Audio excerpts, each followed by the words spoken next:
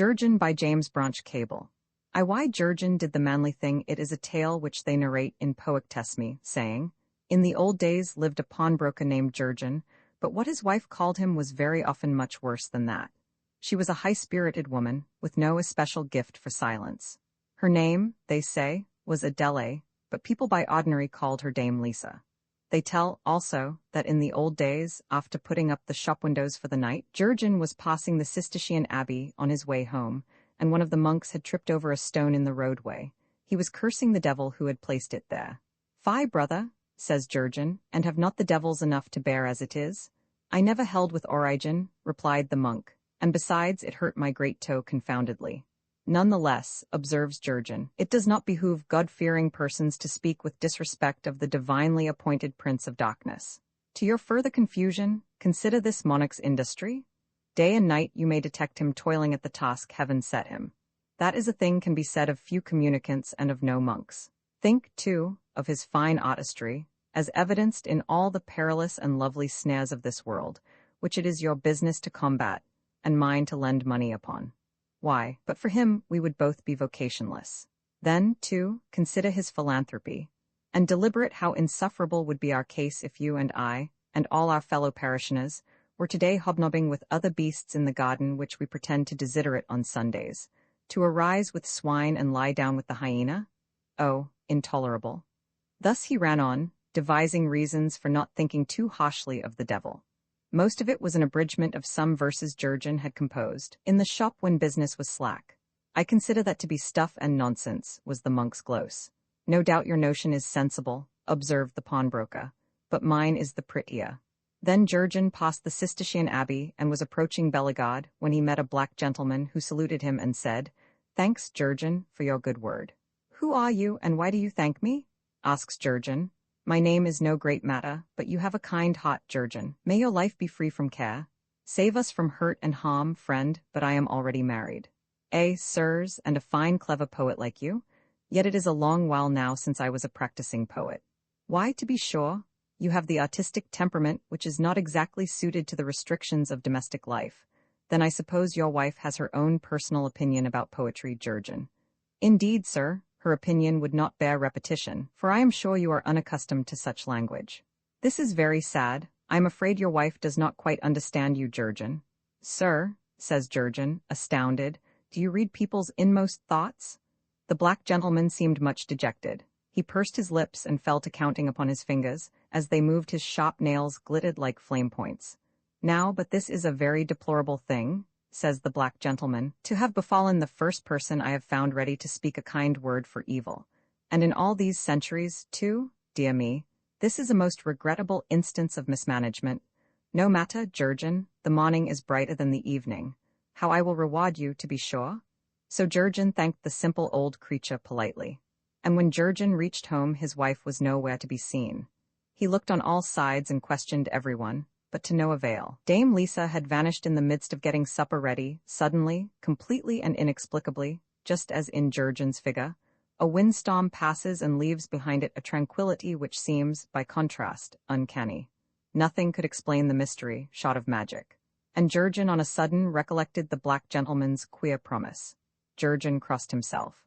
"How unjustly now," says Jurgen, "do some people get an ill name for gratitude? And now do I perceive how wise I am, always to speak pleasantly of everybody in this world of tale-bearers." Then Jurgen prepared his own supper, went to bed, and slept soundly. "I have implicit confidence," says he, "in Lisa. I have particular confidence in her ability to take care of herself in any surroundings." That was all very well, but time passed, and presently it began to be rumored that Dame Lisa walked on Marvin. Her brother, who was a grocer and a member of the town council, went thither to see about this report. And sure enough, there was Jurgen's wife walking in the twilight and muttering incessantly. "Fie, sister," says the town councillor, "this is very unseemly conduct for a married woman, and a thing likely to be talked about." "Follow me," replied Dame Lisa, and the town councillor followed her a little way in the dusk, but when she came to Amnerin Heath and still went onward, he knew better than to follow. Next evening the eldest sister of Dame Lisa went to Marvin. This sister had married a notary, and was a shrewd woman. In consequence, she took with her this evening a long wand of peeled willow wood, and there was Jurgen's wife walking in the twilight and muttering incessantly. "Fie, sister," says the notary's wife, who was a shrewd woman, and do you not know that all this while Jurgen does his own sewing, and is once more making eyes at Countess Dorothy? Dame Lisa shuddered, but she only said, "Follow me?" And the notary's wife followed her to Amnerin Heath, and across the heath to where a cave was. This was a place of abominable repute. A lean hound came to meet them there in the twilight, lolling his tongue, but the notary's wife struck thrice with her wand, and the silent beast left them. And Dame Lisa passed silently into the cave, and her sister turned and went home to her children, weeping. So the next evening, Jurgen himself came to Marvin, because all his wife's family assured him this was the manly thing to do. Jurgen left the shop in charge of Urian Villamach, who was a highly efficient clock. Jurgen followed his wife across Amnerin Heath until they reached the cave.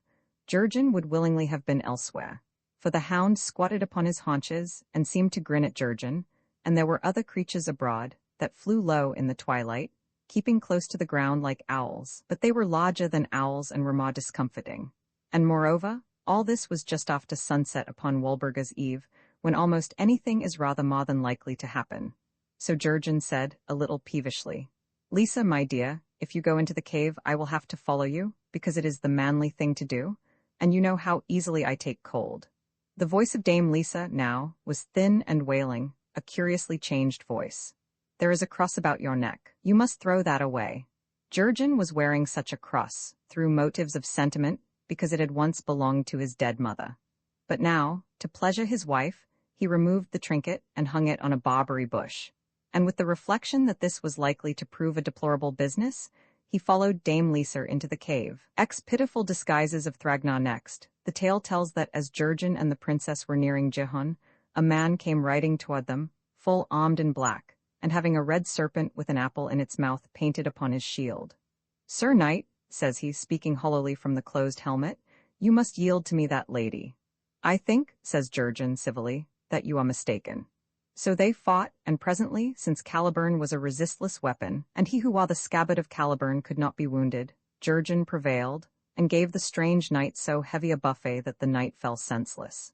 "Do you think," says Jurgen, about to unlace his antagonist's helmet, "that this is Thragnar?" "There is no possible way of telling," replied Dame Guinevere. "If it is the Troll King he should have offered you gifts, and when you contradicted him he should have admitted you were right. Instead, he proffered nothing, and to contradiction he answered nothing, so that proves nothing. But silence is a proverbial form of assent. At all events, we will have a look at him. But that too will prove nothing, since Thragnar goes about his mischiefs so disguised by enchantments as invariably to resemble somebody else, and not himself at all. Such dishonest habits introduce an element of uncertainty, I grant you," says Jurgen. "Still, one can rarely err by keeping on the safe side. This person is, in any event, a very ill-bred fellow, with probably immoral intentions. Yes, caution is the main thing, and in justice to ourselves we will keep on the safe side." So without unloosing the helmet, he struck off the strange knight's head and left him thus. The princess was now mounted on the horse of their deceased assailant. "Assuredly," says Jurgen then, "a magic sword is a fine thing, and a very necessary equipment, too, for a knight-errant of my age. But you talk as though you were an old man, Messiah de Logrius. Come now," thinks Jurgen, "this is a princess of rare discrimination. What, after all, is Fatian something when one is well preserved? This uncommonly intelligent girl reminds me a little of Makawev, whom I loved in Atin. Besides, she does not look at me as women look at an elderly man. I like this princess, in fact, I adore this princess. I wonder now what would she say if I told her as much." But Jurgen did not tempt chance that time, for just then they encountered a boy who had frizzed hair and painted cheeks. He walked mincingly, in a curious garb of black bespangled with gold lozenges, and he carried a gilded dung fork. Then Jurgen and the princess came to a black and silver pavilion standing by the roadside. At the door of the pavilion was an apple tree in blossom. From a branch of this tree was suspended a black hunting horn, silver-mounted. A woman waited there alone. Before her was a chessboard, with the ebony and silver pieces set ready for a game, and upon the table to her left hand glittered flagons and goblets of silver. Eagerly this woman rose and came toward the travelers. "Oh, my dear Jurgen," says she, "but how fine you look in that new shirt you are wearing. But there was never a man had better taste in dress, as I have always said. And it is long I have waited for you in this pavilion, which belongs to a black gentleman who seems to be a great friend of yours. And he went into Crim Tottery this morning, with some missionaries, by the worst piece of luck, for I know how sorry he will be to miss you, dear. Now, but I am forgetting that you must be very tired and thirsty, my darling, after your travels. So do you and the young lady have a sip of this, and then we will be telling one another of our adventures. For this woman had the appearance of Jurgen's wife, Dame Lisa, and of none other. Jurgen regarded her with two minds. You certainly seem to be Lisa, but it is a long while since I saw Lisa in such an amiable mood. You must know, says she, still smiling, that I have learned to appreciate you since we were separated. The fiend who stole you from me may possibly have brought about that wonder. None the less, you have met me riding at adventure with a young woman, and you have assaulted neither of us. You have not even raised your voice. No, quite decidedly, here is a miracle beyond the power of any fiend. Ah, but I have been doing a great deal of thinking, Jurgen dear, as to our difficulties in the past, and it seems to me that you were almost always in the right. Genevieve nudged Jurgen. Did you note that? This is certainly Thragnar in disguise. I am beginning to think that at all events it is not Lisa. Then Jurgen magisterially cleared his throat. Lisa, if you indeed be Lisa, you must understand I am through with you. The plain truth is that you tire me. You talk and talk. No woman breathing equals you at mere volume and continuity of speech, but you say nothing that I have not heard 780 times, if not oftener. You are perfectly right, my dear, says Dame Lisa, piteously. But then I never pretended to be as clever as you. Spare me your beguilements, if you please. And besides, I am in love with this princess. Now spare me your recriminations also, for you have no real right to complain. If you had stayed the person whom I promised the priest to love, I would have continued to think the world of you, but you did nothing of the sort. From a cuddlesome and merry girl, who thought whatever I did was done to perfection, you elected to develop into an uncommonly plain and short-tempered old woman. And Jurgen paused. Eh? Said he. And did you not do this? Dame Lisa answered sadly. My dear, you are perfectly right from your way of thinking. However, I could not very well help getting older. But oh dear me, says Jurgen, this is astonishingly inadequate impersonation, as any married man would see at once. Well, I made no contract to love any such plain and short-tempered person. I repudiate the claims of any such person, as manifestly unfair. And I pledge undying affection to this high and noble Princess Genevieve, who is the fairest lady that I have ever seen. You are right, wailed Dame Lisa, and I was entirely to blame. It was because I loved you, and wanted you to get on in the world and be a credit to my father's line of business, that I nagged you so. But you will never understand the feelings of a wife, nor will you understand that even now I desire your happiness above all else. Here is our wedding ring, then, Jurgen. I give you back your freedom, and I pray that this princess may make you very happy, my dear. For surely you deserve a princess if ever any man did. Jurgen shook his head. It is astounding that a demon so much talked about should be so poor an impersonator. It raises the staggering supposition that the majority of married women must go to heaven. As for your ring, I am not accepting gifts this morning from anyone, but you understand, I trust, that I am hopelessly enamored of the princess on account of her beauty. Oh, and I cannot blame you, my dear. She is the loveliest person I have ever seen. Ha, Thragnar, says Jurgen, I have you now. A woman might just possibly have granted her own homeliness, but no woman that ever breathed would have conceded the princess had a ray of good looks. So with Caliburn he smote, and struck off the head of this thing which foolishly pretended to be Dame Lisa. Well done, oh, bravely done, cried Genevieve. Now the enchantment is dissolved, and Thragnar is slain by my clever champion. I could wish there were some surer sign of that, said Jurgen. I would have preferred that the pavilion and the decapitated troll king had vanished with a peal of thunder and an earthquake, and such other phenomena as are customary. Instead, nothing is changed except that the woman who was talking to me a moment since now lies at my feet in a very untidy condition. You conceive, madam, I used to tease her about that twisted little finger, in the days before we began to squabble. And it annoys me that Thragnar should not have omitted even Lisa's crooked little finger on her left hand. Yes, such painstaking carefulness worries me. For you conceive also, madam, it would be more or less awkward if I had made an error, and if the appearance were in reality what it seemed to be, because I was pretty trying sometimes.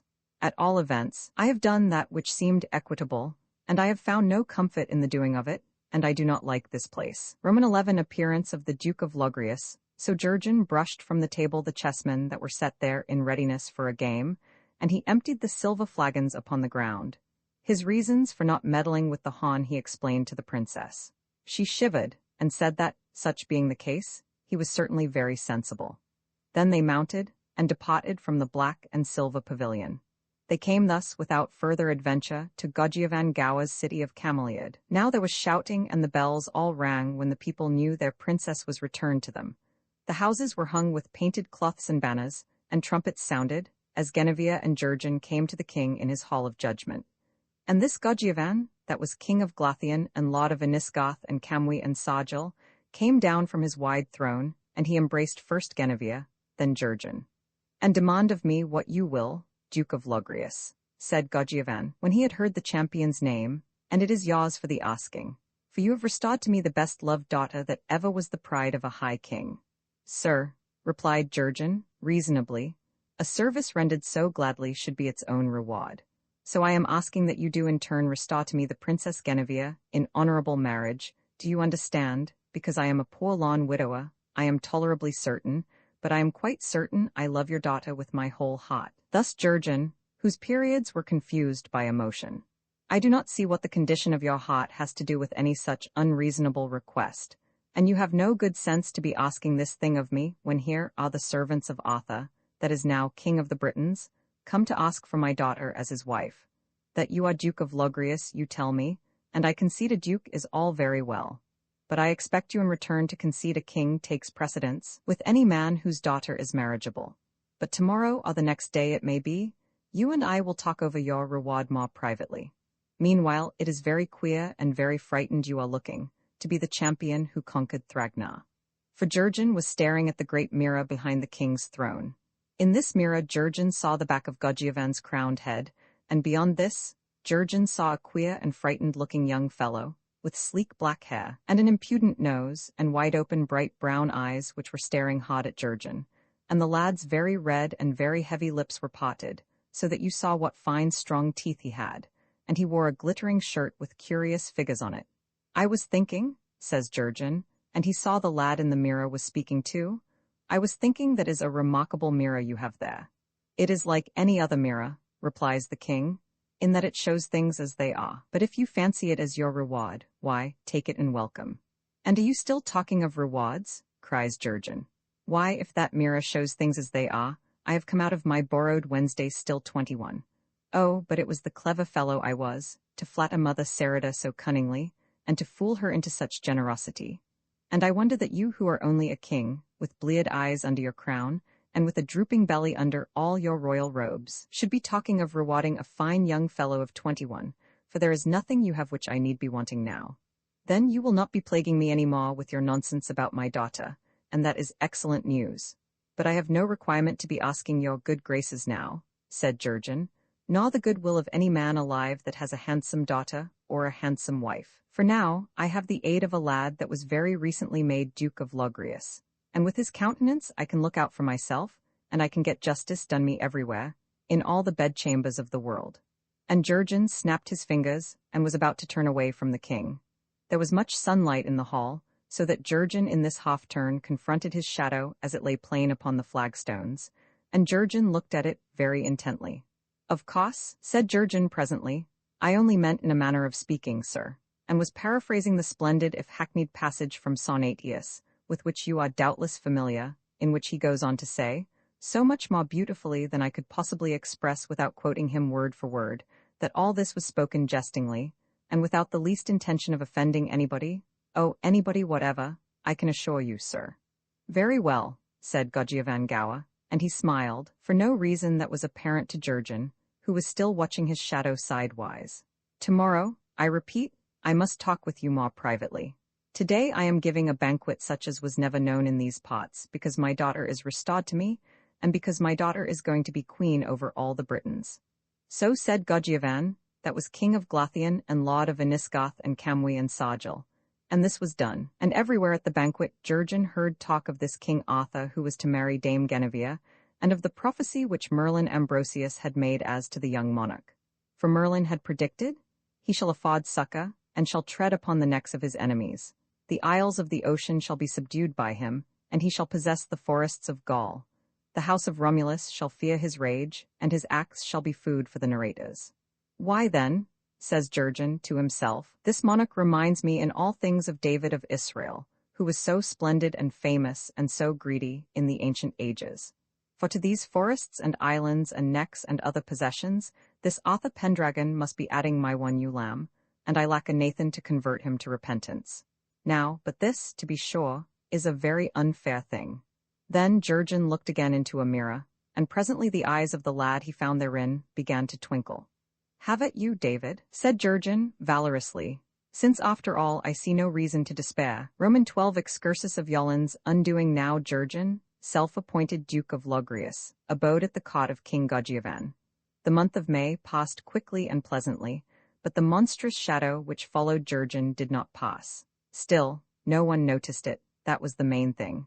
For himself, he was not afraid of shadows, and the queerness of this one was not enough to distract his thoughts from Guinevere, nor from his love-making with Guinevere. For these were quiet times in Glathian, now that the war with Rheims of Northgales was satisfactorily ended, and love-making was now everywhere in vogue. By way of diversion, gentlemen hunted and fished and rode a-hawking, and amicably slashed and batted one another in tournaments. But their really serious pursuit was love-making, after the manner of chivalrous persons, who knew that the king's trumpets would presently be summoning them into less softly furnished fields of action, from one or another of which they would return feet foremost on a bier. So Jurgen sighed and wobbled and made eyes with many excellent fighting men, and the princess listened with many other ladies whose hearts were not of flint. And Godgiavan meditated.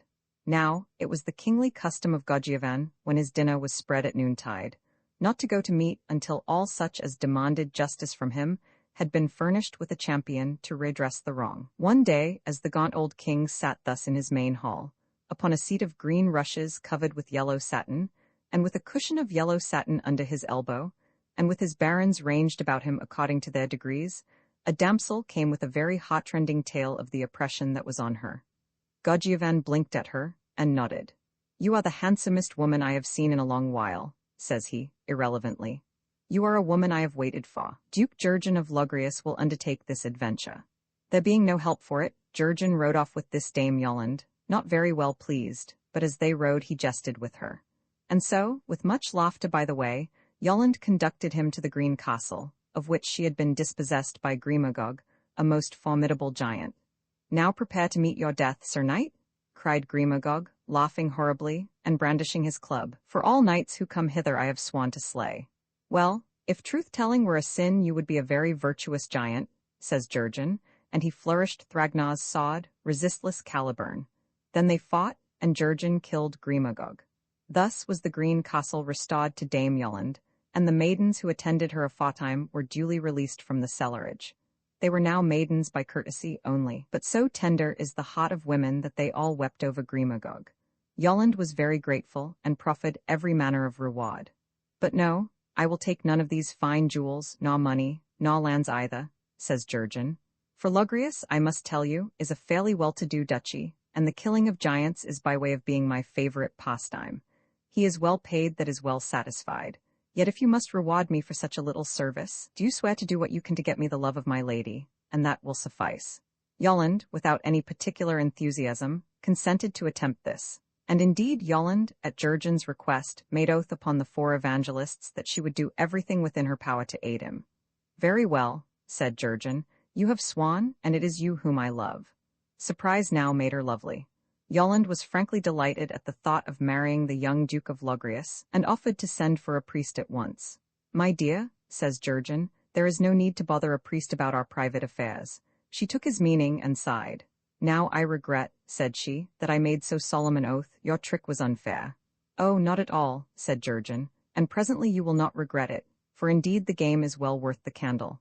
"How is that shown, Messiah de Logrius?" "Why, by candlelight," says Jurgen, naturally. "In that event, we will talk no further of it until this evening."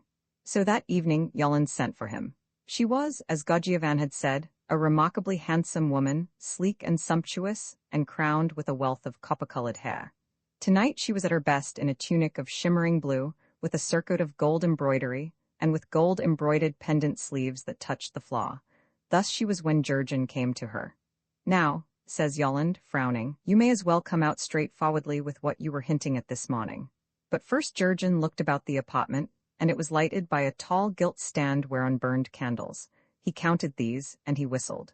7 candles? Upon my word, sweetheart, you do me great honor, for this is a veritable illumination.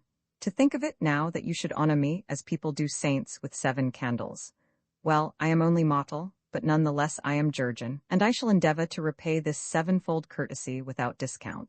Oh, Messiah de Logrius, cried Dame Yolande, but what incomprehensible nonsense you talk! You misinterpret matters, for I can assure you I had nothing of that sort in mind. Besides, I do not know what you are talking about. Indeed, I must warn you that my actions often speak more unmistakably than my words. It is what learned persons term an idiosyncrasy, and I certainly do not see how any of the saints can be concerned in this. If you had said the 4 evangelists now, for we were talking of the 4 evangelists, you remember, this morning. Oh, but how stupid it is of you, Messiah de Logrius, to stand there grinning and looking at me in a way that makes me blush. Well, that is easily remedied, said Jurgen, as he blew out the candles, since women do not blush in the dark. What do you plan, Messiah de Logrius? Ah, do not be alarmed, said Jurgen. I shall deal fairly with you. And in fact, Yolande confessed afterward that, considering everything, Messiah de Logrius was very generous. Jurgen confessed nothing, and as the room was profoundly dark, nobody else can speak with authority as to what happened there. It suffices that the Duke of Logrius and the Lady of the Green Castle parted later on the most friendly terms. You have undone me, with your games and your candles and your scrupulous returning of courtesies, said Yolande, and yawned, for she was sleepy, but I fear that I do not hate you as much as I ought to. No woman ever does, says Jurgen, at this hour. He called for breakfast, then kissed Yolande, for this, as Jurgen had said, was their hour of parting, and he rode away from the Green Castle in high spirits. Why, what a thing it is again to be a fine young fellow, said Jurgen. Well, even though her big brown eyes protrude too much, something like a lobster's, she is a splendid woman, that Dame Yolande, and it is a comfort to reflect I have seen justice was done her.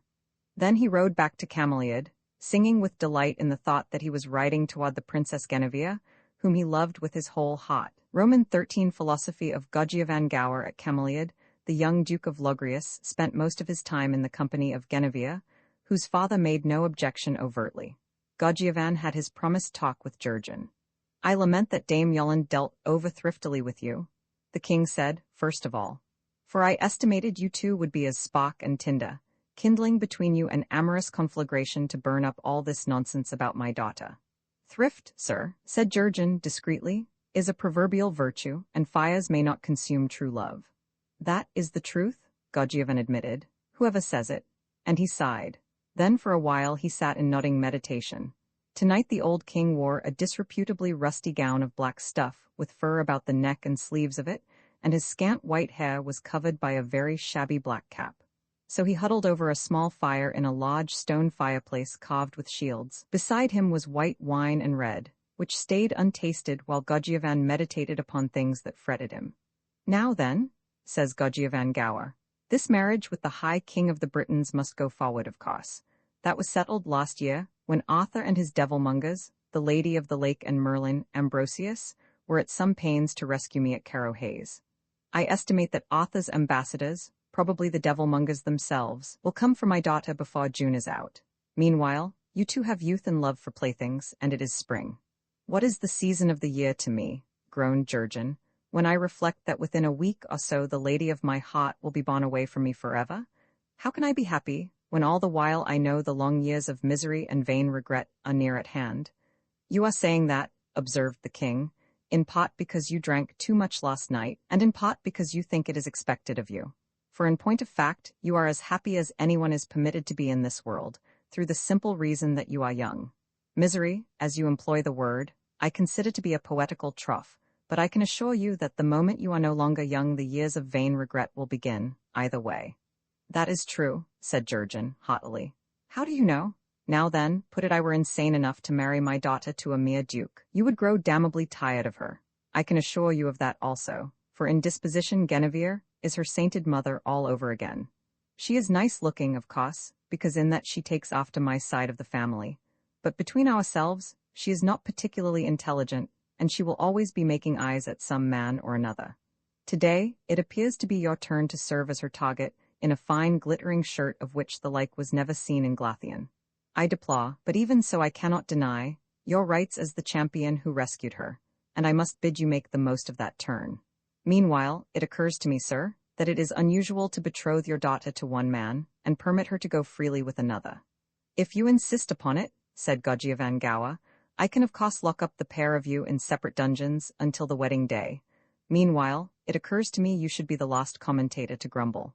Why, I tell you plainly, sir, that critical persons would say you are taking very small care of your daughter's honor.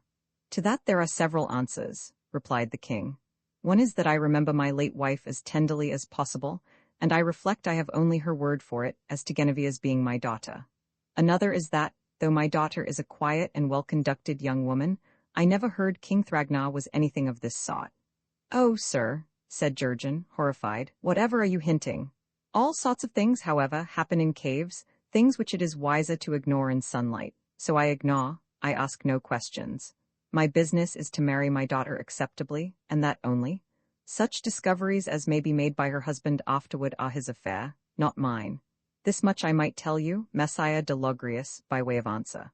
But the real answer is to bid you consider this, that a woman's honor is concerned with one thing only, and it is a thing with which the honor of a man is not concerned at all. But now you talk in riddles, king, and I wonder what it is you would have me do. Godjiavan grinned. Obviously, I advise you to give thanks you were born a man, because that sturdier sex has so much less need to bother over breakage. What sort of breakage, sir? Says Jurgen. Godjiavan told him. Duke Jurgen for the second time looked properly horrified. Your aphorisms, king, are abominable, and of a sort unlikely to quiet my misery. However, we were speaking of your daughter, and it is she who must be considered rather than I. Now I perceive that you take my meaning perfectly. Yes, in all matters which concern my daughter, I would have you lie like a gentleman.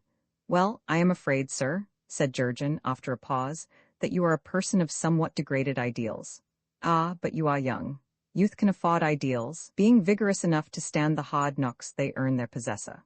But I am an old fellow cursed with a tender heart and tolerably keen eyes. That combination, Messiah de Logrius, is one which very often forces me to jeer out of season, simply because I know myself to be upon the verge of far more untimely tears. Thus Godjiavan replied. He was silent for a while, and he contemplated the fire. Then he waved a shriveled hand toward the window, and Godjiavan began to speak, meditatively. Messiah de Logrius, it is night in my city of Cameliad, and somewhere one of those roofs harbors a girl whom we will call Lynette. She has a lover. We will say he is called Sagrama. The names do not matter. Tonight, as I speak with you, Lynette lies motionless in the carved wide bed that formerly was her mother's. She is thinking of Sagrama. The room is dark save where moonlight silvers the diamond-shaped panes of ancient windows. In every corner of the room mysterious quivering suggestions lurk. Ah, sire, says Jurgen, you also are a poet. Do not interrupt me then. Lynette, I repeat, is thinking of Sagrama. Again they sit near the lake under an apple tree older than Rome. The knotted branches of the tree are upraised as in benediction, and petals, fluttering, drifting, turning, interminable white petals fall silently in the stillness. Neither speaks, for there is no need. Silently he brushes a petal from the blackness of her hair, and silently he kisses her. The lake is dusky and hard-seeming as jade. 2 lonely stars hang low in the green sky. It is droll that the chest of a man is hairy, oh, very droll, and a bird is singing. A silvery needle of sound moves fitfully in the stillness. Surely high heaven is thus quietly colored and thus strangely lovely. So at least thinks little Lynette, lying motionless like a little mouse, in the carved wide bed wherein Lynette was born. A very moving touch that, Jurgen interpolated. Now, there is another sort of singing, for now the pothouse closes, big shutters bang, feet shuffle, a drunken man hiccups in his singing. It is a love song he is murdering. He sheds inexplicable tears as he lurches nearer and nearer to Lynette's window, and his heart is all magnanimity, for Sagramer is celebrating his latest conquest. Do you not think that this or something very like this is happening tonight in my city of Cameliad, Messiah de Logrius? It happens momently, said Jurgen, everywhere. For thus is every woman for a little while, and thus is every man for all time. That being a dreadful truth, continued Godjiavan, you may take it as one of the many reasons why I jeer out of season in order to stave off far more untimely tears. For this thing happens. In my city it happens, and in my castle it happens. King or no, I am powerless to prevent its happening, so I can but shrug and hotten my old blood with a fresh bottle.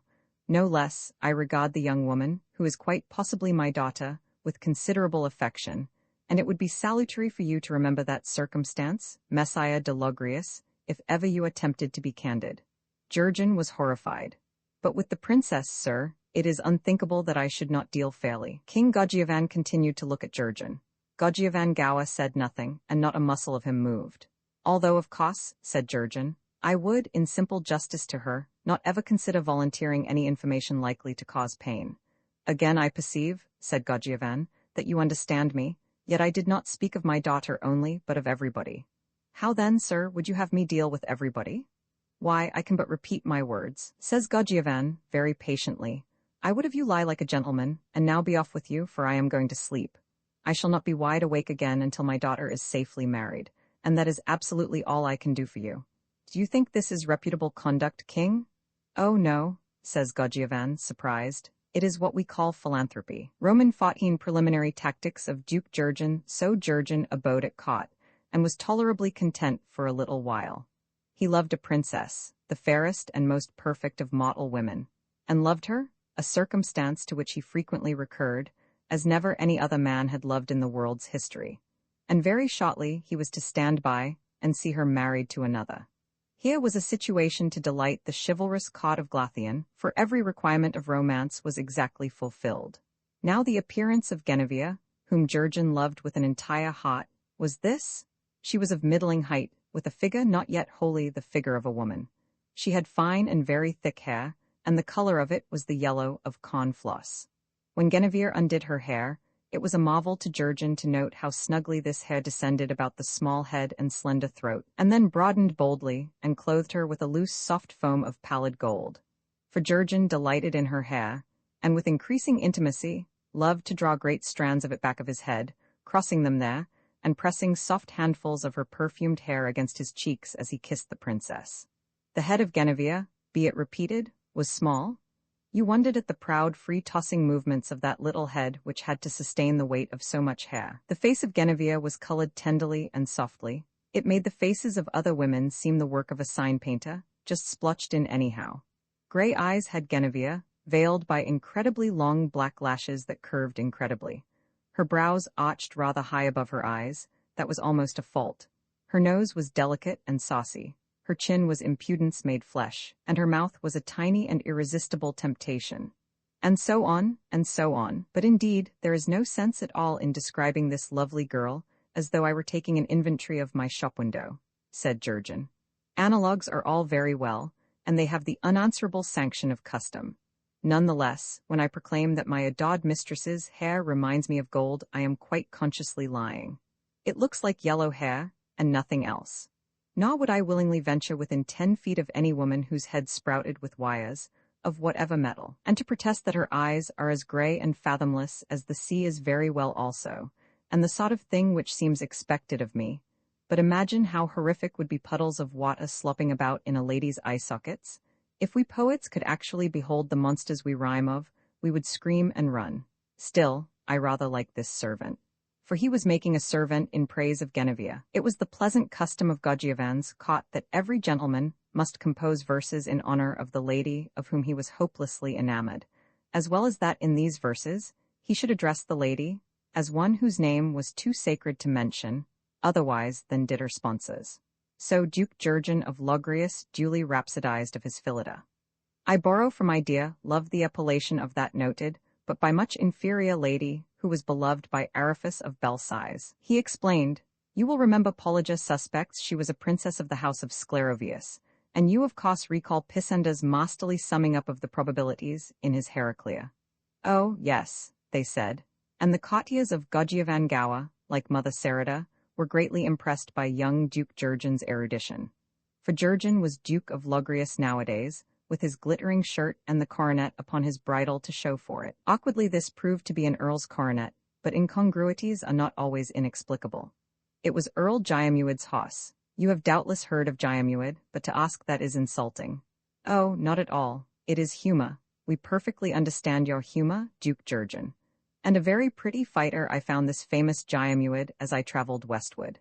And since he killed my steed in the heat of our conversation, I was compelled to take over his hoss, after I had given this poor Jyamuid proper interment. Oh yes, a very pretty fighter, and I had heard much talk of him in Logrius. He was lord of awe and Persant, you remember, though of course the estate came by his mother's side. Oh yes, they said. You must not think that we of Glathian are quite shut out from the great world. We have heard of all these affairs, and we have also heard fine things of your duchy of Logrius, Messiah. Doubtless, said Jurgen, and turned again to his singing. Lo, for I pray to thee, resistless love, he descanted, that thou today make cry unto my love, to Phillida whom I, poor Logrius, love so tenderly, not to deny me love. Asked why, say thou my drink and food is love, in days wherein I think and brood on love, and truly find not good in aught save love, since Phillida hath taught me how to love. Here Jurgen groaned with nicely modulated ardor, and he continued, if she avow such constant hate of love as would ignore my great and constant love, plead thou no more, with listless lore of love woo death resistlessly, resistless love, in place of her that saith such scorn of love as lends to death the lore and grace I love. Thus Jurgen sang melodiously of his Phillida, and meant thereby, as everybody knew, the Princess Guinevere. Since custom compelled him to deal in analogues, he dealt wholesale. Gems and metals, the blossoms of the field and garden, fires and wounds and sunrises and perfumes, an armory of lethal weapons, ice and a concourse of mythological deities were his starting point. Then the seas and heavens were dredged of phenomena to be mentioned with disparagement, in comparison with one or another feature of Duke Jurgen's Phillida. Zoology and history, and generally the remembered contents of his pawnshop, were overhauled and made to furnish targets for depreciation, whereas in dealing with the famous ladies loved by earlier poets, Duke Jurgen was positively insulting, allowing hardly a rag of merit. Still, he was careful to be just, and he allowed that these poor creatures might figure advantageously enough in eyes which had never beheld his Phillida. And to all this information the lady whom he hymned attended willingly. She is a princess, reflected Jurgen. She is quite beautiful. She is young, and whatever her father's opinion, she is reasonably intelligent as women go. Nobody could ask more. Why, then, am I not out of my head about her? Already she permits a kiss or two when nobody is around, and presently she will permit more, and she thinks I am quite the cleverest person living. Come, Jurgen, man, is there no heart in this spry young body you have regained? Come, let us have a little honest rapture and excitement over this promising situation. But somehow Jurgen could not manage it. He was interested in what, he knew, was going to happen. Yes, undoubtedly, he looked forward to more intimate converse with this beautiful young princess, but it was rather, as one anticipates partaking of a favorite dessert. Jurgen felt that a liaison arranged for in this spirit was neither one thing or the other. If only I could feel like a cold-blooded villain, now, I would at worst be classifiable. But I intend the girl no harm, I am honestly fond of her. I shall talk my best, broaden her ideas, and give her, I flatter myself, considerable pleasure. Vulgar prejudices apart, I shall leave her no whit the worse.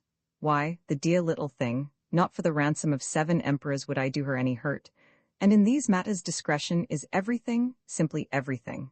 No, quite decidedly, I am not a cold-blooded villain, and I shall deal fairly with the princess. Thus Jurgen was disappointed by his own emotions, as he turned them from side to side, and prodded them, and shifted to a fresh viewpoint, only to find it no more favorable than the one relinquished. But he veiled the inadequacy of his emotions with very moving fervors. The tale does not record his conversations with Guinevere, for Jurgen now discoursed plain idiocy, as one purveys sweetmeats to a child in fond astonishment at the pet's appetite. And leisurely Jurgen advanced. There was no hurry, with weeks wherein to accomplish everything. Meanwhile this routine work had a familiar pleasantness. For the amateur coordinates matters, knowing that one thing axiomatically leads to another. There is no harm at all in respectful allusions to a love that comprehends its hopelessness. It was merely a fact which Jurgen mentioned, and was about to pass on. Only Guinevere, in modesty, was forced to disparage her own attractions as an inadequate cause for so much misery. Common courtesy demanded that Jurgen enter upon a rebuttal. To emphasize one point in this, the orator was forced to take the hand of his audience, but strangers did that every day, with nobody objecting. Moreover, the hand was here, not so much seized as displayed by its detainer, as evidence of what he contended. How else was he to prove the Princess of Glathian had the loveliest hand in the world? It was not a matter he could request Guinevere to accept on hearsay, and Jurgen wanted to deal fairly with her. Well, but before relinquishing the loveliest hand in the world, a connoisseur will naturally kiss each fingertip. This is merely a tribute to perfection, and has no personal application. Besides, a kiss, wherever deposited, as Jurgen pointed out, is, when you think of it, but a ceremonial, of no intrinsic wrongfulness. The girl demurring against this apothegm, as custom again exacted, was still in common fairness convinced of her error. So now, says Jurgen presently, you see for yourself. Is anything changed between us? Do we not sit here just as we were before? Why, to be sure, a kiss is now attestedly a quite innocuous performance with nothing very fearful about it one way or the other. It even has its pleasant side. Thus there is no need to make a pother over kisses or over an arm about you, when it is more comfortable sitting so. How can one reasonably deny to a sincere friend what is accorded to a cousin or an old cloak? It would be nonsense, as Jurgen demonstrated with a very apt citation from Napsakis. Then, sitting so, in the heat of conversation, a speaker naturally gesticulates, and a deal of his eloquence is dependent upon his hands. When anyone is talking, it is discourteous to interrupt, whereas to lay hold of a gentleman's hand outright, as Jurgen parenthesized, is a little forward. No, he really did not think it would be quite proper for Guinevere to hold his hand. Let us preserve decorum, even in trifles. Ah, but you know that you are doing wrong. I doing wrong? I, who am simply sitting here and talking my poor best in an effort to entertain you? Come now, princess, but tell me what you mean. You should know very well what I mean. But I protest to you I have not the least notion. How can I possibly know what you mean when you refuse to tell me what you mean? And since the princess declined to put into words just what she meant, things stayed as they were, for the while. Thus did Jurgen coordinate matters, knowing that one thing axiomatically leads to another. And in short, affairs sped very much as Jurgen had anticipated. Now, by ordinary, Jurgen talked with Guinevere in dimly lighted places. He preferred this, because then he was not bothered by that unaccountable shadow whose presence in sunlight put him out. Nobody ever seemed to notice this preposterous shadow. It was patent, indeed, that nobody could see it save Jurgen. Nonetheless, the thing worried him. So even from the first he remembered Guinevere as a soft voice and a delectable perfume in twilight, as a beauty not clearly visioned, and Godgiovan's people worried him. The hook-nosed tall old king had been by Jurgen dismissed from thought, as an enigma not important enough to be worth the trouble of solving. Godgiovan at once seemed to be schooling himself to patience under some private annoyance and to be revolving in his mind some private jest. He was queer and probably abominable, but to grant the old rascal his due, he was not meddlesome. The people about Godgiovan, though, were perplexing. These men who considered that all you possessed was loaned you to devote to the service of your god, your king, and every woman who crossed your path, could hardly be behaving rationally. To talk of serving God sounded as sonorously and as inspiritingly as a drum. Yes, and a drum had nothing but air in it. The priests said so and so. But did anybody believe the gallant Bishop of Mirian, for example, was always to be depended upon? I would like the opinion of Prince Evrock's wife as to that, said Jurgen, with a grin. For it was well known that all affairs between this dame Alundine and the bishop were so discreetly managed as to afford no reason for any scandal whatever. As for serving the king, there in plain view was Godgiovan Gower, for anyone who so elected, to regard and grow enthusiastic over.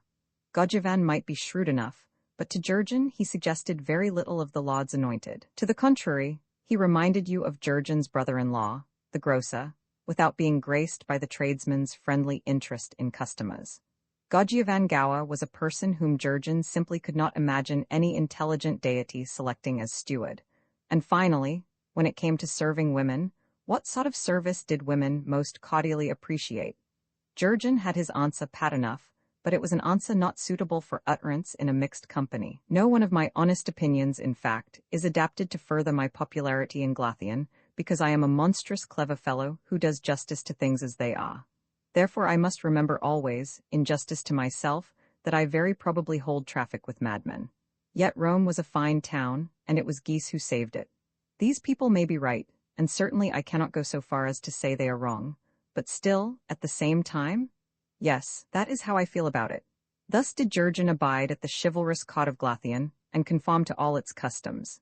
In the matter of love songs, nobody protested more movingly that the lady whom he loved, quite hopelessly, of course, embodied all divine perfections, and when it came to knightly service, the possession of Caliburn made the dispatching of thieves and giants and dragons seem hardly sportsmanlike. Still, Jurgen fought a little, now and then, in order to conform to the customs of Glathian, and the Duke of Logrius was widely praised as a very promising young knight. And all the while he fretted because he could just dimly perceive that ideal which was served in Glathian, and the beauty of this ideal, but could not possibly believe in it. Here was, again, a loveliness perceived in twilight, a beauty not clearly visioned. Yet am not I a monstrous clever fellow, he would console himself, to take them all in so completely. It is a joke to which, I think, I do full justice. So Jurgen abode among these persons to whom life was a high-hearted journeying homeward.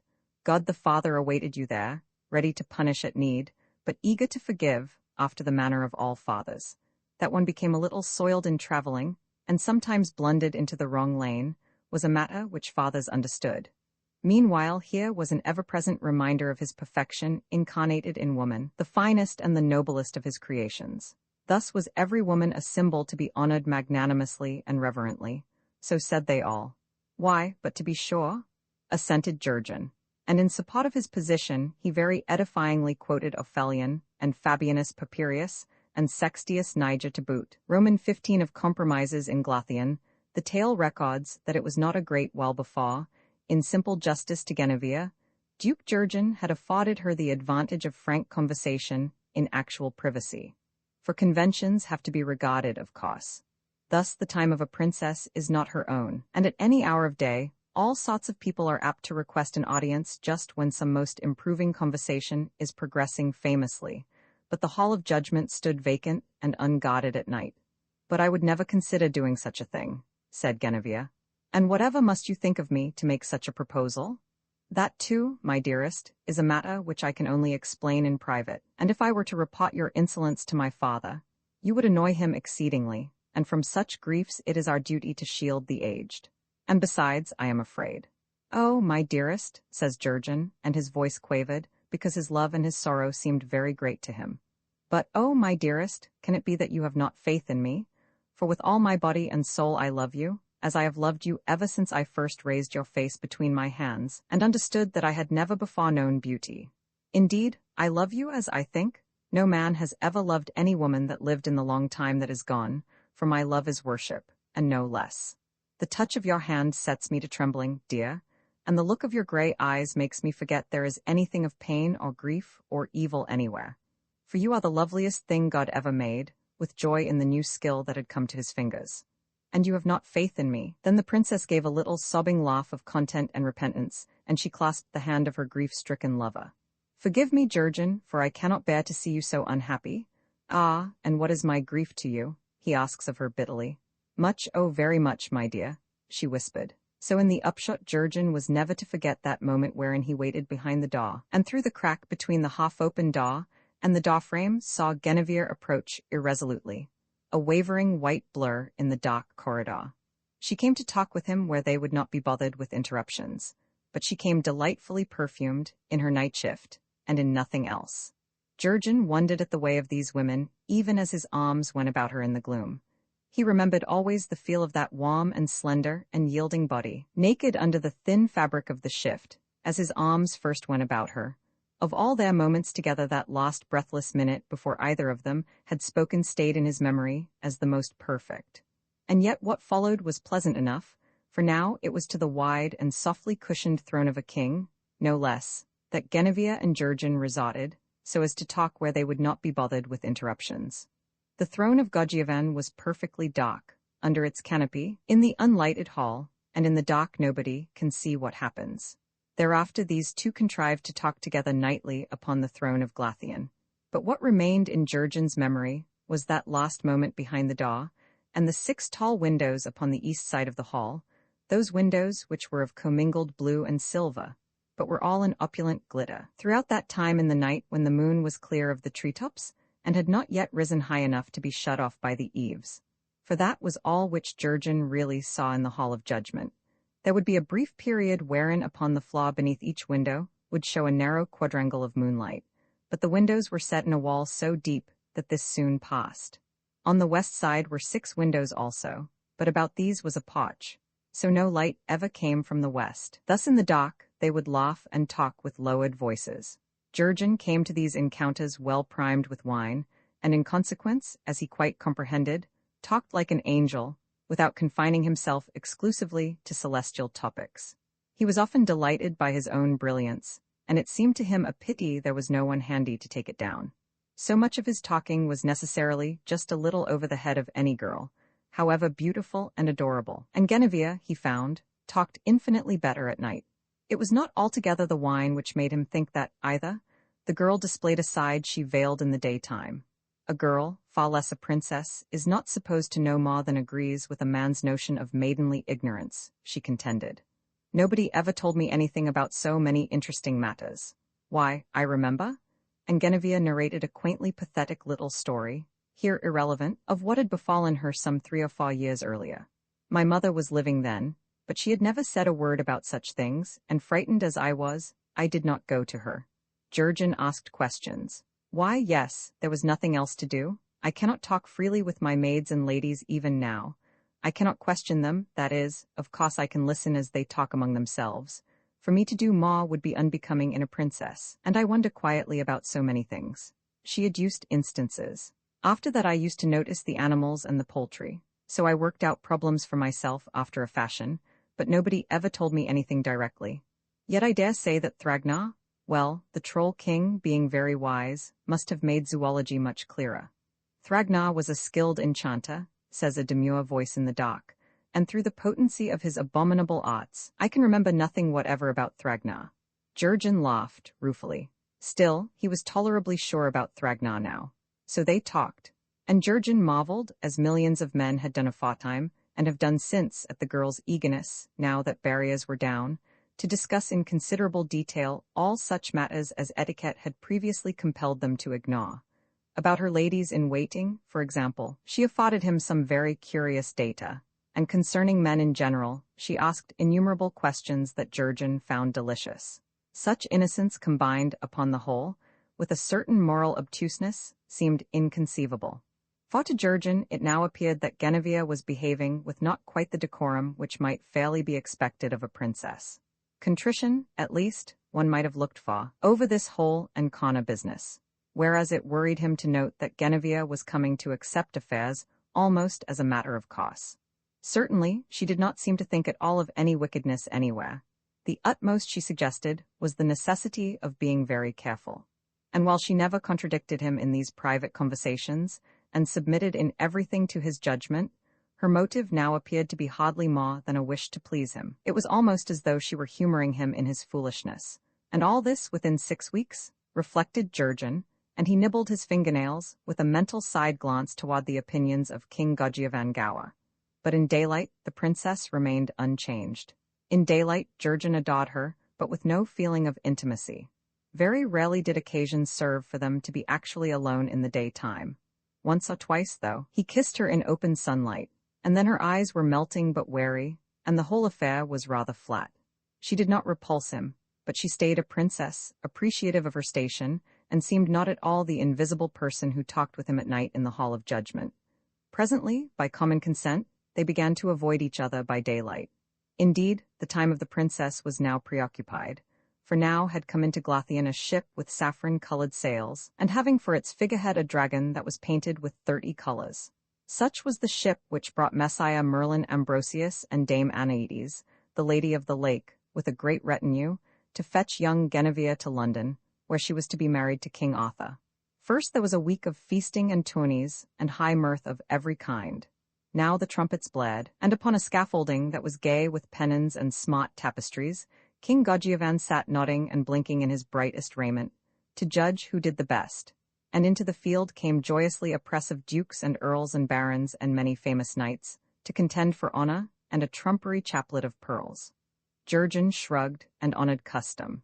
The Duke of Logrius acquitted himself with credit in the opening tournament, unhorsing Sir Dodonus Lesovage, Earl Roth of Meliot, Sir Epinogris, and Sir Hector de Maris. Then Earl Damas of Listenise smote like a whirlwind, and Jurgen slid contentedly down the tail of his fine horse. His pot in the tournament was ended, and he was heartily glad of it. He preferred to contemplate rather than share in such festivities, and he now followed his bent with a most exquisite misery, because he considered that never had any other poet occupied a situation more picturesque. By day he was the Duke of Logrius, which in itself was a notable advance upon pawnbroking. After nightfall, he discounted the peculiar privileges of a king. It was the secrecy, the deluding of everybody, which he especially enjoyed. And in the thought of what a monstrous clever fellow was Jurgen, he almost lost sight of the fact that he was miserable over the impending marriage of the lady he loved. Once or twice he caught the tail end of a glance from Godjevan's bright old eye. Jurgen by this time abhorred Godjevan as a person of abominably unjust dealings. To take no better care of his own daughter, Jurgen considered, is infamous. The man is neglecting his duties as a father, and to do that is not fair. Roman 16 divers imbroglios of King Smoit. Now, it befell that for 3 nights in succession, the Princess Guinevere was unable to converse with Jurgen in the Hall of Judgment. So upon one of these disengaged evenings, Duke Jurgen held a carouse with Aribert and Jurgen, 2 of Godjevan's barons, who had just returned from Penguidger, and had queer tales to narrate of the trooping fairies who garrison that place. All 3 were seasoned topas, so Jurgen went to bed prepared for anything. Later he sat up in bed, and found it was much as he had suspected. The room was haunted, and at the foot of his couch were 2 ghosts, one an impudent-looking leering phantom, in a suit of old-fashioned armor, and the other a beautiful pale lady, in the customary flowing white draperies. "Good morning to you both," says Jurgen, "and sorry am I that I cannot truthfully observe I am glad to see you, though you are welcome enough if you can manage to haunt the room quietly." Then, seeing that both phantoms looked puzzled, Jurgen proceeded to explain. "Last year, when I was traveling upon business in Westphalia, it was my grief to spend a night in the haunted castle of Nieuwedesburg, for I could not get any sleep at all in that place. There was a ghost in charge who persisted in rattling very large iron chains and in groaning dismally throughout the night. Then toward morning he took the form of a monstrous cat, and climbed upon the foot of my bed, and there he squatted yowling until daybreak. And as I am ignorant of German, I was not able to convey to him any idea of my disapproval of his conduct.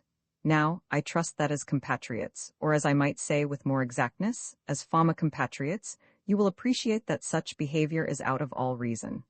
"Messiah," says the male ghost, and he oozed to his full height, "you are guilty of impertinence in harboring such a suspicion. I can only hope it proceeds from ignorance. For I am sure," put in the lady, "that I always disliked cats, and we never had them about the castle. And you must pardon my frankness, Messiah," continued the male ghost, "but you cannot have moved widely in noble company if you are indeed unable to distinguish between members of the feline species and of the reigning family of Glothian." "Well, I have seen dowager queens who justified some such confusion," observed Jurgen. "Still, I entreat the forgiveness of both of you, for I had no idea that I was addressing royalty." "I was King Smoit," explained the male phantom, "and this was my 9th wife, Queen Sylvia Teru." Jurgen bowed as gracefully, he flattered himself, as was possible in his circumstances. It is not easy to bow gracefully while sitting erect in bed. "Often and over again have I heard of you, King Smoit," says Jurgen. "You were the grandfather of Godjevan Gowa, and you murdered your 9th wife, and your 8th wife, and your 5th wife, and your 3rd wife too, and you went under the title of the Black King, for you were reputed the wickedest monarch that ever reigned in Glothian and the Red Islands." It seemed to Jurgen that King Smoit evinced embarrassment, but it is hard to be quite certain when a ghost is blushing. "Perhaps I was spoken of in some such terms," says Smoit, "for the neighbors were censorious gossips, and I was not lucky in my marriages. And I bitterly regret to confess that, in a moment of extreme yet not quite unprovoked excitement, I assassinated the lady whom you now behold. And I am sure, through no fault of mine," says Sylvia Teru. "Certainly, my dear, you resisted with all your might. I only wish that you had been a larger and a brawnier woman. But you, Messiah, can now perceive, I suppose, the folly of expecting a high king of Glothian, and the queen that he took delight in, to sit upon your bed and howl." So then, upon reflection, Jurgen admitted he had never had that experience. Nor, he handsomely added, could he recall any similar incident among his friends. "The notion is certainly preposterous," went on King Smoit, and very grimly he smiled.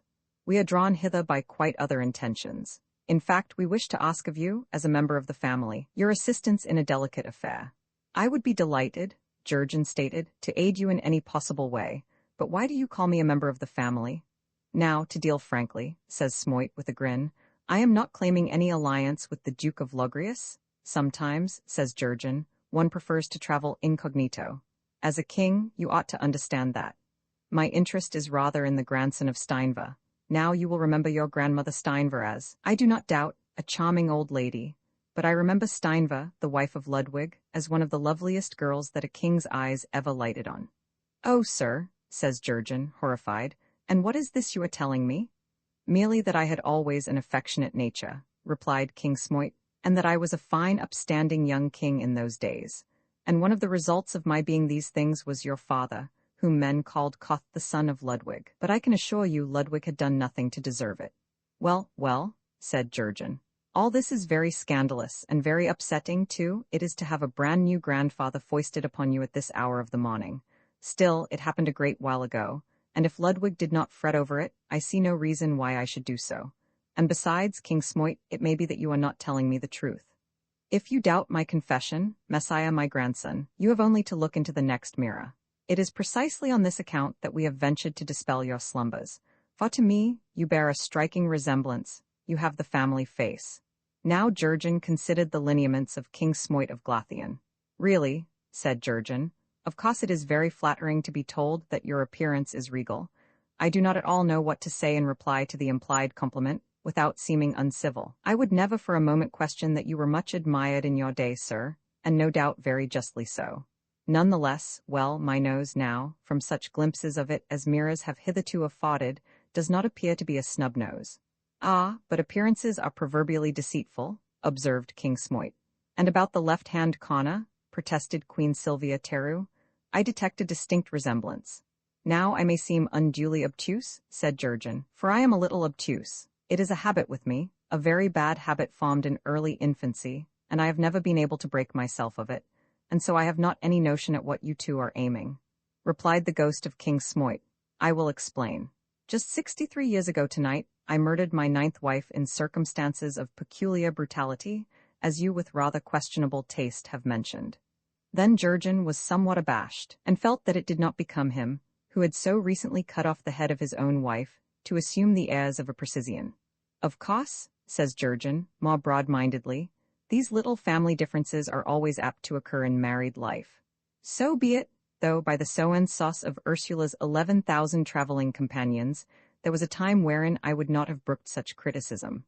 Ah, well, that time is overpast, and I am a bloodless thing that the wind sweeps at the wind's will through lands in which but yesterday King Smoit was dreaded. So I let that which has been be. Well, that seems reasonable, said Jurgen, and to be a trifle rhetorical is the privilege of grandfathers. Therefore I entreat you, sir, to continue.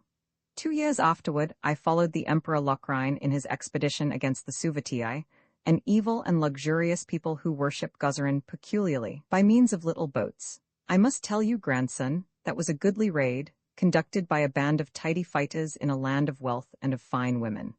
But alack, as the saying is, in our return from Osnac, my loved General Locrine was captured by that arch-fiend Duke Corinius of Cornwall, and I, among many others who had followed the Emperor, paid for our merry larcenies and throat-cuttings a very bitter price.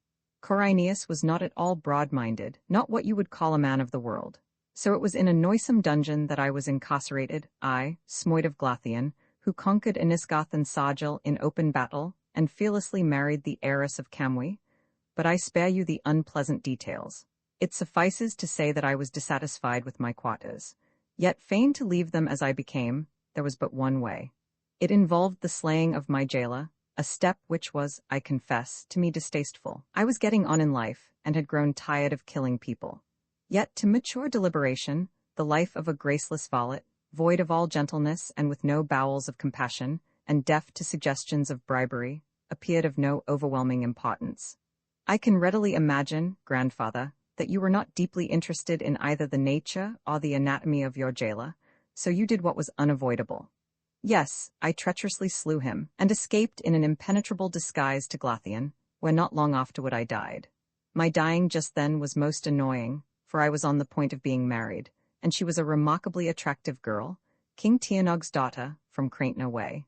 She would have been my 13th wife, and not a week before the ceremony, I tripped and fell down my own castle steps and broke my neck. It was a humiliating end for one who had been a warrior of considerable repute. Upon my word, it made me think there might be something, after all, in those old superstitions about 13 being an unlucky number. But what was I saying? Oh, yes, It is also unlucky to be careless about one's murders. You will readily understand that for one or two such affairs, I am condemned yearly to haunt the scene of my crime on its anniversary.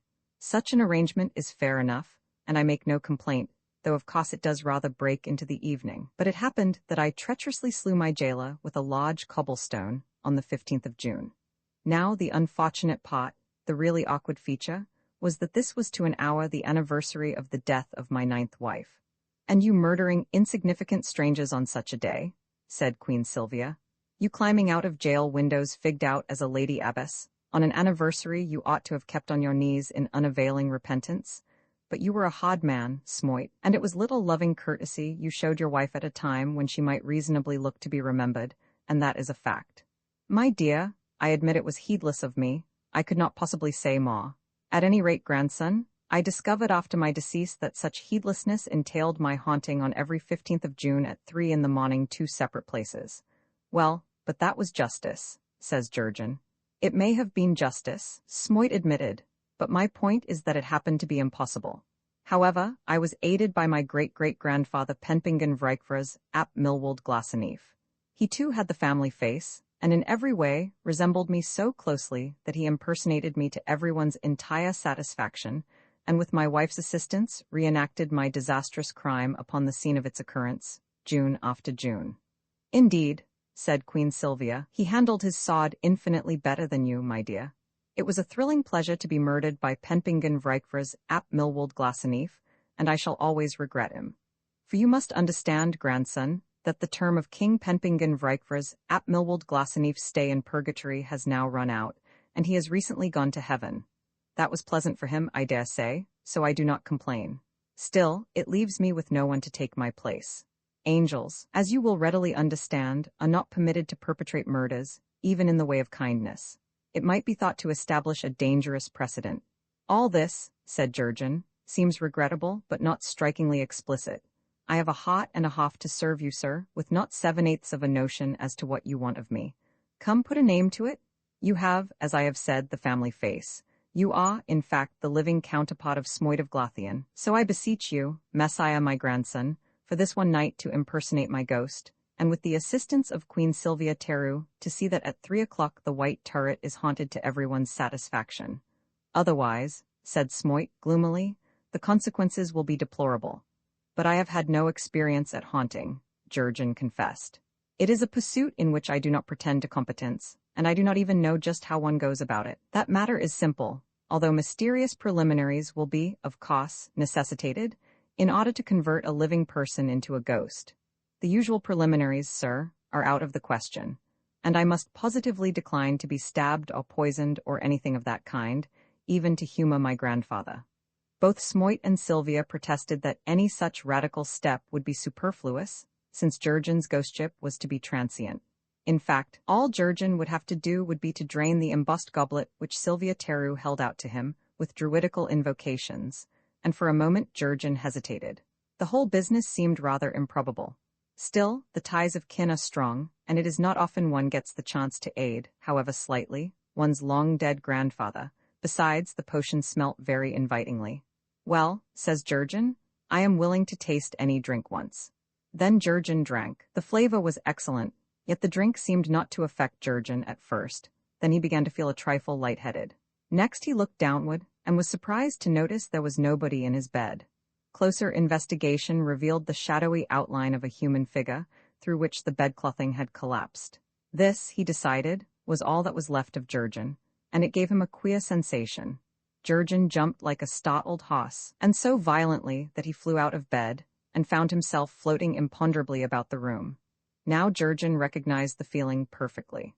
He had often had it in his sleep, in dreams wherein he would bend his legs at the knees so that his feet came up behind him, and he would pass through the air without any effort. Then it seemed ridiculously simple, and he would wonder why he never thought of it before. And then he would reflect. "This is an excellent way of getting around. I will come to breakfast this way in the morning, and show Lisa how simple it is. How it will astonish her, to be sure, and how clever she will think me." And then Jurgen would wake up, and find that somehow he had forgotten the trick of it. But just now this manner of locomotion was undeniably easy. So Jurgen floated around his bed once or twice, then to the ceiling, for practice. Through inexperience, he miscalculated the necessary fosse and popped through into the room above, where he found himself hovering immediately over the Bishop of Mirian. His eminence was not alone, but as both occupants of the apartment were asleep, Jurgen witnessed nothing unepiscopal. Now Jurgen rejoined his grandfather, and girded on charmed Caliburn, and demanded what must next be done. The assassination will take place in the White Turret, as usual. Queen Sylvia will instruct you in the details. You can invent most of the affair, however, as the Lady of the Lake, who occupies this room tonight, is very probably unacquainted with our terrible history. Then King Smoit observed that it was high time he kept his appointment in Cornwall, and he melted into air, with an easy confidence that bespoke long practice. And Jurgen followed Queen Sylvia Teru. Romans 17, about a cock that crowed too soon. Next the tale tells of how Jurgen and the ghost of Queen Sylvia Teru came into the White Turret. The Lady of the Lake was in bed. She slept unaccompanied, as Jurgen noted with approval, for he wished to intrude upon no more tete-a-tetes. And Dame Anaïdes did not at first awake. Now this was a gloomy and high-paneled apartment, with exactly the traditional amount of moonlight streaming through 2 windows. Any ghost, even an apprentice, could have acquitted himself with credit in such surroundings, and Jurgen thought he did extremely well. He was atavistically brutal, and to improvise the accompanying dialogue he did not find difficult. So everything went smoothly, and with such spirit that Anaïdes was presently wakened by Queen Sylvia's very moving wails for mercy, and sat erect in bed, as though a little startled. Then the Lady of the Lake leaned back among the pillows, and witnessed the remainder of the terrible scene with remarkable self-possession. So it was that the tragedy swelled to its appalling climax, and subsided handsomely. With the aid of Caliburn, Jurgen had murdered his temporary wife. He had dragged her insensate body across the floor, by the hair of her head, and had carefully remembered first to put her comb in his pocket, as Queen Sylvia had requested, so that it would not be lost. He had given vent to several fiendish ha-has, and all the old high imprecations he remembered. And in short, everything had gone splendidly when he left the White Turret with a sense of self-approval and Queen Sylvia Teru. The 2 of them paused in the winding stairway, and in the darkness, after he had restored her comb, the Queen was telling Jurgen how sorry she was to part with him.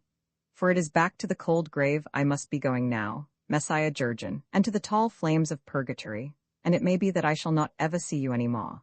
I shall regret the circumstance, madam, says Jurgen, for you are the loveliest person I have ever seen. The Queen was pleased. That is a delightfully boyish speech, and one can see it comes from the heart. I only wish that I could meet with such unsophisticated persons in my present abode. Instead, I am herded with battered sinners who have no heart, who are not frank and outspoken about anything, and I detest their affectations. Ah, then you are not happy with your husband, Sylvia? I suspected as much. I see very little of Smoit. It is true he has 8 other wives all resident in the same flame, and cannot well show any partiality. 2 of his queens, though, went straight to heaven, and his 8th wife, Gudrun, we are compelled to fear, must have been an unrepentant sinner, for she has never reached purgatory. But I always distrusted Gudrun, myself. Otherwise I would never have suggested to Smoit that he have her strangled in order to make me his queen. You see, I thought it a fine thing to be a queen, in those days, Jurgen, when I was an artless slip of a girl. And Smoit was all honey and perfume and velvet, in those days, Jurgen, and little did I suspect the cruel fate that was to befall me. Indeed, it is a sad thing, Sylvia, to be murdered by the hand which, so to speak, is sworn to keep an eye on your welfare, and which rightfully should serve you on its knees. It was not that I minded. Smoit killed me in a fit of jealousy, and jealousy is in its blundering way a compliment. No, a worse thing than that befell me, Jurgen, and embittered all my life in the flesh. And Sylvia began to weep. And what was that thing, Sylvia? Queen Sylvia whispered the terrible truth. My husband did not understand me. Now, by heaven, says Jurgen, when a woman tells me that, even though the woman be dead, I know what it is she expects of me. So Jurgen put his arm about the ghost of Queen Sylvia Teru, and comforted her. Then, finding her quite willing to be comforted, Jurgen sat for a while upon the dock steps, with one arm still about Queen Sylvia. The effect of the potion had evidently worn off, because Jurgen found himself to be composed no longer of cool, imponderable vapor, but of the warmest and hottest sort of flesh everywhere. But probably the effect of the wine which Jurgen had drunk earlier in the evening had not worn off. For now Jurgen began to talk wildishly in the dock, about the necessity of his, in some way, avenging the injury inflicted upon his nominal grandfather, Ludwig, and Jurgen drew his charmed caliburn. For as you perceive, said Jurgen, I carry such weapons as are sufficient for all ordinary encounters, and am I not to use them, to requite King Smoit for the injustice he did poor Ludwig? Why, certainly I must, it is my duty. Ah, but Smoit by this is back in purgatory, Queen Sylvia protested, and to draw your sword against a woman is cowardly. The avenging sword of Jurgen, my charming Sylvia, is the terror of envious men, but it is the comfort of all pretty women. It is undoubtedly a very large sword, said she. Oh, a magnificent sword, as I can perceive even in the dark. But Smoit, I repeat, is not here to measure weapons with you. Now your arguments irritate me, whereas an honest woman would see to it that all the legacies of her dead husband were duly satisfied. Oh, and what do you mean? Well, but certainly a grandson is, at one remove, I grant you, a sort of legacy. There is something in what you advance. There is a great deal in what I advance, I can assure you. It is the most natural and most penetrating kind of logic, and I wish merely to discharge a duty. But you upset me, with that big sword of yours, you make me nervous, and I cannot argue so long as you are flourishing it about. Come now, put up your sword. Oh, what is anybody to do with you? Here is the sheath for your sword, says she. At this point they were interrupted. Duke of Logrius, says the voice of Dame Anaïdes, do you not think it would be better to retire, before such antics at the door of my bedroom give rise to a scandal? For Anaïdes had half opened the door of her bedroom, and with a lamp in her hand, was peering out into the narrow stairway.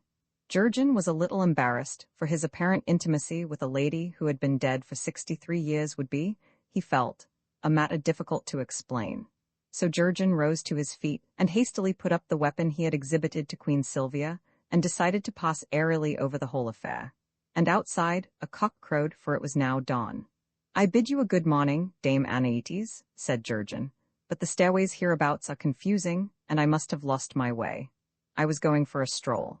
This is my distant relative Queen Sylvia Teru, who kindly offered to accompany me. We were going out to gather mushrooms and to watch the sunrise. You conceive, Messiah de Logrius, I think you had far better go back to bed. To the contrary, madam, it is my manifest duty to serve as Queen Sylvia's escort.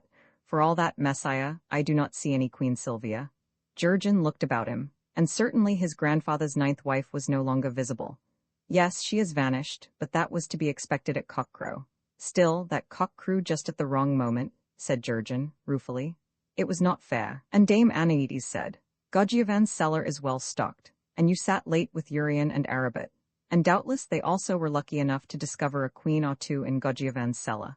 No less, I think you are still a little drunk. Now answer me this, Dame Anaïdes, were you not visited by 2 ghosts tonight? Why, that is as it may be, she replied, but the White Turret is notoriously haunted, and it is few quiet nights I have passed there, for Godgiovan's people were a bad lot. Upon my word, wonders Jurgen, what manner of person is this Dame Anaïdes, who remains unstirred by such a brutal murder as I have committed, and makes no more of ghosts than I would of moths? I have heard she is an enchantress, I am sure she is a fine figure of a woman, and in short, here is a matter which would repay looking into, were not young Genevieve the mistress of my heart. Aloud he said, Perhaps then I am drunk, madam. None the less, I still think the cock crew just at the wrong moment. Some day you must explain the meaning of that, says she. Meanwhile I am going back to bed, and I again advise you to do the same.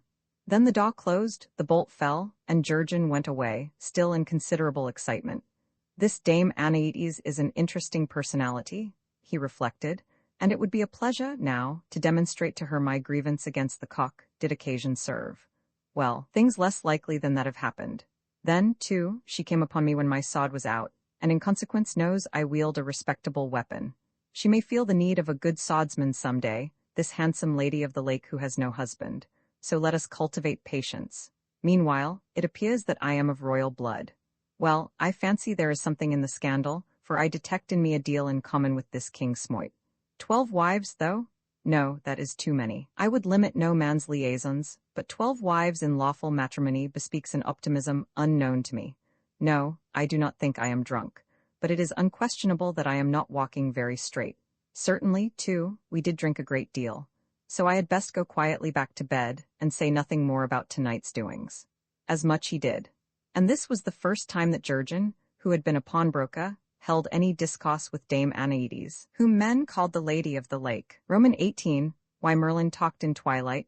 It was 2 days later that Jurgen was sent for by Merlin Ambrosius. The Duke of Logrius came to the magician in twilight, for the windows of this room were covered with sheets which shut out the full radiance of day. Everything in the room was thus visible in a diffused and tempered light that cast no shadows. In his hand Merlin held a small mirror, about 3 inches square, from which he raised his dark eyes puzzlingly. "I have been talking to my fellow ambassador, Dame Anaides, and I have been wondering, Messiah de Logrius, if you have ever reared white pigeons." Jurgen looked at the little mirror. "There was a woman of the Lacy who not long ago showed me an employment to which one might put the blood of white pigeons. She too used such a mirror. I saw what followed, but I must tell you candidly that I understood nothing of the ins and outs of the affair." Merlin nodded. "I suspected something of the sort, so I elected to talk with you in a room wherein, as you perceive, there are no shadows. Now, upon my word," says Jurgen, "but here at last is somebody who can see my attendant. Why is it, pray, that no one else can do so? It was my own shadow which drew my notice to your follower. For I, too, have had a shadow given me. It was the gift of my father, of whom you have probably heard." It was Jurgen's turn to nod. Everybody knew who had begotten Merlin Ambrosius, and sensible persons preferred not to talk of the matter. Then Merlin went on to speak of the traffic between Merlin and Merlin's shadow. "Thus and thus," says Merlin, "I humour my shadow, and thus my shadow serves me. There is give and take, such as is requisite everywhere." "I understand," says Jurgen, "but has no other person ever perceived this shadow of yours?" "Once only, when for a while my shadow deserted me," Merlin replied. "It was on a Sunday my shadow left me, so that I walked unattended in naked sunlight, for my shadow was embracing the church steeple, where churchgoers knelt beneath him. The churchgoers were obscurely troubled without suspecting why, for they looked only at each other. The priest and I alone saw him quite clearly, the priest because this thing was evil, and I because this thing was mine. Well, now, I wonder what did the priest say to your bold shadow? But you must go away." And the priest spoke without any fear. Why is it they seem always without fear, those dull and calm-eyed priests? Such conduct is unseemly. For this is high God's house, and far-off peoples are admonished by its steadfast spire, pointing always heavenward, that the place is holy, said the priest. And my shadow answered, but I only know that steeples are of phallic origin. And my shadow wept ludicrously, clinging to the steeple where churchgoers knelt beneath him. Now, and indeed that must have been disconcerting, Messiah Merlin. Still, as you got your shadow back again, there was no great harm done. But why is it that such attendants follow some men while other men are permitted to live in decent solitude? It does not seem quite fair. Perhaps I could explain it to you, friend, but certainly I shall not. You know too much as it is, for you appear in that bright garment of yours to have come from a land and a time which even I, who am a skilled magician, can only cloudily foresee, and cannot understand at all. What puzzles me, however," and Merlin's forefinger shot out, "how many feet had the first wearer of your shirt, and were you ever an old man?" says he. "Well, Fa and I was getting on," says Jurgen, "and I did not guess, but certainly that is it. An old poet loaned at once a young man's body and the centaur's shirt. Adias has loosed a new jest into the world for her own reasons, but you have things backwards. It was Sarada whom I cajoled so nicely. Names that are given by men amount to very little in a case like this. The shadow which follows you I recognize, and revere as the gift of Adias, a dreadful mother of small gods.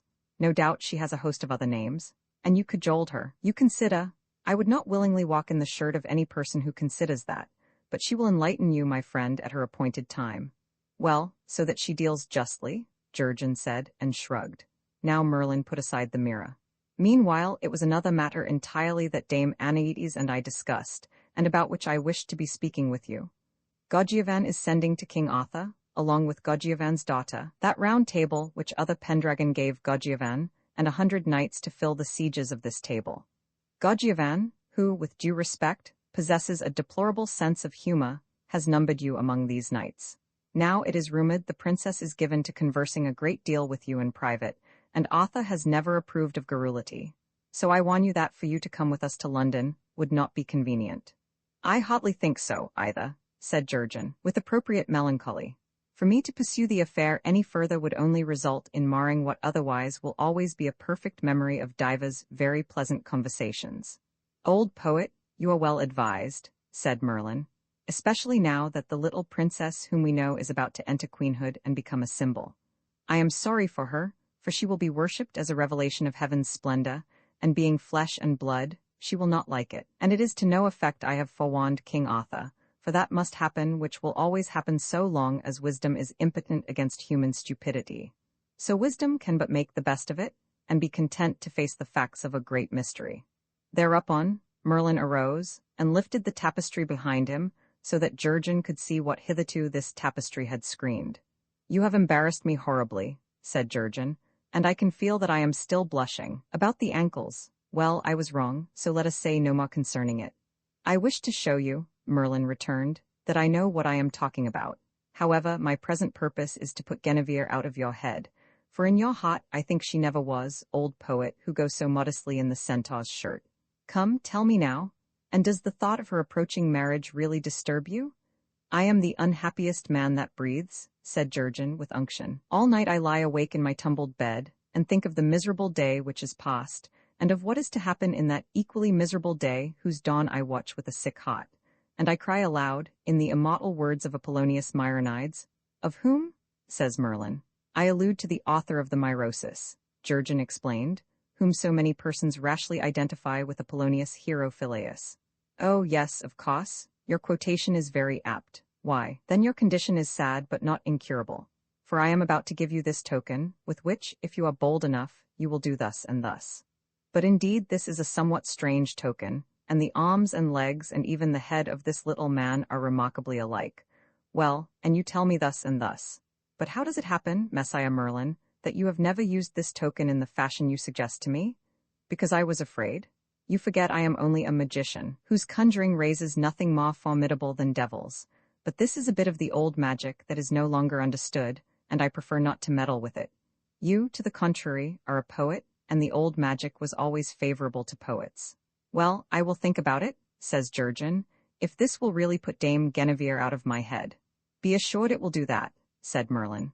"For with reason does the Durgagama declare, the brightness of the glowworm cannot be compared to that of a lamp." "A very pleasant little work, the Durgagama," said Jurgen, tolerantly, "though superficial of course." Then Merlin Ambrosius gave Jurgen the token, and some advice. So that night Jurgen told Guinevere he would not go in her train to London. He told her candidly that Merlin was suspicious of their intercourse. "And therefore, in order to protect you and to protect your fame, my dearest dear," said Jurgen, "it is necessary that I sacrifice myself and everything I prize in life. I shall suffer very much, but my consolation will be that I have dealt fairly with you whom I love with an entire heart, and shall have preserved you through my misery." But Guinevere did not appear to notice how noble this was of Jurgen. Instead, she wept very softly, in a heartbroken way that Jurgen found unbearable. "For no man, whether emperor or peasant," says the princess, "has ever been loved more dearly or faithfully or more wholly without any reserve or forethought than you, my dearest, have been loved by me. All that I had I have given you. All that I had you have taken, consuming it. So now you leave me with not anything more to give you, not even any anger or contempt, now that you turn me adrift, for there is nothing in me anywhere save love of you, who are unworthy." "But I die many deaths," said Jurgen, "when you speak thus to me," and in point of fact, he did feel rather uncomfortable. "I speak the truth, though. You have had all, and so you are a little weary and perhaps a little afraid of what may happen if you do not break off with me. Now you misjudge me, darling. No, I do not misjudge you, Jurgen. Instead, for the first time I judge both of us. You I forgive because I love you, but myself I do not forgive, and I cannot ever forgive, for having been a spendthrift fool." And Jurgen found such talking uncomfortable and tedious and very unfair to him. "For there is nothing I can do to help matters," says Jurgen. "Why, what could anybody possibly expect me to do about it? And so why not be happy while we may? It is not as though we had any time to waste." For this was the last night but one before the day that was set for Guinevere's departure. Roman 19. The brown man with queer feet. Early in the following morning, Jurgen left Cameliad, traveling toward Carohaze, and went into the Druid forest there, and followed Merlin's instructions. "Not that I for a moment believe in such nonsense," said Jurgen, "but it will be amusing to see what comes of this business, and it is unjust to deny even nonsense a fair trial." So he presently observed a sun-browned, brawny fellow, who sat upon the bank of a stream, dabbling his feet in the water, and making music with a pipe constructed of 7 reeds of irregular lengths. To him Jurgen displayed, in such a manner as Merlin had prescribed, the token which Merlin had given. The man made a peculiar sign, and rose. Jurgen saw that this man's feet were unusual. Jurgen bowed low, and he said, as Merlin had bidden, "Now praise be to thee, thou Lord of the two truths. I have come to thee, O most wise, that I may learn thy secret. I would know thee, and would know the 42 mighty ones who dwell with thee in the hall of the two truths, and who are nourished by evildoers, and who partake of wicked blood each day of the reckoning before Winifrey. I would know thee for what thou art." The brown man answered, "I am everything that was and that is to be. Never has any mortal been able to discover what I am." Then this brown man conducted Jurgen to an open glen, at the heart of the forest. Merlin dared not come himself, because, observed the brown man, Merlin is wise, but you are a poet, so you will presently forget that which you are about to see, or at worst you will tell pleasant lies about it, particularly to yourself. "I do not know about that," says Jurgen, "but I am willing to taste any drink once. What are you about to show me?" The brown man answered, "All." So it was near evening when they came out of the glen. It was dark now, for a storm had risen. The brown man was smiling, and Jurgen was in a flutter. "It is not true," Jurgen protested. "What you have shown me is a pack of nonsense. It is the degraded lunacy of a so-called realist. It is sorcery and pure childishness and abominable blasphemy. It is, in a word, something I do not choose to believe. You ought to be ashamed of yourself. Even so, you do believe me, Jurgen. I believe that you are an honest man and that I am your cousin, so there are 2 more lies for you." The brown man said, still smiling, "Yes, you are certainly a poet, you who have borrowed the apparel of my cousin. For you come out of my glen, and from my candor, as sane as when you entered. That is not saying much, to be sure, in praise of a poet's sanity at any time. But Merlin would have died, and Merlin would have died without regret, if Merlin had seen what you have seen, because Merlin receives facts reasonably." "Facts, sanity, and reason?" Jurgen raged. "Why, but what nonsense you are talking. Were there a bit of truth in your silly puppetry, this world of time and space and consciousness would be a bubble which contained the sun and moon and the high stars, and still was but a bubble in fermenting swill. I must go cleanse my mind of all this foulness. You would have me believe that all men who have ever lived or shall ever live hereafter, that even I am of no importance. Why, there would be no justice in any such arrangement, no justice anywhere. That vexed you, did it not? It vexes me at times, even me, who under Koshchey's will alone am changeless. I do not know about your variability, but I stick to my opinion about your veracity," says Jurgen, for all that he was upon the verge of hysteria. "Yes, if lies could choke people, that shaggy throat would certainly be saw." Then the brown man stamped his foot, and the striking of his foot upon the moss made a new noise such as Jurgen had never heard. For the noise seemed to come multitudinously from every side, at first as though each leaf in the forest were tinily cachinnating. And then this noise was swelled by the mirth of larger creatures, and echoes played with this noise, until there was a reverberation everywhere like that of thunder. The earth moved under their feet very much as a beast twitches its skin under the annoyance of flies. Another queer thing Jurgen noticed, and it was that the trees about the glen had writhed and arched their trunks, and so had bended, much as candles bend in very hot weather, to lay their topmost foliage at the feet of the brown man. And the brown man's appearance was changed as he stood there, terrible in a continuous brown glare from the low-hanging clouds, and with the forest making obeisance, and with shivering and laughter everywhere. "Make answer, you who chatter about justice? How if I slew you now?" says the brown man, "I being what I am." "Slay me then," says Jurgen with shut eyes, for he did not at all like the appearance of things. "Yes, you can kill me if you choose, but it is beyond your power to make me believe that there is no justice anywhere, and that I am unimportant, for I would have you know I am a monstrous clever fellow. As for you, you are either a delusion or a god or a degraded realist, but whatever you are, you have lied to me, and I know that you have lied, and I will not believe in the insignificance of Jurgen." Chillingly came the whisper of the brown man, "Poor fool? Oh, shuddering, stiff-necked fool, and have you not just seen that which you may not ever quite forget? None the less, I think there is something in me which will endure. I am fettered by cowardice, I am enfeebled by disastrous memories, and I am maimed by old follies. Still, I seem to detect in myself something which is permanent and rather fine. Underneath everything, and in spite of everything, I really do seem to detect that something. What role that something is to enact after the death of my body, and upon what stage, I cannot guess. When fortune knocks, I shall open the door. Meanwhile, I tell you candidly, you brown man, there is something in Jurgen far too admirable for any intelligent arbiter ever to fling into the dust heap. I am, if nothing else, a monstrous clever fellow, and I think I shall endure somehow. Yes, cap in hand goes through the land, as the saying is, and I believe I can contrive some trick to cheat oblivion when the need arises, says Jurgen, trembling and gulping, and with his eyes shut tight, but even so, with his mind quite made up about it.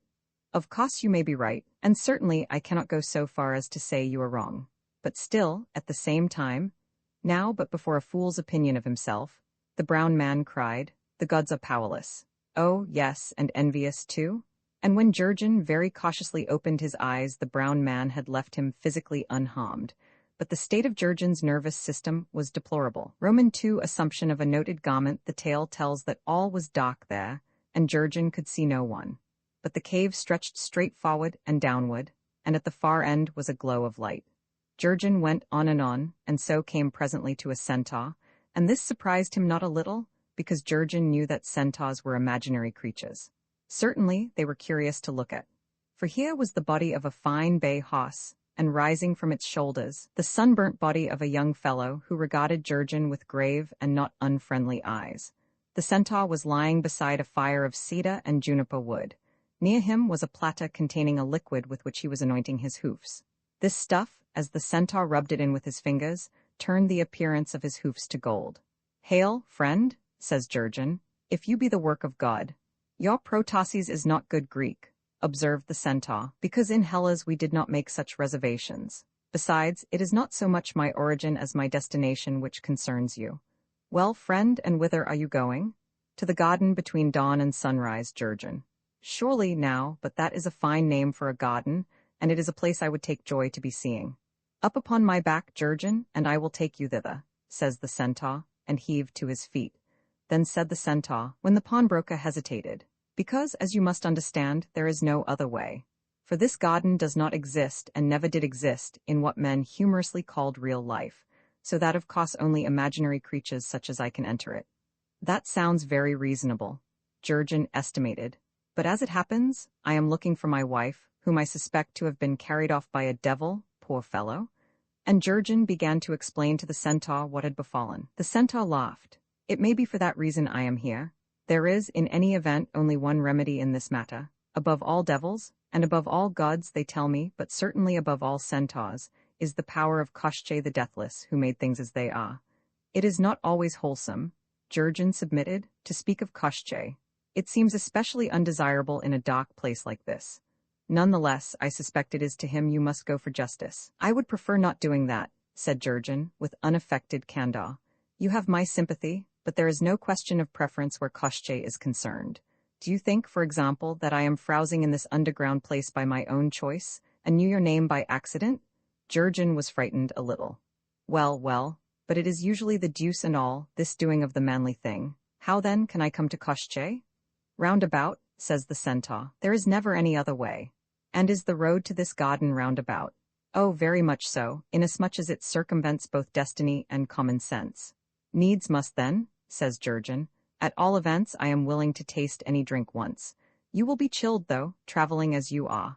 For you and I are going a queer way in search of justice, over the grave of a dream and through the malice of time. So you had best put on this shirt above your other clothing. Indeed, it is a fine, snug, shining garment with curious figures on it. I accept such raiment gladly. And whom shall I be thanking for his kindness now?" "My name," said the centaur, "is Nessus."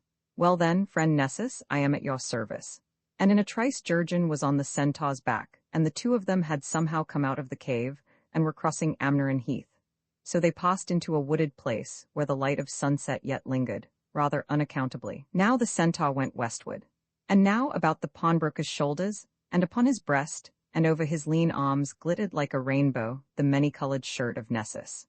For a while, they went through the woods, which were composed of big trees standing a goodish distance from one another, with the centaur's gilded hoofs rustling and sinking in a thick carpet of dead leaves, all gray and brown, in level stretches that were unbroken by any undergrowth. And then they came to a white roadway that extended due west, and so were done with the woods. Now happened an incredible thing in which Jurgen would never have believed had he not seen it with his own eyes. For now the centaur went so fast that he gained a little by a little upon the sun, thus causing it to rise in the west a little by a little. and these two sped westward in the glory of a departed sunset. The sun fell full in Jurgen's face as he rode straight toward the west, so that he blinked and closed his eyes, and looked first toward this side, then the other. Thus it was that the country about him, and the persons they were passing, were seen by him in quick bright flashes, like pictures suddenly transmuted into other pictures, and all his memories of this shining highway were, in consequence, always confused and incoherent. He wondered that there seemed to be so many young women along the road to the garden. Here was a slim girl in white teasing a great brown and yellow dog that leaped about her clumsily. Here a girl sat in the branches of a twisted and gnarled tree, and back of her was a broad mudded river, copper-colored in the sun. And here shone the fair head of a tall girl on horseback, who seemed to wait for someone. In fine, the girls along the way were numberless, and Jurgen thought he recollected one or two of them. But the centaur went so swiftly that Jurgen could not be sure. Roman 20 Efficacy of prayer. Jurgen went in a tremble to the cathedral of the sacred Thon in Cameliad. All night Jurgen prayed there, not in repentance, but in terror.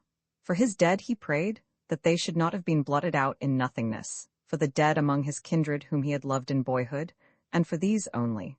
About the men and women whom he had known since then, he did not seem to care, or not at least so vitally. But he put up a sort of prayer for Dame Lisa. Wherever my dear wife may be, and O God, grant that I may come to her at last, and be forgiven? He wailed, and wondered if he really meant it. He had forgotten about Guinevere, and nobody knows what were that night the thoughts of the young princess, nor if she offered any prayers, in the deserted hall of judgment. In the morning, a sprinkling of persons came to early mass. Jurgen attended with fervor, and started downward with the others. Just before him, a merchant stopped to get a pebble from his shoe, and the merchant's wife went forward to the holy water font. "Madam, permit me," said a handsome young esquire, and offered her holy water. "At 11, said the merchant's wife in low tones. "He will be out all day." "My dear," says her husband as he rejoined her, "and who was the young gentleman?" "Why, I do not know, darling, I never saw him before. He was certainly very civil. I wish there were more like him. And a fine-looking young fellow, too?" "Was he? I did not notice," said the merchant's wife, indifferently. And Jurgen saw and heard and regarded the departing trio ruefully. It seemed to him incredible the world should be going on just as it went before he ventured into the Druid forest. He paused before a crucifix, and he knelt and looked up wistfully. "If one could only know," says Jurgen, "what really happened in Judea, how immensely would matters be simplified, if anyone but knew the truth about you, man upon the cross." Now the Bishop of Mirian passed him, coming from celebration of the early Mass. "My Lord Bishop," says Jurgen simply, "can you tell me the truth about this Christ?" "Why, indeed, Messiah de Logrius," replied the bishop, "one cannot but sympathize with Pilate in thinking that the truth about him is very hard to get at, even nowadays. Was he Melchizedek, or Shem, or Adam, or was he verily the Logos? And in that event, what sort of a something was the Logos? Granted he was a god, were the Arians or the Sabellians in the right? Had he existed always, consubstantial with the Father and the Holy Spirit, or was he a creation of the Father, a kind of Israelitic Zagreus?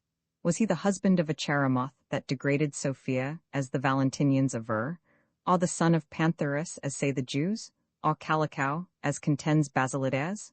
Or was it, as the Dostairs taught, only a tinted cloud in the shape of a man that went from Jordan to Golgotha? Or were the Marinthians right? These are a few of the questions, Messiah de Logrius, which naturally arise, and not all of them ought to be settled out of hand. Thus speaking, the gallant prelate bowed, then raised 3 fingers in benediction, and so quitted Jurgen, who was still kneeling before the crucifix. Ah, says Jurgen to himself, but what a variety of interesting problems are, in point of fact, suggested by religion. And what delectable exercise would the settling of these problems, once for all, afford the mind of a monstrous clever fellow? Come now, it might be well for me to enter the priesthood. It may be that I have a call. But people were shouting in the street, so Jurgen rose and dusted his knees. And as Jurgen came out of the cathedral of the sacred Thon, the cavalcade was passing that bore away Dame Guinevere to the arms and throne of her appointed husband. Jurgen stood upon the cathedral porch, his mind in part preoccupied by theology, but still not failing to observe how beautiful was this young princess, as she rode by on her white palfrey, green-gobbed and crowned and a-glitter with jewels. She was smiling as she passed him, bowing her small, tenderly colored young countenance this way and that way to the shouting people, and not seeing Jurgen at all. Thus she went to her bridal, that Guinevere, who was the symbol of all beauty and purity to the chivalrous people of Glathian. The mob worshipped her, and they spoke as though it were an angel who passed. Our beautiful young princess. Ah, there is none like her anywhere.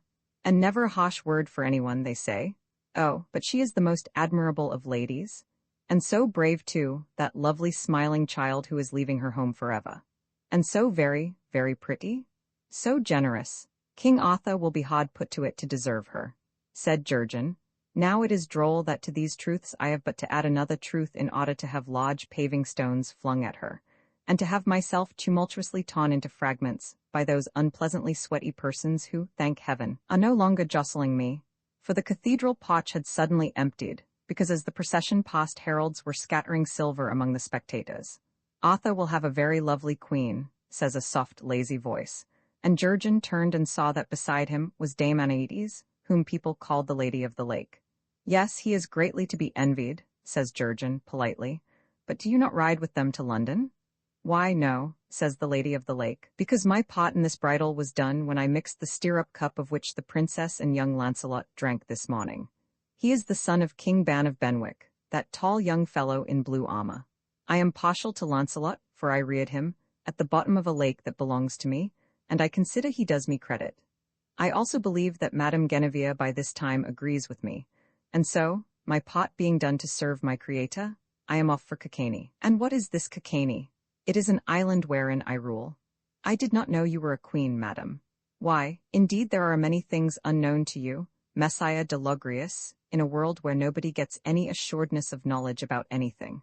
For it is a world wherein all men that live have but a little while to live, and none knows his fate thereafter, so that a man possesses nothing certainly save a brief loan of his own body, and yet the body of man is capable of much curious pleasure.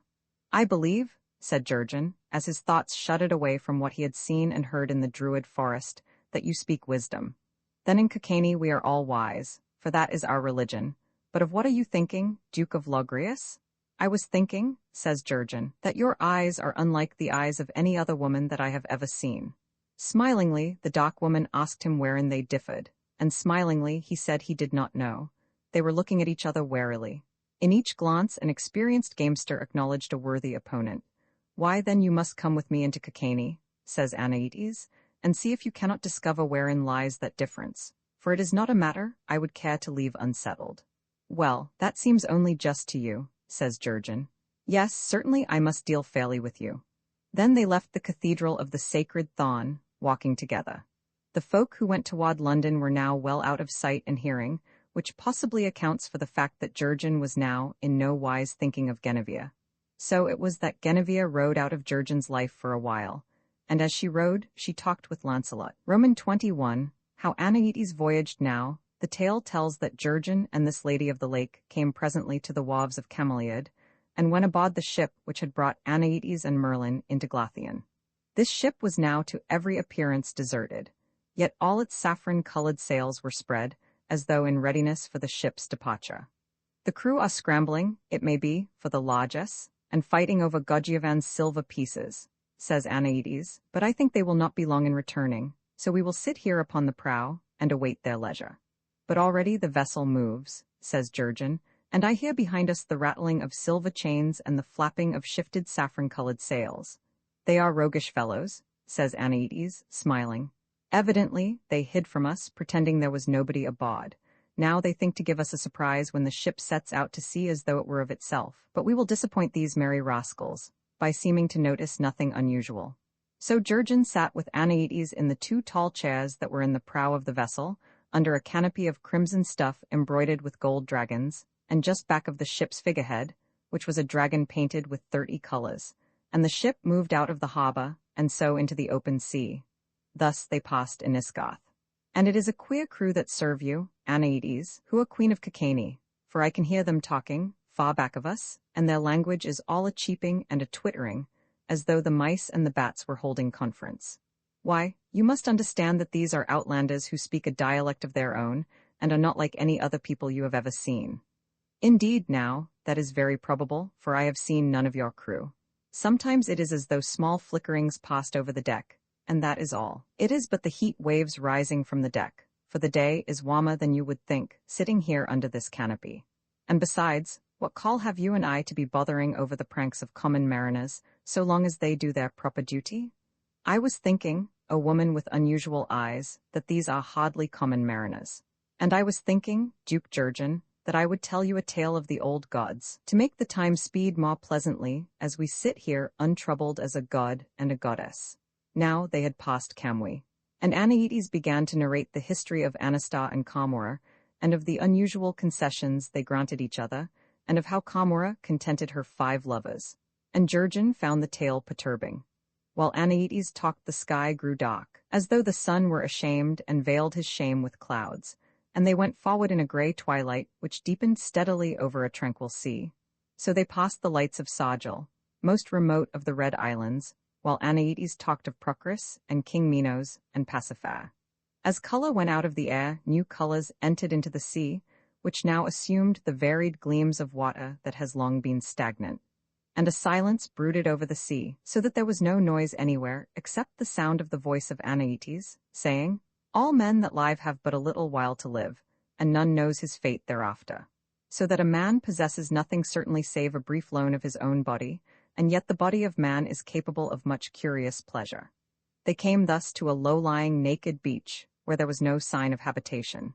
Anaetes said this was the land they were seeking, and they went ashore. "Even now," says Jurgen, "I have seen none of the crew who brought us hither." And the beautiful dock woman shrugged, and marveled why he need perpetually be bothering over the doings of common sailors. They went forward across the beach, through sand hills, to a moor, seeing no one, and walking in a grey fog. They passed many grey fat sluggish worms and some curious grey reptiles, such as Jurgen had never imagined to exist, but Anaetes said these need not trouble them. "So there is no call to be fingering your charmed sword as we walk here, Duke Jurgen, for these great worms do not ever harm the living." "For whom, then, do they lie here in wait, in this grey fog, wherethrough the green lights flutter, and wherethrough I hear at times a thin and far-off wailing? What is that to you, Duke Jurgen, since you and I are still in the warm flesh? Surely there was never a man who asked more idle questions. Yet this is an uncomfortable twilight. To the contrary, you should rejoice that it is a fog too heavy to be penetrated by the moon. But what have I to do with the moon? Nothing, as yet. And that is as well for you, Duke Jurgen, since it is authentically reported you have derided the day which is sacred to the moon. Now the moon does not love derision, as I well know, for in part I serve the moon." "Eh?" says Jurgen, and he began to reflect. So they came to a wall that was high and grey, and to the door which was in the wall. "You must knock 2 or 3 times, says Anaetes, to get into Kakane. Jurgen observed the bronze knocker upon the door, and he grinned in order to hide his embarrassment. "It is a quaint fancy," said he, "and the 2 constituents of it appear to have been modelled from life. They were copied very exactly from Adam and Eve," says Anaetes, "who were the first persons to open this gateway." "Why then," says Jurgen, "there is no earthly doubt that men degenerate, since here under my hand is the proof of it." With that he knocked, and the door opened, and the 2 of them entered. Roman 22, as to a veil they broke, so it was that Jurgen came into Kakane, wherein is the bedchamber of Time. And Time, they report, came in with Jurgen, since Jurgen was model. And Time, they say, rejoiced in this respite from the slow toil of dilapidating cities stone by stone, and with his eyes tired by the finicky work of etching in wrinkles, went happily into his bedchamber, and fell asleep just after sunset on this fine evening in late June, so that the weather remained fair and changeless, with no glaring sun rays anywhere, and with one large star shining alone in clear daylight. This was the star of Venus Mechanitis, and Jurgen later derived considerable amusement from noting how this star was trundled about the dome of heaven by a largish beetle, named Keppa.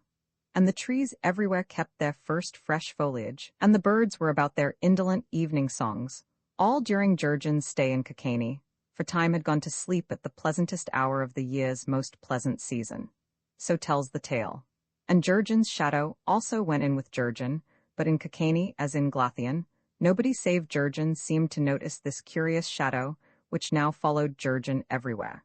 In Kakane, Queen Anaetes had a palace, where domes and pinnacles beyond numbering glimmered, with a soft whiteness above the top of an old twilit forest, wherein the vegetation was unlike that which is nourished by ordinary earth.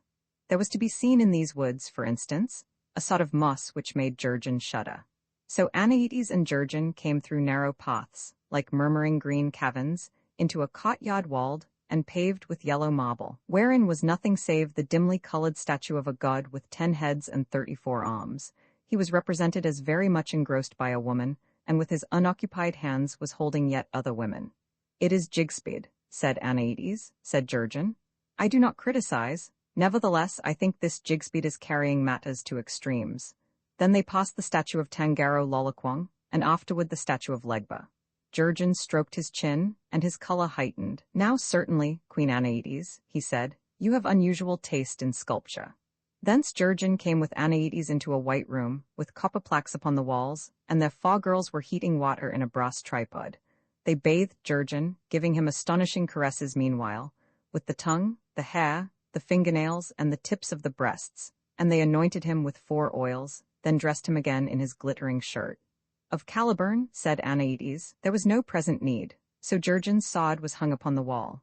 These girls brought silver bowls containing wine mixed with honey, and they brought pomegranates and eggs and balacon, and triangular red-colored loaves, whereon they sprinkled sweet-smelling little seeds with formal gestures.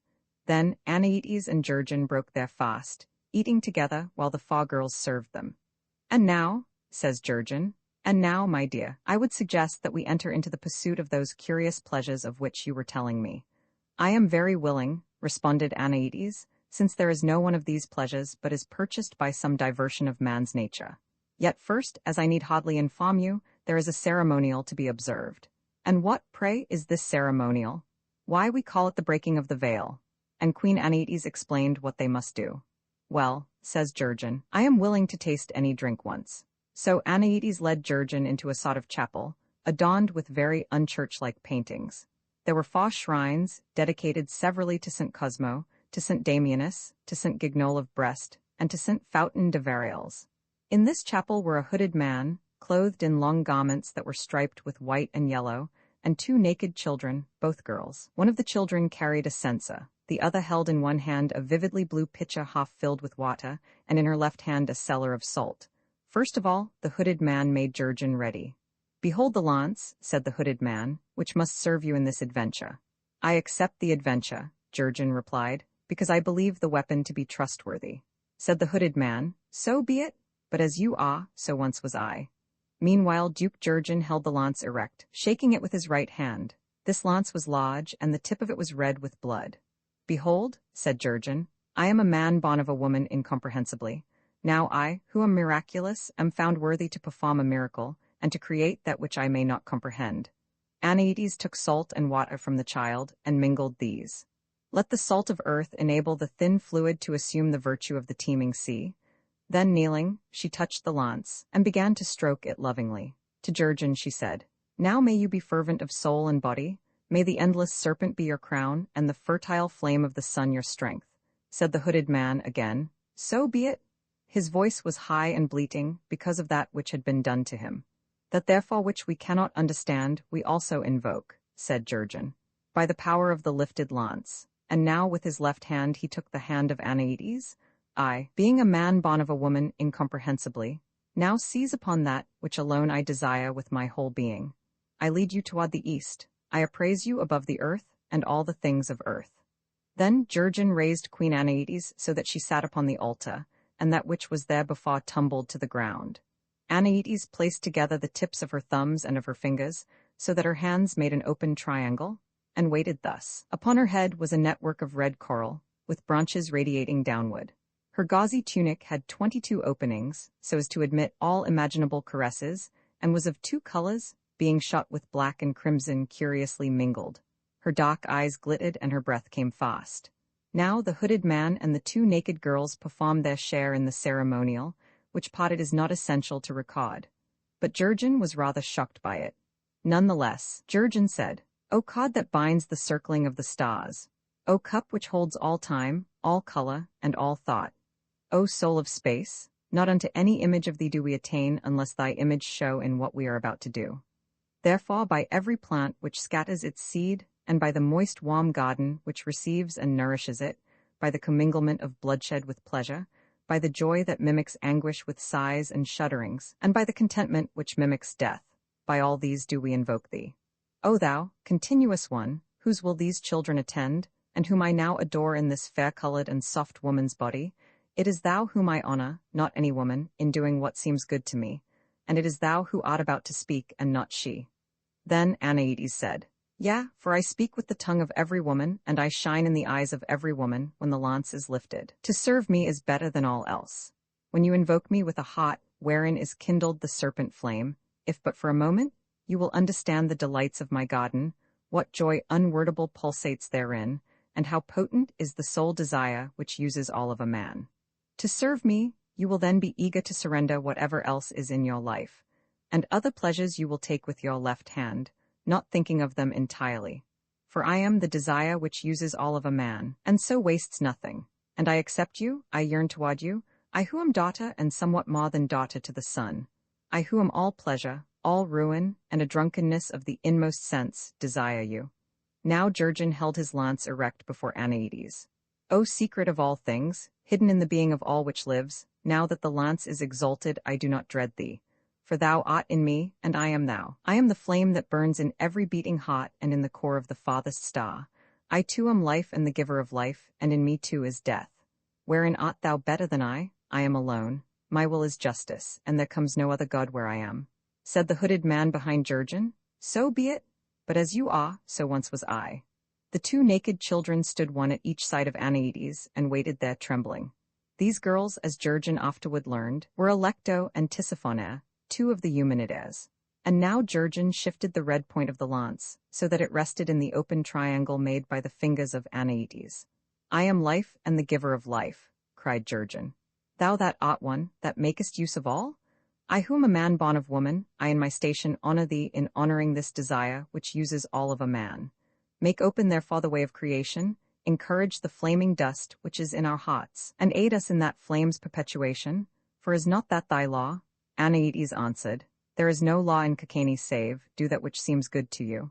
Then said the naked children, Perhaps it is the law, but certainly it is not justice. Yet we are little and quite helpless. So presently we must be made as you are, for now you two are no longer two, and your flesh is not shared merely with each other. For your flesh becomes our flesh, and your sins our sins, and we have no choice. Jurgen lifted Anaetes from the altar, and they went into the chancel and searched for the adytum. There seemed to be no doors anywhere in the chancel, but presently Jurgen found an opening screened by a pink veil. Jurgen thrust with his lance and broke this veil. He heard the sound of one brief wailing cry. It was followed by soft laughter. So Jurgen came into the adytum. Black candles were burning in this place, and sulphur too was burning there, before a scarlet cross, of which the top was a circle, and whereon was nailed a living toad. And other curious matters Jurgen likewise noticed. He laughed and turned to Anaetes. Now that the candles were behind him, she was standing in his shadow. Well, but you are a little old-fashioned with all these equivocal mummeries, and I did not know that civilized persons any longer retained sufficient credulity to wring a thrill from god-baiting. Still, women must be humored, bless them, and at last, I take it, we have quite fairly fulfilled the ceremonial requisite to the pursuit of curious pleasures. Queen Anaetes was very beautiful, even under his bedimming shadow. Triumphant, too, was the proud face beneath that curious coral network, and yet this woman's face was sad. Dear fool, she said, it was not wise, when you sang of the Lachi, to put an affront upon Monday, but you have forgotten that, and now you laugh because that which we have done you do not understand, and equally that which I am you do not understand. No matter what you may be, my dear, I am sure that you will presently tell me all about it, for I assume that you mean to deal fairly with me. I shall do that which becomes me, Duke Jurgen. That is it, my dear, precisely. You intend to be true to yourself, whatever happens. The aspiration does you infinite honor, and I shall try to help you. Now I have noticed that every woman is most truly herself, says Jurgen, oracularly, in the dock. Then Jurgen looked at her for a moment with twinkling eyes. Then Anaetes, standing in his shadow, smiled with glowing eyes. Then Jurgen blew out those black candles, and then it was quite dark. Roman 23 shortcomings of Prince Jurgen. Now, the happenings just recorded befell on the eve of the nativity of St. John the Baptist. And thereafter Jurgen abode in Cacanes, and complied with the customs of that country. In the palace of Queen Anaetes, all manner of pastimes were practiced without any cessation. Jurgen, who considered himself to be somewhat of an authority upon such contrivances, was soon astounded by his own innocence, for Anaetes showed him whatever was being done in Kakane, to this side and to that side, under the direction of Anaetes, whom Jurgen found to be a nature myth of doubtful origin connected with the moon, and who, in consequence, ruled not merely in Kakane, but furtively swayed the tides of life everywhere the moon keeps any power over tides. It was the mission of Anaetes to divert and turn aside and deflect. In this, the jealous moon abetted her because sunlight makes for straightforwardness. So Anaetes and the moon were staunch allies. These mysteries of their private relations, however, as revealed to Jurgen, are not very nicely repeatable. But you dishonored the moon, Prince Jurgen, denying praise to the day of the moon, also, at least I have heard. I remember doing nothing of the sort, but I remember considering it unjust to devote one paltry day to the moon's majesty. For night is sacred to the moon, each night that ever was the friend of lovers, night, the renewer and begetter of all life. Why, indeed, there is something in that argument, says Anaetes, dubiously. Something, do you say? Why, but to my way of thinking it proves the moon is precisely 7 times more honorable than any of the Laici. It is merely, my dear, a question of arithmetic. Was it for that reason you did not praise Pandalis and her Mondays with the other Laici? Why, to be sure, said Jurgen, glibly. I did not find it at all praiseworthy that such an insignificant Laici as Pandalis should name her day after the moon. To me it seemed blasphemy. Then Jurgen coughed and looked sidewise at his shadow. Had it been Sarada, now, the case would have been different, and the moon might well have appreciated the delicate compliment. Anaetes appeared relieved. I shall report your explanation. Candidly, there were ill things in store for you, Prince Jurgen, because your language was misunderstood. But that which you now say puts quite a different complexion upon matters. Jurgen laughed, not understanding the mystery, but confident he could always say whatever was required of him. Now let us see a little more of Kakane, cries Jurgen. For Jurgen was greatly interested by the pursuits of Kakane, and for a week or 10 days participated therein industriously. Anaetes, who reported the moon's honor to be satisfied, now spared no effort to divert him, and they investigated innumerable pastimes together. For all men that live have but a little while to live, said Anaetes, and none knows his fate thereafter. So that a man possesses nothing certainly save a brief loan of his body, and yet the body of man is capable of much curious pleasure.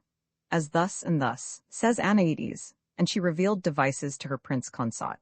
For Jurgen found that unknowingly he had in due and proper form espoused Queen Anaetes, by participating in the breaking of the veil, which is the marriage ceremony of Kakane. His earlier relations with Dame Lisa had, of course, no legal standing in Kakane, where the church is not Christian and the law is, do that which seems good to you.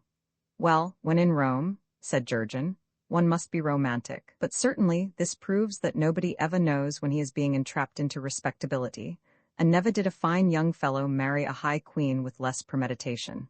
Ah, my dear, says Anaetes, you were controlled by the finger of fate. I do not altogether like that figure of speech. It makes one seem too trivial to be controlled by a mere finger. No, it is not quite complimentary to call what prompted me a finger. By the long arm of coincidence, then, much more appropriate, my love, says Jurgen, complacently. It sounds more dignified and does not wound my self-esteem. Now this Anaetes, who was queen of Kakane, was a delicious tall dark woman, thinnish and lovely, and very restless. From the first her new prince consort was puzzled by her fervours, and presently was fretted by them. He humbly failed to understand how anyone could be so frantic over Jurgen. It seemed unreasonable, and in her more affectionate moments this nature myth positively frightened him. For transports such as these could not but rouse discomfortable reminiscences of the female spider, who ends such recreations by devouring her partner. Thus to be loved is very flattering, he would reflect, and I again am Jurgen, asking odds of none. But even so, I am mortal. She ought to remember that, in common fairness. Then the jealousy of Anaetes, while equally flattering, was equally out of reason. She suspected everybody, seemed assured that every bosom cherished a mad passion for Jurgen, and that not for a moment could he be trusted. Well, as Jurgen frankly conceded, his conduct towards Stella, that ill-starred Yogani of Indawati, had in point of fact displayed, when viewed from an especial and quite unconscionable point of view, an aspect which, when isolated by persons judging hastily, might, just possibly, appear to approach remotely, in one or two respects, to temporary forgetfulness of Anaetes, If indeed there were people anywhere so mentally deficient as to find such forgetfulness conceivable. But the main thing, the really important feature, which Anaïdes could not be made to understand, was that she had interrupted her consort in what was, in effect, a philosophical experiment, necessarily attempted in the dark. The mantras requisite to the Sakti Sadhana were always performed in darkness. Everybody knew that. For the rest, this Stella had asserted so and so. In simple equity, she was entitled to a chance to prove her allegations if she could. So Jurgen had proceeded to deal fairly with her. Besides, why keep talking about this Stella, after a vengeance so spectacular and thorough as that to which Anaïdes had out of hand resorted? Why keep reverting to a topic which was repugnant to Jurgen and visibly upset the dearest nature myth in all legend? Was it quite fair to anyone concerned? That was the sensible way in which Jurgen put it. Still, he became honestly fond of Anaïdes. Barring her eccentricities when roused to passion, she was a generous and kindly creature, although in Jurgen's opinion somewhat narrow-minded. "My love," he would say to her, "you appear positively unable to keep away from virtuous persons. You are always seeking out the people who endeavor to be upright and straightforward, and you are perpetually laying plans to divert these people. Ah, but why bother about them?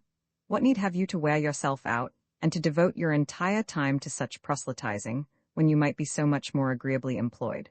You should learn, in justice to yourself as well as to others, to be tolerant of all things, and to acknowledge that in a being of man's mingled nature, a strain of respectability is apt to develop every now and then, whatever you might prefer."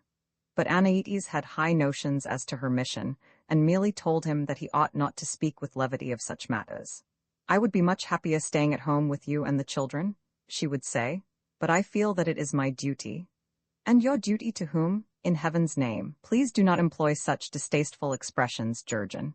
It is my duty to the power I serve, my very manifest duty to my Creator. But you have no sense of religion, I am afraid, and the reflection is often a considerable grief to me." "Ah, but, my dear, you are quite certain as to who made you, and for what purpose you were made. You nature myths were created in the mythopoeic age by the perversity of old heathen nations, and you serve your Creator religiously. That is quite as it should be. But I have no such authentic information as to my origin and mission in life. I appear at all events to have no natural talent for being diverted. I do not take to it wholeheartedly, and these are facts we have to face." Now Jurgen put his arm around her. "My dear Anaïdes, you must not think it mere selfishness on my part. I was born with a something lacking that is requisite for anyone who aspires to be as thoroughly misled as most people, and you will have to love me in spite of it. I almost wish I had never seen you as I saw you in that corridor, Jurgen, for I felt drawn toward you then and there. I almost wish I had never seen you at all. I cannot help being fond of you, and yet you laugh at the things I know to be required of me, and sometimes you make me laugh, too. But, darling, are you not just the least, littlest, tiniest, very weast trifle bigoted? For instance, I can see that you think I ought to evince more interest in your striking dances, and your strange pleasures, and your surprising caresses, and all your other elaborate diversions. And I do think they do you credit, great credit, and I admire your inventiveness no less than your industry. You have no sense of reverence, Jurgen. You seem to have no sense at all of what is due to one's Creator. I suppose you cannot help that, but you might at least remember it troubles me to hear you talk so flippantly of my religion. But I do not talk flippantly? Indeed you do, though, and it does not sound at all well, let me tell you. Instead, I but point out that your creed necessitates, upon the whole, an ardor I lack. You, my pet, were created by perversity, and everyone knows it is the pot of piety to worship one's Creator in fashions acceptable to that Creator. So, I do not criticize your religious connections, dear, and nobody admires these ceremonials of your faith more heartily than I do. I merely confess that to celebrate these rites so frequently requires a sustention of enthusiasm which is beyond me. In fine, I have not your fervent temperament, I am more skeptical. You may be right, and certainly I cannot go so far as to say you are wrong. But still, at the same time, that is how I feel about it, my precious, and that is why I find, with constant repetition of these ceremonials, a certain lack of firmness developing in my responses. And finally, darling, that is all there is to it. I never in my whole incarnation had such a prince consort. Sometimes I think you do not care a bit about me one way or the other, Jurgen. Ah, but I do care for you very much. And to prove it, come now let us try some brand new diversion, at sight of which the skies will be blackened and the earth will shudder, or something of that sort, and then I will take the children fishing, as I promised. No, Jurgen, I do not feel like diverting you just now. You take all the solemnity out of it with your jeering. Besides, you are always with the children. Jurgen, I believe you are fonder of the children than you are of me, and when you are not with them, you are locked up in the library. Well, and was there ever such a treasury as the library of Kokani? All the diversions that you nature myths have practiced I find recorded there, and to read of your ingenious devices delights and maddens me, for it is eminently interesting to meditate upon strange pleasures, and to make verses about them is the most amiable of avocations. It is merely the pursuit of them that I would discourage, as disappointing and mussy. Besides, the library is the only spot I have to myself in the palace, what with your fellow nature myths making the most of life all over the place. It is necessary, Jurgen, for one in my position to entertain more or less, and certainly I cannot close the doors against my own relatives. Such riffraff, though, my darling, such odds and ends, I cannot congratulate you upon your kindred, for I do not get on at all with these patchwork combinations, that are 1/3 man, and the other 2/3 a vulgar fraction of bull or hawk or goat or serpent or ape or jackal or whatnot. Priapos is the only male myth who comes here in anything like the semblance of a complete human being, and I had infinitely rather he stayed away, because even I who am Jurgen cannot but be envious of him. And why, pray? Well, where I go reasonably equipped with Caliburn, Priapos carries a lance I envy. Like all the Bacchic myths he usually carries a thyrsos, and it is a showy weapon, certainly, but it is not of much use in actual conflict. My darling, and how do you know? Why, Jurgen, how do women always know these things? By intuition, I suppose. You mean that you judge all affairs by feeling rather than reason. Indeed, I dare say that is true of most women, and men are daily chafed and delighted about equally by your illogical method of putting things together. But to get back to the congenial task of criticizing your kindred, your cousin Appice, for example, may be a very good sort of fellow. But say what you will, it is ill-advised of him to be going about in public with a bull's head. It makes him needlessly conspicuous, if not actually ridiculous, and it puts me out when I try to talk to him. Now, Jurgen, pray remember that you speak of a very generally respected myth, and that you are being irreverent. And moreover, I take the liberty of repeating, my darling, that even though this bar of men's is your cousin, it honestly does embarrass me to have to meet 3/4 of a goat socially. But Jurgen, I must as a matter of course invite prolific Ba to my feasts of the Saki. Even so, my dear, in issuing invitations a hostess may fairly presuppose that her guests will not make beasts of themselves. I often wish that this mere bit of ordinary civility were more rigorously observed by Ba and Hautanes and Fricko and Vul and Balpia, and by all your other cousins who come to visit you in such a zoologically muddled condition. It shows a certain lack of respect for you, my darling. Oh, but it is all in the family, Jurgen. Besides, they have no conversation. They merely bellow, or twitter, or bleat, or low, or gibber, or purr, according to their respective incarnations, about unspeakable mysteries and monstrous pleasures, until I am driven to the verge of virtue by their imbecility. If you were more practical, Jurgen, you would realize that it speaks splendidly for anyone to be really interested in his vocation. And your female relatives are just as annoying, with their eternal whispered enigmas, and their crescent moons, and their mystic roses that change color and require continual gardening, and their pathetic belief that I have time to fool with them. And the entire pack practices symbolism until the house is positively littered with asherahs and combs and phalloses and lingams and yonis and agas and pulayas and talis, and I do not know what other idiotic toys that I am continually stepping on. Which of those minxes has been making up to you? Says Anaides, her eyes snapping. Ah, now many of your female cousins are enticing enough. I knew it. Oh, but you need not think you deluded me. My darling, pray consider. Be reasonable about it. Your feminine guests at present are Sekhmet in the form of a lioness, Io incarnated as a cow, Hecht as a frog, Derceto as a sturgeon, and yes, Thourus as a hippopotamus.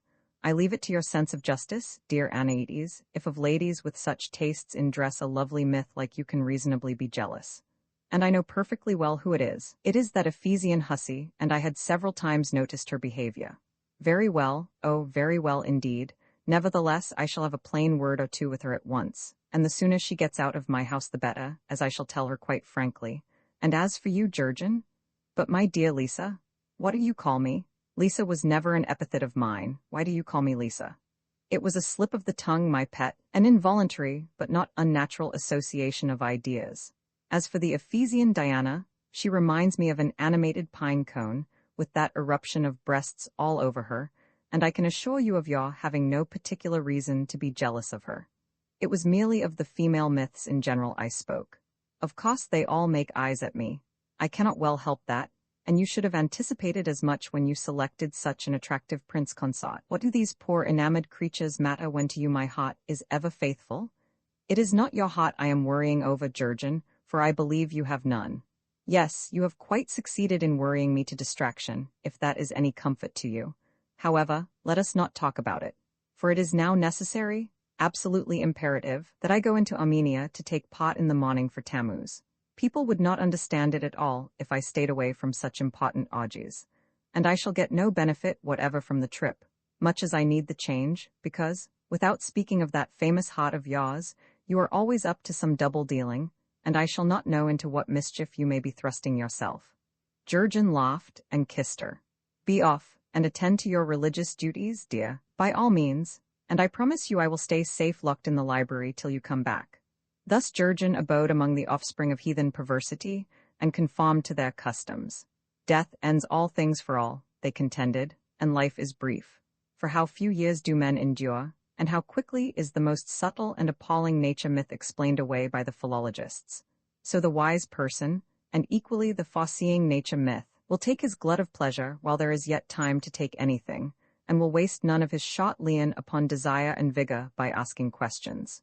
Oh, but by all means, said Jurgen, and he docilely crowned himself with a rose garland, and drank his wine, and kissed his Anaides. Then, when the feast of the Saki was at full tide, he would whisper to Anaides, I will be back in a moment, darling, and she would frown fondly at him, as he very quietly slipped from his ivory dining couch, and went, with the merest suspicion of a reel, into the library. She knew that Jurgen had no intention of coming back, and she despaired of his ever taking the position in the social life of Kakani, to which he was entitled no less by his rank as prince consort than by his personal abilities. For Anaides did not really think that, as went natural endowments, her Jurgen had much reason to envy even such a general favorite as Priapos, say, from what she knew of both. So it was that Jurgen honored custom. Because these beastly nature myths may be right, said Jurgen, and certainly I cannot go so far as to say they are wrong, but still, at the same time, for Jurgen was content to dismiss no riddle with a mere, I do not know. Jurgen was no more able to give up questioning the meaning of life than could a trout relinquish swimming. Indeed, he lived submerged in a flood of curiosity and doubt, as his native element. That death ended all things might very well be the case. Yet if the outcome proved otherwise, how much more pleasant it would be, for everyone concerned, to have aforetime established amicable relations with the overlords of his second life, by having done whatever it was they expected of him here. Yes, I feel that something is expected of me, says Jurgen, and without knowing what it is, I am tolerably sure, somehow, that it is not an indulgence in endless pleasure. Besides, I do not think death is going to end all for me. If only I could be quite certain my encounter with King Smoit, and with that charming little Sylvia Teru, was not a dream. As it is, plain reasoning assures me I am not indispensable to the universe. But with this reasoning, somehow, does not travel my belief. No, it is only fair to my own interests to go gravewood a little more open-mindedly than do these nature myths, since I lack the requisite credulity to become a free-thinking materialist. To believe that we know nothing assuredly, and cannot ever know anything assuredly, is to take too much on faith, and Jurgen paused to shake his sleek black head 2 or 3 times, very sagely. No, I cannot believe in nothingness being the destined end of all. That would be too futile a climax to content a dramatist clever enough to have invented Jurgen. No, it is just as I said to the brown man. I cannot believe in the annihilation of Jurgen by any really thrifty overlords, so I shall see to it that Jurgen does nothing which he cannot more or less plausibly excuse. In case of supernal inquiries, that is far safer. Now Jurgen was shaking his head again, and he sighed. For the pleasures of Kakani do not satisfy me, they are all well enough in their way, and I admit the truism that in seeking bed and bod 2 heads are better than one. Yes, Anaides makes me an excellent wife. Nevertheless, her diversions do not satisfy me, and gallantly to make the most of life is not enough. No, it is something else that I desire, and Anaetes does not quite understand me. Roman 24 of compromises in Cacaney. Thus Jurgen abode for a little over 2 months in Cacaney, and complied with the customs of that country. Nothing altered in Cacaney, but in the world wherein Jurgen was reared, he knew, it would by this time be September, with the leaves flaring gloriously, and the birds flocking southward, and the hearts of Jurgen's fellows turning to not unpleasant regrets. But in Cacaney there was no regret and no variability, but only an interminable flow of curious pleasures, illumined by the wandering star of Venus Mechanitis. "Why is it, then, that I am not content?" said Jurgen. "And what thing is this which I desire? It seems to me there is some injustice being perpetrated upon Jurgen, somewhere." Meanwhile he lived with Anaetes the sun's daughter very much as he had lived with Lisa, who was daughter to a pawnbroker. Anaetes displayed upon the whole a milder temper, in part because she could confidently look forward to several centuries more of life before being explained away by the philologists, and so had less need than Dame Lisa to worry over temporal matters, and in part because there was less to ruin one's disposition in 2 months than in 10 years of Jurgen's company. Anaetes nagged and sulked for a while when her prince consort slackened in the pursuit of strange delights, as he did very soon, with frank confession that his tastes were simple and that these outlandish refinements bored him. Later, Anaetes seemed to despair of his ever becoming proficient in curious pleasures, and she permitted Jurgen to lead a comparatively normal life, with only an occasional and half-hearted remonstrance. What puzzled Jurgen was that she did not seem to tire of him, and he would often wonder what this lovely myth, so skilled and potent in arts wherein he was the merest bungler, could find to care for in Jurgen. For now they lived together like any other humdrum married couple, and their occasional exchange of endearments was as much a matter of course as their meals, and hardly more exciting. "Poor dear, I believe it is simply because I am a monstrous clever fellow. She distrusts my cleverness, she very often disapproves of it, and yet she values it as queer, as a sort of curiosity." Well, but who can deny that cleverness is truly a curiosity in Cacaney? So Anaetes petted and pampered her prince consort, and took such open pride in his queerness as very nearly embarrassed him sometimes. She could not understand his attitude of polite amusement toward his associates and the events which befell him, and even toward his own doings and traits.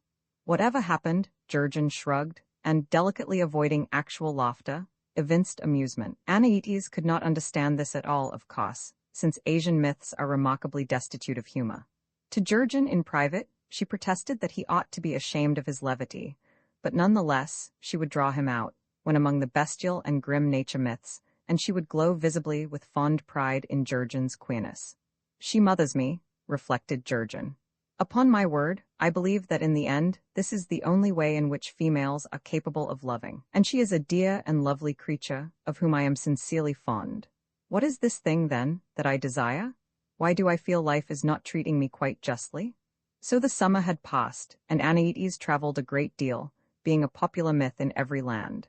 Her sense of duty was so strong that she endeavored to grace in person all the peculiar festivals held in her honor, and this, now the harvest season was at hand, left her with hardly a moment disengaged.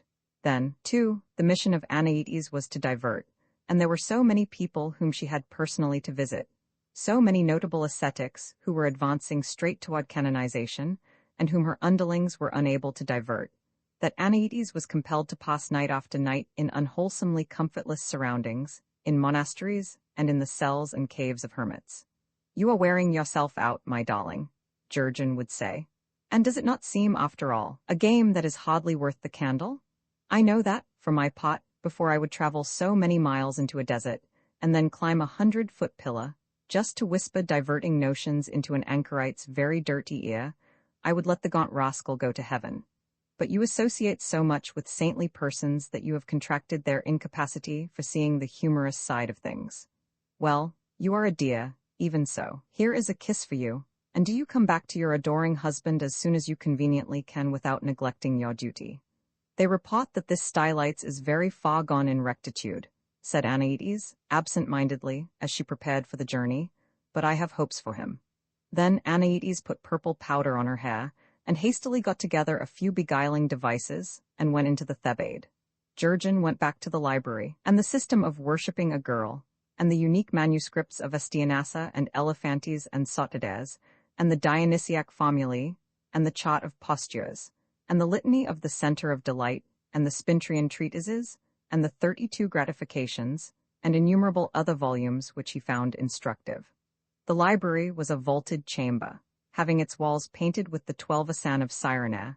The ceiling was frescoed with the arched body of a woman, whose toes rested upon the cornice of the east wall, and whose outstretched fingertips touched the cornice of the western wall. The clothing of this painted woman was remarkable, and to Jurgen her face was not unfamiliar. "Who is that?" he inquired of Anaides. Looking a little troubled, Anaides told him this was Isrid. "Well, I have heard her called otherwise, and I have seen her in quite other clothing." "You have seen Isrid?" "Yes, with a kitchen towel about her head, and otherwise unostentatiously apparelled, but very becomingly, I can assure you." Here Jurgen glanced sidewise at his shadow, and he cleared his throat. "Oh, and a most charming and a most estimable old lady I found this Isrid to be, I can assure you also." "I would prefer to know nothing about it," said Anaides, hastily. "I would prefer, for both our sakes, that you say no more of Isrid." Jurgen shrugged. Now in the library of Kakani was garnered a record of all that the nature myths had invented in the way of pleasure.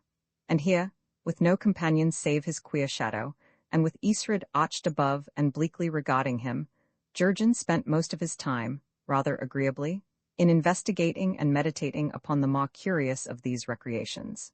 The painted asan were, in all conscience, food for wonder.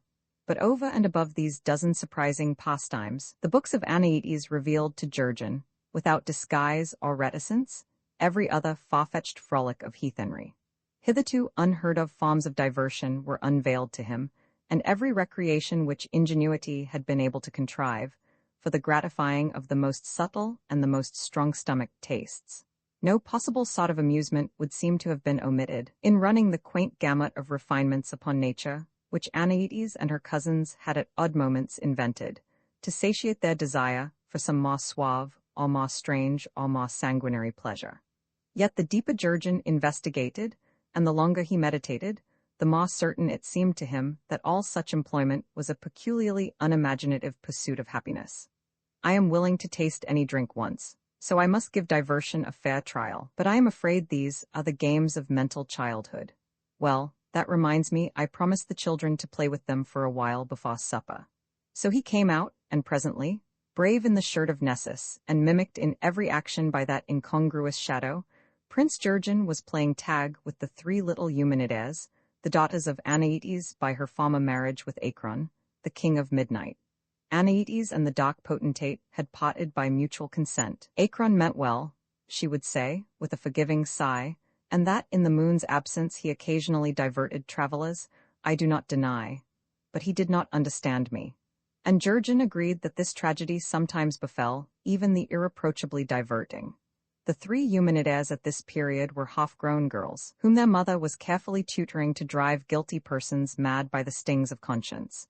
And very quaint it was to see the young furies at practice in the schoolroom, black-robed and waving lighted torches, and crowned each with her garland of pet serpents. They became attached to Jurgen, who was always fond of children, and who had frequently regretted that Dame Lisa had borne him none. "It is enough to get the poor dear a name for eccentricity," he had been used to say. So Jurgen now made much of his stepchildren, and indeed he found their innocent prattle quite as intelligent, in essentials, as the talk of the full-grown nature myths who infested the palace of Anaides. And the 4 of them, Jurgen and critical Alecto and grave Tisiphone and fairy-like little Megara, would take long walks and play with their dolls, though Alecto was a trifle condescending toward dolls, and romp together in the eternal evening of Kakani, and discuss what sort of dresses and trinkets mother would probably bring them when she came back from Ecbatana or Lesbos, and would generally enjoy themselves. Rather pathetically earnest and unimaginative little lasses, Jurgen found the young Eumenides. They inherited much of their mother's narrow-mindedness, if not their father's brooding and gloomy tendencies, but in them, narrow-mindedness showed merely as amusing. And Jurgen loved them, and would often reflect what a pity it was that these dear little girls were destined, when they reached maturity, to spend the rest of their lives in haunting criminals and adulterers and parricides, and, generally, such persons as must inevitably tarnish the girl's outlook upon life, and lead them to see too much of the worst side of human nature. So Jurgen was content enough. But still, he was not actually happy, not even among the endless pleasures of Kakani. And what is this thing that I desire? He would ask himself again and again, and still he did not know. He merely felt he was not getting justice, and a dim sense of this would trouble him even while he was playing with the Eumenides, Roman 25 cantraps of the master philologist. But now, as has been recorded, it was September, and Jurgen could see that Anaïdes too was worrying over something. She kept it from him as long as possible. First said it was nothing at all, then said he would know it soon enough, then wept a little over the possibility that he would probably be very glad to hear it, and eventually told him. For in becoming the consort of a nature myth connected with the moon, Jurgen had of course exposed himself to the danger of being converted into a solar legend by the philologists, and in that event would be compelled to leave Kakani with the equinox to enter into autumnal exploits elsewhere. And Anaïdes was quite heartbroken over the prospect of losing Jurgen. For I have never had such a prince consort in Kakani, so maddening, and so helpless, and so clever, and the girls are so fond of you, although they have not been able to get on at all with so many of their stepfathers. And I know that you are flippant and heartless, but you have quite spoiled me for other men. No, Jurgen, there is no need to argue, for I have experimented with at least a dozen lovers lately, when I was traveling, and they bored me insufferably. They had, as you put it, dear, no conversation, and you are the only young man I have found in all these ages who could talk interestingly. There is a reason for that, since, like you, Anaïdes, I am not so youthful as I appear. I do not care a straw about appearances, wept Anaïdes, but I know that I love you, and that you must be leaving me with the equinox unless you can settle matters with the master philologist. Well, my pet, says Jurgen, the Jews got into Jericho by trying. He armed, and girded himself with caliburn, drank a couple of bottles of wine, put on the shirt of Nessus over all, and then went to seek this thaumaturgist. Anaïdes showed him the way to an unpretentious residence, where a week's washing was drying and flapping in the side yard. Jurgen knocked boldly, and after an interval the door was opened by the master philologist himself. You must pardon this informality, he said, blinking through his great spectacles, which had dust on them, but time was by ill luck arrested hereabouts on a Thursday evening, and so the maid is out indefinitely. I would suggest, therefore, that the lady wait outside upon the porch, for the neighbors to see her go in would not be respectable. Do you know what I have come for? Says Jurgen, blustering and splendid in his glittering shirt and his gleaming armor. For I warn you I am justice. I think you are lying, and I am sure you are making an unnecessary noise. In any event, justice is a word, and I control all words. You will discover very soon, sir, that actions speak louder than words. I believe that is so, said the master philologist, still blinking, just as the Jewish mob spoke louder than he whom they crucified. But the word endures. You are a quibbler? You are my guest, so I advise you in pure friendliness not to impugn the power of my words, said Jurgen scornfully.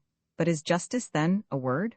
Oh, yes, it is one of the most useful. It is the Spanish justicia, the Portuguese justicia, the Italian giustizia, all from the Latin justus.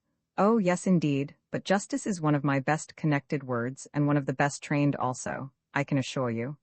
Aha, and to what degraded uses do you put this poor enslaved intimidated justice? There is but one intelligent use, said the master philologist, unruffled, for anybody to make of words. I will explain it to you, if you will come in out of this treacherous draught. One never knows what a cold may lead to. Then the door closed upon them, and Anaïdes waited outside in some trepidation. Presently Jurgen came out of that unpretentious residence, and so back to Anaïdes, discomfited. Jurgen flung down his magic sword, charmed caliburn. This, Anaïdes, I perceive to be an outmoded weapon. There is no weapon like words, no armor against words, and with words the master philologist has conquered me. It is not at all equitable, but the man showed me a huge book wherein were the names of everything in the world, and justice was not among them. It develops that instead, justice is merely a common noun, vaguely denoting an ethical idea of conduct proper to the circumstances, whether of individuals or communities. It is, you observe, just a grammarian's notion. But what has he decided about you, Jurgen? Alas, dear Anaïdes, he has decided, in spite of all that I could do, to derive Jurgen from Jurgen, indicating a confused chattering such as birds give forth at sunrise. Thus ruthlessly does the master philologist convert me into a solar legend. So the affair is settled, and we must part, my darling. Anaïdes took up the sod. But this is valuable, since the man who wields it is the mightiest of warriors. It is a rush, a rotten twig, a broom straw, against the insidious weapons of the master philologist. But keep it if you like, my dear, and give it to your next prince consort. I am ashamed to have trifled with such toys, says Jurgen, in fretted disgust. And besides, the master philologist assures me I shall mount far higher through the aid of this. But what is on that bit of parchment?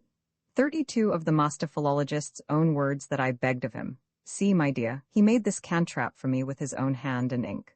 And Jurgen read from the parchment, impressively. At the death of Adrian V, Pedro Giuliani, who should be named John the 20th, was through an error in the reckoning elevated to the papal chair as John the 21st, said Anides blankly. And is that all? Why, yes, and surely 32 whole words should be enough for the most exacting. But is it magic? Are you certain it is authentic magic? I have learned that there is always magic in words.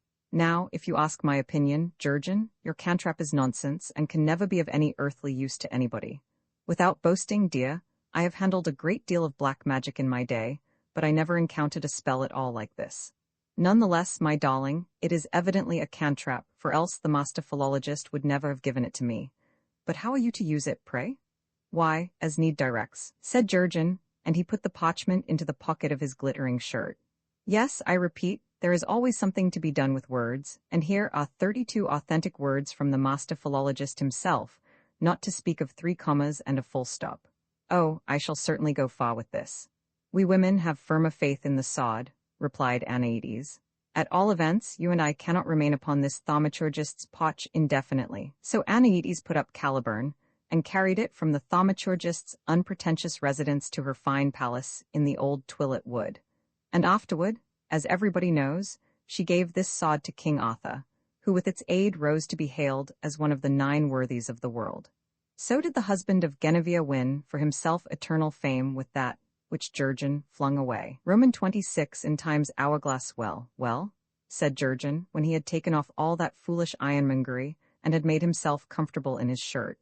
Well, beyond doubt, the situation is awkward. I was content enough in Kokani, and it is unfair that I should be thus ousted. Still, a sensible person will manage to be content anywhere. But whither, pray, am I expected to go?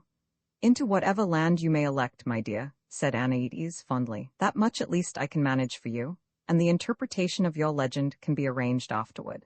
But I grow tired of all the countries I have ever seen, dear Anides, and in my time I have visited nearly all the lands that are known to men. That too can be arranged, and you can go instead into one of the countries which are desired by men. Indeed, there are a number of such realms which no man has ever visited except in dreams, so that your choice is wide. But how am I to make a choice without having seen any of these countries? It is not fair to be expecting me to do anything of the sort. Why, I will show them to you, Anides replied. The 2 of them then went together into a small blue chamber, the walls of which were ornamented with gold stars placed helter-skelter. The room was entirely empty save for an hourglass near twice the height of a man. It is Time's own glass, said Anides, which was left in my keeping when Time went to sleep. Anides opened a little door of carved crystal that was in the lower half of the hourglass, just above the fallen sands. With her fingertips, she touched the sand that was in Time's hourglass, and in the sand she drew a triangle with equal sides, she who was strangely gifted and perverse. Then she drew just such another figure so that the tip of it penetrated the first triangle. The sand began to smolder there, and vapors rose into the upper part of the hourglass, and Jurgen saw that all the sand in Time's hourglass was kindled by a magic generated by the contact of these 2 triangles, and in the vapors a picture formed. I see a land of woods and rivers, Anides. A very old fellow, regally crowned, lies asleep under an ash tree, guarded by a watchman who has more arms and hands than Jigspid. It is Atlantis you behold, and the sleeping of ancient Time, to whom this glass belongs, while Briareus watches. Time sleeps quite naked, Anides, and though it is a delicate matter to talk about, I notice he has met with a deplorable accident. So that Time begets nothing any more, Jurgen, the while he brings about old happenings over and over, and changes the name of what is ancient, in order to persuade himself he has a new plaything. There is really no more tedious and wearing old dotard anywhere, I can assure you. But Atlantis is only the western province of Kokani. Now do you look again, Jurgen? Now I behold a flowering plain and 3 steep hills, with a castle upon each hill. There are woods wherein the foliage is crimson. Shining birds with white bodies and purple heads feed upon the clusters of golden berries that grow everywhere. And people go about in green clothes, with gold chains about their necks, and with broad bands of gold upon their arms, and all these people have untroubled faces. That is Inislocha, and to the south is Inais Daleb, and to the north Inais Urkendra. And there is sweet music to be listening to eternally, could we but hear the birds of Rhiannon, and there is the best of wine to drink, and their delight is common. For thither comes nothing hard nor rough, and no grief, nor any regret, nor sickness, nor age, nor death, for this is the land of women, a land of many-colored hospitality. Why, then, it is no different from Kakani. And into no realm where pleasure is endless will I ever venture again of my own free will, for I find that I do not enjoy pleasure. Then Anaites showed him Ojaja, and Trifam, and Sudasana, and the Fortunate Islands, and Ea, and Caries, and Invalleys, and the Hesperides, and Meropes, and Planasia, and Uttara, and Avalon, and Turnambeo, and the Lamb, and a number of other lands to enter which men have desired. And Jurgen groaned. I am ashamed of my fellows, says he, for it appears their notion of felicity is to dwell eternally in a glorified brothel. I do not think that as a self-respecting young prince I would care to inhabit any of these earthly paradises, for were there nothing else, I would always be looking for an invasion by the police. There remains, then, but one other realm, which I have not shown you, in part because it is an obscure little place, and in part because, for a reason that I have, I shall not assist you to go thither. Still, there is Lucaire, where Queen Helen rules, and Lucaire it is that you behold. But Lucaire seems like any other country in autumn, and appears to be reasonably free from the fantastic animals and overgrown flowers which made the other paradises look childish. Come now, there is an attractive simplicity about Lucaire. I might put up with Lucaire if the local bylaws allowed me a rational amount of discomfort. Discomfort you would have full measure, for the heart of no man remains untroubled after he has once viewed Queen Helen and the beauty that is hers. It is for that reason, Jurgen, I shall not help you to go into Lucaire, for in Lucaire you would forget me having seen Queen Helen. Why, what nonsense you are talking, my darling. I will wager she cannot hold a candle to you. See for yourself, said Anaites sadly. Now through the rolling vapors came confusedly a gleaming and a surging glitter of all the loveliest colors of heaven and earth, and these took order presently, and Jurgen saw before him in the hourglass that young Dorothy who was not Heitman Michael's wife. And long and wistfully he looked at her, and the blinding tears came to his eyes for no reason at all, and for the while he could not speak. Then Jurgen yawned and said, But certainly this is not the Helen who was famed for beauty. I can assure you that it is, said Anaites, and that it is she who rules in Lucaire, whither I do not intend you shall go. Why, but my darling, this is preposterous. The girl is nothing to look at twice, one way or the other. She is not actually ugly, I suppose, if one happens to admire that washed-out blonde type, as of course some people do, but to call her beautiful is out of reason, and that I must protest in simple justice. Do you really think so? Says Anaites, brightening. I most assuredly do. Why, you remember what Calpurnius Bacchus says about all blondes? No, I believe not. What did he say, dear? I would only spoil the splendid passage by quoting it inaccurately from memory, but he was quite right, and his opinion is mine in every particular. So if that is the best Lucaire can offer, I heartily agree with you I had best go into some other country. I suppose you already have your eyes upon some minx or other. Well, my love, those girls in the Hesperides were strikingly like you, with even more wonderful hair than yours, and the girl Alaire whom we saw in Turnambeo likewise resembled you remarkably, except that I thought she had the better figure. So I believe in either of those countries I could be content enough, after a while. Since part from you I must, said Jurgen, tenderly, I intend, in common fairness to myself, to find a companion as like you as possible.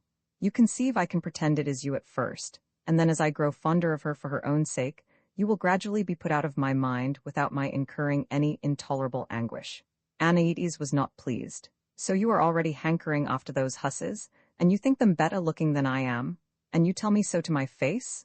My darling, you cannot deny we have been married all of 3 whole months, and nobody can maintain an infatuation for any woman that long, in the teeth of having nothing refused him. Infatuation is largely a matter of curiosity, and both of these emotions die when they are fed. Jurgen, said Anaites, with conviction, you are lying to me about something. I can see it in your eyes. There is no deceiving a woman's intuition. Yes, I was not speaking quite honestly when I pretended I had as lief go into the Hesperides as to turn Ambeo. It was wrong of me, and I ask your pardon. I thought that by affecting indifference I could manage you better. But you saw through me at once, and very rightly became angry. So I fling my cards upon the table. I no longer beat about the bushes of equivocation. It is Aelare, the daughter of Cormac, whom I love, and who can blame me? Did you ever in your life behold a more enticing figure, Anaides? Certainly I never did. Besides, I noticed, but never mind about that, still I could not help seeing them, and then such eyes. Twin beacons that light my way to comfort for my not inconsiderable regret at losing you, my darling. Oh yes, assuredly it is to Turnambeo I elect to go. Whither you go, my fine fellow, is a matter in which I have the choice, not you, and you are going to Lucare. My love, now do be reasonable. We both agreed that Lucare was not a bit suitable. Why, were there nothing else in Lucare, there are no attractive women. Have you no sense except book sense? It is for that reason I am sending you to Lucare. And thus speaking, Anaides set about a strong magic that hastened the coming of the equinox. In the midst of her charming, she wept a little, for she was fond of Jurgen, and Jurgen preserved a hurt and angry face as well as he could, for at the sight of Queen Helen, who was so like young Dorothy Le Desiree, he had ceased to care for Queen Anaides and her diverting ways, ought to care for aught else in the world save only Queen Helen, the delight of gods and men. But Jurgen had learned that Anaides required management. For her own good, as he put it, and in simple justice to the many admirable qualities which she possesses. Roman 27 vexatious estate of Queen Helen, but how can I travel with the equinox, with a fictitious thing, with a mere convention? Jurgen had said, to demand any such proceeding of me is preposterous. Is it any more preposterous than to travel with an imaginary creature like a centaur? They had retorted. Why, Prince Jurgen, we wonder how you, who have done that perfectly unheard of thing, can have the effrontery to call anything else preposterous. Is there no reason at all in you? Why, conventions are respectable, and that is a deal more than can be said for a great many centaurs. Would you be throwing stones at respectability, Prince Jurgen? Why, we are unutterably astounded at your objection to any such well-known phenomenon as the equinox. And so on, and so on, and so on, said they. And in fine, they kept at him until Jurgen was too confused to argue, and his head was in a whirl, and one thing seemed as preposterous as another. And he ceased to notice any especial improbability in his traveling with the equinox, and so passed without any further protest or argument about it, from Caccani to Lucare. But he would not have been thus readily flustered had Jurgen not been thinking all the while of Queen Helen and of the beauty that was hers. So he inquired forthwith the way that one might quickliest come into the presence of Queen Helen. Why, you will find Queen Helen, he was told, in her palace at Pseudopolis. His informant was a hamadryad, whom Jurgen encountered upon the outskirts of a forest overlooking the city from the west. Beyond broad sloping stretches of ripe corn, you saw Pseudopolis as a city builded of gold and ivory, now all a dazzling glitter under a hard-seeming sky that appeared unusually remote from earth. And is the queen as fair as people report? Asks Jurgen. Men say that she excels all other women, replied the hamadryad, as immeasurably as all we women perceive her husband to surpass all other men. But oh, dear me, says Jurgen. Although, for one, I see nothing remarkable in Queen Helen's looks, and I cannot but think that a woman who has been so much talked about ought to be more careful in the way she dresses. So this Queen Helen is already provided with a husband? Jurgen was displeased, but saw no reason for despair. Then Jurgen inquired as to the queen's husband, and learned that Achilles, the son of Peleus, was now wedded to Helen, the swan's daughter, and that these two ruled in Pseudopolis. For they report, said the hamadryad, that in Adair's dreary kingdom Achilles remembered her beauty, and by this memory was hottened to break the bonds of Adair's. So did Achilles, king of men, and all his ancient comrades come forth resistlessly upon a second quest of this Helen, whom people call, and as I think, with considerable exaggeration, the wonder of this world. Then the gods fulfilled the desire of Achilles, because, they said, the man who has once beheld Queen Helen will never any more regain contentment so long as his life lacks this wonder of the world. Personally, I would dislike to think that all men are so foolish. Men are not always rational, I grant you, but then, says Jurgen slyly, so many of their ancestresses are feminine. But an ancestress is always feminine. Nobody ever heard of a man being an ancestress. Men are ancestors. Why, whatever are you talking about? Well, we were speaking, I believe, of Queen Helen's marriage. To be sure we were, and I was telling you about the gods when you made that droll mistake about ancestors. Everybody makes mistakes sometimes, however, and foreigners are always apt to get words confused. I could see at once you were a foreigner. Yes, said Jurgen, but you were not telling me about myself but about the gods. Why, you must know the aging gods desired tranquility. So we will give her to Achilles, they said, and then, it may be, this king of men will retain her so safely that his little fellows will despair, and will cease to war for Helen, and so we shall not be bothered any longer by their wars and other foolishnesses.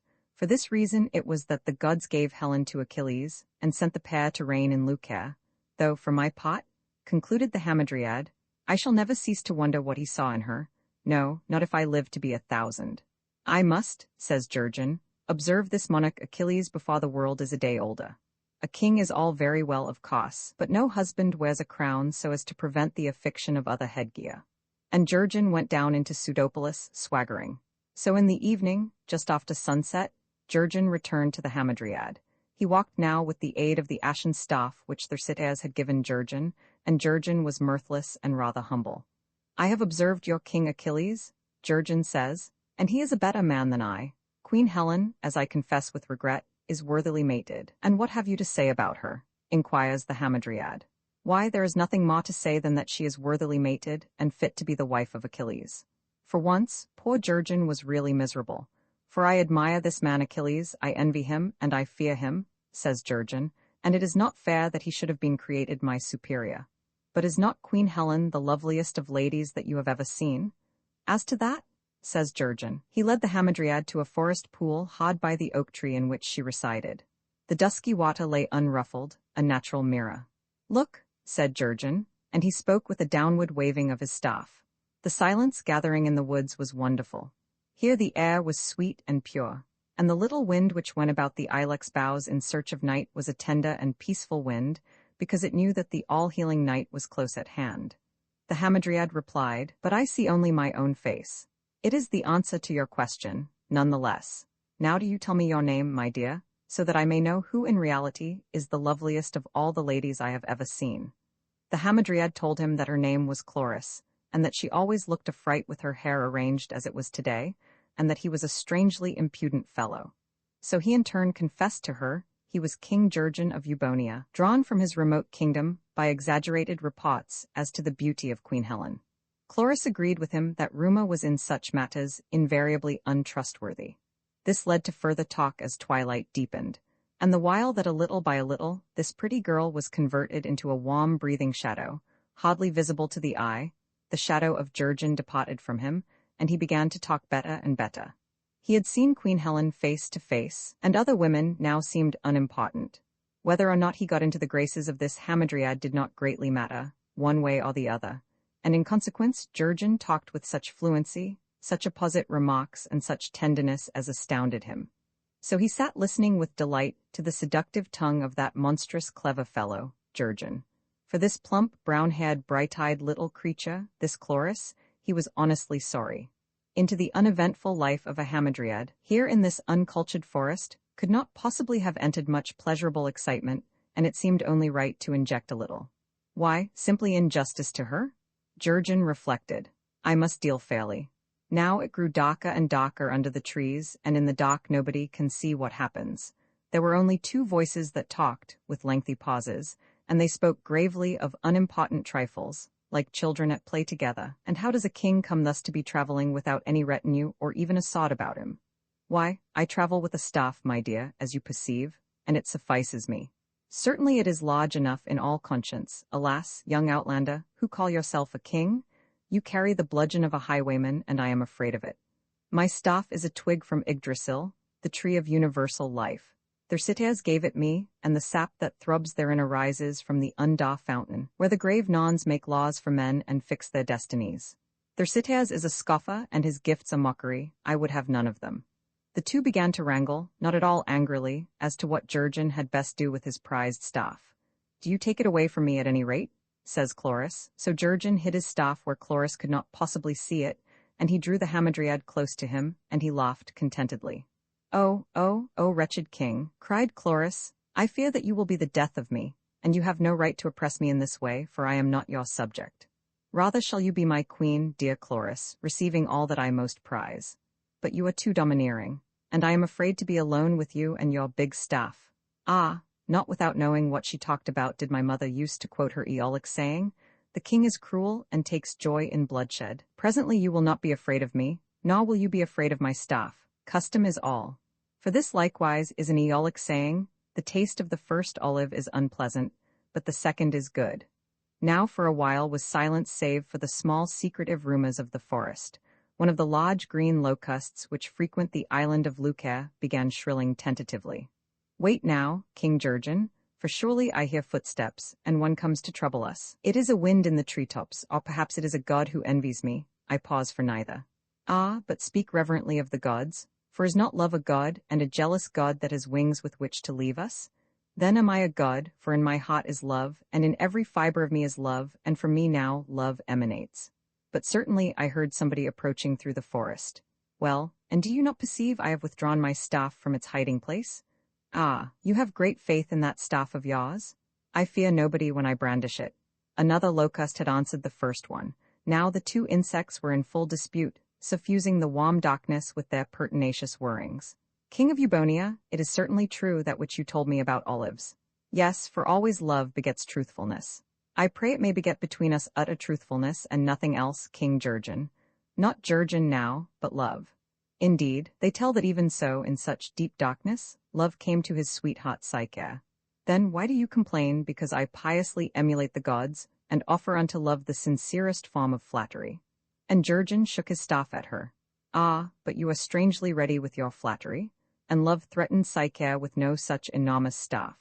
That is possible, for I am Jurgen, and I deal fairly with all women, and raise my staff against none save in the way of kindness." So they talked nonsense in utter darkness, while the locusts, and presently a score of locusts, disputed obstinately. Now Chloris and Jurgen were invisible, even to each other, as they talked under her oak tree. But before them, the fields shone mistily under a gold-dusted dome, for this night seemed builded of stars. And the white towers of Pseudopolis also could Jurgen see, as he laughed there, and took his pleasure with Chloris. He reflected that very probably Achilles and Helen were laughing thus, and were not dissimilarly occupied, out yonder, in this night of wonder. He sighed, but in a while Jurgen and the Hamadryad were speaking again, just as inconsequently, and the locusts were whirring just as obstinately. Later the moon rose, and they all slept. With the dawn Jurgen arose, and left this Hamadryad Chloris still asleep. He stood where he overlooked the city, and the shirt of Nessus glittered in the level sun rays. And Jurgen thought of Queen Helen. Then he sighed, and went back to Chloris, and wakened her with the sort of salutation that appeared her just due. Roman 28 of compromises in Lucaire. Now the tale tells that 10 days later Jurgen and his Hamadryad were duly married, in consonance with the law of the wood. Not for a moment did Chloris consider any violation of the proprieties, so they were married the first evening she could assemble her kindred. "Still, Chloris, I already have 2 wives, says Jurgen, and it is but fair to confess it. I thought it was only yesterday you arrived in Lucaire. That is true, for I came with the equinox over the long sea. Then Jugutinus has not had time to marry you to anybody, and certainly he would never think of marrying you to 2 wives. Why do you talk such nonsense? No, it is true, I was not married by Jugutinus." "So there," says Chloris, as if that settled matters. "Now you see for yourself." "Why, yes, to be sure," says Jurgen, "that does put rather a different light upon it, now I think of it. It makes all the difference in the world." "I would hardly go that far, still, I perceive it makes a difference." "Why, you talk as if everybody did not know that Jugutinus marries people." "No, dear, let us be fair, I did not say precisely that." "And as if everybody was not always married by Jugutinus?" "Yes, here in Lucaire, perhaps, but outside of Lucaire, you understand, my darling. But nobody goes outside of Lucaire. Nobody ever thinks of leaving Lucaire. I never heard such nonsense." "You mean, nobody ever leaves this island?" "Nobody that you ever hear of. Of course there are lairs and penates with no social position that the kings of Pseudopolis sometimes take a voyaging. Still, the people of other countries do get married." "No, Jurgen," said Chloris sadly. "It is a rule with Jugutinus never to leave the island, and indeed I am sure he has never even considered such unheard of conduct. So, of course, the people of other countries are not able to get married." "Well, but Chloris in Eubonia? Now, if you do not mind, dear, I think we had better talk about something more pleasant. I do not blame you men of Eubonia, because all men are in such matters perfectly irresponsible. And perhaps it is not altogether the fault of the women, either, though I do think any really self-respecting woman would have the strength of character to keep out of such irregular relations, and that much I am compelled to say. So do not let us talk any more about these persons whom you describe as your wives. It is very nice of you, dear, to call them that, and I appreciate your delicacy. Still, I really do believe we had better talk about something else. Jurgen deliberated. Yet do you not think, Chloris, that in the absence of Jugutinus, and in, as I understand it, the unavoidable absence of Jugutinus, somebody else might perform the ceremony? Oh, yes, if they wanted to, but it would not count. Nobody but Jugutinus can really marry people, and so of course nobody else does. What makes you sure of that? Why, because, said Chloris triumphantly, nobody ever heard of such a thing. You have voiced, said Jurgen, an entire code of philosophy. Let us by all means go to Jugutinus and be married. So they were married by Jugutinus, according to the ceremony with which the people of the wood were always married by Jugutinus. First Virgo loosed the girdle of Chloris in such fashion as was customary, and Chloris, after sitting much longer than Jurgen liked in the lap of Mutinus, who was in the state that custom required of him, was led back to Jurgen by Domiducus, in accordance with immemorial custom. Subigo did her customary part, then Prima grasped the bride's plump arms, and everything was perfectly regular. Thereafter Jurgen disposed of his staff in the way their citers had directed, and thereafter Jurgen abode with Chloris upon the outskirts of the forest, and complied with the customs of Lucaire. Her tree was a rather large oak, for Chloris was now in her 266th year, and at first its commodious trunk sheltered them, but later Jurgen builded himself a little cabin thatched with birds' wings, and made himself more comfortable. It is well enough for you, my dear, in fact it is expected of you, to live in a tree bowl, but it makes me feel uncomfortably like a worm, and it needlessly emphasizes the restrictions of married life.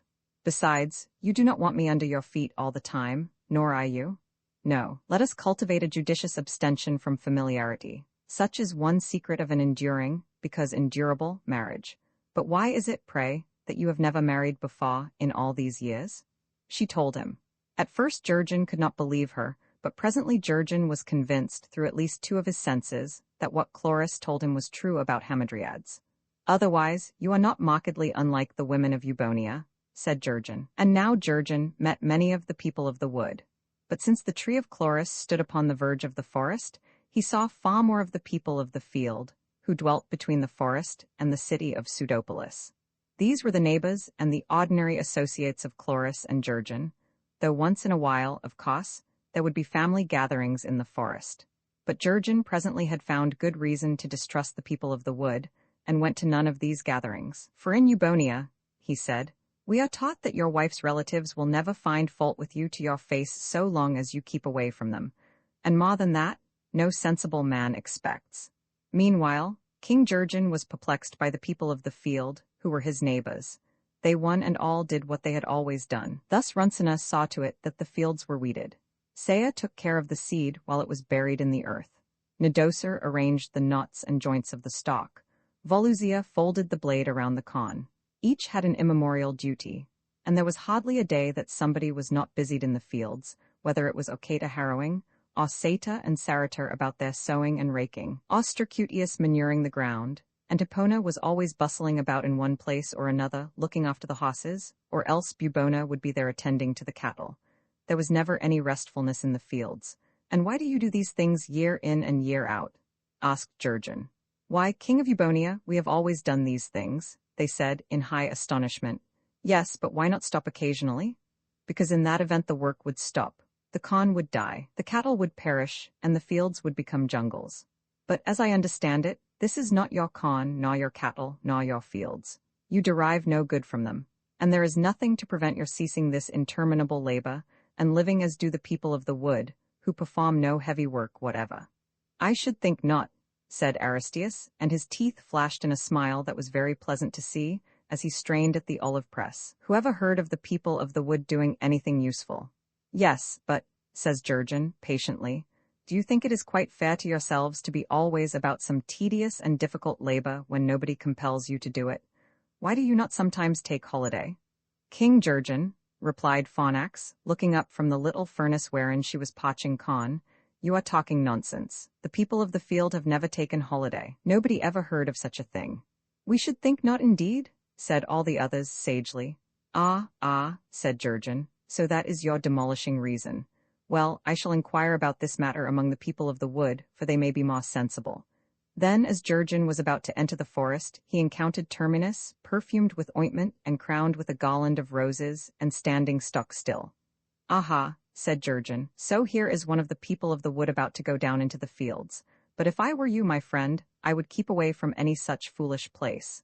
I never go down into the fields, said Terminus. Oh, then, you are returning into the forest. But certainly not. Who ever heard of my going into the forest? Indeed, now I look at you, you are merely standing here. I have always stood here, said Terminus. And do you never move? No, said Terminus. And for what reason? Because I have always stood here without moving, replied Terminus. Why, for me to move would be a quite unheard of thing. So Jurgen left him and went into the forest, and the Jurgen encountered a smiling young fellow, who rode upon the back of a large ram. This young man had his left forefinger laid to his lips, and his right hand held an astonishing object to be thus publicly displayed. But, oh, dear me, now really, sir? Says Jurgen. Bah, says the ram. But the smiling young fellow said nothing at all as he passed Jurgen, because it is not the custom of Hippocrates to speak.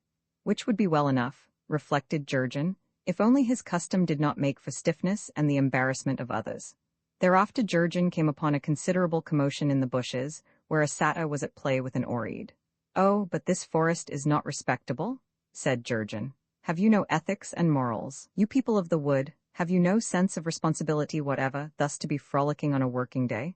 Why, no, responded the satyr, of course not. None of my people have such things, and so the natural vocation of all satyrs is that which you are now interrupting. Perhaps you speak the truth, said Jurgen. Still, you ought to be ashamed of the fact that you are not lying. For a satyr to be ashamed of himself would be indeed an unheard of thing. Now go away, you in the glittering shirt, for we are studying eudemonism, and you are talking nonsense, and I am busy, and you annoy me, said the satyr. Well, but in Kakani, said Jurgen, this eudemonism was considered an indoor diversion. And did you ever hear of a satyr going indoors? Why, save us from all hurt and harm, but what has that to do with it? Do not try to equivocate, you shining idiot, for now you see for yourself you are talking nonsense. And I repeat that such unheard-of nonsense irritates me, said the satyr. The oread said nothing at all, but she too looked annoyed, and Jurgen reflected that it was probably not the custom of oreads to be rescued from the eudemonism of satyrs. So Jurgen left them, and yet deeper in the forest he found a bald-headed squat old man, with a big paunch and a flat red nose and very small bleared eyes. Now the old fellow was so helplessly drunk that he could not walk. Instead, he sat upon the ground and leaned against a tree bole. This is a very disgusting state for you to be in so early in the morning, observed Jurgen. But Silenus is always drunk, the bald-headed man responded with a dignified hiccup. So here is another one of you. Well, and why are you always drunk, Silenus? Because Silenus is the wisest of the people of the wood. Ah, but I apologize, for here at last is somebody with a plausible excuse for his daily employment. Now then, Silenus, since you are so wise, come tell me, is it really the best fate for a man to be drunk always? Not at all. Drunkenness is a joy reserved for the gods, so do men partake of it impiously, and so are they very properly punished for their audacity. For men, it is best of all never to be born, but being born, to die very quickly. Ah, yes, but failing either, the third best thing for a man is to do that which seems expected of him, replied Silenus. But that is the law of Philistia, and with Philistia, they inform me, Pseudopolis is at war. Silenus meditated. Jurgen had discovered an uncomfortable thing about this old fellow, and it was that his small bleared eyes did not blink nor the lids twitch at all. His eyes moved, as through magic the eyes of a painted statue might move horribly, under quite motionless red lids. Therefore it was uncomfortable when these eyes moved toward you. Young fellow in the glittering shirt, I will tell you a secret, and it is that the Philistines were created after the image of Koshchei, who made some things as they are. Do you think upon that? So the Philistines do that which seems expected, and the people of Lucae were created after the image of Koshchei, who made yet other things as they are.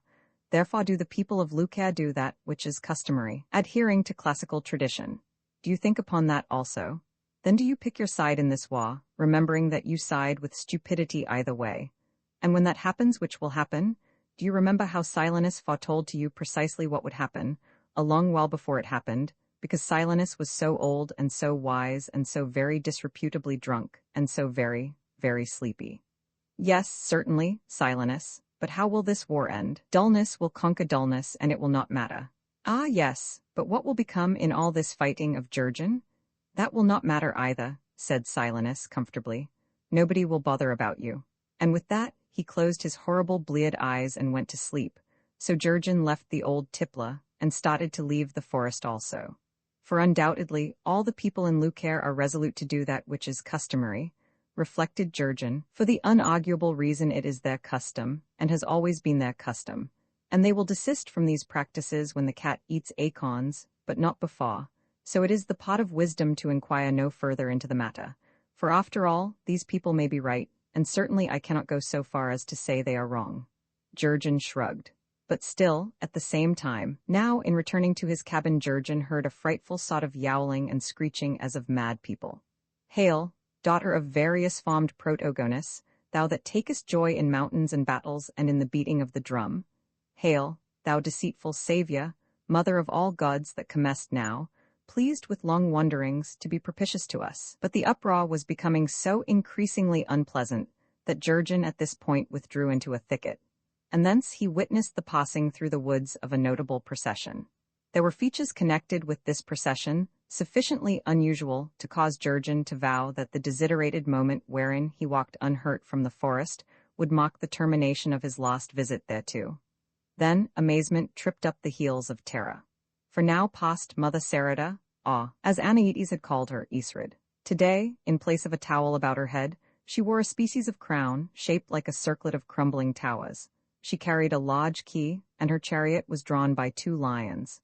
She was attended by howling persons with shaved heads, and it was apparent that these persons had parted with possessions which Jurgen valued. This is undoubtedly, said he, a most unwholesome forest.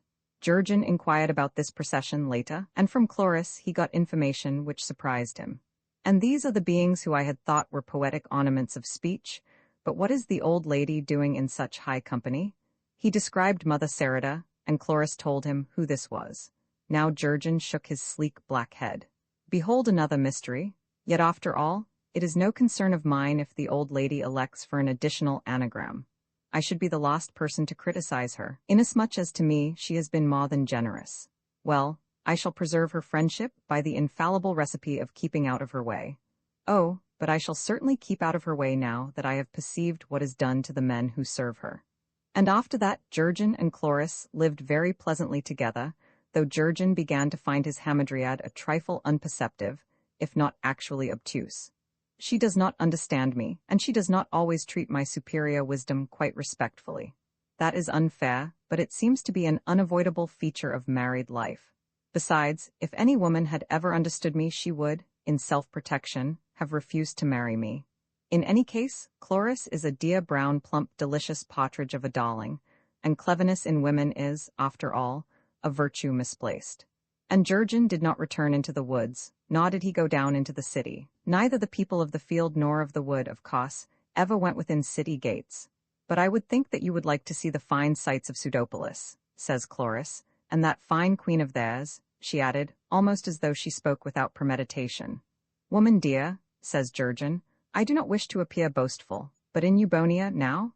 Well, really some day we must return to my kingdom, and you shall inspect for yourself a dozen or 2 of my cities, Ziph and Eglinton and Poesia and Gazdon and Baremberg, at all events.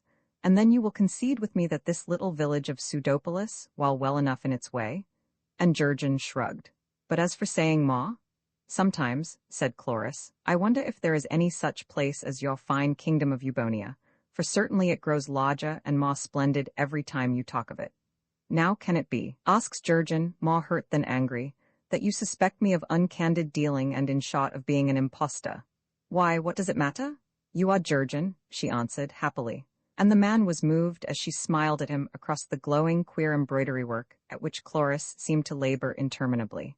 He was conscious of a tenderness for her which was oddly remorseful, and it appeared to him that if he had known lovelier women, he had certainly found nowhere anyone more lovable than was this plump and busy and sunny-tempered little wife of his.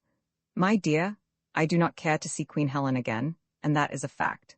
I am contented here, with a wife befitting my station, suited to my endowments, and infinitely excelling my deserts. And do you think of that tow-headed beanpole very often, King Jurgen? That is unfair, and you wrong me, Chloris, with these unmerited suspicions. It pains me to reflect, my dear, that you esteem the tie between us so lightly you can consider me capable of breaking it even in thought. To talk of fairness is all very well, but it is no answer to a plain question. Jurgen looked full at her, and he laughed. You women are so unscrupulously practical. My dear, I have seen Queen Helen face to face, but it is you whom I love as a man customarily loves a woman. That is not saying much. No, for I endeavor to speak in consonance with my importance. You forget that I have also seen Achilles. But you admired Achilles? You told me so yourself. I admired the perfections of Achilles, but I cordially dislike the man who possesses them.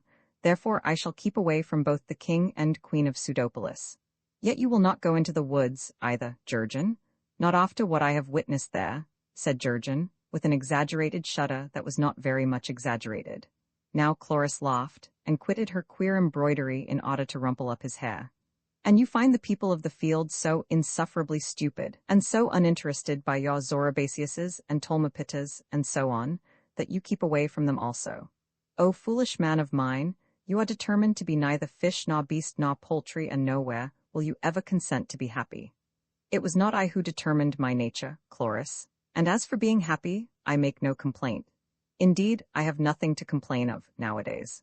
So I am very well contented by my dear wife, and by my manner of living in Lucca, said Jurgen with a sigh. Roman 29, concerning Hovendile's nonsense, it was on a bright and tranquil day in November, at the period which the people of the field called the summer of Alcyone, that Jurgen went down from the forest, and after skirting the moats of Pseudopolis, and avoiding a meeting with any of the town's dispiritingly glorious inhabitants, Jurgen came to the seashore. Chloris had suggested his doing this, in order that she could have a chance to straighten things in his cabin, while she was tidying her tree for the winter, and could so make one day's work serve for two.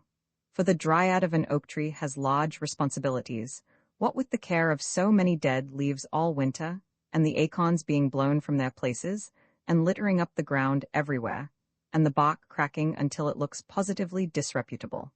And Jurgen was at any such work less a help than a hindrance. So Chloris gave him a parcel of lunch and a perfunctory kiss, and told him to go down to the seashore and get inspired and make up a pretty poem about her. And do you be back in time for an early supper, Jurgen? Says she, but not a minute before. Thus it befell that Jurgen reflectively ate his lunch in solitude and regarded the Euxine. The sun was high, and the queer shadow that followed Jurgen was huddled into shapelessness. This is indeed an inspiring spectacle, Jurgen reflected. How puny seems the race of man, in contrast with this mighty sea, which now spreads before me like, as so-and-so has very strikingly observed, a something or other under such and such conditions. Then Jurgen shrugged. Really, now I think of it, though, there is no call for me to be suffused with the traditional emotions. It looks like a great deal of water, and like nothing else in particular, and I cannot but consider the water is behaving rather futilely. So he sat in drowsy contemplation of the sea. Far out a shadow would form on the water, like the shadow of a broadish plank, scudding shoreward, and lengthening and darkening as it approached. Presently it would be some 100 feet in length, and would assume a hard smooth darkness, like that of green stone. This was the underside of the wave. Then the top of it would curdle, the southern end of the wave would collapse, and with exceeding swiftness, this white feathery falling would plunge and scamper and bluster northward, the full length of the wave. It would be neater and more workmanlike to have each wave tumble down as a whole. From the smacking and the splashing, what looked like boiling milk would thrust out over the brown sleek sands, and as the mess spread, it would thin to a reticulated whiteness, like lace, and then to the appearance of smoke sprays clinging to the sands. Plainly, the tide was coming in, or perhaps it was going out. Jurgen's notions as to such phenomena were vague. But either way, the sea was stirring up a large commotion and a rather pleasant and invigorating odor. And then all this would happen once more, and then it would happen yet again. It had happened a number of hundred of times since Jurgen first sat down to eat his lunch, and what was gained by it? The sea was behaving stupidly. There was no sense in this continual slushing and spanking and scrabbling and spluttering. Thus Jurgen, as he nodded over the remnants of his lunch. Sheer waste of energy, I am compelled to call it, said Jurgen, aloud, just as he noticed there were two other men on this long beach. One came from the north, one from the south, so that they met not far from where Jurgen was sitting. And by an incredible coincidence, Jurgen had known both of these men in his first youth. So he hailed them, and they recognized him at once. One of these travelers was the Hovendile who had been secretary to Count Emmerich when Jurgen was a lad, and the other was Pirien de la Foret, that outlaw who had come to Bellegarde very long ago disguised as the Vicomte de Paysange, and all three of these old acquaintances had kept their youth surprisingly. Now Hovendile and Pirien marveled at the fine shirt which Jurgen was wearing. "Why, you must know," he said, modestly, "that I have lately become king of Eubonia, and must dress according to my station." So they said they had always expected some such high honor to befall him, and then the three of them fell to talking. And Pirien told how he had come through Pseudopolis, on his way to King Theodoret at Lacacae, and how in the marketplace at Pseudopolis he had seen Queen Helen. "She is a very lovely lady," said Pirien, "and I marveled over her resemblance to Count Emmerich's fair sister, whom we all remember." "I noticed that at once," said Hovendile, and he smiled strangely, "when I, too, passed through the city." "Why, but nobody could fail to notice it," said Jurgen. "It is not, of course, that I consider her to be as lovely as Dame Melisent," continued Pirien, "since, as I have contended in all quarters of the world, there has never lived, and will never live, any woman so beautiful as Melisent. But you gentlemen appear surprised by what seems to me a very simple statement. Your air, in fine, is one that forces me to point out it is a statement I can permit nobody to deny." And Pirien's honest eyes had narrowed unpleasantly, and his sun-browned countenance was uncomfortably stern. "Dear sir," said Jurgen, hastily, "it was merely that it appeared to me the lady whom they call Queen Helen hereabouts is quite evidently Count Emmerich's sister Dorothy la Desiree. Whereas I recognized her at once," says Hovendile, "as Count Emmerich's third sister, la Belle Etat." And now they stared at one another, for it was certain that these three sisters were not particularly alike. "Putting aside any question of eyesight," observes Pirien, "it is indisputable that the language of both of you is distorted. For one of you says this is Madame Dorothy, and the other says this is Madame Etat, whereas everybody knows that this Queen Helen, whomever she may resemble, cannot possibly be anybody else save Queen Helen." "To you, who are always the same person," replied Jurgen, "that may sound reasonable. For my part, I am several people, and I detect no incongruity in other persons resembling me." "There would be no incongruity anywhere," suggested Hovendile, "if Queen Helen were the woman whom we had loved in vain. For the woman whom when we were young we loved in vain is the one woman that we can never see quite clearly, whatever happens. So we might easily, I suppose, confuse her with some other woman. But Melisent is the lady whom I have loved in vain," said Pirien, "and I care nothing whatever about Queen Helen." "Why should I? What do you mean now?" "Hovendile, by your hints that I have faulted in my constancy to Dame Melisent since I saw Queen Helen, I do not like such hints. No less, it is Etat whom I love, and have loved not quite in vain, and have loved unfalteringly," says Hovendile, with his quiet smile. "And I am certain that it was Etat whom I beheld when I looked upon Queen Helen. I may confess," says Jurgen, clearing his throat, "that I have always regarded Madame Dorothy with peculiar respect and admiration. For the rest, I am married.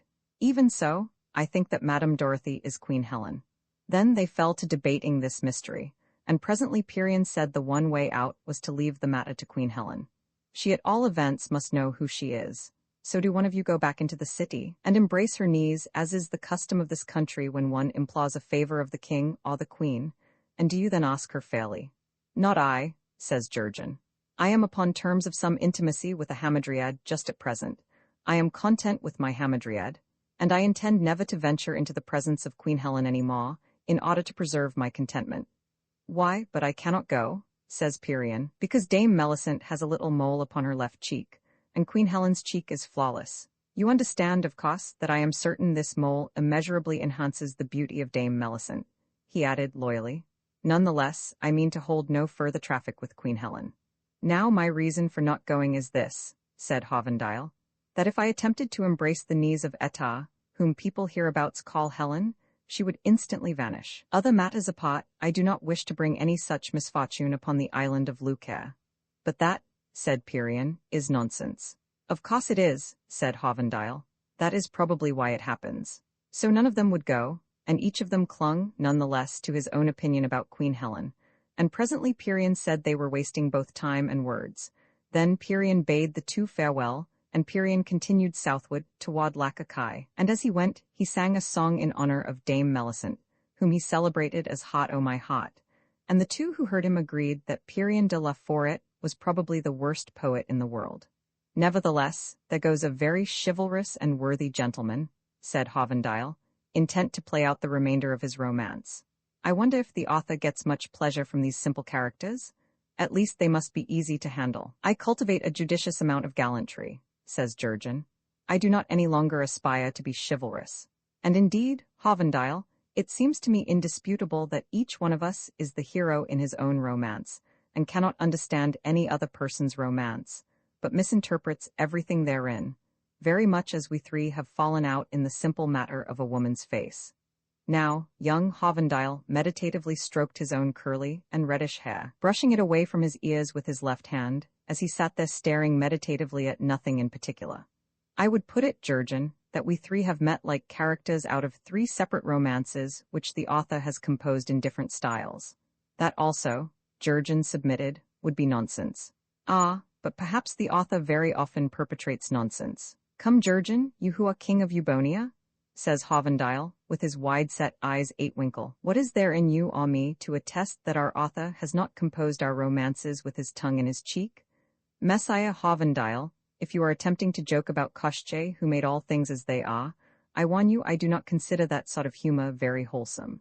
Without being prudish, I believe in common sense, and I would vastly prefer to have you talk about something else. Hovendale was still smiling. You look some day to come to Koschei, as you call the author. That is easily said and sounds excellently. Ah, but how will you recognize Koschei? And how do you know you have not already passed by Koschei in some street or meadow? Come now, King Jurgen, said Hovendale, and still his young face wore an impish smile. Come tell me, how do you know that I am not Koschei who made all things as they are? Be off with you, says Jurgen. You would never have had the wit to invent a Jurgen. Something else is troubling me. I have just recollected that the young Pyrrhon who left us only a moment since grew to be rich and grey-headed and famous, and took Dame Melisent from her pagan husband, and married her himself, and that all this happened long years ago. So our recent talk with young Pyrrhon seems very improbable. Why, but do you not remember, too, that I ran away in the night when Maugis d'Aigramont stormed Storisend, and was never heard of any more, and that all this, too, took place a long, long while ago? Yet we have met as 3 fine young fellows, here on the beach of fabulous Lucaire. I put it to you fairly, King Jurgen. Now how could this conceivably have come about unless the author sometimes composes nonsense? Truly the way that you express it, Hovendale, the thing does seem a little strange, and I can think of no explanation rendering it plausible. Again, see now, King Jurgen of Eubonia, how you underrate the author's ability. This is one of the romance's most venerable devices that is being practiced. See for yourself. And suddenly Hovendale pushed Jurgen so that Jurgen tumbled over in the warm sand. Then Jurgen arose, gaping and stretching himself. That was a very foolish dream I had, napping here in the sun, for it was certainly a dream. Otherwise, they would have left footprints, these young fellows who have gone the way of youth so long ago. And it was a dream that had no sense in it. But indeed it would be strange if that were the whole point of it, and if living, too, were such a dream, as that queer Hovendale would have me think. Jurgen snapped his fingers. Well, and what in common fairness could he or anyone else expect me to do about it? That is the answer I fling at you, you Hovendale whom I made up in a dream, and I disown you as the most futile of my inventions. So be off with you? And a good riddance, too, for I never held with upsetting people.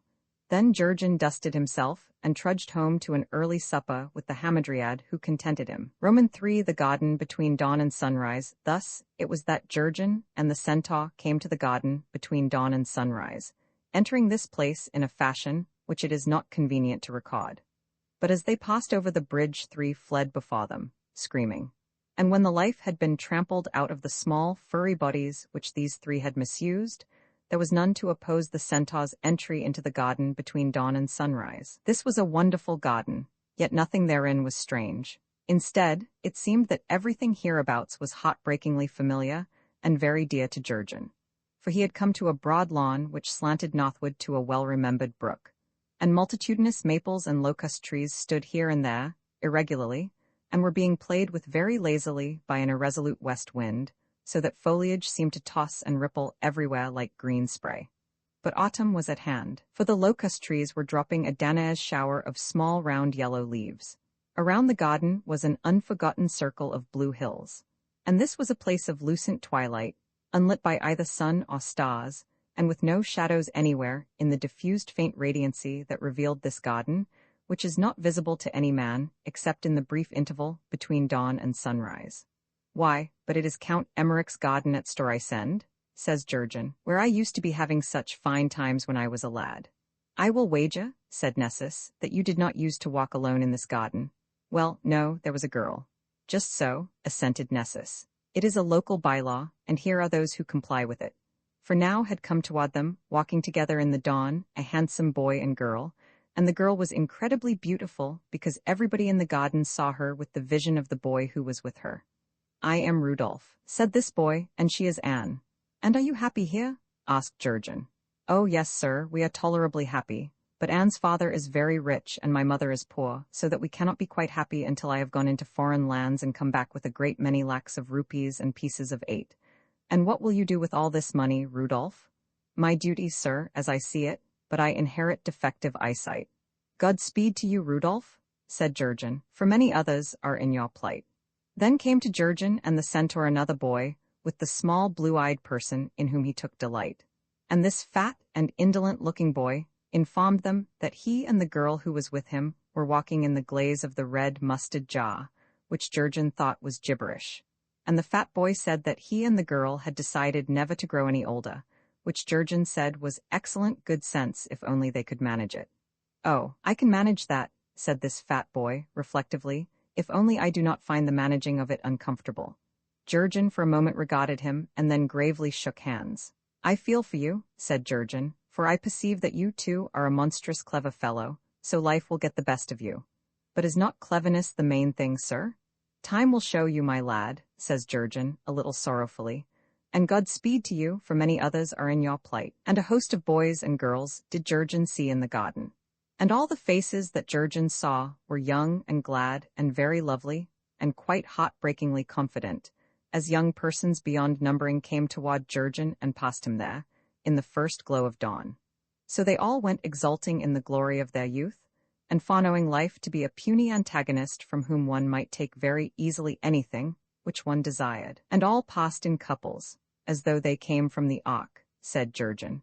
But the centaur said they followed a precedent which was far older than the Ark. "For in this garden," said the centaur, "each man that ever lived has sojourned for a little while, with no company save his illusions. I must tell you again that in this garden are encountered none but imaginary creatures, and stalwart persons take their hour of recreation here, and go hence unaccompanied, to become aldermen and respected merchants and bishops, and to be admired as captains upon prancing horses, or even as kings upon tall thrones, each in his station, thinking not at all of the garden ever any more. But now and then come timid persons, Jurgen, who fear to leave this garden without an escort. So these must need go hence with one or another imaginary creature, to guide them about alleys and bypaths, because imaginary creatures find little nourishment in the public highways, and shun them. Thus must these timid persons skulk about obscurely with their diffident and skittish guides, and they do not ever venture willingly into the thronged places where men get horses and build thrones. And what becomes of these timid persons, centaur? Why, sometimes they spoil paper, Jurgen, and sometimes they spoil human lives. Then are these accursed persons, Jurgen considered. You should know best, replied the centaur. Oh, very probably, said Jurgen. Meanwhile, here is one who walks alone in this garden, and I wonder to see the local bylaws thus violated. Now Nessus looked at Jurgen for a while without speaking, and in the eyes of the centaur was so much of comprehension and compassion that it troubled Jurgen. For somehow it made Jurgen fidget and consider this an unpleasantly personal way of looking at anybody. Yes, certainly, said the centaur, this woman walks alone, but there is no help for her loneliness, since the lad who loved this woman is dead. Nessus, I am willing to be reasonably sorry about it. Still, is there any need of pulling quite such a portentously long face? After all, a great many other persons have died, off and on, and for anything I can say to the contrary, this particular young fellow may have been no especial loss to anybody. Again the centaur said, You should know best. XXX Economics of King Jurgen. Now Jurgen's curious dream put notions into the restless head of Jurgen.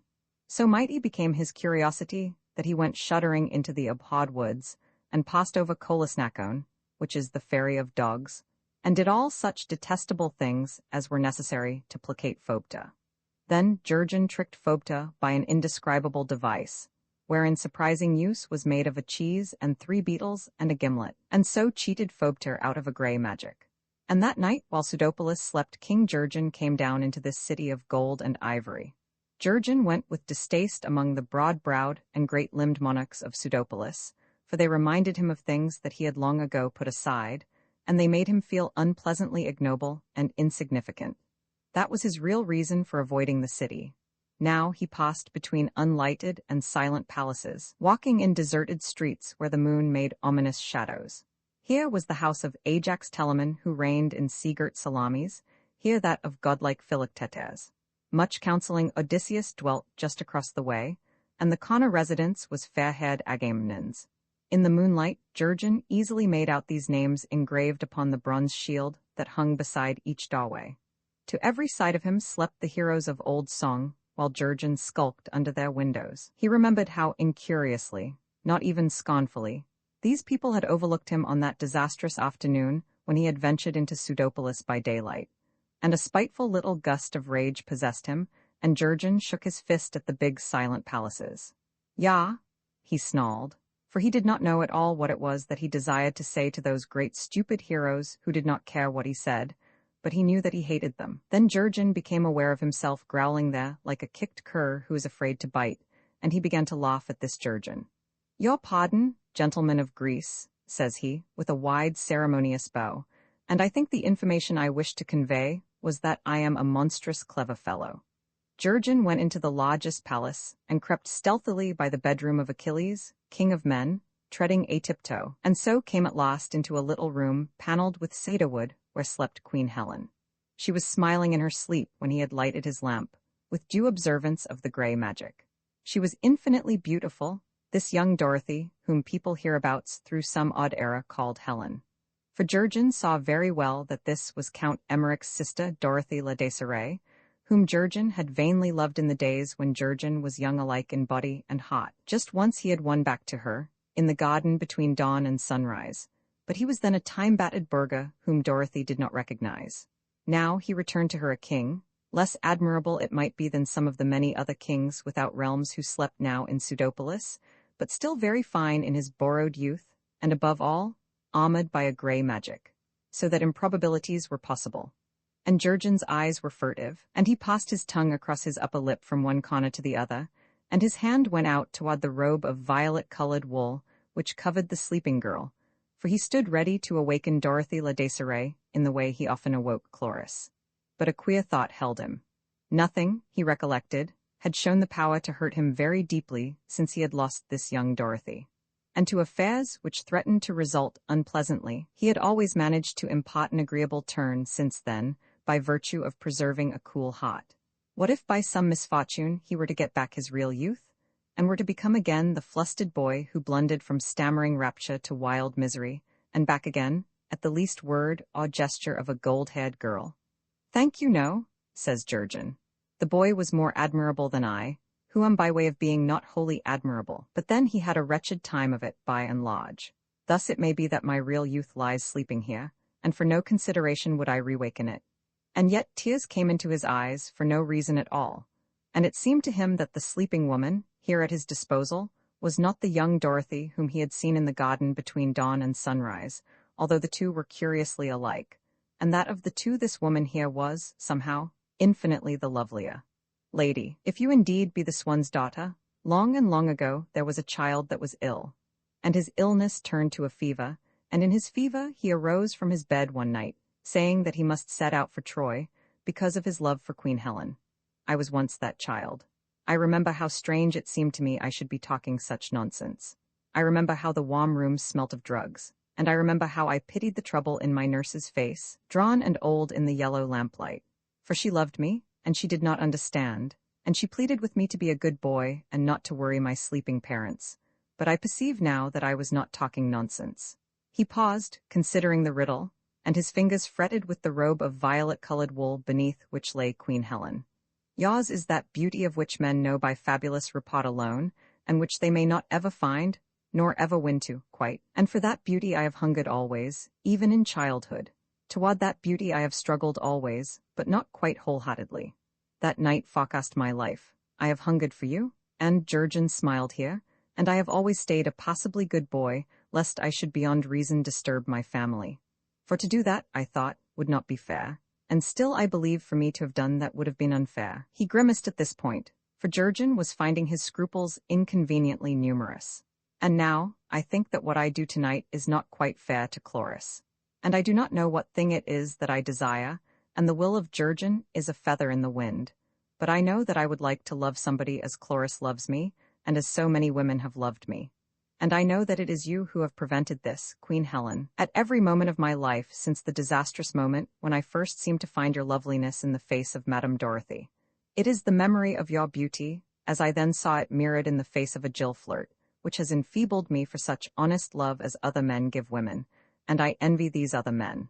For Jurgen has loved nothing, not even you, not even Jurgen? Quite wholeheartedly. Well, what if I took vengeance now upon this thieving comeliness, upon this rubber that strips life of joy and sorrow? Jurgen stood at Queen Helen's bedside, watching her, for a long while. He had shifted into a less fanciful mood, and the shadow that followed him was ugly and hulking and wavering upon the set-on wall of Queen Helen's sleeping chamber. Mine is a magic which does not fail, old Phobta had said, while his attendants raised his eyelids so that he could see King Jurgen. Now Jurgen remembered this, and reflectively he drew back the robe of violet-colored wool a little way. The breast of Queen Helen lay bare, and she did not move at all, but she smiled in her sleep. Never had Jurgen imagined that any woman could be so beautiful nor so desirable as this woman, or that he could ever know such rapture. So Jurgen paused. Because, said Jurgen now, it may be this woman has some fault, it may be there is some fleck in her beauty somewhere. And sooner than know that, I would prefer to retain my unreasonable dreams, and this longing which is unfed and hopeless, and the memory of tonight. Besides, if she were perfect in everything, how could I live any longer, who would have no more to desire? No, I would be betraying my own interests, either way, and injustice is always despicable. So Jurgen sighed and gently replaced the robe of violet-colored wool, and he returned to his hamadryad. And now that I think of it too, reflected Jurgen, I am behaving rather nobly.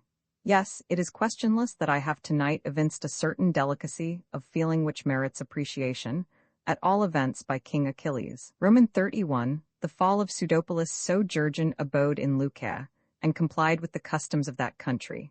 And what with one thing and another, he and Chloris made the time pass pleasantly enough, until the winter solstice was at hand. Now Pseudopolis, as has been said, was at war with Philistia. So it befell that at this season Lucae was invaded by an army of Philistines, led by their queen Dolores, a woman who was wise but not entirely reliable. They came from the coast, a terrible army insanely clad in such garments as had been commanded by Aegeus, a god of theirs, and chanting psalms in honor of their god Veltino, who had inspired this crusade. Thus they swept down upon Pseudopolis, and encamped before the city. These Philistines fought in this campaign by casting before them a more horrible form of Greek fire, which consumed whatever was not grey-colored. For that color alone was now favored by their god Veltino, and all other colors, his oracles had decreed, are forevermore abominable until I say otherwise. So the forces of Philistia were marshaled in the plain before Pseudopolis, and Queen Dolores spoke to her troops. And smilingly she said, "Whenever you come to blows with the enemy he will be beaten. No mercy will be shown, no prisoners taken." As the Philistines under Libnah and Goliath and Jurgen, and a many other tall captains, made for themselves a name which is still mighty in traditions and legend, even thus today may the name of realist be so fixed in Pseudopolis, by your deeds today, that no one shall ever dare again even to look askance at a Philistine. Open the door for realism, once for all. Meanwhile within the city Achilles, king of men, addressed his army. The eyes of all the world will be upon you, because you are in some especial sense the soldiers of romance. Let it be your pride, therefore, to show all men everywhere, not only what good soldiers you are, but also what good men you are, keeping yourselves fit and straight in everything, and pure and clean through and through. Let us set ourselves a standard so high that it will be a glory to live up to it, and then let us live up to it, and add a new laurel to the crown of Pseudopolis. May the gods of old keep you and guide you. Then said Thersites, in his beard, certainly Pelides has learned from history with what weapon a strong man discomfits the Philistines. But the other kings applauded, and the trumpet was sounded, and the battle was joined. And that day the fosses of Philistia were everywhere triumphant. But they report a queer thing happened, and it was that when the Philistines shouted in their triumph, Achilles and all they who served him rose from the ground like gleaming clouds and passed above the heads of the Philistines, deriding them. Thus was Pseudopolis left empty, so that the Philistines entered thereinto without any opposition. They defiled this city of blasphemous colors, then burned it as a sacrifice to their god Veltino, because the color of ashes is gray. Then the Philistines erected lithoi, which were not unlike maypoles, and began to celebrate their religious rites. So it was reported, but Jurgen witnessed none of these events. Let them fight it out, said Jurgen. It is not my affair. I agree with Silenus. Dullness will conquer dullness, and it will not matter. But do you, woman dear, take shelter with your kindred in the unconquerable woods, for there is no telling what damage the Philistines may do hereabouts. Will you go with me, Jurgen? My dear, you know very well that it is impossible for me ever again to go into the woods, after the trick I played upon Phobta, and if only you had kept your head about that bean-pole of a Helen, in her yellow wig, for I have not a doubt that every strand of it is false, and at all events this is not a time to be arguing about it, Jurgen. Why, then you would never have meddled with Uncle Phobta. It simply shows you? Yes, said Jurgen. Still, I do not know. If you come with me into the woods, Uncle Phobter in his impetuous way will quite certainly turn you into a bawpig, because he has always done that to the people who irritated him. I seem to recognize that reason. But give me time, and I can get around Uncle Phobta, just as I have always done, and he will turn you back. No, says Jurgen, obstinately, I do not wish to be turned into a bawpig. Now, Jurgen, let us be sensible about this. Of course, it is a little humiliating, but I will take the very best of care of you and feed you with my own acorns, and it will be a purely temporary arrangement. And to be a pig for a week or two, or even for a month, is infinitely better for a poet than being captured by the Philistines. How do I know that? Says Jurgen, for it is not, after all, as if Uncle Phobta's heart were not in the right place. It is just his way. And besides, you must remember what you did with that gimlet, said Jurgen. All this is hardly to the purpose. You forget I have seen the hapless swine of Phobta, and I know how he ameliorates the natural ferocity of his bawpigs. No, I am Jurgen, so I remain. I will face the Philistines and whatever they may possibly do to me, rather than suffer that which Phobta will quite certainly do to me. Then I stay too, said Chloris. No, woman dear. But do you not understand, says Chloris, a little pale, as he saw now. Since the life of a hamadryad is linked with the life of her tree, nobody can harm me so long as my tree lives, and if they cut down my tree I shall die, wherever I may happen to be. I had forgotten that. He was really troubled now. And you can see for yourself, Jurgen, it is quite out of the question for me to be carrying that great oak anywhere, and I wonder at your talking such nonsense. Indeed, my dear, says Jurgen, we are very neatly trapped. Well, nobody can live longer in peace than his neighbor chooses. Nevertheless, it is not fair. As he spoke, the Philistines came forth from the burning city. Again the trumpet sounded, and the Philistines advanced in their order of battle. Roman 32 sundry devices of the Philistines. Meanwhile, the people of the field had watched Pseudopolis burn, and had wondered what would befall them.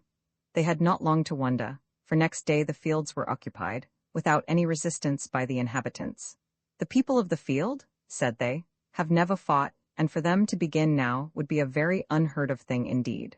So the fields were captured by the Philistines, and Chloris and Jurgen and all the people of the field were judged summarily. They were declared to be obsolete illusions, whose merited doom was to be relegated to limbo. To Jurgen this appeared unreasonable. For I am no illusion, he asserted. I am manifestly flesh and blood, and in addition, I am the High King of Eubonia, and no less. Why, in disputing these facts you contest circumstances that are so well known hereabouts as to rank among mathematical certainties, and that makes you look foolish, as I tell you for your own good. This vexed the leaders of the Philistines, as it always vexes people to be told anything for their own good. We would have you know, said they, that we are not mathematicians, and that moreover we have no kings in Philistia, where all must do what seems to be expected of them, and have no other law. How then can you be the leaders of Philistia? Why, it is expected that women and priests should behave unaccountably. Therefore all we who are women or priests do what we will in Philistia, and the men there obey us. And it is we, the priests of Philistia, who do not think you can possibly have any flesh and blood under a shirt which we recognize to be a conventional figure of speech. It does not stand to reason. And certainly you could not ever prove such a thing by mathematics, and to say so is nonsense. But I can prove it by mathematics, quite irrefutably. I can prove anything you require of me by whatever means you may prefer, said Jurgen, modestly, for the simple reason that I am a monstrous clever fellow. Then spoke the wise Queen Dolores, saying, I have studied mathematics. I will question this young man in my tent tonight, and in the morning I will report the truth as to his claims. Are you content to endure this interrogatory, my spruce young fellow who wear the shirt of a king? Jurgen looked full upon her. She was lovely as a hawk is lovely, and of all that Jurgen saw Jurgen approved. He assumed the rest to be in keeping, and deduced that Dolores was a fine woman. Madam and Queen, said Jurgen, I am content, and I can promise to deal fairly with you. So that evening Jurgen was conducted into the purple tent of Queen Dolores of Philistia. It was quite dark there, and Jurgen went in alone, and wondering what would happen next. But this scented darkness he found of excellent augury, if only because it prevented his shadow from following him. Now, you who claim to be flesh and blood, and king of Eubonia too, says the voice of Queen Dolores, what is this nonsense you were talking about proving any such claims by mathematics? Well, but my mathematics, replied Jurgen, are Praxagorian. What do you mean Praxagoras of Kos? As if, scoffed Jurgen, anybody had ever heard of any other Praxagoras. But he, as I recall, belonged to the medical school of the dogmatici, observed the wise Queen Dolores, and was particularly celebrated for his researches in anatomy. Was he then also a mathematician? The two are not incongruous, madam, as I would be delighted to demonstrate. Oh, nobody said that, for indeed it does seem to me I have heard of this Praxagorian system of mathematics, though, I confess, I have never studied it. Our school, madam, postulates first of all that since the science of mathematics is an abstract science, it is best inculcated by some concrete example, said the Queen, but that sounds rather complicated. It occasionally leads to complications, Jurgen admitted, through a choice of the wrong example, but the axiom is no less true. Come then and sit next to me on this couch if you can find it in the dock, and do you explain to me what you mean? Why, madam, by a concrete example, I mean one that is perceptible to any of the senses, as to sight or hearing or touch. Oh, said the Queen, now I perceive what you mean by a concrete example. And grasping this, I can understand that complications must of course arise from a choice of the wrong example. Well then, madam, it is first necessary to implant in you, by the force of example, a lively sense of the peculiar character, and virtues and properties, of each of the numbers upon which is based the whole science of Praxagorian mathematics. For in order to convince you thoroughly, we must start far down, at the beginning of all things. I see, said the Queen, or rather, in this darkness I cannot see at all, but I perceive your point. Your opening interests me, and you may go on. Now one, or the monad, says Jurgen, is the principle and the end of all. It reveals the sublime knot which binds together the chain of causes. It is the symbol of identity, of equality, of existence, of conservation, and of general harmony. And Jurgen emphasized these characteristics vigorously. In brief, one is a symbol of the union of things. It introduces that generating virtue which is the cause of all combinations, and consequently one is a good principle. Ah, said Queen Dolores, I heartily admire a good principle. But what has become of your concrete example? It is ready for you, madam. There is but one Jurgen. Oh, I assure you, I am not yet convinced of that. Still, the audacity of your example will help me to remember one, whether or not you prove to be really unique.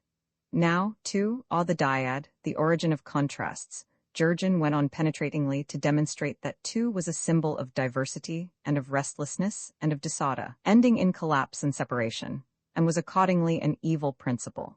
Thus was the life of every man made wretched by the struggle between his two components, his soul and his body, and thus was the rapture of expectant parents considerably abated by the advent of twins. 3, or the triad, however, since everything was composed of three substances, contained the most sublime mysteries, which Jurgen duly communicated.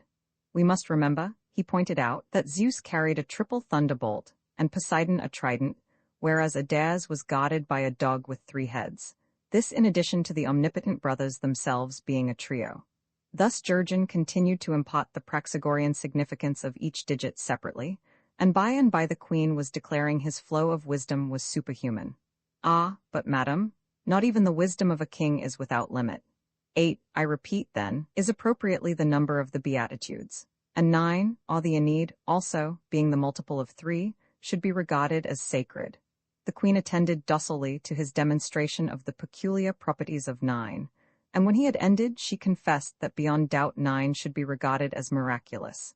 But she repudiated his analogues as to the Muses, the lives of a cat, and how many tailors made a man. Rather, I shall remember always, she declared, that King Jurgen of Eubonia is a 9 days wonder.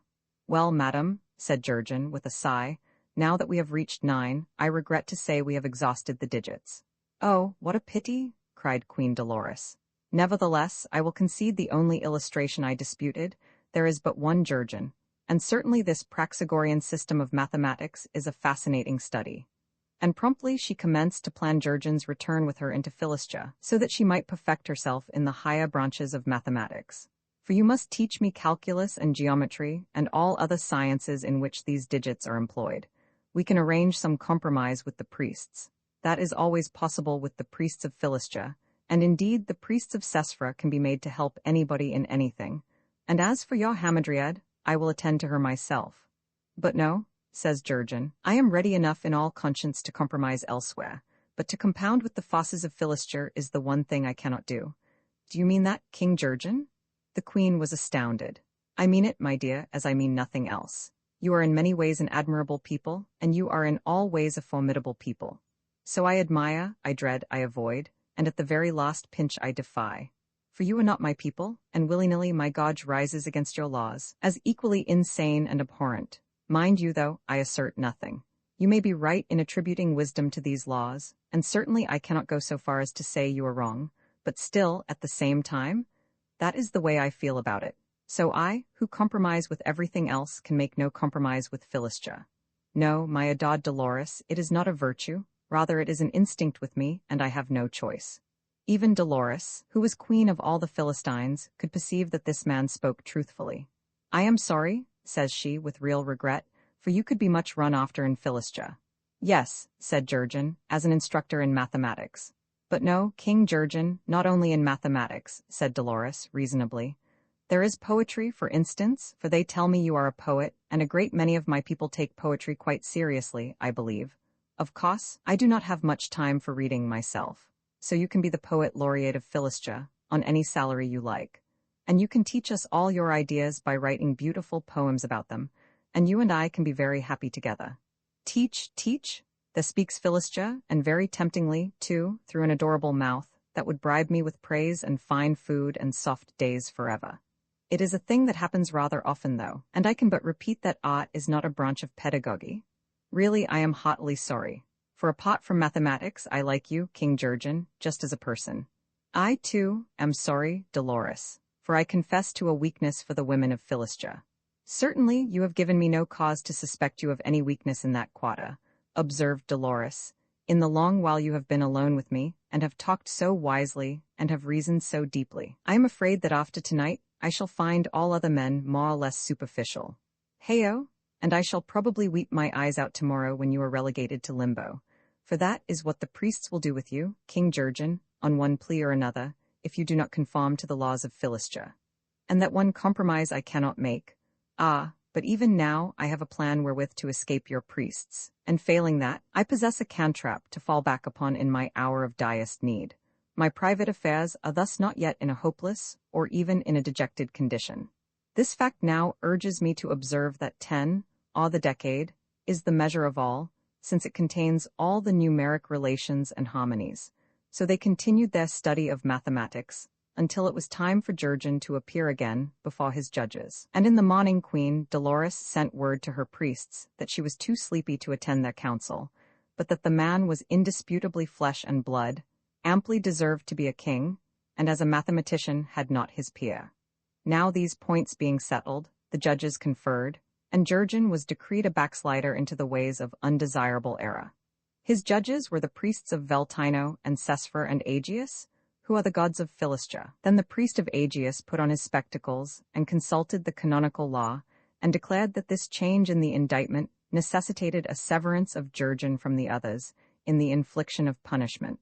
For each, of course, must be relegated to the limbo of his fathers, as was foretold, in order that the prophecies may be fulfilled. Religion languishes when prophecies are not fulfilled. Now it appears that the forefathers of the flesh and blood prisoner were of a different faith from the progenitors of these obsolete illusions, and that his fathers foretold quite different things, and that their limbo was called hell. It is little you know, says Jurgen, of the religion of Eubonia. We have it written down in this great book. The priest of Veltino then told him, every word of it without blot or error. Then you will see that the king of Eubonia is the head of the church there, and changes all the prophecies at will. Learned Gaule says so directly, and the judicious Stevagonius was forced to agree with him, however unwillingly, as you will instantly discover by consulting the third section of his widely famous 19th chapter. Both Gaule and Stevagonius were probably notorious heretics, says the priest of Aegeus. I believe that was settled once for all at the Diet of Othuma. Says Jurgen. He did not like this priest. Now I will wager, sirs, Jurgen continued, a trifle patronizingly, that you gentlemen have not read Gaule or even Stevagonius in the light of Vossler's commentaries, and that is why you underrate them. I at least have read every word that was ever written by any of these three, replied the priest of Cesphra, and with, as I need hardly say, the liveliest abhorrence. And this Gaule in particular, as I hasten to agree with my learned confer, is a most notorious heretic. Oh, sir, said Jurgen, horrified, whatever are you telling me about Gaule? I tell you that I have been roused to indignation by his Historia de Bello Veneris. You surprise me still? Shocked by his Ponabosca didascalo. I can hardly believe it. Even so, you must grant. And horrified by his Liber der Immortalitate Mentally? Well, conceding you that earlier work, sir, yet, at the same time, and have been disgusted by his De Modo Coendi? But none the less. And have shuddered over the unspeakable enormities of his Erotopignion, of his Sinaitica, and especially of his Epipedices, that most pestilential and abominable book, quem sine hora nemo potus ledger. Still, you cannot deny, and have read also all the confutations of this detestable Gaule, as those of Zanchius, Faventinus, Laelius Vincentius, Lagalla, Thomas Geminus, and 8 other admirable commentators. You are very exact, sir, and that, in short, I have read every book you can imagine, says the priest of Cesphra. The shoulders of Jurgen rose to his ears, and Jurgen silently flung out his hands, palms upward. For I perceive, says Jurgen to himself, that this realist is too circumstantial for me. Nonetheless, he invents his facts. It is by citing books which never existed that he publicly confutes the Gaule whom I invented privately, and that is not fair. Now there remains only one chance for Jurgen, but luckily that chance is sure. Why are you fumbling in your pocket? Asks the old priest of Aegeus, fidgeting and peering. Aha, you may well ask, cried Jurgen. He unfolded the cantrap which had been given him by the master philologist, and which Jurgen had treasured against the time when more was needed than a glib tongue. O most unrighteous judges, says Jurgen, sternly, now hear and tremble. At the death of Adrian V, Pedro Giuliani, who should be named John the 20th, was through an error in the reckoning elevated to the papal chair as John the 21st. And what have we to do with that? Inquired the priest of Veltino, with raised eyebrows. Why are you telling us of these irrelevant matters? Because I thought it would interest you, said Jurgen. It was a fact that appeared to me rather amusing, so I thought I would mention it. Then you have very queer ideas of amusement, they told him. And Jurgen perceived that either he had not employed his cantrap correctly or else that its magic was unappreciated by the leaders of Philistia. Roman 33. Farewell to Chloris now. The Philistines led out their prisoners, and made ready to inflict the doom which was decreed. And they permitted the young king of Eubonia to speak with Chloris. Farewell to you now, Jurgen, says Chloris, weeping softly. It is little I care what foolish words these priests of Philistia may utter against me, but the big-armed axemen are felling my tree yonder, to get them timber to make a bedstead for the queen of Philistia. For that is what this Queen Dolores ordered them to do the first thing this morning. And Jurgen raised his hands. You women, he said, what man would ever have thought of that? So when my tree is felled, I must depart into a sombre land wherein there is no laughter at all, and where the puzzled dead go wandering futilely through fields of scentless asphodel, and through tall sullen groves of myrtle, the puzzled quiet dead, who may not even weep as I do now, but can only wonder what it is that they regret. And I too must taste of Lethe, and forget all I have loved. You should give thanks to the imagination of your forefathers, my dear, that your doom is no worse. For I am going into a more barbaric limbo, into the hell of a people who thought entirely too much about flames and pitchforks, says Jurgen, ruefully. I tell you it is the deuce and all to come of morbid ancestry. And he kissed Chloris upon the brow. My dear, dear girl, he said with a gulp, as long as you remember me, do so with charity. Jurgen, and she clung close to him, you were not ever unkind, not even for a moment. Jurgen, you have not ever spoken one harsh word to me or any other person in all the while we were together. O Jurgen, whom I have loved as you could love nobody, it was not much those other women had left me to worship. Indeed, it is a pity that you loved me, Chloris, for I was not worthy. And for the instant Jurgen meant it. If any other person said that, Jurgen, I would be very angry. And even to hear you say it troubles me, because there was never a hamadryad between two hills that had a husband one half so clever foolish as he made light of time and chance, with his sleek black head cocked to one side, and his mischievous brown eyes 8-winkle. And Jurgen wondered that this should be the notion Chloris had of him, and that a gesture should be the things she remembered about him. And he was doubly assured that no woman bothers to understand the man she elects to love and cosset and slave for. "O woman dear," says Jurgen, "but I have loved you, and my heart is water now that you are taken from me, and to remember your ways and the joy I had in them will be a big and grinding sorrow in the long time to come. Oh, not with any heroic love have I loved you, nor with any madness and high dreams, nor with much talking either, but with a love befitting my condition, with a quiet and cordial love. And must you be trying, while I die, to get your grieving for me into the right words?" she asks him, smiling very sadly. "No matter. You are Jurgen, and I have loved you, and I am glad that I shall know nothing about it when in the long time to come you will be telling so many other women about what was said by Zorobasius and Tolmapitta, and when you will be posturing and romancing for their delight. For presently I shall have tasted Lethe, and presently I shall have forgotten you, King Jurgen, and all the joy I had in you, and all the pride, and all the love I had for you, King Jurgen, who loved me as much as you were able. Why, and will there be any love-making, do you think, in hell?" he asks her with a doleful smile. "There will be love-making," she replied, "wherever you go, King Jurgen, and there will be women to listen, and at the last there will be a beanpole of a woman in a wig." "I am sorry," he said, "and yet I have loved you, Chloris. That is my comfort now, and presently there will be Lethe. I put the greater faith in Lethe. And still I cannot help but love you, Jurgen, in whom I have no faith at all." He said again, "I am not worthy." They kissed, then each of them was conveyed to an appropriate doom, and tears were in the eyes of Jurgen, who was not used to weep, and he thought not at all of what was to befall him, but only of this and that small trivial thing which would have pleased his Chloris had Jurgen done it, and which for one reason or another Jurgen had left undone. "I was not ever unkind to her," says she. "Ah, but I might have been so much kinder. And now I shall not ever see her any more, nor ever any more may I awaken delight and admiration in those bright, tender eyes which saw no fault in me. Well, but it is a comfort surely that she does not know how I devoted the last night she was to live to teaching mathematics." And then Jurgen wondered how he would be dispatched into the hell of his fathers, and when the Philistines showed him in what manner they proposed to inflict their sentence, he wondered at his own obtuseness. "For I might have surmised this would be the way of it," said Jurgen. And yet, as always, there is a simplicity in the methods of the Philistines which is unimaginable by really clever fellows. And as always, too, these methods are unfair to us clever fellows. Well, I am willing to taste any drink once, but this is a very horrible device, nonetheless, and I wonder if I have the pluck to endure it.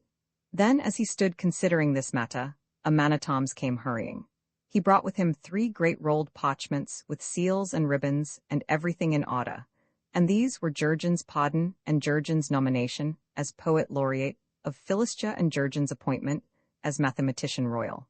The man-at-arms brought also a letter from Queen Dolores, and this Jurgen read with a frown. "Do you consider now what fun it would be to hoodwink everybody by pretending to conform to our laws?" said this letter, and it said nothing more. Dolores was really a wise woman. Yet there was a postscript. "For we could be so happy," said the postscript. And Jurgen looked toward the woods where men were sawing up a great oak tree, and Jurgen gave a fine laugh, and with fine deliberateness he tore up the queen's letter into little strips. Then statelily he took the parchments, and found they were so tough he could not tear them. This was uncommonly awkward, for Jurgen's ill-advised attempt to tear the parchments impaired the dignity of his magnanimous self-sacrifice. He even suspected one of the gods of smiling. So there was nothing for it but presently to give up that futile tugging and jerking, and to compromise by crumpling these parchments. "This is my answer," said Jurgen heroically, and with some admiration of himself, but still a little dashed by the uncalled-for toughness of the parchments.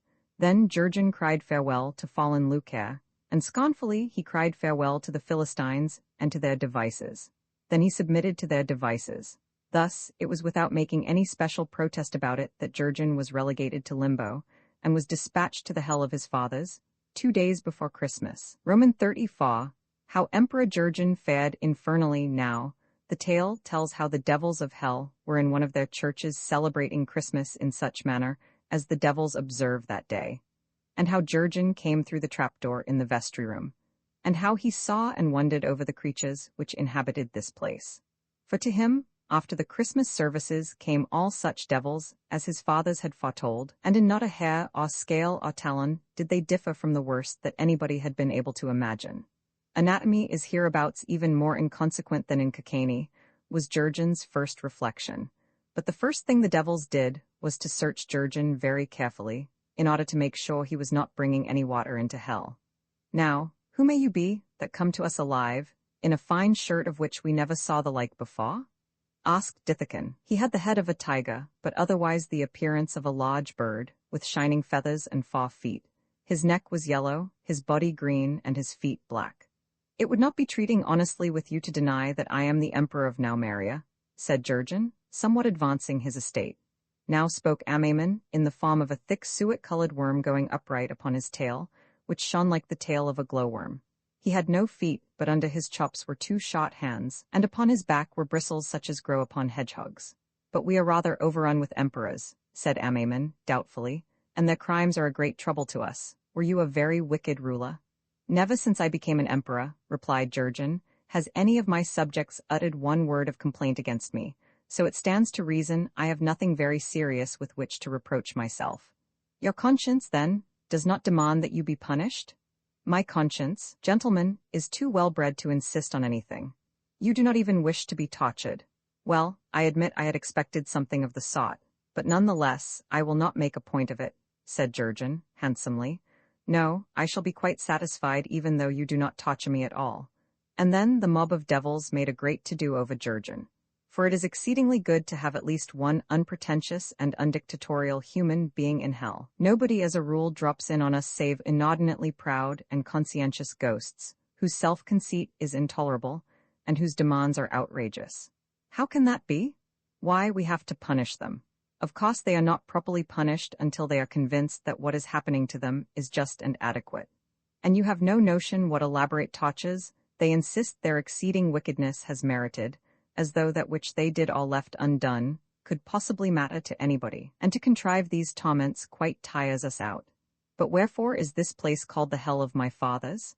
Because your forefathers builded it in dreams, they told him, out of the pride which led them to believe that what they did was of sufficient importance to merit punishment, or so at least we have heard.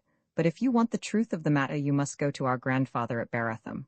I shall go to him then, and do my own grandfathers, and all the forefathers that I had in the old time, inhabit this grey place? All such as are born with what they call a conscience come hither, the devils said. Do you think you could persuade them to go elsewhere? For in that event, we would be deeply obliged to you. Their self-conceit is pitiful, but it is also a nuisance, because it prevents our getting any rest. Perhaps I can help you to obtain justice, and certainly to attempt to secure justice for you is my imperial duty. But who governs this country? They told him how hell was divided into principalities that had for governors Lucifer and Beelzebub and Belial and Asheroth and Phlegethon, but that over all these was grandfather Satan, who lived in the black house at Baratham. Well, I prefer, says Jurgen, to deal directly with your principal, especially if he can explain the polity of this insane and murky country. Do some of you conduct me to him in such state as becomes an emperor. So Canagosta fetched a wheelbarrow, and Jurgen got into it, and Canagosta trundled him away. Canagosta was something like an ox, but rather more like a cat, and his hair was curly. And as they came through Chorasma, a very uncomfortable place where the damned abide in torment, whom should Jurgen see but his own father, Koth, the son of Smoit and Steinva, standing there chewing his long mustaches in the midst of an especially tall flame. "Do you stop now for a moment?" says Jurgen to his escort. "Oh, but this is the most vexatious person in all hell," cried Canagosta, "and a person whom there is absolutely no pleasing." "Nobody knows that better than I," says Jurgen, and Jurgen civilly bade his father good day, but Koth did not recognize this spruce young emperor of Naumeria, who went about hell in a wheelbarrow. "You do not know me, then?" says Jurgen. "How should I know you when I never saw you before?" replied Koth, irritably, and Jurgen did not argue the point, for he knew that he and his father could never agree about anything.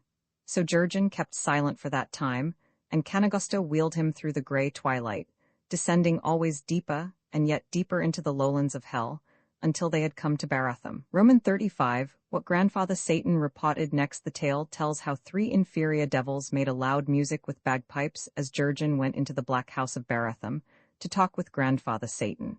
Satan was like a man of 60, or it might be 62, in all things save that he was covered with grey fur and had horns like those of a stag. He wore a breechclout of very dark grey, and he sat in a chair of black marble on a dais. His bushy tail, which was like that of a squirrel, waved restlessly over his head as he looked at Jurgen, without speaking, and without turning his mind from an ancient thought, and his eyes were like light shining upon little pools of ink, for they had no whites to them. "What is the meaning of this insane country?" says Jurgen, plunging at the heart of things. "There is no sense in it and no fairness at all." "Ah," replied Satan, in his curious hoarse voice, "you may well say that, and it is what I was telling my wife only last night." "You have a wife, then?" says Jurgen, who was always interested in such matters. "Why, but to be sure, either as a Christian or as a married man, I should have comprehended this was Satan's due. And how do you get on with her?" "Pretty well," says grandfather Satan, "but she does not understand me." "Et tu, brute," says Jurgen. "And what does that mean?" "It is an expression connotating astonishment over an event without parallel.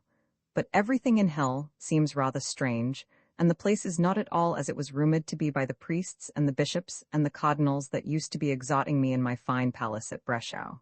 "And where, did you say, is this palace?" "In Naumeria, where I am the Emperor Jurgen. And I need not insult you by explaining Breslau is my capital city, and is noted for its manufacture of linen and woolen cloth and gloves and cameos and brandy, though the majority of my subjects are engaged in cattle breeding and agricultural pursuits." "Of course not, for I have studied geography. And Jurgen, it is often I have heard of you, though never of your being an emperor. Did I not say this place was not in touch with new ideas? Ah, but you must remember that thoughtful persons keep out of hell. Besides, the war with heaven prevents us from thinking of other matters. In any event, you Emperor Jurgen, by what authority do you question Satan in Satan's home?" "I have heard that word which the ass spoke with the cat," replied Jurgen, for he recollected upon a sudden what Merlin had shown him. Grandfather Satan nodded comprehendingly. "All honor be to Set and Bast, and may their power increase. This, Emperor, is how my kingdom came about." Then Satan, sitting erect and bleak in his tall marble chair, explained how he, and all the domain, and all the infernal hierarchies he ruled, had been created extempore by Koschei, to humor the pride of Jurgen's forefathers. For they were exceedingly proud of their sins. And Koschei happened to notice earth once upon a time, with your forefathers walking about it exultant in the enormity of their sins, and in the terrible punishments they expected in requital. Now Koschei will do almost anything to humor pride, because to be proud is one of the 2 things that are impossible to Koschei. So he was pleased, oh, very much pleased. And after he had had his laugh out, he created hell extempore, and made it just such a place as your forefathers imagined it ought to be, in order to humor the pride of your forefathers. And why is pride impossible to Koschei? Because he made things as they are, and day and night he contemplates things as they are, having nothing else to look at. How then can Koschei be proud? I see, it is as if I were imprisoned in a cell wherein there was nothing, absolutely nothing, except my verses. I shudder to think of it. But what is this other thing which is impossible to Koschei? I do not know. It is something that does not enter into hell. Well, I wish I too had never entered here, and now you must assist me to get out of this murky place. And why must I assist you? Because, said Jurgen, and he drew out the cantrap of the master philologist, because at the death of Adrian V, Pedro Giuliani, who should be named John the 20th, was through an error in the reckoning elevated to the papal chair as John the 21st. Do you not find my reason sufficient? No, said Grandfather Satan after thinking it over, I cannot say that I do. But then, popes go to heaven. It is considered to look better, all around, and particularly by my countrymen, inasmuch as many popes have been suspected of pro-celestialism. So we admit none of them into hell, in order to be on the safe side, now that we are at war. In consequence, I am no judge of popes and their affairs, nor do I pretend to be. And Jurgen perceived that again, he had employed his cantrap incorrectly or else, that it was impotent to rescue people from Satan. But who would have thought, he reflected, that Grandfather Satan was such a simple old creature? How long, then, must I remain here? Asks Jurgen after a dejected pause. I do not know, replies Satan. It must depend entirely upon what your father thinks about it, but what has he to do with it? Since I and all else that is here are your father's absurd notions, as you have so frequently proved by logic, and it is hardly possible that such a clever fellow as you can be mistaken. Why, of course, that is not possible, says Jurgen. Well, the matter is rather complicated, but I am willing to taste any drink once, and I shall manage to get justice somehow, even in this unreasonable place where my father's absurd notions are the truth. So Jurgen left the Black House of Baratham, and Jurgen also left Grandfather Satan, erect and bleak in his tall marble chair, and with his eyes gleaming in the dim light, as he sat there restively swishing his soft bushy tail, and not ever turning his mind from an ancient thought. Roman 36, why Koth was contradicted, then Jurgen went back to Quaresma, where Koth, the son of Smoit and Steinva, stood conscientiously in the midst of the largest and hottest flame he had been able to imagine, and rebuked the outworn devils who were tormenting him, because the tortures they inflicted were not adequate to the wickedness of Koth. And Jurgen cried to his father, The lewd fiend Canagosta told you I was the Emperor of Naumaria, and I do not deny it even now. But do you not perceive I am likewise your son Jurgen? Why, so it is, said Koth, now that I look at the rascal. And how, Jurgen, did you become an emperor? Oh, sir, and is this a place wherein to talk about mere earthly dignities? I am surprised your mind should still run upon these empty vanities even here in torment. But it is inadequate torment, Jurgen, such as does not salve my conscience. There is no justice in this place, and no way of getting justice. For these shiftless devils do not take seriously that which I did, and they merely pretend to punish me, and so my conscience stays unsatisfied. Well, but father, I have talked with them, and they seem to think your crimes do not amount to much, after all. Koth flew into one of his familiar rages. I would have you know that I killed 8 men in cold blood, and held 5 other men while they were being killed. I estimate the sum of such iniquity as 10.5 murders, and for these my conscience demands that I be punished. Ah, but sir, that was 50 years or more ago, and these men would now be dead in any event, so you see it does not matter now. I went astray with women, with I do not know how many women. Jurgen shook his head. This is very shocking news for a son to receive, and you can imagine my feelings. Nonetheless, sir, that also was 50 years ago, and nobody is bothering over it now.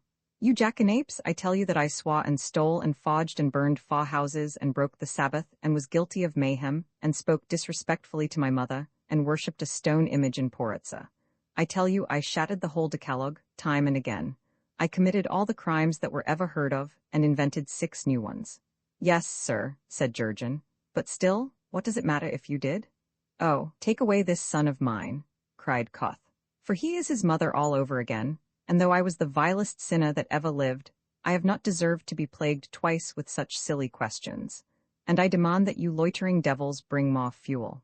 Sir, said a panting little fiend, in the form of a tadpole with hairy arms and legs like a monkey's, as he ran up with 4 bundles of faggots, we are doing the very best we can for your discomfort, but you damned have no consideration for us, and do not remember that we are on our feet day and night, waiting upon you, said the little devil, whimpering, as with his pitchfork he raked up the fire about Koth. You do not even remember the upset condition of the country, on account of the war with heaven, which makes it so hard for us to get you all the inconveniences of life. Instead, you lounge in your flames and complain about the service, and Grandfather Satan punishes us, and it is not fair. I think myself, said Jurgen, you should be gentler with the boy. And as for your crimes, sir, come, will you not conquer this pride which you nickname conscience, and concede that after any man has been dead a little, while it does not matter at all what he did? Why, About Beligod, no one ever thinks of your throat-cutting and Sabbath-breaking, except when very old people gossip over the fire, and your wickedness brightens up the evening for them. To the rest of us, you are just a stone in the churchyard, which describes you as a paragon of all the virtues.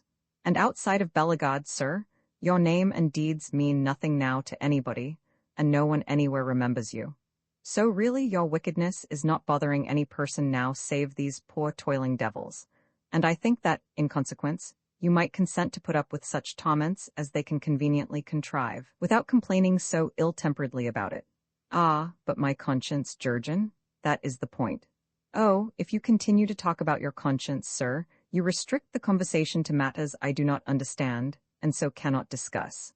But I dare say we will find occasion to thresh out this, and all other matters, by and by, and you and I will make the best of this place, for now I will never leave you. Koth began to weep, and he said that his sins in the flesh had been too heinous for this comfort to be permitted him in the unendurable torment which he had fairly earned, and hoped some day to come by. "Do you care about me one way or the other, then?" says Jurgen, quite astounded. And from the midst of his flame Koth, the son of Smoit, talked of the birth of Jurgen, and of the infant that had been Jurgen, and of the child that had been Jurgen. And a horrible, deep, unreasonable emotion moved in Jurgen as he listened to the man who had begotten him, and whose flesh was Jurgen's flesh, and whose thoughts had not ever been Jurgen's thoughts. And Jurgen did not like it. Then the voice of Koth was bitterly changed, as he talked of the young man that had been Jurgen, of the young man who was idle and rebellious and considerate of nothing save his own light desires, and of the division which had arisen between Jurgen and Jurgen's father. Koth spoke likewise, and Jurgen felt better now, but was still grieved to know how much his father had once loved him. "It is lamentably true," says Jurgen, "that I was an idle and rebellious son, so I did not follow your teachings. I went astray, oh, very terribly astray. I even went astray, sir, I must tell you, with a nature myth connected with the moon. Oh, hideous abomination of the heathen, and she considered, sir, that thereafter I was likely to become a solar legend." "I should not wonder," said Koth, and he shook his bald and dome-shaped head despondently. "Ah, my son, it simply shows you what comes of these wild causes. And in that event, I would, of course, be released from sojourning in the underworld by the spring equinox. Do you not think so, sir?" says Jurgen, very coaxingly, because he remembered that, according to Satan, whatever Koth believed would be the truth in hell. "I am sure," said Koth. "Why, I am sure I do not know anything about such matters." "Yes, but what do you think?" "I do not think about it at all." "Yes, but, Jurgen, you have a very uncivil habit of arguing with people, still, sir, and I have spoken to you about it before, yet, father, and I do not wish to have to speak to you about it again. Nonetheless, sir, and when I say that I have no opinion, but everybody has an opinion, father." Jurgen shouted this, and felt it was quite like old times. "How do you speak to me in that tone of voice, sir?" "But I only meant, do not lie to me, Jurgen, and stop interrupting me. For as I was saying when you began to yell at your father as though you were addressing an unreasonable person, it is my opinion that I know nothing whatever about equinoxes, and do not care to know anything about equinoxes, I would have you understand, and that the less said as to such disreputable topics the better, as I tell you to your face." And Jurgen groaned. "Here is a pretty father. If you had thought so, it would have happened. But you imagine me in a place like this, and have not sufficient fairness, far less paternal affection, to imagine me out of it. I can only think of your well-merited affliction, you quarrelsome scoundrel, and of the host of light women with whom you have sinned, and of the doom which has befallen you in consequence. Well, at worst, says Jurgen, there are no women here, that ought to be a comfort to you. I think there are women here, snapped his father. It is reputed that quite a number of women have had consciences, but these conscientious women are probably kept separate from us men, in some other part of hell, for the reason that if they were admitted into Quaresma they would attempt to tidy the place and make it habitable. I know your mother would have been meddling out of hand. Oh, sir, and must you still be finding fault with mother? Your mother, Jurgen, was in many ways an admirable woman, but, said Koth, she did not understand me. Ah, well, that may have been the trouble. Still, all this you say about women being here is mere guesswork.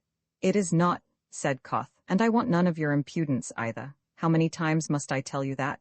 Jurgen scratched his ear reflectively, for he still remembered what Grandfather Satan had said, and Koth's irritation seemed promising. Well, but the women here are all ugly, I wager. They are not, said his father angrily. Why do you keep contradicting me?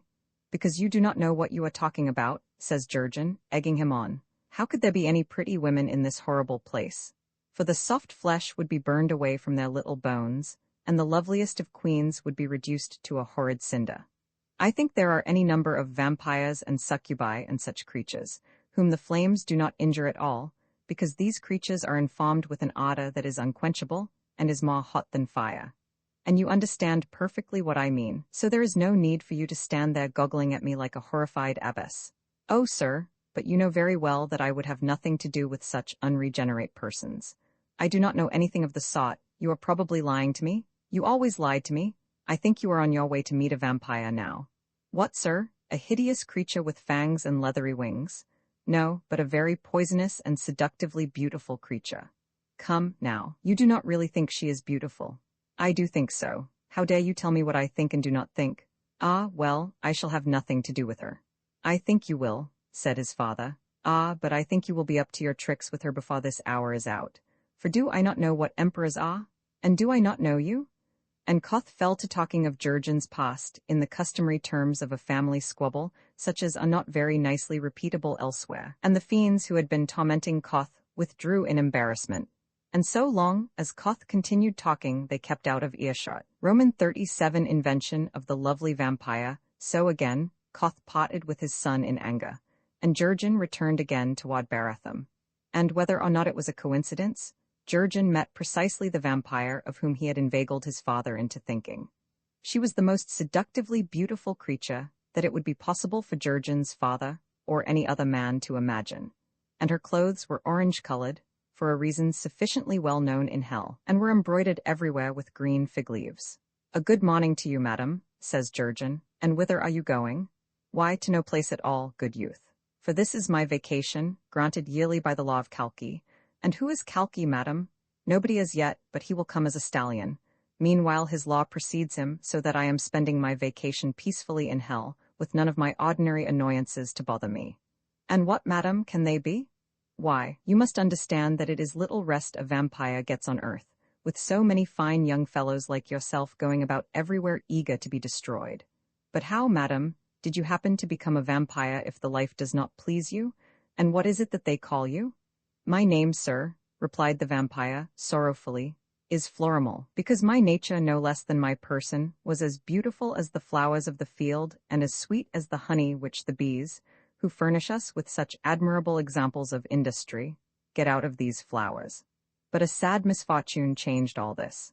For I chanced one day to fall ill and die, which, of course, might happen to anyone, and as my funeral was leaving the house, the cat jumped over my coffin. That was a terrible misfortune to befall a poor dead girl so generally respected, and in wide demand as a seamstress, though even then, the worst might have been averted had not my sister-in-law been of what they call a humane disposition, and foolishly attached to the cat.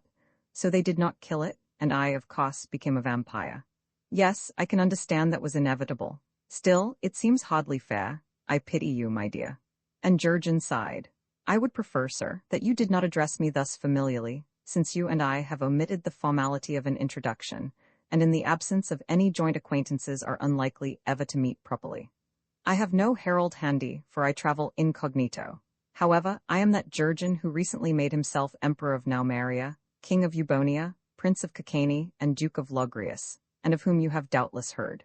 Why, to be sure, says she, patting her hair straight, and who would have anticipated meeting your highness in such a place?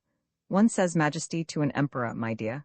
It is a detail, of course, but in my position one has to be a little exigent. I perfectly comprehend, your majesty, and indeed I might have divined your rank from your lovely clothes. I can but entreat you to overlook my unintentional breach of etiquette, and I make bold to add that a kind heart reveals the splendor of its graciousness through the interest which your majesty has just evinced in my disastrous history. Upon my word, thinks Jurgen, but in this flow of words I seem to recognize my father's imagination when in anger. Then Florimel told Jurgen of her horrible awakening in the grave, and of what had befallen her hands and feet there, the while that against her will she fed repugnantly, destroying first her kindred and then the neighbors. This done, she had arisen. For the cattle still lived, and that troubled me. When I had put an end to this annoyance, I climbed into the church belfry, not alone, for one went with me of whom I prefer not to talk, and at midnight I sounded the bell so that all who heard it would sicken and die. and I wept all the while, because I knew that when everything had been destroyed which I had known in my first life in the flesh, I would be compelled to go into new lands, in search of the food which alone can nourish me, and I was always sincerely attached to my home. So it was, your Majesty, that I forever relinquished my sowing, and became a lovely peril, a flashing desolation, and an evil which smites by night, in spite of my abhorrence of irregular hours. And what I do I dislike extremely, for it is a sad fate to become a vampire, and still to sympathize with your victims, and particularly with their poor mothers. So Jurgen comforted Florimel, and he put his arm around her. Come, come, he said, but I will see that your vacation passes pleasantly, and I intend to deal fairly with you too. Then he glanced sidewise at his shadow, and whispered a suggestion which caused Florimel to sigh. By the terms of my doom, said she, at no time during the 9 lives of the cat can I refuse. Still, it is a comfort you are the Emperor of Naumeria, and have a kind heart. Oh, and a many other possessions, my dear, and I again assure you that I intend to deal fairly with you. So Florimel conducted Jurgen, through the changeless twilight of Baratham, like that of a grey winter afternoon, to a quiet cleft by the sea of blood, which she had fitted out very cosily in imitation of her girlhood home, and she lighted a candle, and made him welcome to her cleft. And when Jurgen was about to enter it, he saw that his shadow was following him into the vampire's home. Let us extinguish this candle, says Jurgen, for I have seen so many flames today that my eyes are tired. So Florimel extinguished the candle, with a goodwill that delighted Jurgen. And now they were in utter darkness, and in the dark nobody can see what is happening. But that Florimel now trusted Jurgen and his Naumerian claims was evinced by her very first remark. I was in the beginning suspicious of your Majesty, said Florimel, because I had always heard that every emperor carried a magnificent scepter, and you then displayed nothing of the sort. But now, somehow, I do not doubt you any longer. And of what is your Majesty thinking? Why, I was reflecting, my dear, says Jurgen, that my father imagines things very satisfactorily. Roman 38, as to applauded precedents, afterward Jurgen abode in hell, and complied with the customs of that country. And the tale tells that a week, or it might be 10 days after his meeting with Florimel, Jurgen married her, without being at all hindered by his having 3 other wives. For the devils, he found, esteemed polygamy, and ranked it above mere skill at torturing the damned, through a literal interpretation of the saying that it is better to marry than to burn. And formally, they told Jurgen, you could hardly come across a marriage anywhere that was not hallmarked made in heaven, but since we have been at war with heaven, we have quite taken away that trade from our enemies, so you may marry here as much as you like. Why then, says Jurgen, I shall marry in haste and repeat at leisure, but can one obtain a divorce here? Oh no, said they. We trafficked in them for a while, but we found that all persons who obtained divorces through our industry promptly thanked heaven they were free at last. In the face of such ingratitude, we gave over that profitless trade, and now there is a manufactory, for specialties in men's clothing, upon the old statutory grounds. But these makeshifts are unsatisfactory, and I wish to know, in confidence, what you do in hell when there is no longer any putting up with your wives. The devils all blushed. We would prefer not to tell you, said they, for it might get to their ears. Now do I perceive, said Jurgen, that hell is pretty much like any other place. So Jurgen and the lovely vampire were duly married. First Jurgen's nails were trimmed, and the parings were given to Florimel. A broomstick was laid before them, and they stepped over it. Then Florimel said, Temen? Thrice, and 9 times did Jurgen reply, Origizeta. Afterward the Emperor Jurgen and his bride were given a posset of Dudiim and Eruca, and the devils modestly withdrew. Thereafter Jurgen abode in hell, and complied with the customs of that country, and was tolerably content for a while. Now Jurgen shared with Florimel that quiet cleft which she had fitted out in imitation of her girlhood home, and they lived in the suburbs of Baratham, very respectably, by the shore of the sea. There was, of course, no water in hell. Indeed, the importation of water was forbidden, under severe penalties, in view of its possible use for baptismal purposes. This sea was composed of the blood that had been shed by piety in furthering the kingdom of the Prince of Peace, and was reputed to be the largest ocean in existence. And it explained the nonsensical saying, which Jurgen had so often heard, as to hell's being paved with good intentions. For epigenes of roads is right, after all, said Jurgen, in suggesting a misprint, and the word should be laved. Why, to be sure, your Majesty, assented Florimel. Ah, but I always said your Majesty had remarkable powers of penetration, quite apart from your Majesty's scholarship. For Florimel had this cajoling way of speaking. Nonetheless, all vampires have their foibles, and are nourished by the vigor and youth of their lovers. So one morning Florimel complained of being unwell, and attributed it to indigestion. Jurgen stroked her head meditatively, then he opened his glittering shirt, and displayed what was plain enough to see. "I am full of vigor and I am young," said Jurgen, "but my vigor and my youthfulness are of a peculiar sort, and are not wholesome. So let us have no more of your tricks, or you will quite spoil your vacation by being very ill indeed." "But I had thought all emperors were human?" said Florimel, in a flutter of blushing penitence, exceedingly pretty to observe. "Even so, sweetheart, all emperors are not Jurgens," he replied, magnificently. "Therefore you will find that not every emperor is justly styled the father of his people, or is qualified by nature to wield the scepter of Naumeria. I trust this lesson will suffice." "It will," said Florimel, with a wry face. So thereafter they had no further trouble of this sort, and the wound on Jurgen's breast was soon healed. And Jurgen kept away from the damned, of course, because he and Florimel were living respectably. They paid a visit to Jurgen's father, however, very shortly after they were married, because this was the proper thing to do. And Koth was civil enough for Koth, and voiced a hope that Florimel might have a good influence upon Jurgen and make him worth his salt, but did not pretend to be optimistic. Yet this visit was never returned, because Koth considered his wickedness was too great for him to be spared a moment of torment, and so would not leave his flame. "And really, your Majesty," said Florimel, "I do not wish for an instant to have the appearance of criticizing your Majesty's relatives, but I do think that your Majesty's father might have called upon us, at least once, particularly after I offered to have a fire made up for him to sit on any time he chose to come. I consider that your Majesty's father assumes somewhat extravagant airs, in the lack of any definite proof, as to his having been a bit more wicked than anybody else, and the childlike candor which has always been with me a leading characteristic prevents concealment of my opinion. Oh, it is just his conscience, dear. A conscience is all very well in its place, your Majesty, and I, for one, would never have been able to endure the interminable labor of seducing and assassinating so many fine young fellows, if my conscience had not assured me that it was all the fault of my sister-in-law. But, even so, there is no sense in letting your conscience make a slave of you.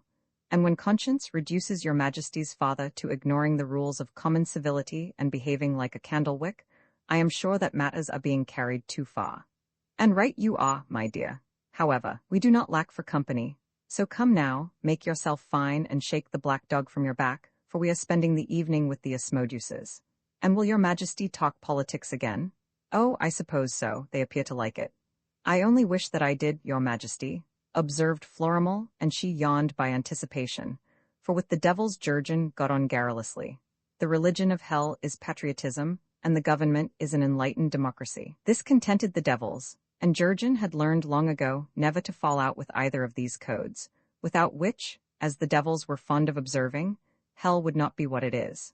They were, to Jurgen's finding, simple-minded fiends who allowed themselves to be deplorably overworked by the importunate dead. They got no rest because of the damned, who were such persons as had been saddled with a conscience, and who in consequence demanded interminable torments, and at the time of Jurgen's coming into hell political affairs were in a very bad way, because there was a considerable party among the younger devils who were for compounding the age-old war with heaven, at almost any price, in order to get relief from this unceasing influx of conscientious dead persons in search of torment. For it was well known that when Satan submitted to be bound in chains, there would be no more death, and the annoying immigration would thus be ended. So said the younger devils, and considered Grandfather Satan ought to sacrifice himself for the general welfare.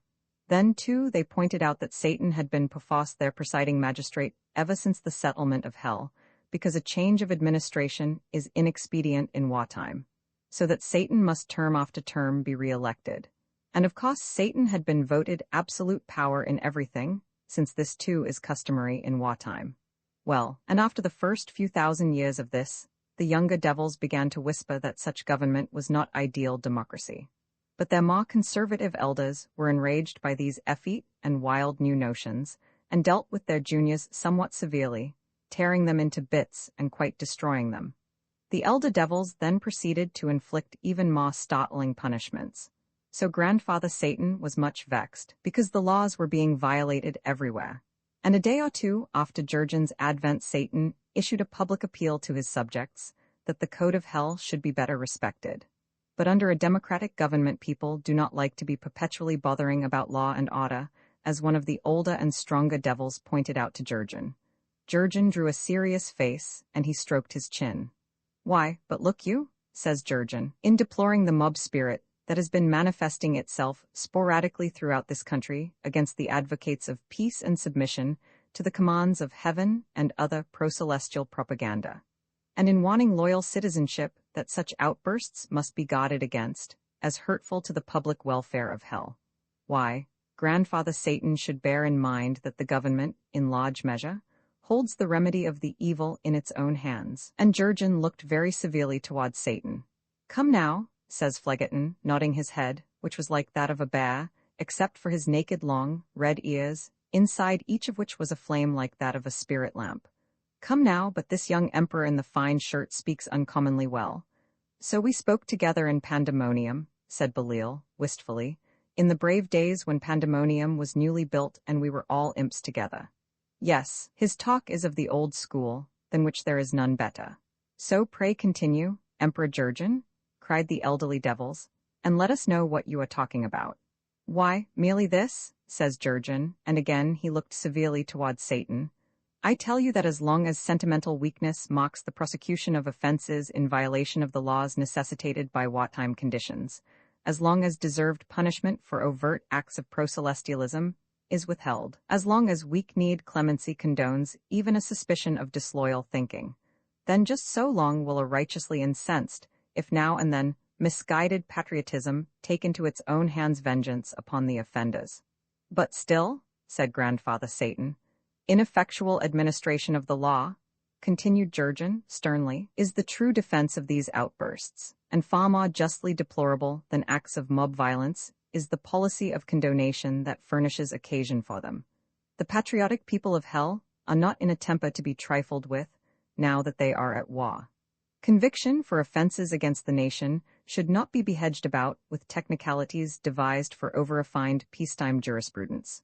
Why, there is no one of you, I am sure, but has at his tongue's tip the immortal words of Livonius as to this very topic, and so I shall not repeat them.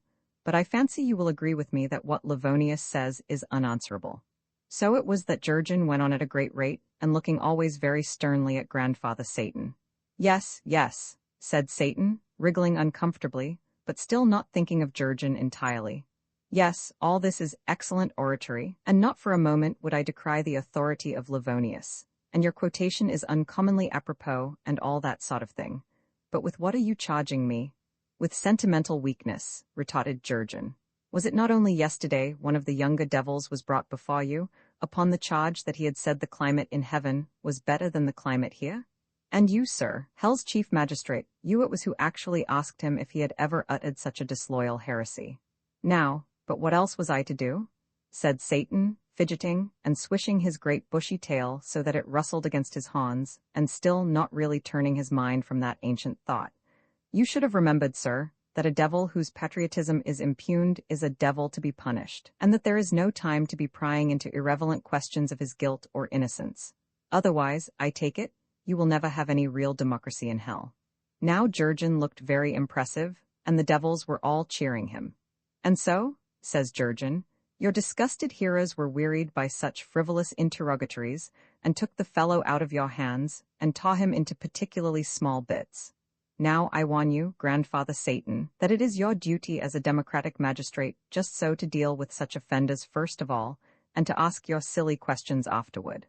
For what does Rudigenus say outright upon this point? And Xantifa Magnus too? Why, my dear sir, I ask you plainly, where in the entire history of international jurisprudence will you find any more explicit language than these two employ? Now certainly, says Satan, with his bleak smile, you cite very respectable authority, and I shall take your reproof in good part. I will endeavor to be more strict in the future. And you must not blame my laxity too severely, Emperor Jurgen, for it is a long while since any man came living into hell to instruct us how to manage matters in time of war. No doubt, precisely as you say, we do need a little more severity hereabouts, and would gain by adopting more human methods. Rudigenous, now? Yes, rudigenous is rather unanswerable, and I concede it frankly. So do you come home and have supper with me, Emperor Jurgen, and we will talk over these things. Then Jurgen went off arm in arm with Grandfather Satan, and Jurgen's erudition and sturdy common sense were forevermore established among the older and more solid element in hell. And Satan followed Jurgen's suggestions, and the threatened rebellion was satisfactorily discouraged by tearing into very small fragments anybody who grumbled about anything, so that all the subjects of Satan went about smiling broadly all the time at the thought of what might befall them if they seemed dejected.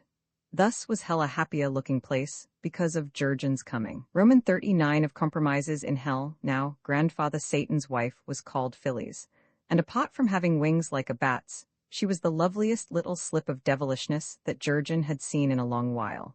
Jurgen spent this night at the Black House of Baratham, and 2 more nights, or it might be 3 nights. And the details of what Jurgen used to do there, after supper, when he would walk alone in the Black House gardens, among the artfully colored cast-iron flowers and shrubbery, and would so come to the grated windows of Phyllis's room, and would stand there joking with her in the dark, are not requisite to this story. Satan was very jealous of his wife, and kept one of her wings clipped and held her under lock and key, as the treasure that she was. But Jurgen was accustomed to say afterward that, while the gratings over the windows were very formidable, they only seemed somehow to enhance the piquancy of his commerce with Dame Phyllis. This queen, said Jurgen, he had found simply unexcelled at repartee. Florimel considered the saying cryptic. Just what precisely did His Majesty mean? Why, that in any and all circumstances, Dame Phyllis knows how to take a joke, and to return as good as she receives. So your Majesty has already informed me, and certainly jokes can be exchanged through a grating? Yes, that was what I meant, and Dame Phyllis appeared to appreciate my ready flow of humor. She informs me Grandfather Satan is of a cold, dry temperament, with very little humor in him, so that they go for months without exchanging any pleasantries. Well, I am willing to taste any drink once. And for the rest, remembering that my host had very enormous and intimidating horns, I was at particular pains to deal fairly with my hostess. Though, indeed, it was more for the honor and the glory of the affair than anything else that I exchanged pleasantries with Satan's wife. For to do that, my dear, I felt was worthy of the Emperor Jurgen. Ah, I am afraid your Majesty is a sad scapegrace, replied Florimel. However, we all know that the scepter of an emperor is respected everywhere. Indeed, says Jurgen, I have often regretted that I did not bring with me my jeweled scepter when I left Naumeria. She shivered at some unspoken thought. It was not until some while afterward that Florimel told Jurgen of her humiliating misadventure with the absent-minded Sultan of Gassau's scepter. Now she only replied that jewels might, conceivably, seem ostentatious and out of place. Jurgen agreed to this truism, for of course they were living very quietly, and Jurgen was splendid enough for any reasonable wife's requirements, in his glittering shirt. So Jurgen got on pleasantly with Florimel, but he never became as fond of her as he had been of Guinevere or Anaïdes, nor 1/10 as fond of her as he had been of Chloris. In the first place, he suspected that Florimel had been invented by his father, and Koth and Jurgen had never any tastes in common, and in the second place, Jurgen could not but see that Florimel thought a great deal of his being an emperor. It is my title she loves, not me, reflected Jurgen, sadly, and her affection is less for that which is really integral to me than for imperial orbs and sceptres and such-like external trappings. And Jurgen would come out of Florimel's cleft considerably dejected, and would sit alone by the sea of blood, and would meditate how inequitable it was that the mere title of emperor should thus shut him off from sincerity and candor. We who are called kings and emperors are men like other men. We are as rightly entitled as other persons to the solace of true love and affection. Instead, we live in a continuous isolation, and women offer us all things save their hearts, and we are a lonely folk. No, I cannot believe that Florimel loves me for myself alone.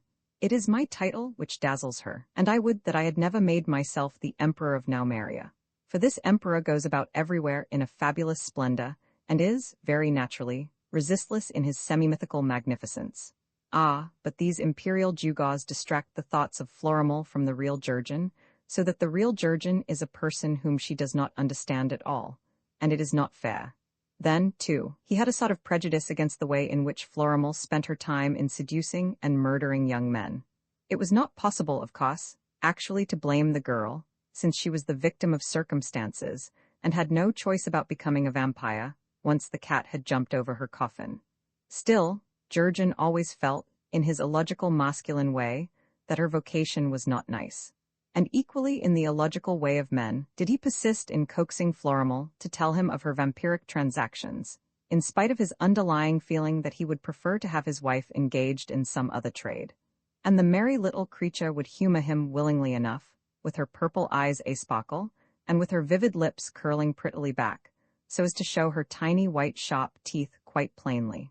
She was really very pretty thus, as she told him of what happened in Copenhagen when young Count Osmund went down into the blind beggar-woman's cellar, and what they did with bits of him, and of how one kind of serpent came to have a secret name, which, when cried aloud in the night, with the appropriate ceremony, will bring about delicious happenings, and of what one can do with small unchristened children, if only they do not kiss you, with their moist uncertain little mouths, for then this thing is impossible, and of what use she had made of young Sir Gainland's skull, when he was through with it, and she with him, and of what the young priest Wulfnoth had said to the crocodiles at the very last.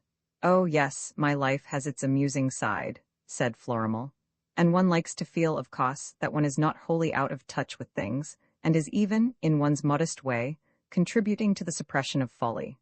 But even so, your Majesty, the calls that are made upon one, the things that young men expect of you, as the price of their bodily and spiritual ruin, and the things their relatives say about you, and above all, the constant strain, the irregular hours, and the continual effort to live up to one's position. Oh yes, your Majesty, I was far happier when I was a consumptive seamstress and took pride in my buttonholes. But from a sister-in-law who only has you in to tea occasionally as a matter of duty, and who is prominent in church work, one may, of course, expect anything. And that reminds me that I really must tell your Majesty about what happened in the hayloft just after the abbot had finished undressing." So she would chatter away, while Jurgen listened and smiled indulgently. For she certainly was very pretty. And so they kept house in hell, contentedly enough until Florimel's vacation was at an end, and then they parted, without any tears, but in perfect friendliness. And Jurgen always remembered Florimel most pleasantly, but not as a wife with whom he had ever been on terms of actual intimacy. Now, when this lovely vampire had quitted him, the Emperor Jurgen, in spite of his general popularity and the deference accorded his political views, was not quite happy in hell. "It is a comfort, at any rate," said Jurgen, "to discover who originated the theory of democratic government. I have long wondered who started the notion that the way to get a wise decision on any conceivable question was to submit it to a popular vote. Now I know. Well, and the devils may be right in their doctrines. Certainly I cannot go so far as to say they are wrong. But still, at the same time, for instance, this interminable effort to make the universe safe for democracy, this continual warring against heaven because heaven clung to a tyrannical form of autocratic government, sounded both logical and magnanimous, and was, of course, the only method of ensuring any general triumph for democracy. Yet it seemed rather futile to Jurgen, since, as he knew now, there was certainly something in the celestial system which made for military efficiency, so that heaven usually won. Moreover, Jurgen could not get over the fact that hell was just a notion of his ancestors with which Koschei had happened to fall in. For Jurgen had never much patience with antiquated ideas, particularly when anyone put them into practice, as Koschei had done. "Why, this place appears to me a glaring anachronism," said Jurgen, brooding over the fires of Korasma. "And its methods of tormenting conscientious people I cannot but consider very crude indeed. The devils are simple-minded and they mean well, as nobody would dream of denying, but that is just it. For hereabouts is needed some more pertinacious and efficiently disagreeable person, and that, of course, reminded him of Dame Lysa. And so it was the thoughts of Jurgen turned again to doing the manly thing. And he sighed, and went among the devils tentatively looking and inquiring for that intrepid fiend who in the form of a black gentleman had carried off Dame Lysa. But a queer happening befell, and it was that nowhere could Jurgen find the black gentleman, nor did any of the devils know anything about him. "From what you tell us, Emperor Jurgen," said they all, "your wife was an acidulous shrew and the sort of woman who believes that whatever she does is right." "It was not a belief," says Jurgen, "it was a mania with the poor dear. By that fact, then, she is forever debarred from entering hell." "You tell me news," says Jurgen, "which if generally known would lead many husbands into vicious living."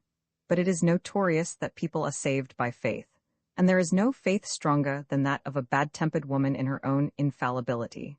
Plainly, this wife of yours is the sort of person who cannot be tolerated by anybody short of the angels. We deduce that your empress must be in heaven. Well, that sounds reasonable.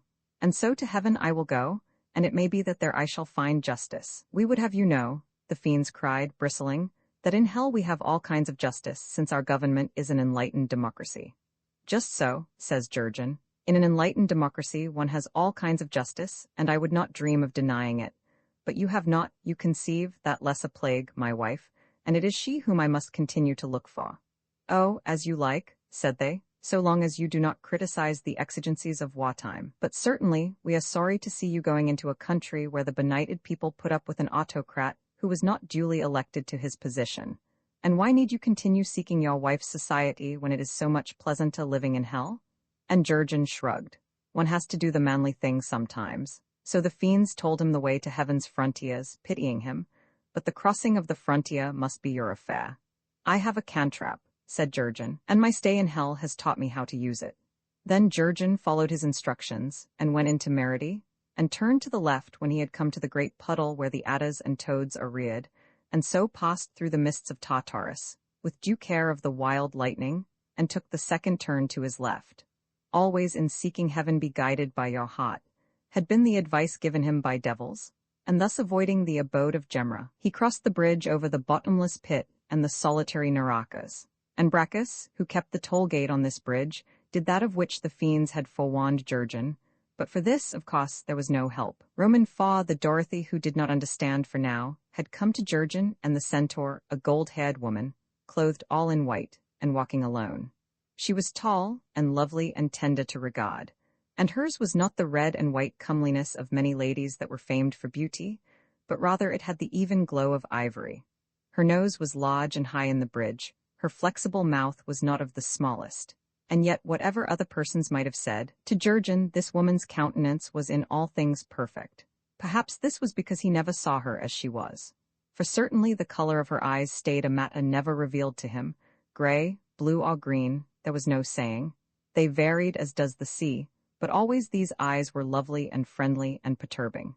Jurgen remembered that, for Jurgen saw this was Count Emmerich's second sister, Dorothy La Desiree, whom Jurgen very long ago, many years before he met Dame Lysa and set up in business as a pawnbroker, had hymned in innumerable verses as heart's desire. And this is the only woman whom I ever loved, Jurgen remembered, upon a sudden, for people cannot always be thinking of these matters. So he saluted her, with such deference as is due to a countess from a tradesman, and yet with unforgotten tremors waking in his staid body. But the strangest was yet to be seen, for he noted now that this was not a handsome woman in middle life but a young girl. I do not understand, he said, aloud, for you are Dorothy, and yet it seems to me that you are not the Countess Dorothy who is Heitman Michael's wife. And the girl tossed her fair head, with that careless, lovely gesture which the Countess had forgotten. Heitman Michael is well enough, for a nobleman, and my brother is at me day and night to marry the man. And certainly Heitman Michael's wife will go in satin and diamonds at half the cots of Christendom, with many lackeys to attend her. But I am not to be thus purchased.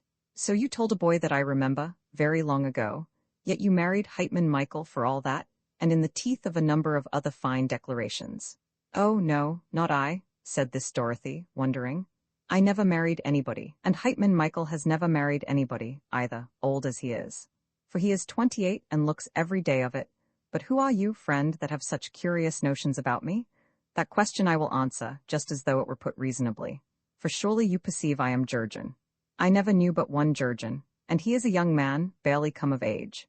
Then, as she paused in speech, whatever was the matter upon which this girl now meditated, her cheeks were tenderly colored by the thought of it, and in her knowledge of this thing her eyes took infinite joy. And Jurgen understood.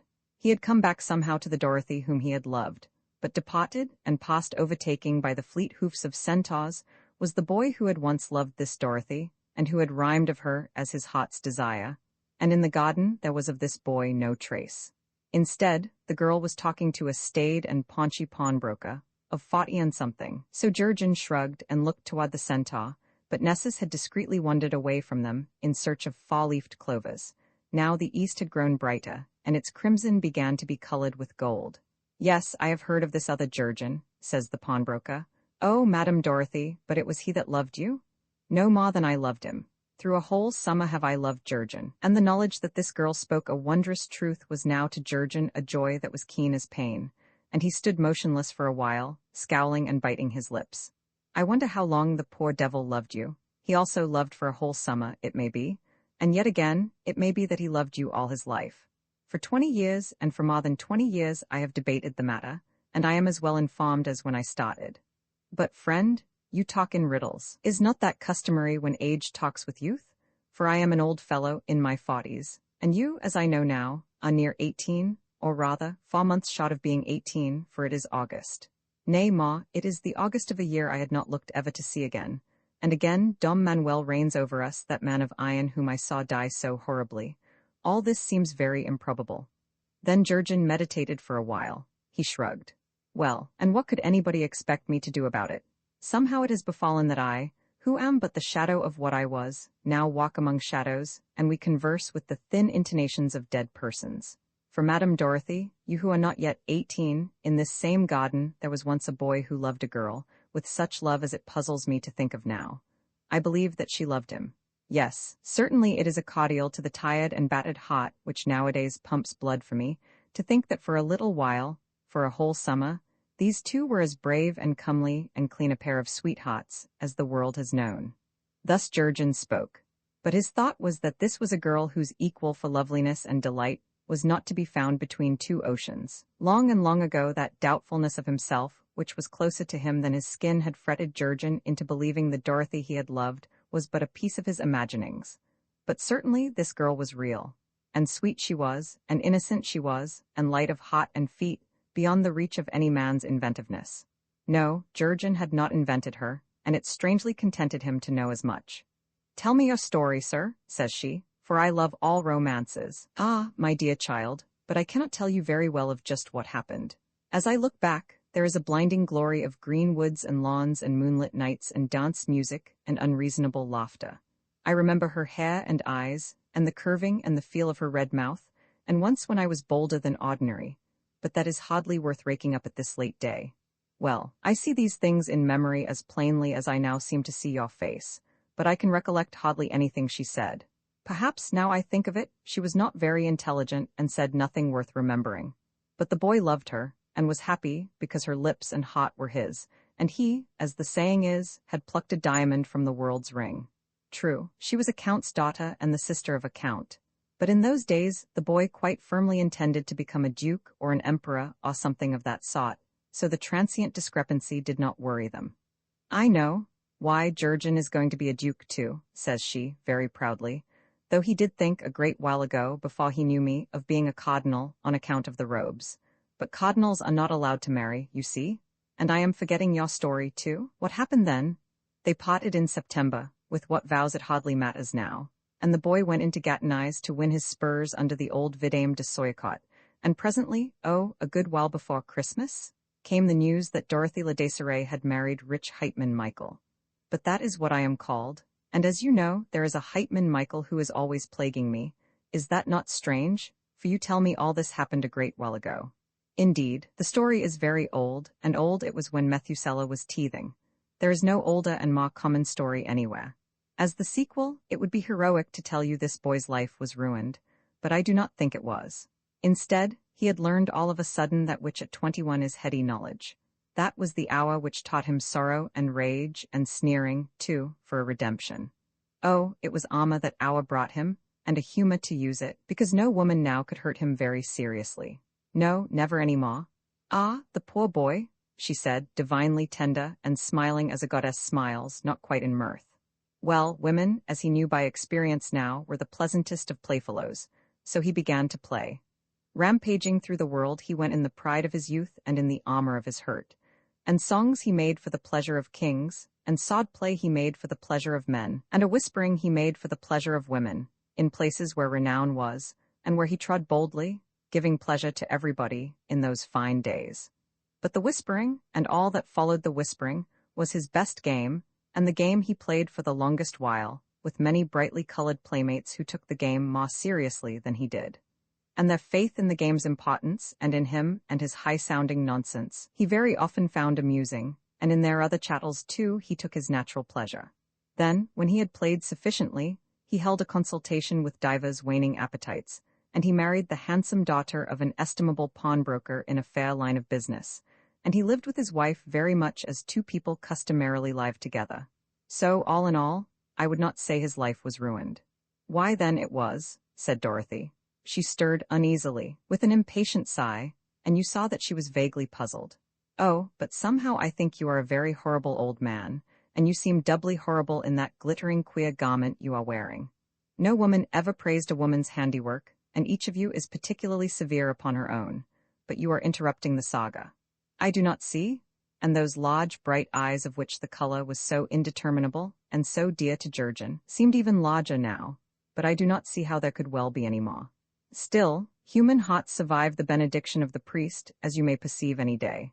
This man, at least, inherited his father-in-law's business and found it, quite as he had anticipated, the fittest of vocations for a cashiered poet.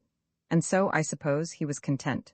Ah, yes. But after a while Heitman Michael returned from foreign parts, along with his lackeys and plate, and chest upon chest of merchandise, and his fine hosses and his wife, and he who had been her lover could see her now, after so many years, whenever he liked. She was a handsome stranger, that was all. She was rather stupid. She was nothing remarkable one way or another. This respectable pawnbroker saw that quite plainly. Day by day he writhed under the knowledge, because, as I must tell you, he could not retain composure in her presence, even now. No, he was never able to do that. The girl somewhat condensed her brows over this information. You mean that he still loved her? Why, but of course? My child, says Jurgen, now with a reproving forefinger, you are an incurable romanticist. The man disliked her and despised her. At any event, he assured himself that he did.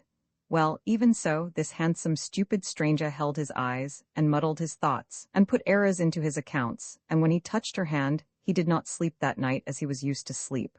Thus he saw her, day after day, and they whispered that this handsome and stupid stranger had a liking for young men who aided her artfully to deceive her husband, but she never showed any such favor to the respectable pawnbroker. For youth had gone out of him, and it seemed that nothing in particular happened. Well, that was his saga. About her, I do not know, and I shall never know, but certainly she got the name of deceiving Heitman Michael with 2 young men, or with 5 young men it might be, but never with a respectable pawnbroker. I think that is an exceedingly cynical and stupid story, observed the girl. And so I shall be off to look for Jurgen, for he makes love very amusingly, says Dorothy, with the sweetest, loveliest meditative smile that ever was lost to heaven. And a madness came upon Jurgen, there in the garden between dawn and sunrise, and a disbelief in such injustice as now seemed incredible. No, heart's desire, he cried, I will not let you go, for you are dear and pure and faithful, and all my evil dream, wherein you were a wanton and befooled me, was not true. Surely, mine was a dream that can never be true so long as there is any justice upon earth. Why, there is no imaginable God who would permit a boy to be robbed of that which in my evil dream was taken from me. And still I cannot understand your talking about this dream of yours. Why, it seemed to me I had lost the most of myself, and there was left only a brain which played with ideas, and a body that went delicately down pleasant ways. And I could not believe as my fellows believed, nor could I love them, nor could I detect anything in aught they said, or did save their exceeding folly. For I had lost their cordial common faith in the importance of what use they made of half-hours and months and years, and because a Jill flirt had opened my eyes so that they saw too much, I had lost faith in the importance of my own actions too. There was a little time of which the passing might be made endurable. Beyond gaped unpredictable darkness, and that was all there was of certainty anywhere. Now tell me, heart's desire, but was not that a foolish dream? For these things never happened. Why, it would not be fair if these things ever happened. And the girl's eyes were wide and puzzled and a little frightened. I do not understand what you are saying, and there is that about you which troubles me unspeakably. For you call me by the name which none but Jurgen used, and it seems to me that you are Jurgen, and yet you are not Jurgen. But I am truly Jurgen. And look you, I have done what never any man has done before, for I have won back to that first love whom every man must lose, no matter whom he marries. I have come back again, passing very swiftly over the grave of a dream and through the malice of time, to my heart's desire, and how strange it seems that I did not know this thing was inevitable. Still, friend, I do not understand you. Why? But I yawned and fretted in preparation for some great and beautiful adventure which was to befall me by and by, and dazedly I toiled forward.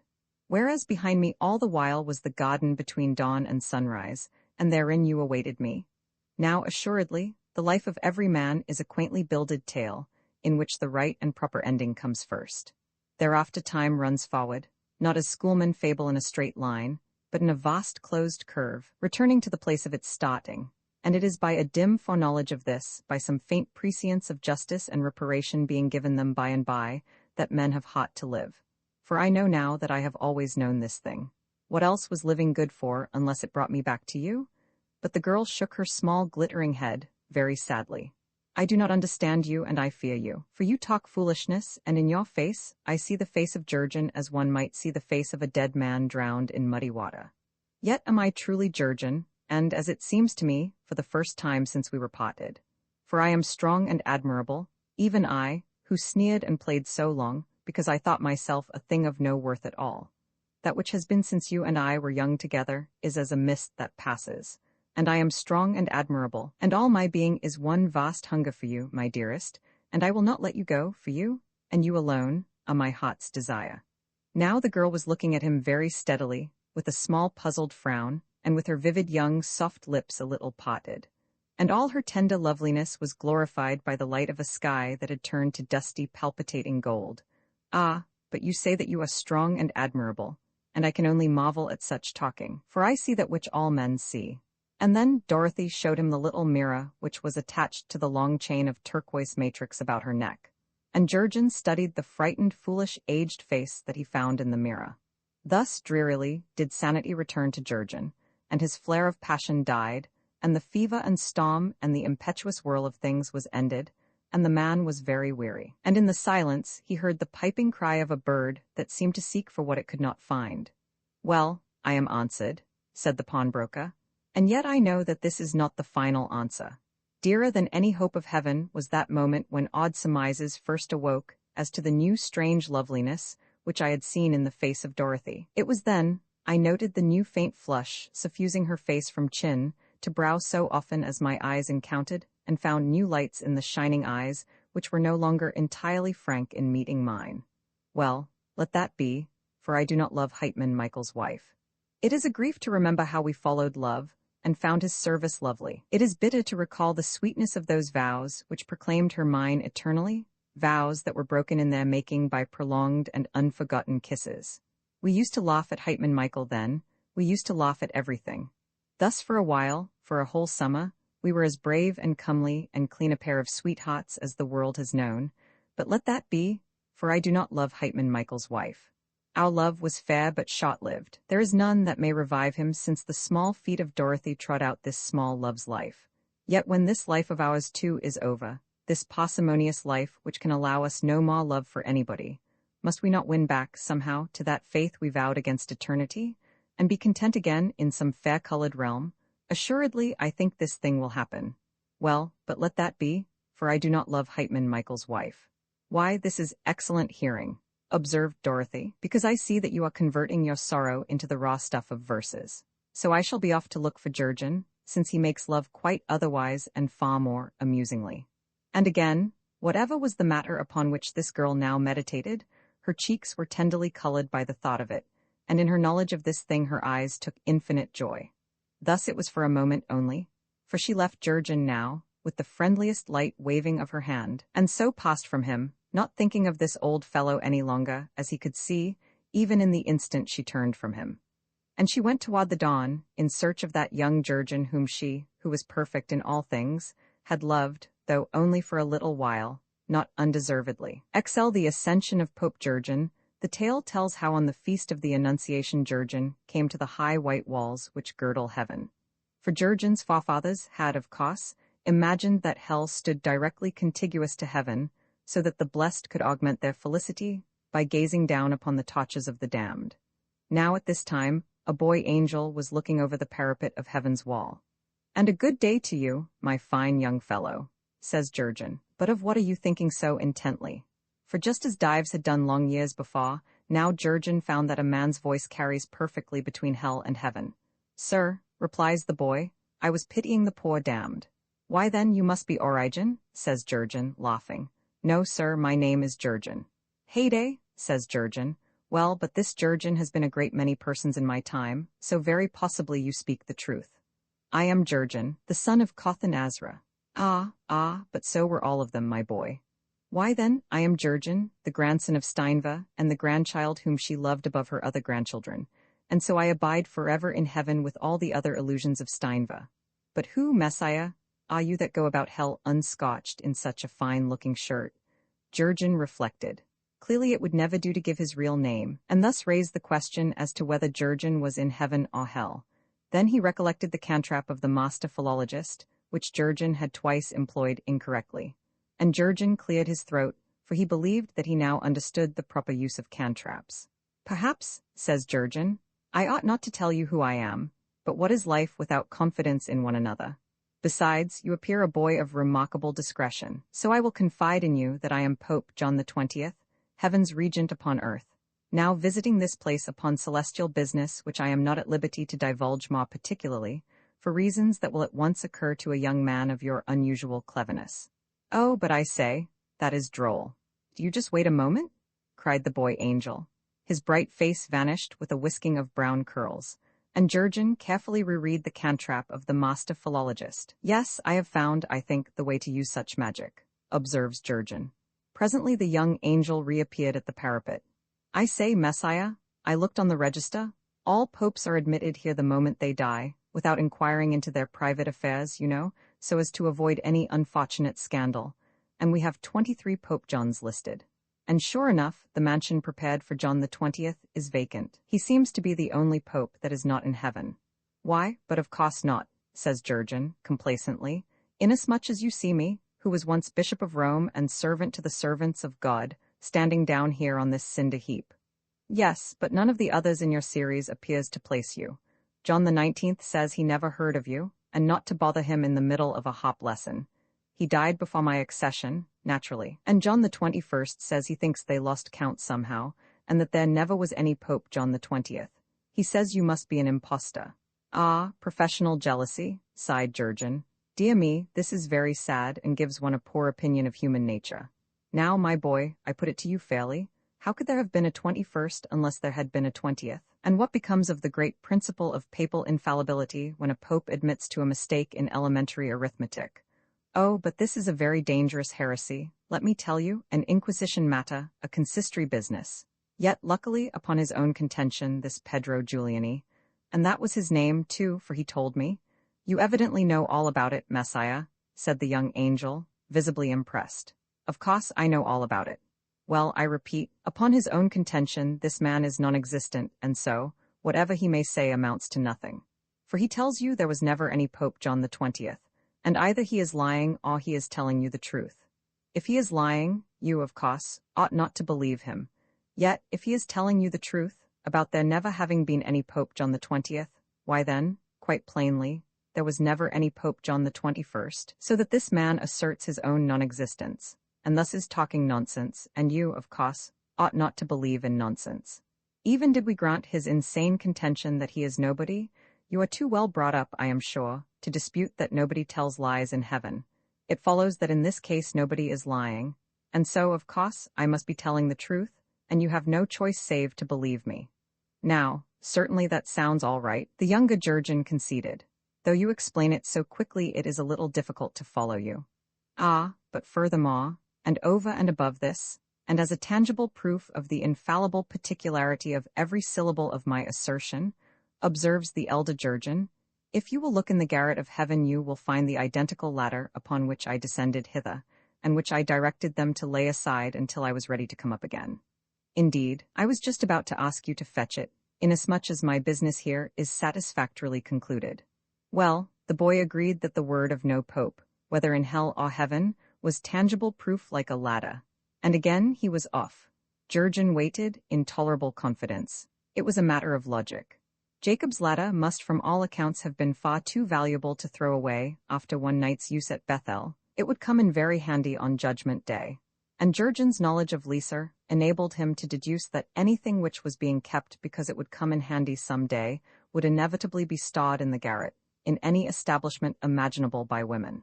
And it is notorious that heaven is a delusion of old women. Why, the thing is a certainty, said Jurgen, simply a mathematical certainty. And events proved his logic correct. For presently the younger Jurgen came back with Jacob's ladder, which was rather cobwebby and obsolete-looking after having been lain aside so long. So you see you were perfectly right, then said this younger Jurgen, as he lowered Jacob's ladder into hell. Oh, Messiah John, do hurry up and have it out with that old fellow who slandered you. Thus it came about that Jurgen clambered merrily from hell to heaven upon a ladder of unalloyed, time-tested gold, and as he climbed the shirt of Nessus glittered handsomely in the light which shone from heaven. And by this great light above him, as Jurgen mounted higher and yet higher, the shadow of Jurgen was lengthened beyond belief along the sheer white wall of heaven, as though the shadow were reluctant and adhered tenaciously to hell. Yet presently Jurgen leaped the ramparts, and then the shadow leaped too, and so his shadow came with Jurgen into heaven, and huddled dispiritedly at Jurgen's feet.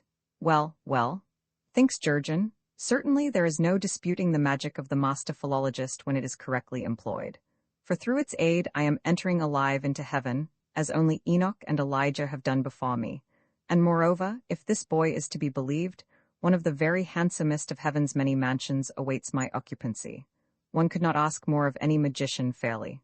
Aha, if only Lisa could see me now. That was his first thought. Afterward Jurgen tore up the cantrap and scattered its fragments as the master philologist had directed. Then Jurgen turned to the boy who aided Jurgen to get into heaven. Come, youngster, and let us have a good look at you. And Jurgen talked with the boy that he had once been, and stood face to face with all that Jurgen had been and was not any longer. And this was the one happening which befell Jurgen that the writer of the tale lacked heart to tell of. So Jurgen quitted the boy that he had been. But first had Jurgen learned that in this place his grandmother Steinva, whom King Smoit had loved, abode and was happy in her notion of heaven, and that about her were her notions of her children and of her grandchildren. Steinva had never imagined her husband in heaven, nor King Smoit either. That is a circumstance, says Jurgen, which heartens me to hope one may find justice here. Yet I shall keep away from my grandmother, the Steinva whom I knew and loved, and who loved me so blindly that this boy here is her notion of me. Yes, in mere fairness to her, I must keep away. So he avoided that pot of heaven wherein were his grandmother's illusions, and this was counted for righteousness in Jurgen. That pot of heaven smelt of mignonette, and a stalling was singing there. Roman 41 of compromises in heaven. Jurgen then went unhindered to where the god of Jurgen's grandmother sat upon a throne, beside a sea of crystal. A rainbow, made high and narrow, like a window frame, so as to fit the throne, formed an archway in which he sat. At his feet burned 7 lamps, and 4 remarkable winged creatures sat there chanting softly, "Glory and honor, and thanks to him who liveth forever." In one hand of the god was a scepter, and in the other a large book with 7 red spots on it. There were 12 smaller thrones, without rainbows, upon each side of the god of Jurgen's grandmother, in 2 semicircles. Upon these inferior thrones sat benignant-looking elderly angels, with long white hair, all crowned and clothed in white robes, and having a hop in one hand, and in the other a gold flask about pint size. And everywhere fluttered and glittered the multicolored wings of seraphs and cherubs, like magnified parakeets, as they went softly and gaily about the golden haze that brooded over heaven, to a continuous sound of hushed organ music and a remote and undistinguishable singing. Now the eyes of this god met the eyes of Jurgen, and Jurgen waited thus for a long while, and far longer, indeed, than Jurgen suspected. "I fear you," Jurgen said at last. "And yes, I love you, and yet I cannot believe. Why could you not let me believe, where so many believed? Or else, why could you not let me deride, as the remainder derided so noisily? O God, why could you not let me have faith? For you gave me no faith in anything, not even in nothingness. It was not fair." And in the highest court of heaven, and in plain view of all the angels, Jurgen began to weep. "I was not ever your God, Jurgen. Once very long ago," said Jurgen, "I had faith in you. No, for that boy is here with me, as you yourself have seen, and today there is nothing remaining of him anywhere in the man that is Jurgen. God of my grandmother, God whom I too loved in boyhood," said Jurgen then, "why is it that I am denied a God? For I have searched, and nowhere can I find justice, and nowhere can I find anything to worship." "What, Jurgen, and would you look for justice of all places in heaven?" "No," Jurgen said, No, I perceive it cannot be considered here, else you would sit alone. And for the rest, you have looked to find your God without, not looking within to see that which is truly worshipped in the thoughts of Jurgen. Had you done so, you would have seen, as plainly as I now see, that which alone you are able to worship. And your God is maimed, the dust of your journeying is thick upon him, your vanity is laid as a napkin upon his eyes, and in his heart is neither love nor hate, not even for his only worshipper. Do not deride him, you who have so many worshippers. At least he is a monstrous clever fellow, said Jurgen, and boldly he said it in the highest court of heaven, and before the pensive face of the God of Jurgen's grandmother. Ah, very probably. I do not meet with many clever people. And as for my numerous worshippers, you forget how often you have demonstrated that I was the delusion of an old woman. Well, and was there ever a flaw in my logic? I was not listening to you, Jurgen. You must know that logic does not much concern us, inasmuch as nothing is logical hereabouts. And now the far-winged creatures ceased their chanting, and the organ music became a far-off murmuring. And there was silence in heaven. And the God of Jurgen's grandmother, too, was silent for a while, and the rainbow under which he sat put off its 7 colors and burned with an unendurable white, tinged bluishly, while the God considered ancient things. Then in the silence this God began to speak. Some years ago, said the God of Jurgen's grandmother, it was reported to Koschei that skepticism was abroad in his universe, and that one walked therein who would be contented with no rational explanation. Bring me this infidel, says Koschei. So they brought to him in the void a little bent gray woman in an old gray shawl. Now, tell me why you will not believe, says Koschei, in things as they are. Then the decent little bent gray woman answered civilly, I do not know, sir, who you may happen to be. But since you ask me, everybody knows that things as they are must be regarded as temporary afflictions, and as trials through which we are righteously condemned to pass, in order to attain to eternal life with our loved ones in heaven. Ah, yes, said Koschei, who made things as they are. Ah, yes, to be sure. And how did you learn of this? Why, every Sunday morning the priest discoursed to us about heaven, and of how happy we would be there after death. Has this woman died, then? Asked Koschei. Yes, sir, they told him, recently, and she will believe nothing we explain to her, but demands to be taken to heaven. Now, this is very vexing, Koschei said, and I cannot, of course, put up with such skepticism. That would never do. So why do you not convey her to this heaven which she believes in, and thus put an end to the matter? But, sir, they told him, there is no such place. Then Koschei reflected. It is certainly strange that a place which does not exist should be a matter of public knowledge in another place. Where does this woman come from? From Earth, they told him. Where is that? He asked, and they explained to him as well as they could. Oh yes, over that way, Koschei interrupted. I remember, now, but what is your name, woman who wished to go to heaven? Steinva, sir, and if you please I am rather in a hurry to be with my children again. You see, I have not seen any of them for a long while. But stay, said Koschei. What is that which comes into this woman's eyes as she speaks of her children? They told him it was love. Did I create this love? Says Koschei, who made things as they are. And they told him no, and that there were many sorts of love, but that this especial sort was an illusion which women had invented for themselves, and which they exhibited in all dealings with their children. And Koschei sighed. Tell me about your children, Koschei then said to Steinva, and look at me as you talk so that I may see your eyes. So Steinva talked of her children, and Koschei, who made all things, listened very attentively. Of Koth she told him of her only son, confessing Koth was the finest boy that ever lived. A little wild, sir, at first, but then you know what boys are. And telling of how well Koth had done in business, and of how he had even risen to be an alderman. Koschei, who made all things, seemed properly impressed. Then Steinva talked of her daughters, of Imperia and Lindamira and Christine, of Imperia's beauty and of Lindamira's bravery under the mishaps of an unlucky marriage, and of Christine's superlative housekeeping. Fine women, sir, every one of them, with children of their own, and to me they still seem such babies, bless them. And the decent little bent gray woman laughed. I have been very lucky in my children, sir, and in my grandchildren too, she told Koschei. There is Jurgen now, my Koth's boy. You may not believe it, sir, but there is a story I must tell you about Jurgen. So she ran on very happily and proudly, while Koschei, who made all things, listened, and watched the eyes of Steinva. Then privately Koschei asked, Are these children and grandchildren of Steinva such as she reports? No, sir, they told him privately. So as Steinva talked, Koschei devised allusions in accordance with that which Steinva said, and created such children and grandchildren as she described. male and female, he created them standing behind Steinva, and all were beautiful and stainless. And Koshchei gave life to these illusions. Then Koshchei bade her turn about. She obeyed, and Koshchei was forgotten. Well, Koshchei sat there alone in the void, looking not very happy and looking puzzled and drumming upon his knee, and staring at the little bent grey woman, who was busied with her children and grandchildren, and had forgotten all about him. But surely, Lindamira, he hears Steinva say, we are not yet in heaven. Ah, my dear mother, replies her illusion of Lindamira, to be with you again is heaven, and besides, it may be that heaven is like this, after all. My darling child, it is sweet of you to say that, and exactly like you to say that. But you know very well that heaven is fully described in the book of Revelations, in the Bible, as the glorious place that heaven is. Whereas, as you can see for yourself, around us is nothing at all, and no person at all except that very civil gentleman to whom I was just talking, and who, between ourselves, seems woefully uninformed about the most ordinary matters. Bring earth to me, says Koshchei. This was done, and Koshchei looked over the planet and found a Bible. Koshchei opened the Bible and read the Revelation of St. John the Divine, while Steinva talked with her illusions. I see, said Koshchei. The idea is a little garish, still?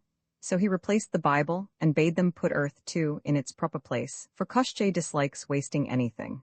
Then Koshchei smiled and created heaven about Steinva and her illusions, and he made heaven just such a place as was described in the book.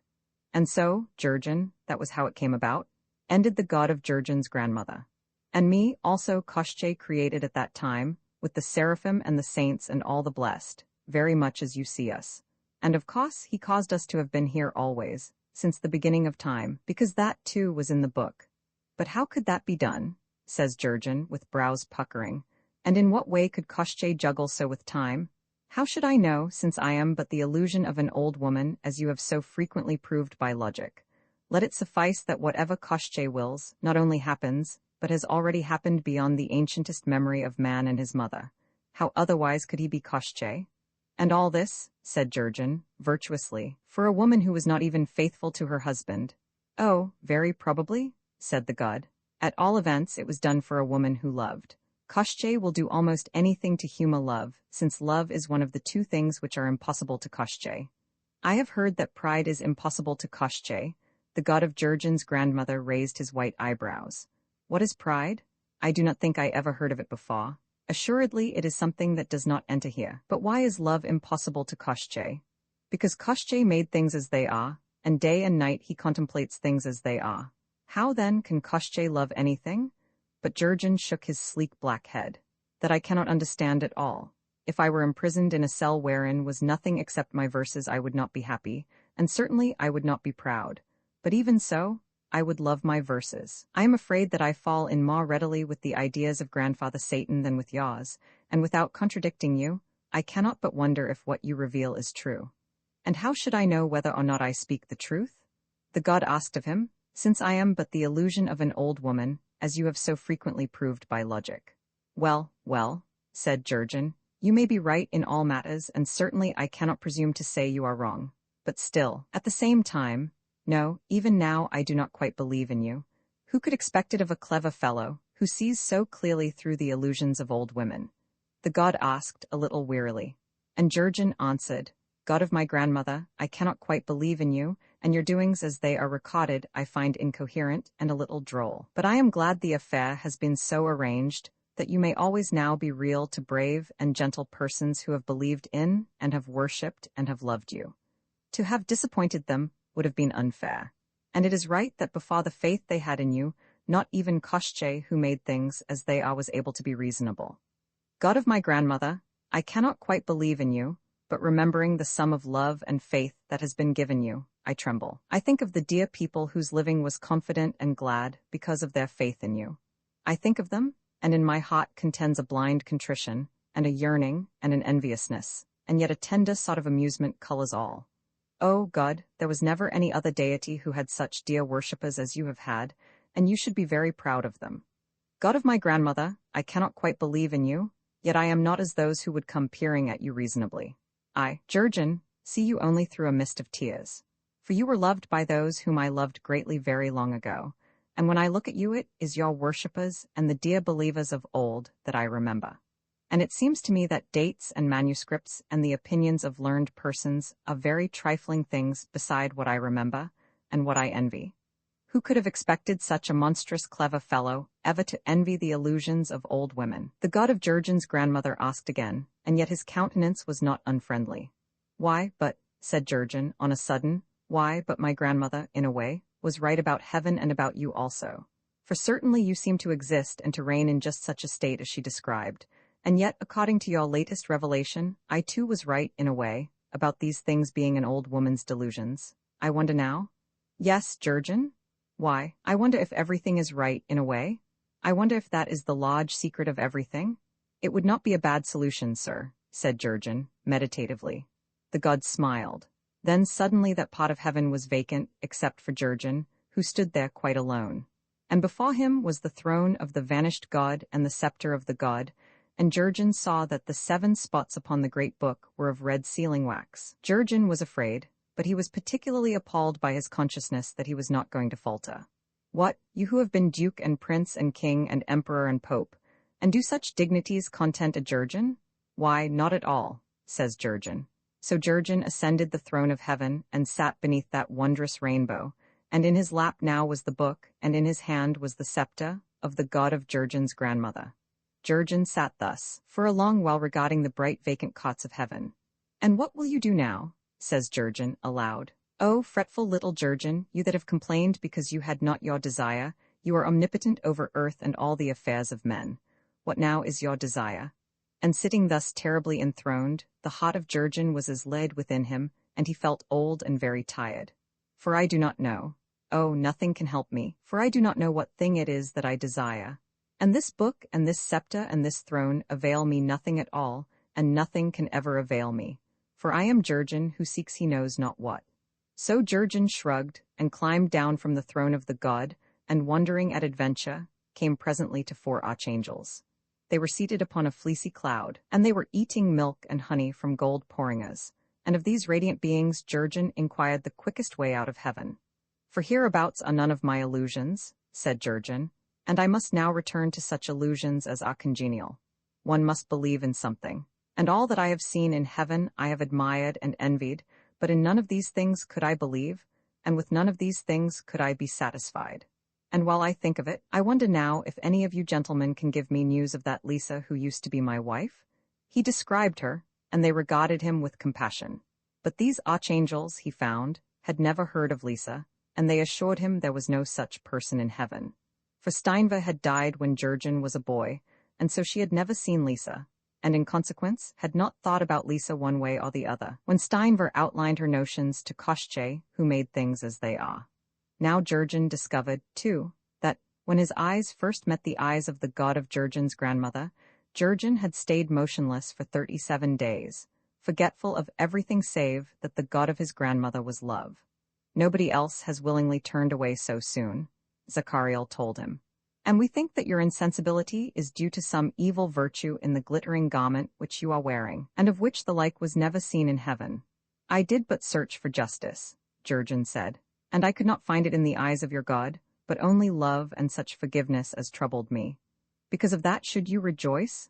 The 4 archangels said, and so should all that lives rejoice, and more particularly should we rejoice that dwell in heaven, and hourly praise our Lord God's negligence of justice, whereby we are permitted to enter into this place. Roman 42:12, that are fretted hourly, so it was upon Walburga's eve, when almost anything is rather more than likely to happen, that Jurgen went hastily out of heaven, without having gained or wasted any love there. St. Peter unbarred for him, not the main entrance, but a small private door, carved with innumerable fishes in bas-relief, because this exit opened directly upon any place you chose to imagine. For thus, St. Peter said, you may return without loss of time to your own illusions. There was a cross, said Jurgen, which I used to wear about my neck, through motives of sentiment, because it once belonged to my dead mother. For no woman has ever loved me save that Azra who was my mother. I wonder if your mother told you that? St. Peter asked him, smiling reminiscently. Mine did time and again, and sometimes I have wondered, for as you may remember, I was a married man. Jurgen and my wife did not quite understand me, said St. Peter with a sigh. Why, indeed, says Jurgen, my case is not entirely dissimilar, and the more I marry, the less I find of comprehension. I should have had more sympathy with King Smoit, who was certainly my grandfather. Well, you conceive, St. Peter, these other women have trusted me more or less because they loved a phantom Jurgen. But Azra trusted me not at all, because she loved me with clear eyes. She comprehended Jurgen, and yet loved him. Though I, for one, with all my cleverness, cannot do either of these things. None the less, in order to do the manly thing, in order to pleasure a woman, and a married woman too, I flung away the little gold cross which was all that remained to me of my mother.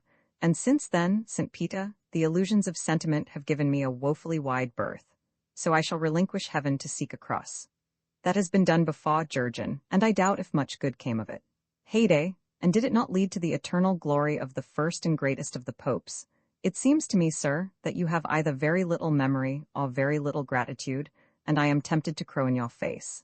Why, now you talk like a cherub, Jurgen, and you ought to have better manners. Do you suppose that we apostles enjoy hearing jokes made about the church? Well, it is true, St. Peter, that you founded the church. Now, there you go again. That is what those patronizing seraphim and those impish cherubs are always telling us. You see, we 12 sit together in heaven, each on his white throne, and we behold everything that happens on earth. Now from our station, there has been no ignoring the growth and doings of what you might loosely call Christianity, and sometimes that which we see makes us very uncomfortable, Jurgen. Especially as just then, some cherub is sure to flutter by, in a broad grin, and chuckle, but you started it. And we did? I cannot deny that in a way we did. Yet really we never anticipated anything of this sort, and it is not fair to tease us about it. Indeed, St. Peter, now I think of it, you ought to be held responsible for very little that has been said or done in the shadow of a steeple. For as I remember it, you 12 attempted to convert a world to the teachings of Jesus, and good intentions ought to be respected, however drolly they may turn out. It was apparent this sympathy was grateful to the old saint, for he was moved to a more confidential tone. Meditatively he stroked his long white beard, then said with indignation, "If only they would not claim Sib with us we could stand it, but as it is, for centuries we have felt like fools. It is particularly embarrassing for me, of course, being on the wicket, for to cap it all, Jurgen, the little wretches die, and come to heaven impudent as sparrows, and expect me to let them in. From their thumbscrewings, and their auto-da-face, and from their massacres, and patriotic sermons, and holy wars, and from every manner of abomination, they come to me smirking. And millions upon millions of them, Jurgen? There is no form of cruelty or folly that has not come to me for praise, and no sort of criminal idiot who has not claimed fellowship with me, who was an apostle and a gentleman. Why, Jurgen, you may not believe it, but there was an eminent bishop came to me only last week in the expectation that I was going to admit him, and I with the full record of his work for temperance, all fairly written out and in my hand. Now Jurgen was surprised. But temperance is surely a virtue, St. Peter. Ah, but his notion of temperance, and his filthy ravings to my face, as though he were talking in some church or other. Why, the slavering little blasphemer. To my face he spoke against the first of my master's miracles, and against the last injunction which was laid upon us 12, spluttering that the wine was unfermented. To me he said this, look you, Jurgen, to me, who drank of that noble wine at Cana, and equally of that sustaining wine we had in the little upper room in Jerusalem, when the hour of trial was near and our master would have us at our best. With me, who have since tasted of that unimaginable wine which the master promised us in his kingdom, the busy wretch would be arguing, and would have convinced me, in the face of all my memories, that my master, who was a man among men, was nourished by such thin swill as bred this niggling, brawling wretch to plague me. Well, but indeed, St. Peter, there is no denying that wine is often misused. So he informed me, Jurgen, and I told him by that argument he would prohibit the making of bishops, for reasons he would find in the mirror, and that, remembering what happened at the crucifixion, he would clap every lumber dealer into jail. So they took him away still slavering, said St. Peter, wearily. He was threatening to have somebody else elected in my place when I last heard him, but that was only old habit. I do not think, however, that I encountered any such bishop, sir, down yonder. In the hell of your fathers. Oh no, your fathers meant well, but their notions were limited. No, we have quite another eternal home for these blasphemers, in a region that was fitted out long ago, when the need grew pressing to provide a place for zealous churchmen. And who devised this place, St. Peter? As a very special favor, we 12 to whom is imputed the beginning and the patronizing of such abominations were permitted to design and furnish this place. And of course, we put it in charge of our farmer confer Judas. He seemed the appropriate person. Equally of course, we put a very special roof upon it, the best imitation which we could contrive of the war roof, so that none of those grinning cherubs could see what long reward it was we 12 who founded Christianity had contrived for these blasphemers. Well, doubtless that was wise. Ah, and if we 12 had our way there would be just such another roof kept always over earth. For the slavering madman has left a many like him clamoring and spewing about the churches that were named for us 12, and in the pulpits of the churches that were named for us, and we find it embarrassing. It is the doctrine of Mahound they splutter, and not any doctrine that we ever preached or even heard of, and they ought to say so fairly, instead of libeling us who were apostles and gentlemen. But thus it is that the rascals make free with our names, and the cherubs keep track of these antics and poke fun at us. So that it is not all pleasure, this being a holy apostle in heaven, Jurgen, though once we 12 were happy enough. And St. Peter sighed. One thing I did not understand, sir, and that was when you spoke just now of the war roof. It is a stone roof, made of the 2 tablets handed down at Sinai, which God fits over earth whenever men go to war. For he is merciful, and many of us here remember that once upon a time, we were men and women. So when men go to war, God screens the sight of what they do, because he wishes to be merciful to us. That must prevent, however, the assent of all prayers that are made in wartime. Why, but of course that is the roof's secondary purpose, replied St. Peter. What else would you expect when the master's teachings are being flouted? Rumors get through, though, somehow, and horribly preposterous rumors. For instance, I have actually heard that in wartime prayers are put up to the Lord God to back his favorites and take part in the murdering. Not, said the good saint in haste, that I would believe even a Christian bishop to be capable of such blasphemy. I merely want to show you, Jurgen, what wild stories get about. Still, I remember, back in Cappadocia. And then St. Peter slapped his thigh. But would you keep me gossiping here forever? Jurgen, with the souls lining up at the main entrance like ants that swam to molasses. Come, out of heaven with you, Jurgen, and back to whatever place you imagine will restore to you your own proper illusions, and let me be returning to my duties. Well then, St. Peter, I imagine Amner Heath, where I flung away my mother's lost gift to me. And Amner Heath it is, said St. Peter, as he thrust Jurgen through the small private door that was carved with fishes in bas-relief. And Jurgen saw that the saint spoke truthfully. Roman 43 postures before a shadow, thus Jurgen stood again upon Amner Heath. And again, it was Walburga's Eve, when almost anything is rather more than likely to happen, and the low moon was bright, so that the shadow of Jurgen was long and thin. And Jurgen searched for the gold cross that he had won through motives of sentiment, but he could not find it, nor did he ever recover it. But barberry bushes and the thorns of barberry bushes he found in great plenty as he searched vainly. All the while that he searched, the shirt of Nessus glittered in the moonlight, and the shadow of Jurgen streamed long and thin, and every movement that was made by Jurgen the shadow parodied. And as always, it was the shadow of a lame woman, with her head wrapped in a towel. Now Jurgen regarded this shadow, and to Jurgen it was abhorrent. "Oh, Mother Sarada," says he, "for a whole year your shadow has dogged me.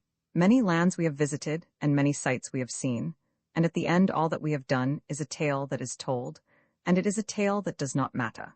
So I stand where I stood at the beginning of my foiled journeying. The gift you gave me has availed me nothing, and I do not care whether I be young or old, and I have lost all that remained to me of my mother and of my mother's love, and I have betrayed my mother's pride in me, and I am weary." Now a little whispering gathered upon the ground, as though dead leaves were moving there, and the whispering augmented, because this was upon Walburga's Eve, when almost anything is rather more than likely to happen, and the whispering became the ghost of a voice. "You flattered me very cunningly, Jurgen, for you are a monstrous clever fellow." This it was that the voice said dryly. "A number of people might say that with tolerable justice," Jurgen declared, "and yet I guess who speaks. As for flattering you, godmother, I was only joking that day in Glathian. In fact, I was careful to explain as much, the moment I noticed your shadow seemed interested in my idle remarks and was writing them all down in a notebook. Oh no, I can assure you I trafficked quite honestly and have dealt fairly everywhere. For the rest, I really am very clever. It would be foolish of me to deny it." "Vain fool?" said the voice of Mother Sarada. Jurgen replied, "It may be that I am vain, but it is certain that I am clever, and even more certain is the fact that I am weary. For look you, in the tinsel of my borrowed youth I have gone romancing through the world, and into lands unvisited by other men have I ventured, playing at spillikins with women and gear, and with the welfare of kingdoms. And into hell have I fallen, and into heaven have I climbed, and into the place of the Lord God himself have I crept stealthily, and nowhere have I found what I desired. Nor do I know what my desire is, even now, but I know that it is not possible for me to become young again, whatever I may appear to others. Indeed, Jurgen, youth has passed out of your heart, beyond the reach of Laishi, and the nearest you can come to regaining youth is to behave childishly. Oh, godmother, but do give rein to your better instincts and all that sort of thing, and speak with me more candidly. Come now, dear lady, there should be no secrets between you and me. In Lucaire you were reported to be Cybele, the great Resdi, the mistress of every tangible thing. In Cocani they spoke of you as Isrid, and at Cameliad Merlin called you Adiers, dark mother of the little gods. Well, but at your home in the forest, where I first had the honor of making your acquaintance, godmother, you told me you were Serida, who takes the color out of things, and controls all Wednesdays. Now these anagrams bewilder me, and I desire to know you frankly for what you are. It may be that I am all these. Meanwhile I bleach, and sooner or later I bleach everything. It may be that some day, Jurgen, I shall even take the color out of a fool's conception of himself. Yes, yes, but just between ourselves, godmother, is it not this shadow of you that prevents my entering, quite, into the appropriate emotion, the spirit of the occasion, as one might say, and robs my life of the zest which other persons apparently get out of living? Come now, you know it is. Well, and for my part, godmother, I love a jest as well as any man breathing, but I do prefer to have it intelligible. Now, let me tell you something plainly, Jurgen. Mother Serida cleared her invisible throat and began to speak rather indignantly. Well, godmother, if you will pardon my frankness, I do not think it is quite nice to talk about such things, and certainly not with so much candor. However, dismissing these considerations of delicacy, let us revert to my original question. You have given me youth and all the appurtenances of youth, and therewith you have given too, in your joking way, which nobody appreciates more heartily than I, a shadow that renders all things not quite satisfactory, not wholly to be trusted, not to be met with frankness. Now, as you understand, I hope, I concede the jest, I do not for a moment deny it is a masterstroke of humor. But after all, just what exactly is the point of it? What does it mean? It may be that there is no meaning anywhere. Could you face that interpretation, Jurgen? No, said Jurgen, I have faced God and devil, but that I will not face. No more would I who have so many names face that. You jested with me, so I jest with you. Probably Koshchei jests with all of us, and he, no doubt, even Koshchei who made things as they are, is in turn the butt of some larger jest. He may be, certainly, said Jurgen. Yet, on the other hand, about these matters I do not know, how should I? But I think that all of us take part in a moving and a shifting and a reasoned using of the things which are Koshchei's, a using such as we do not comprehend, and are not fit to comprehend. That is possible, said Jurgen, but none the less. It is as a chessboard whereon the pieces move diversely, the knights leaping sidewise, and the bishops darting obliquely, and the rooks charging straight forward, and the pawns laboriously hobbling from square to square, each at the player's will. There is no discernible order, all to the onlooker is manifestly in confusion, but to the player there is a meaning in the disposition of the pieces. I do not deny it, still, one must grant. And I think it is as though each of the pieces, even the pawns, had a chessboard of his own which moves as he is moved, and whereupon he moves the pieces to suit his will, in the very moment wherein he is moved willy-nilly. You may be right, yet, even so, and Koshchei, who directs this infinite moving of puppets, may well be the futile harried king in some yet larger game. Now, certainly I cannot contradict you, but at the same time, so goes this crisscross multitudinous moving as far as thought can reach, and beyond that the moving goes. All moves uncomprehendingly, and to the sound of laughter. For all moves in consonance with a higher power that understands the meaning of the movement, and each moves the pieces before him in consonance with his ability. So the game is endless and ruthless, and there is merriment overhead, but it is very far away. Nobody is more willing to concede that these are handsome fancies, Mother Serida, but they make my head ache. Moreover, 2 people are needed to play chess, and your hypothesis does not provide anybody with an antagonist. Lastly, and above all, how do I know there is a word of truth in your high-sounding fancies? How can any of us know anything? And what is Jurgen, that his knowing or his not knowing should matter to anybody? Jurgen slapped his hands together. Ha, Mother Serida, says he, but now I have you. It is that, precisely that damnable question, which your shadow has been whispering to me from the beginning of our companionship, and I am through with you. I will have no more of your gifts, which are purchased at the cost of hearing that whisper. I am resolved henceforward to be as other persons, and to believe implicitly in my own importance. But have you any reason to blame me? I restored to you your youth. And when, just at the passing of that replevined Wednesday which I loaned, you rebuked the Countess Dorothy very edifyingly, I was pleased to find a man so chaste, and therefore I continued my grant of youth. Ah, yes, said Jurgen. Then that was the way of it? You were pleased, just in the nick of time, by my virtuous rebuke of the woman who tempted me. Yes, to be sure. Well, well, come now, you know, that is very gratifying. None the less your chastity, however unusual, has proved a barren virtue. For what have you made of a year of youth? Why, each thing that every man of 40-odd by ordinary regrets having done, you have done again, only more swiftly, compressing the follies of a quarter of a century into the space of 1 year. You have sought bodily pleasures, you have made jests, you have asked many idle questions, and you have doubted all things, including Jurgen. In the face of your memories, in the face of what you probably considered cordial repentance, you have made of your second youth just nothing.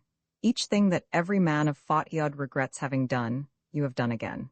Yes, it is undeniable that I remarried, said Jurgen. Indeed, now I think of it, there was Anaetes and Chloris and Florimel, so that I have married thrice in 1 year. But I am largely the victim of heredity, you must remember, since it was without consulting me that Smoit of Glothian perpetuated his characteristics. Your marriages I do not criticize, for each was in accordance with the custom of the country. The law is always respectable, and matrimony is an honorable estate and has a steadying influence in all climes. It is true my shadow reports several other affairs. Oh, godmother, and what is this you are telling me? There was a Yolande and a Guinevere, the voice of Mother Sarada appeared to read from a memorandum, and a Sylvia, who was your own step-grandmother, and a Stella, who was a Yogani, whatever that may be, and a Phyllis and a Dolores, who were the queens of Hell and Philistia severally. Moreover, you visited the Queen of Pseudopolis in circumstances which could not but have been unfavorably viewed by her husband. Oh, yes, you have committed follies with divers women. Follies, it may be, but no crimes, not even a misdemeanor. Look you, Mother Sarada, does your shadow report in all this year one single instance of misconduct with a woman? Says Jurgen sternly. No, dearie, as I joyfully concede. The very worst reported is that matters were sometimes assuming a more or less suspicious turn when you happened to put out the light. And of course, shadows cannot exist in absolute darkness. See now, said Jurgen, what a thing it is to be careful. Careful, I mean, in one's avoidance of even an appearance of evil. In what other young man of 21 may you look to find such continence, and yet you grumble? I do not complain because you have lived chastely. That pleases me, and is the single reason you have been spared this long. Oh, godmother, and whatever are you telling me? Yes, dearie, had you once sinned with a woman in the youth I gave, you would have been punished instantly and very terribly. For I was always a great believer in chastity, and in the old days, I used to ensure the chastity of all my priests in the only way that is infallible. In fact, I noticed something of the sort as you passed in Lucre. And over again, I have been angered by my shadow's reports, and was about to punish you, my poor dearie, when I would remember that you held fast to the rarest of all virtues in a man, and that my shadow reported no irregularities with women. And that would please me, I acknowledge, so I would let matters run on a while longer, but it is a shiftless business, dearie, for you are making nothing of the youth I restored to you, and had you 1,000 lives the result would be the same. Nevertheless, I am a monstrous clever fellow. Jurgen chuckled here. You are, instead, a poulterer, and your life, apart from that fine song you made about me, is sheer waste. Ah, if you come to that, there was a brown man in the Druid forest, who showed me a very curious spectacle last June, and I am not apt to lose the memory of what he showed me, whatever you may say, and whatever I may have said to him. This and a many other curious spectacles you have seen and have made nothing of, in the false youth I gave you, and therefore my shadow was angry that in the revelation of so much futile trifling, I did not take away the youth I gave, as I have half a mind to do, even now, I warn you, dearie, for there is really no putting up with you. But I spared you because of my shadow's grudging reports as to your continence, which is a virtue that we of the Lachi peculiarly revere. Now Jurgen considered. Then it is within your ability to make me old again, or rather, an excellently preserved person of 40-odd, or say, 39 by the calendar, but not looking it by a long shot. Such threats are easily voiced. But how can I know that you are speaking the truth? How can any of us know anything? And what is Jurgen that his knowing or his not knowing should matter to anybody? Ah, godmother, and must you still be mumbling that? Come now, forget you are a woman, and be reasonable. You exercise the fair and ancient privilege of kinship by calling me harsh names, but it is in the face of this plain fact. I got from you what never man has got before. I am a monstrous clever fellow, say what you will. For already I have cajoled you out of a year of youth, a year wherein I have neither builded nor robbed any churches, but have had upon the whole a very pleasant time. Ah, you may murmur platitudes and threats and axioms and anything else which happens to appeal to you. The fact remains that I got what I wanted. Yes, I cajoled you very neatly into giving me eternal youth. For of course, poor dear, you are now powerless to take it back, and so I shall retain, in spite of you, the most desirable possession in life. I gave, in honor of your chastity, which is the one commendable trait that you possess. My chastity, I grant you, is remarkable. Nevertheless, you really gave because I was the cleverer. And what I give I can retract at will. Come, come, you know very well you can do nothing of the sort. I refer you to Sevius Nicanor. None of the laity can ever take back the priceless gift of youth. That is explicitly proved in the appendix. Now, but I am becoming angry? To the contrary, as I perceive with real regret, you are becoming ridiculous, since you dispute the authority of Sevius Nicanor. And I will show you, oh, but I will show you, you jackanapes. Ah, but come now, keep your temper in hand. All fairly erudite persons know you cannot do the thing you threaten, and it is notorious that the weakest wheel of every cot creaks loudest.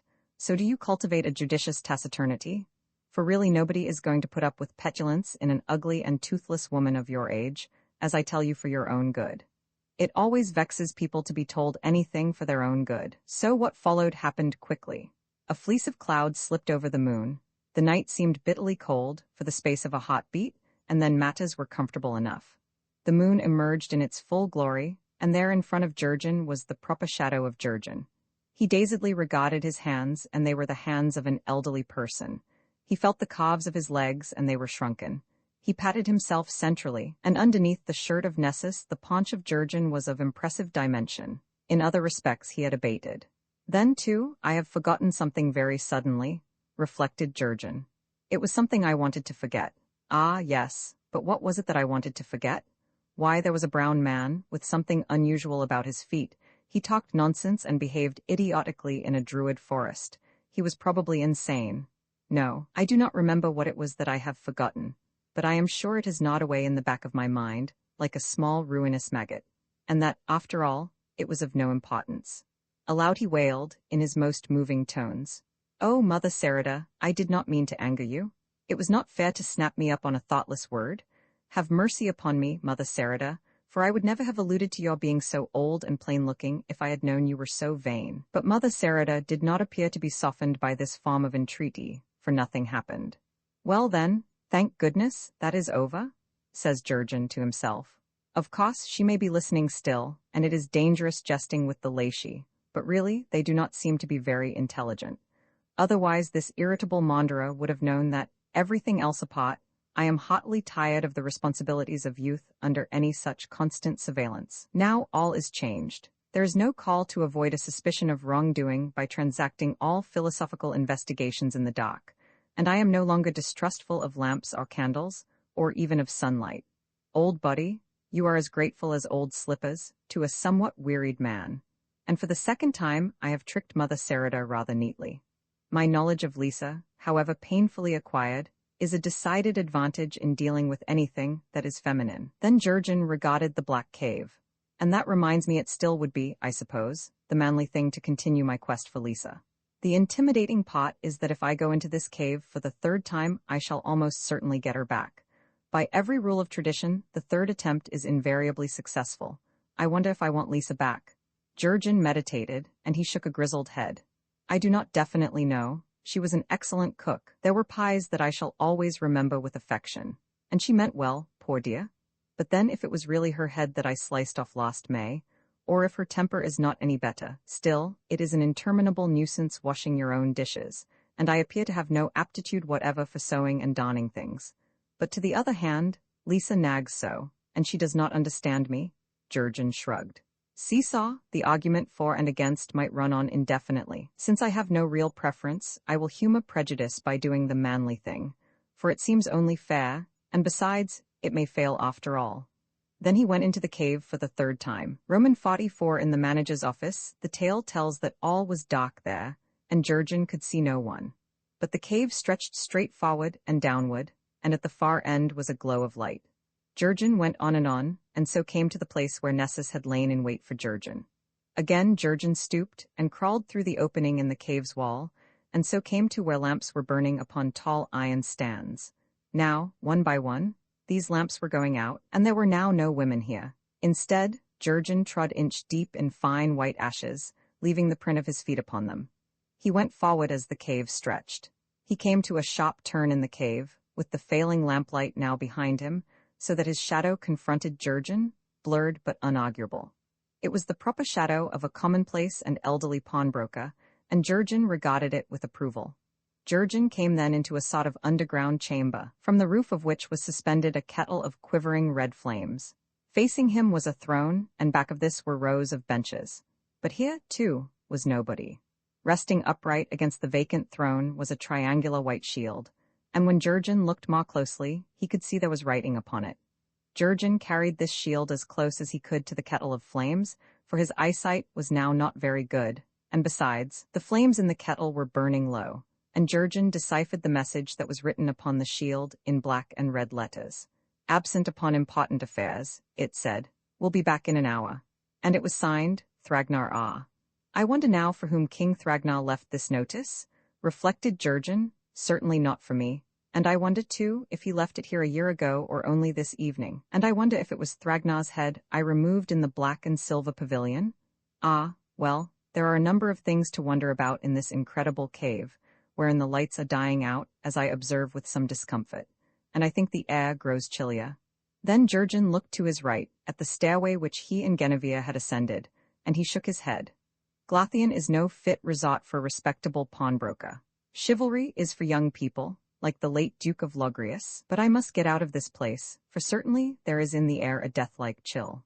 So Jurgen went on down the aisle between the rows of benches wherefrom Thragnar's warriors had glared at Jurgen when he was lost in this part of the cave.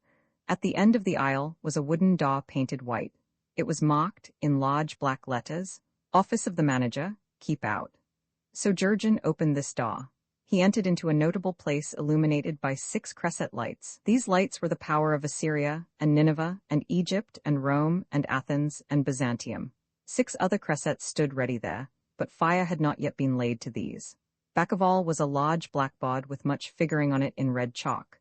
And here, too, was the black gentleman, who a year ago had given his blessing to Jurgen, for speaking civilly of the powers of darkness. Tonight the black gentleman wore a black dressing gown that was embroidered with all the signs of the zodiac. He sat at a table, the top of which was curiously inlaid with 30 pieces of silver, and he was copying entries from one big book into another. He looked up from his writing pleasantly enough, and very much as though he were expecting Jurgen. "You find me busy with the stellar accounts," says he, "which appear to be in a fearful muddle. But what more can I do for you, Jurgen? For you, my friend, who spoke a kind word for things as they are, and furnished me with 1 or 2 really very acceptable explanations as to why I had created evil? I have been thinking, Prince," begins the pawnbroker. "And why do you call me a prince, Jurgen?" "I do not know, sir, but I suspect that my quest is ended, and that you are Koshchei the Deathless." The black gentleman nodded. "Something of the sort. Koshchei, or Adnari, or Pitha, or Jaldaleoth, or Abraxas, it is all one what I may be called hereabouts. My real name you never heard. No man has ever heard my name, so that matter we need hardly go into." "Precisely, Prince. Well, but it is a long way that I have traveled roundabout to win to you who made things as they are, and it is eager I am to learn just why you made things as they are." Up went the black gentleman's eyebrows into regular Gothic arches. "And do you really think, Jurgen, that I am going to explain to you why I made things as they are? I fail to see, Prince, how my wonderings could have any other equitable climax. But, friend, I have nothing to do with justice. To the contrary, I am Koshchei who made things as they are." Jurgen saw the point. "Your reasoning, Prince, is unanswerable. I bow to it. I should even have foreseen it. Do you tell me, then, what thing is this which I desire, and cannot find in any realm that man has known nor in any kingdom that man has imagined?" Koshchei was very patient. I am not, I confess, anything like as well acquainted with what has been going on in this part of the universe as I ought to be. Of course, events are reported to me, in a general sort of way, and some of my people were put in charge of these stars, a while back, but they appear to have run the constellation rather shiftlessly. Still, I have recently been figuring on the matter, and I do not despair of putting the sun's hereabouts to some profitable use, in one way or another, after all. Of course, it is not as if it were an important constellation, but I am an economist, and I dislike waste. Then he was silent for an instant, not greatly worried by the problem, as Jurgen could see, but mildly vexed by his inability to divine the solution out of hand. Presently Koshchei said, "And in the meantime, Jurgen, I am afraid I cannot answer your question on the spur of the moment. You see, there appears to have been a great number of human beings, as you call them, evolved upon? Oh, yes. Upon Earth. I have the approximate figures over yonder, but they would hardly interest you. And the desires of each one of these human beings seem to have been multitudinous and inconstant. Yet, Jurgen, you might appeal to the local authorities, for I remember appointing some, at the request of a very charming old lady. In fine, you do not know what thing it is that I desire," said Jurgen, much surprised. "Why, no, I have not the least notion," replied Koshchei. "Still, I suspect that if you got it you would protest it was a most unjust affliction.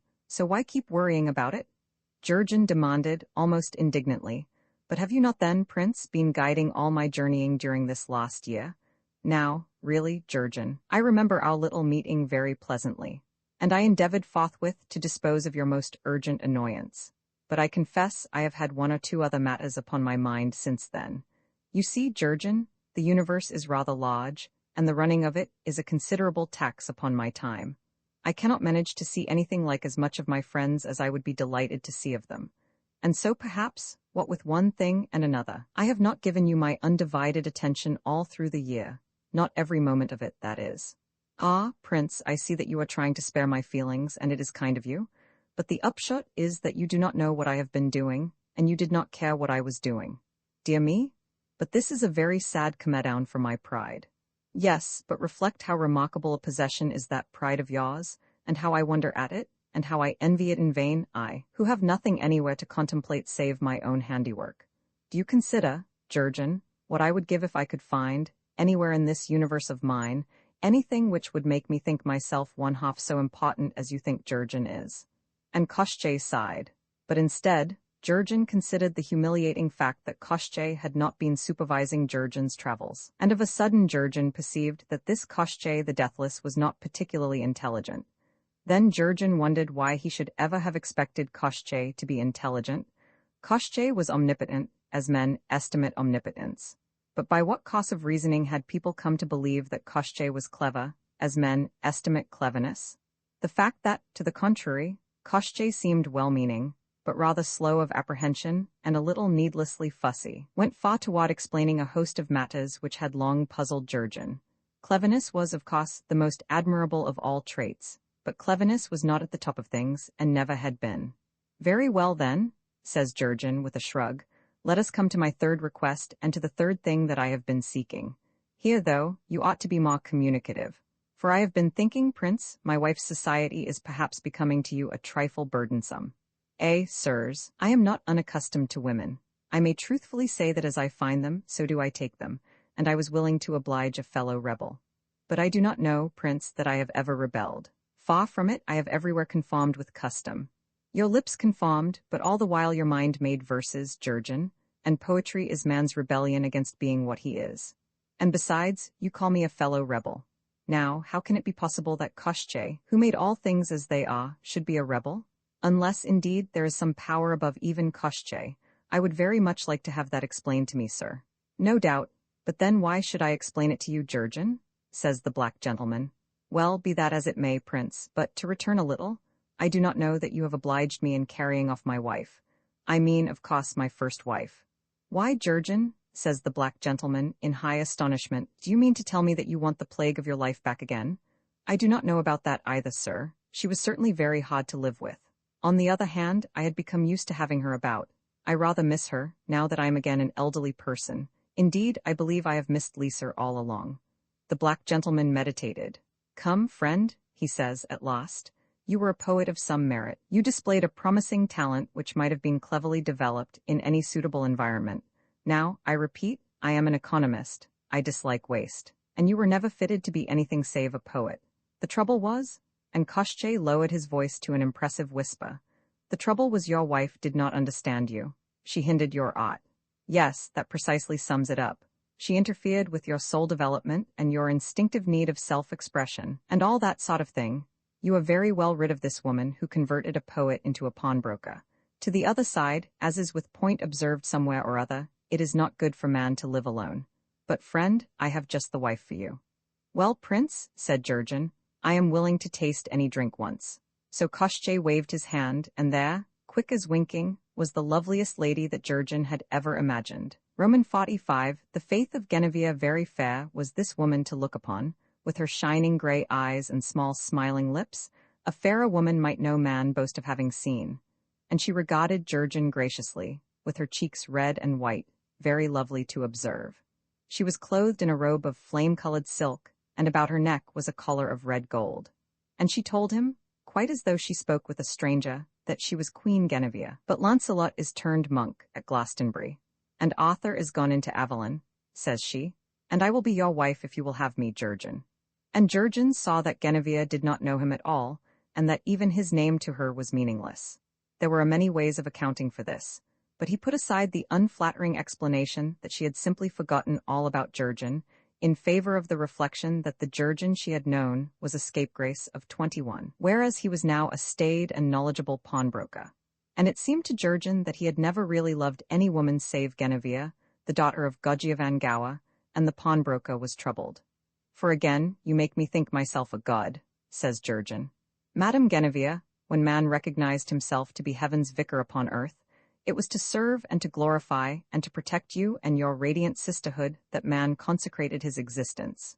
You were beautiful, and you were frail, you were half goddess and half bric-a-brac. Ohime, I recognize the call of chivalry, and my heartstrings resound. Yet, for innumerable reasons, I hesitate to take you for my wife, and to concede myself your appointed protector, responsible as such to heaven. For one matter, I am not altogether sure that I am heaven's vicar here upon earth. Certainly the God of heaven said nothing to me about it, and I cannot but suspect that omniscience would have selected some more competent representative. It is so written, Messiah Jurgen. Jurgen shrugged. I too, in the intervals of business, have written much that is beautiful. Very often my verses were so beautiful that I would have given anything in the world in exchange for somewhat less sure information as to the author's veracity. Ah, no, madam, desire and knowledge are pressing me so sorely that between them I dare not love you, and still I cannot help it. Then Jurgen gave a little ringing gesture with his hands. His smile was not merry, and it seemed pitiful that Genevieve should not remember him. Madam and Queen, says Jurgen, once long and long ago there was a man who worshipped all women. To him, they were one and all of sacred, sweet, intimidating beauty. He shaped sonorous rhymes of this, in praise of the mystery and sanctity of women. Then a count's tow-headed daughter whom he loved, with such love as it puzzles me to think of now, was shown to him just as she was, as not even worthy of hatred. The goddess stood revealed, unveiled, and displaying in all things such mediocrity as he fretted to find in himself. That was unfortunate, for he began to suspect that women also are akin to their parents, and are no wiser, and no more subtle, and no more immaculate than the Father who begot them. Madam and Queen, it is not good for any man to suspect this. It is certainly not the conduct of a chivalrous person, nor of an authentic poet, says Queen Genevieve, and yet your eyes are big with tears. Ha, madam, he replied, but it amuses me to weep for a dead man with eyes that once were his. For he was a dear lad before he went rampaging through the world, in the pride of his youth, and in the armor of his hurt. And songs he made for the pleasure of kings, and sod play he made for the pleasure of men, and a whispering he made for the pleasure of women, in places where renown was, and where he trod boldly, giving pleasure to everybody in those fine days. But for all his laughter, he could not understand his fellows, nor could he love them, nor could he detect anything in aught they said, or did save their exceeding folly. Why, man's folly is indeed very great, Messiah Jurgen, and the doings of this world are often inexplicable. And so does it come about that man can be saved by faith alone. Ah, but this boy had lost his fellows' cordial common faith in the importance of what use they made of half-hours and months and years, and because a Jill flirt had opened his eyes so that they saw too much, he had lost faith in the impotence of his own actions too.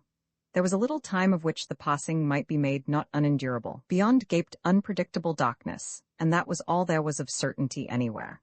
Meanwhile, he had the loan of a brain which played with ideas, and a body that went delicately down pleasant ways. And so he was never the mate for you, dear Genevieve, because he had not sufficient faith in anything at all, not even in his own deductions.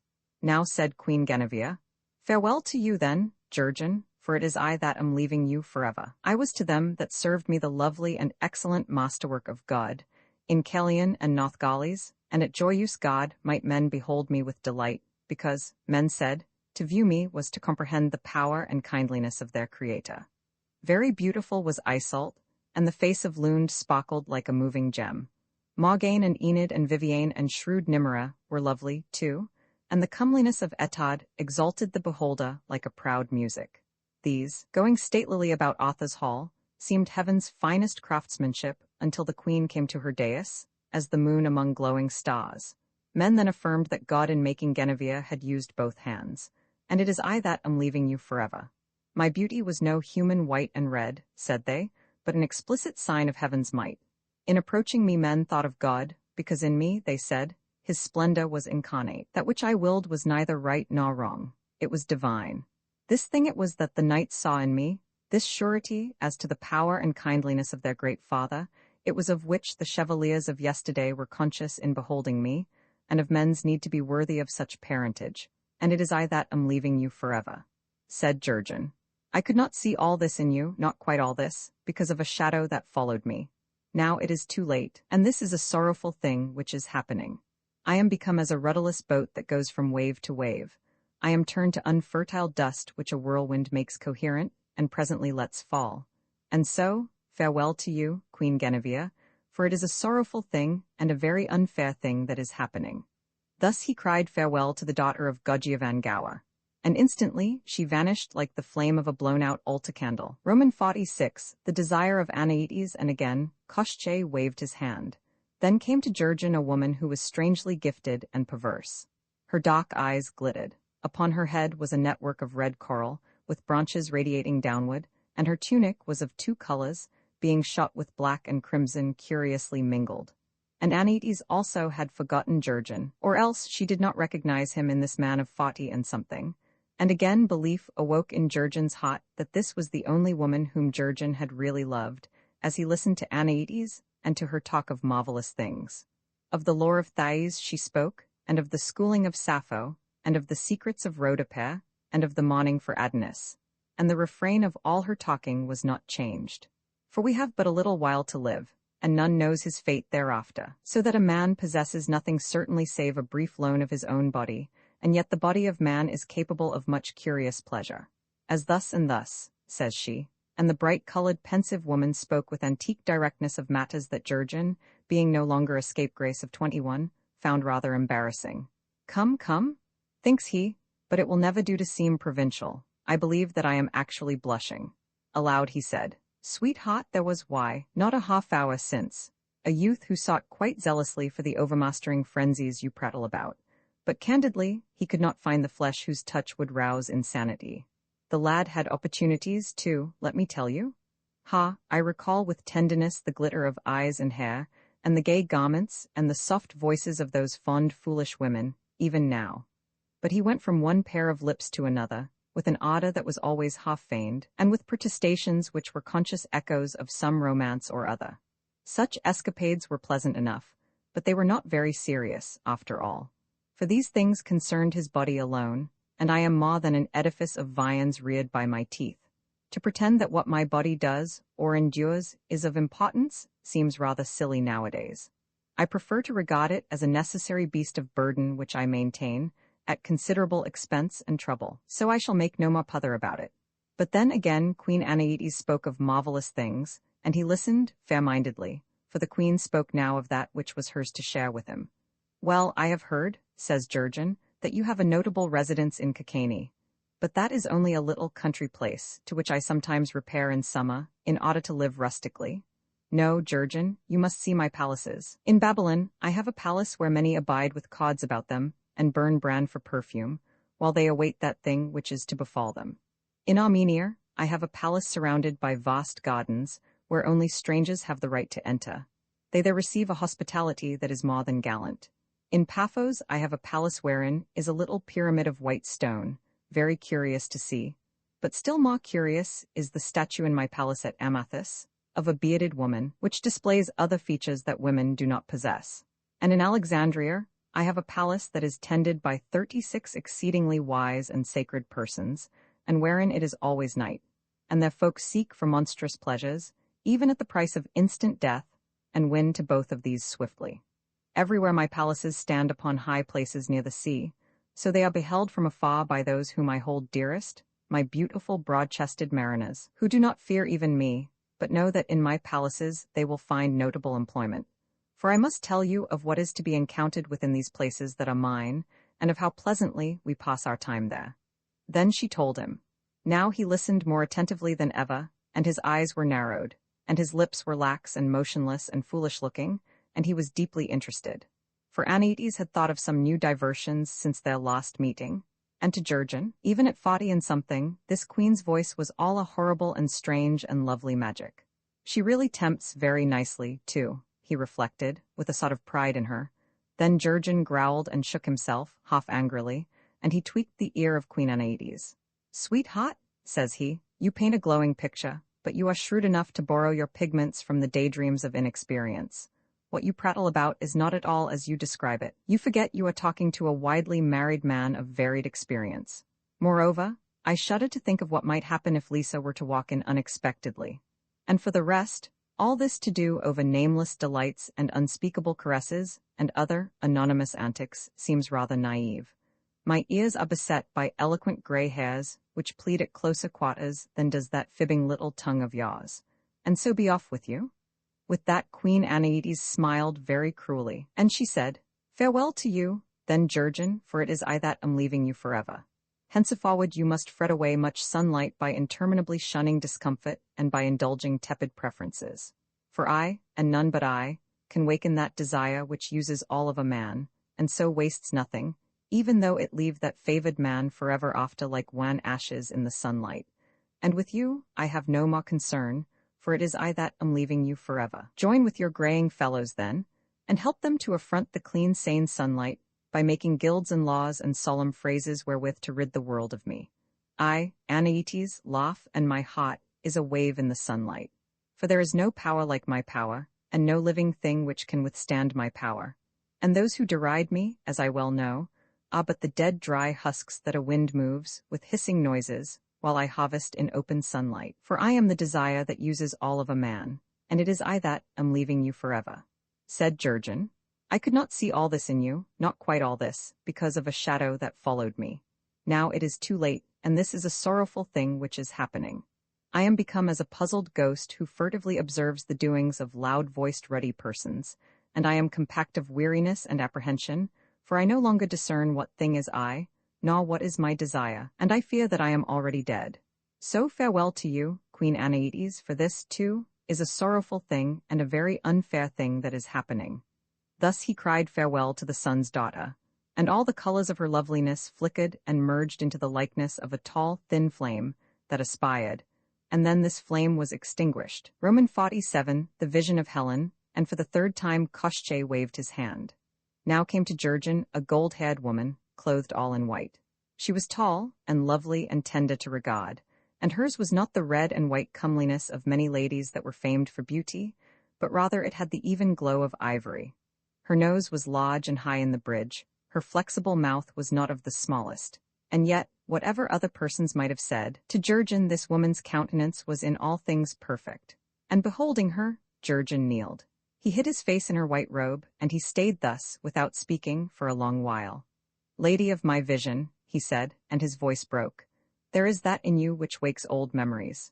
For now, assuredly, I believe your father was not Dom Manuel, but that ardent bird which nestled very long ago in Letta's bosom.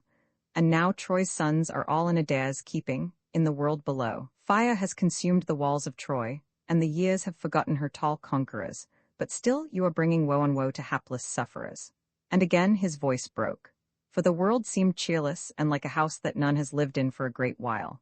Queen Helen, the delight of gods and men, replied nothing at all, because there was no need, inasmuch as the man who has once glimpsed her loveliness is beyond saving, and beyond the desire of being saved. Tonight, says Jurgen, as once through the grey art of Phobta, now through the will of Koshchei, it appears that you stand within arm's reach. Ha, lady, were that possible, and I know very well it is not possible, whatever my senses may report. I am not fit to mate with your perfection. At the bottom of my heart, I no longer desire perfection.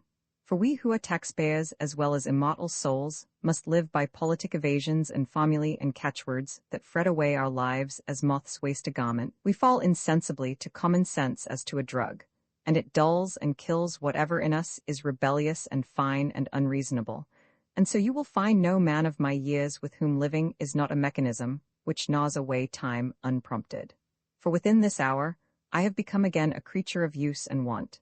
I am the lackey of prudence and half-measures, and I have put my dreams upon an allowance. Yet even now, I love you more than I love books and indolence and flattery, and the charitable wine which cheats me into a favorable opinion of myself. What more can an old poet say? For that reason, lady, I pray you begone, because your loveliness is a taunt which I find unendurable. But his voice yearned, because this was Queen Helen, the delight of gods and men, who regarded him with grave, kind eyes.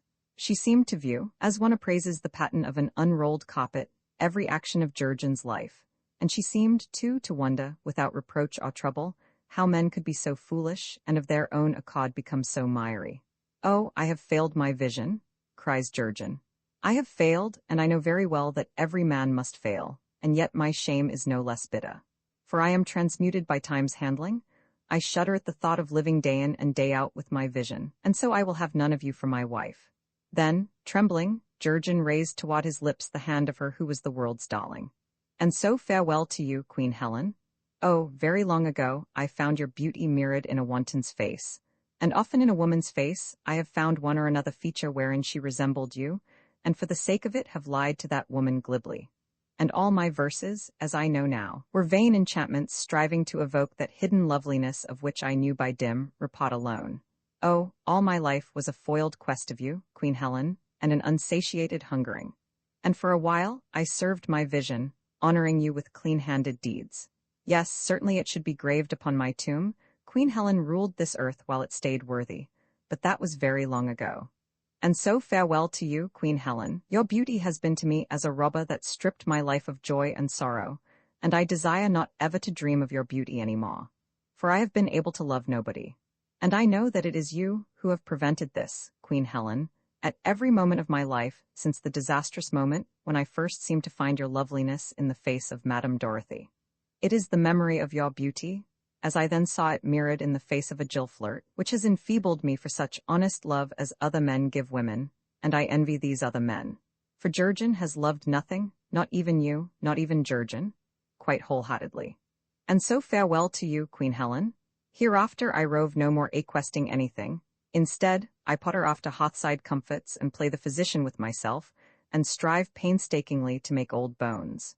And no man's notion anywhere seems worth a cup of mulled wine, and for the sake of no notion would I endanger the routine which so hideously bores me. For I am transmuted by time's handling, I have become the lackey of prudence and half-measures, and it does not seem fair, but there is no help for it. So it is necessary that I now cry farewell to you, Queen Helen, for I have failed in the service of my vision, and I deny you utterly." Thus he cried farewell to the swan's daughter, and Queen Helen vanished as a bright mist passes, not departing swiftly, as had departed Queen Guinevere and Queen Anaides, and Jurgen was alone with the black gentleman. And to Jurgen the world seemed cheerless, and like a house that none has lived in for a great while. Roman 48 Candid Opinions of Dame Lisa A. Sirs, observes Koshchei the Deathless, but some of us are certainly hard to please. And now Jurgen was already intent to shrug off his display of emotion. "In selecting a wife, sir," submitted Jurgen, "there are all sorts of matters to be considered." Then bewilderment smote him, for it occurred to Jurgen that his previous commerce with these three women was patently unknown to Koshchei. Why, Koshchei, who made all things as they are, Koshchei, no less, was now doing for Jurgen Koshchei's utmost, and that utmost amounted to getting for Jurgen what Jurgen had once, with the aid of youth and impudence, got for himself. Not even Koschei, then, could do more for Jurgen than might be accomplished by that youth and impudence and tendency to pry into things generally which Jurgen had just relinquished as overrestless nuisances. Jurgen drew the inference and shrugged. Decidedly cleverness was not at the top. However, there was no pressing need to enlighten Koschei, and no wisdom in attempting it. For you must understand, sir, continued Jurgen smoothly, that, whatever the first impulse of the moment, it was apparent to any reflective person that in the past of each of these ladies there was much to suggest inborn inaptitude for domestic life. And I am a peace-loving fellow, sir, nor do I hold with moral laxity, now that I am 40-odd, except, of course, in talk when it promotes sociability, and in verse-making wherein it is esteemed as a conventional ornament. Still, Prince, the chance I lost, I do not refer to matrimony, you conceive, but in the presence of these famous fair ones now departed from me forever, with what glowing words I ought to have spoken. Upon a wondrous ladder of troughs, metaphors, and recondite allusions, to what stylistic heights of Asiatic prose I ought to have ascended. And instead, I twaddled like a schoolmaster. Decidedly, Lisa is right, and I am good for nothing. However, Jurgen added, hopefully, it appeared to me that when I last saw her, a year ago this evening, Lisa was somewhat less outspoken than usual. Sirs, but she was under a very potent spell. I found that necessary in the interest of law and order hereabouts. I, who made things as they are, am not accustomed to the excesses of practical persons who are ruthlessly bent upon reforming their associates.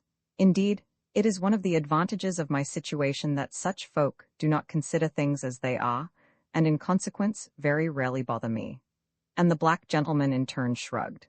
You will pardon me, but I notice in my accounts that I am positively committed to color this year's anemones tonight, and there is a rather large planetary system to be discontinued at 10:30, so time presses. And time is inexorable. Prince, with all due respect, I fancy it is precisely this truism which you have overlooked. You produce the most charming of women, in a determined onslaught upon my fancy, but you forget you are displaying them to a man of 40 and something. And does that make so great a difference? Oh, a sad difference, Prince, for as a man gets on in life he changes in many ways. He handles sword and lance less creditably, and does not carry as heavy a staff as he once flourished. He takes less interest in conversation, and his flow of humor diminishes. He is not the tireless mathematician that he was, if only because his faith in his personal endowments slackens. He recognizes his limitations, and in consequence the unimportance of his opinions, and indeed he recognizes the probable unimportance of all fleshly matters. So he relinquishes trying to figure out things, and scepters and candles appear to him about equivalent, and he is inclined to give up philosophical experiments, and to let things pass unplumbed. Oh yes, it makes a difference. And Jurgen sighed. And yet, for all that, it is a relief, sir, in a way. Nevertheless, said Koschei, now that you have inspected the flower of womanhood, I cannot soberly believe you prefer your termagant of a wife. Frankly, Prince, I also am, as usual, undecided. You may be right in all you have urged, and certainly I cannot go so far as to say you are wrong, but still, at the same time, come now, could you not let me see my first wife for just a moment? This was no sooner asked than granted, for there, sure enough, was Dame Lisa. She was no longer restricted to quiet speech by any stupendous necromancy, and uncommonly plain she looked, after the passing of those lovely ladies. Aha, you rascal, begins Dame Lisa, addressing Jurgen, and so you thought to be rid of me? Oh, a precious lot you are, and a deal of thanks I get for my scrimping and slaving. And she began scolding away. But she began, somewhat to Jurgen's astonishment, by stating that he was even worse than the Countess Dorothy. Then he recollected that, by not the most disastrous piece of luck conceivable, Dame Lisa's latest news from the outside world had been rendered by her sister, the notary's wife, a 12 month back. And rather unaccountably, Jurgen fell to thinking of how unsubstantial seemed these curious months devoted to other women, as set against the commonplace years which he and Lisa had fretted through together. Of the fine and merry girl that Lisa had been before she married him, of how well she knew his tastes in cookery and all his little preferences, and of how cleverly she humored them on those rare days when nothing had occurred to vex her. Of all the buttons she had replaced, and all the socks she had donned, and of what tempests had been loosed when anyone else had had the audacity to criticize Jurgen, and of how much more unpleasant, everything considered, life was without her than with her. She was so unattractive looking, too, poor dear, that you could not but be sorry for her, and Jurgen's mood was half yearning and half penitence. I think I will take her back, Prince, says Jurgen, very subdued, now that I am 40 and something. For I do not know, but it is as hard on her as on me. My friend, do you forget the poet that you might be? Even yet, no rational person would dispute that the society and amiable chat of Dame Lisa must naturally be a desideratum. But Dame Lisa was always resentful of long words. Be silent, you black scoffer, and do not allude to such disgraceful things in the presence of respectable people. For I am a decent Christian woman, I would have you understand. But everybody knows your reputation, and a very fit companion you are for that scamp yonder, and volumes could not say more. Thus casually, and with comparative lenience, did Dame Lisa dispose of Koshchei, who made things as they are, for she believed him to be merely Satan. And to her husband Dame Lisa now addressed herself more particularly. Jurgen, I always told you would come to this, and now I hope you are satisfied. Jurgen, do not stand there with your mouth open, like a scared fish when I ask you a civil question, but answer when you are spoken to. Yes, and you need not try to look so idiotically innocent, Jurgen, because I am disgusted with you. For Jurgen, you heard perfectly well what your very suitable friend just said about me, with my own husband standing by. No, now I beg of you. Do not ask me what he said, Jurgen. I leave that to your conscience, and I prefer to talk no more about it. You know that when I am once disappointed in a person, I am through with that person. So, very luckily, there is no need at all for you to pile hypocrisy on cowardice, because if my own husband has not the feelings of a man, and cannot protect me from insults and low company, I had best be going home and getting supper ready. I dare say the house is like a pigsty, and I can see by looking at you that you have been ruining your eyes by reading in bed again. And to think of your going about in public, even among such associates, with a button off your shirt. She was silent for one terrible moment, then Lisa spoke in frozen despair. And now I look at that shirt, I ask you fairly, Jurgen, do you consider that a man of your age has any right to be going about in a shirt that nobody, in a shirt that I can only, but I never saw such a shirt, and neither did anybody else. You simply cannot imagine what a figure you cut in it, Jurgen. Jurgen, I have been patient with you. I have put up with a great deal, saying nothing where many women would have lost their temper, but I simply cannot permit you to select your own clothes, and so ruin the business and take the bread out of our mouths. In short, you are enough to drive a person mad, and I warn you that I am done with you forever. Dame Lisa went with dignity to the door of Koshchei's office. So you can come with me or not, precisely as you elect. It is all one to me, I can assure you, after the cruel things you have said, and the way you have stormed at me, and have encouraged that notorious blackamoor to insult me in terms which I, for one, would not soil my lips by repeating. I do not doubt you consider it is all very clever and amusing, but you know now what I think about it.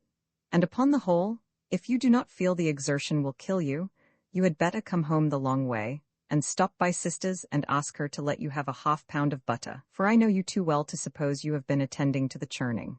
Dame Lisa here evinced a stately sort of mirth such as is unimaginable by bachelors. You churning while I was away? Oh no, not you. There is probably not so much as an egg in the house.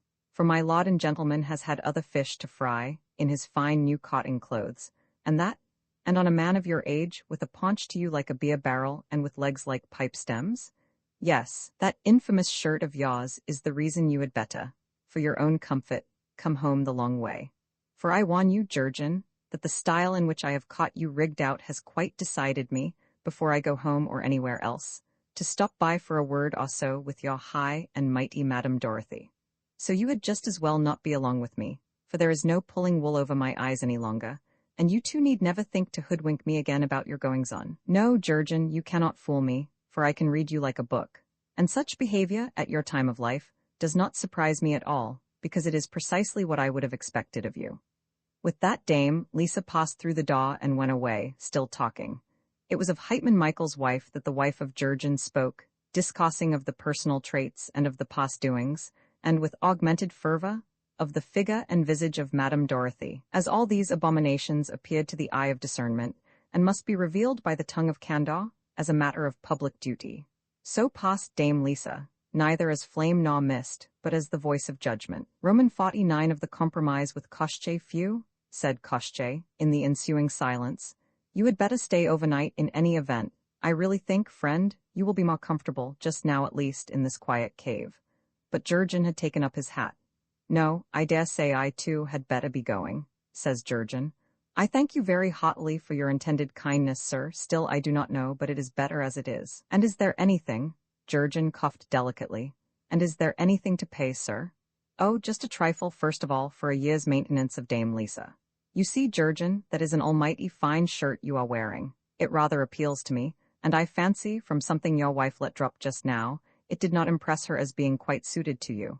So, in the interest of domesticity, suppose you ransom Dame Lisa with that fine shirt of yours. Why, willingly, said Jurgen, and he took off the shirt of Nessus. You have worn this for some time, I understand, said Koschei, meditatively. And did you ever notice any inconvenience in wearing this garment? Not that I could detect, Prince. It fitted me and seemed to impress everybody most favorably. There, said Koschei, that is what I have always contended. To the strong man, and to wholesome matter-of-fact people generally, it is a fatal irritant, but persons like you can wear the shirt of Nessus very comfortably for a long, long while, and be generally admired, and you end by exchanging it for your wife's society. But now, Jurgen, about yourself. You probably noticed that my door was marked Keep Out. One must have rules, you know. Often it is a nuisance, but still rules are rules, and so I must tell you, Jurgen, it is not permitted any person to leave my presence unmaimed, if not actually annihilated. One really must have rules, you know. You would chop off an arm, or a hand, or a whole finger? Come now, Prince, you must be joking. Koschei the Deathless was very grave as he sat there, in meditation, drumming with his long jet-black fingers upon the tabletop that was curiously inlaid with 30 pieces of silver. In the lamplight his sharp nails glittered like flame points, and the color suddenly withdrew from his eyes, so that they showed like small white eggs. But man, how strange you are, said Koschei, presently, and life flowed back into his eyes, and Jurgen ventured the liberty of breathing. Inside, I mean, why, there is hardly anything left. Now rules are rules, of course, but you, who are the remnant of a poet, may depart unhindered whenever you will, and I shall take nothing from you. For really it is necessary to draw the line somewhere. Jurgen meditated this clemency, and with a sick heart he seemed to understand. Yes, that is probably the truth, for I have not retained the faith, nor the desire, nor the vision. Yes, that is probably the truth. Well, at all events, Prince, I very unfeignedly admired each of the ladies to whom you were friendly enough to present me, and I was greatly flattered by their offers. More than generous I thought them, but it really would not do for me to take up with any one of them now. For Lisa is my wife, you see. A great deal has passed between us, sir, in the last 10 years, and I have been a sore disappointment to her, in many ways, and I am used to her. Then Jurgen considered, and regarded the black gentleman with mingled envy and commiseration. Why, no, you probably would not understand, sir, on account of your not being, I suppose, a married person, but I can assure you it is always pretty much like that.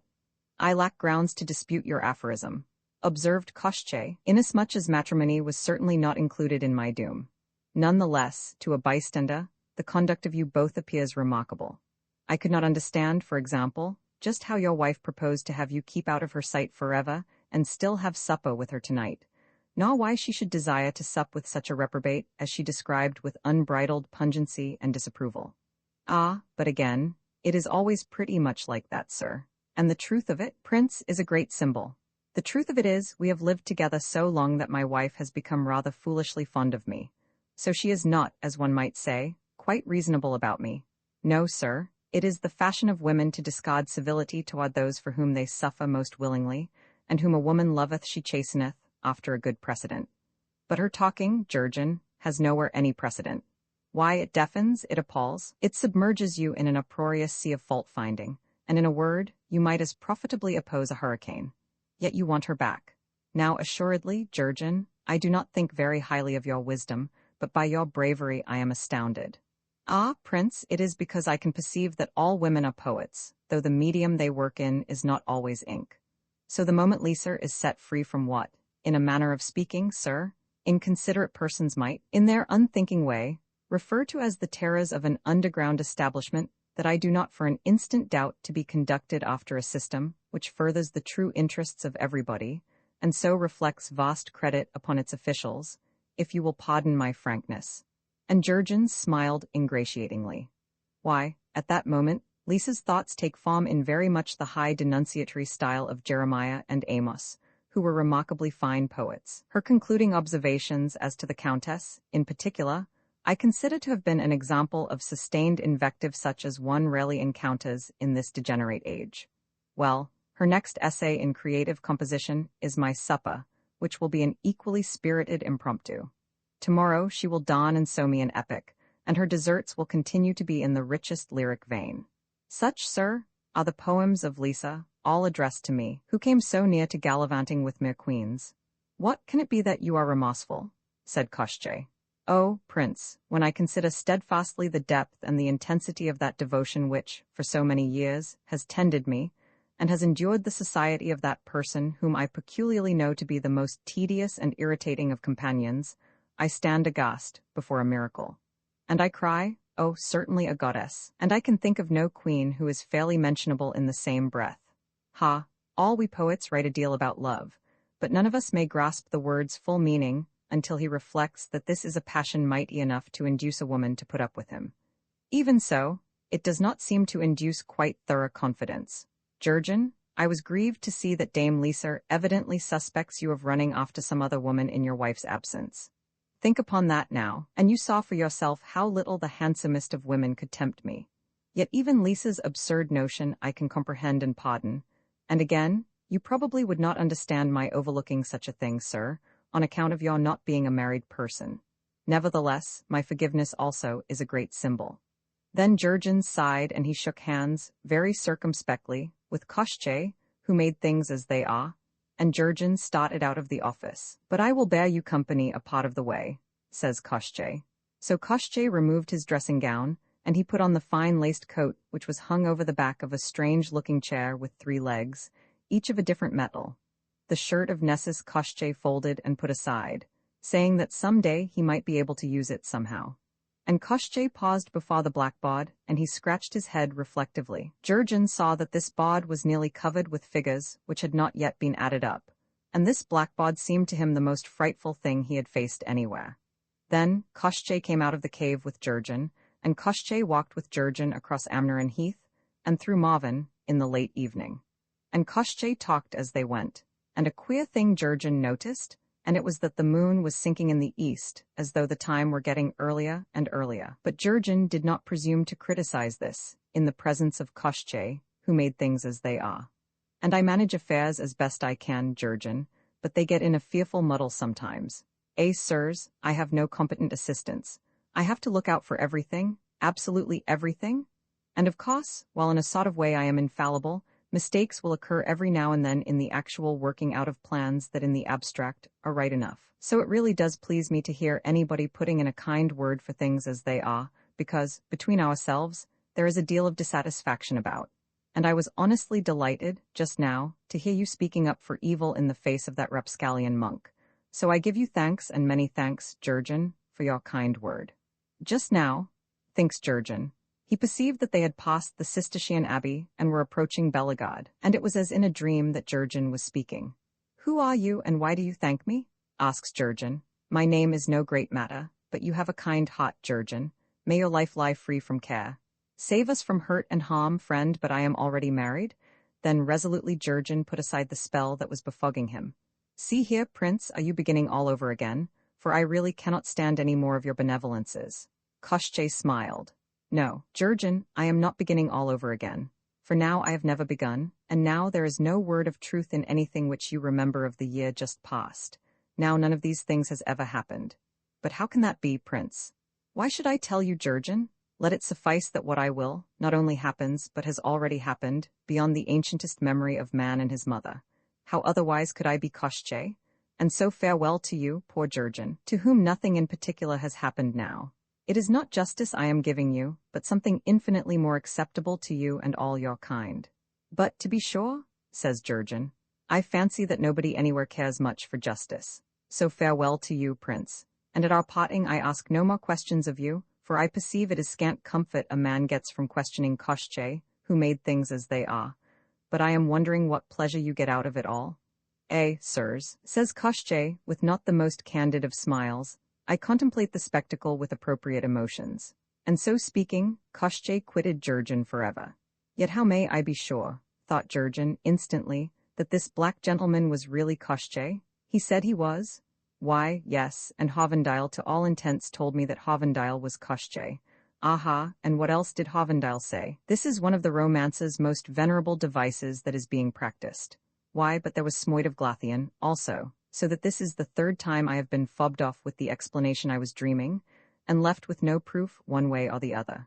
Thus Jurgen, indignantly, and then he laughed. Why, but of course? I may have talked face to face with Koshchei, who made all things as they are, and again, I may not have. That is the whole point of it, the cream, as one might say, of the jest that I cannot ever be sure. Well, and Jurgen shrugged here, well, and what could I be expected to do about it? V requirements of bread and butter nessus, says Jurgen, and am I so changed? For that Dorothy whom I loved in youth did not know me. Good and evil keep very exact accounts, replied the centaur, and the face of every man is their ledger. Meanwhile the sun rises, it is already another workday. And when the shadows of those two who come to take possession fall full upon the garden, I warn you, there will be astounding changes brought about by the requirements of bread and butter. You have not time to revive old memories by chatting with the others to whom you babbled aforetime in this garden. Ah, centaur, in the garden between dawn and sunrise, there was never any other save Dorothy la Desiree. The centaur shrugged. It may be you forget. It is certain that you underestimate the local population. Some of the transient visitors you have seen, and in addition hereabouts dwell the year round all manner of imaginary creatures. The fairies live just southward, and the gnomes too. To your right is the realm of the Valkyries. The Amazons and the Cynosphali are their allies.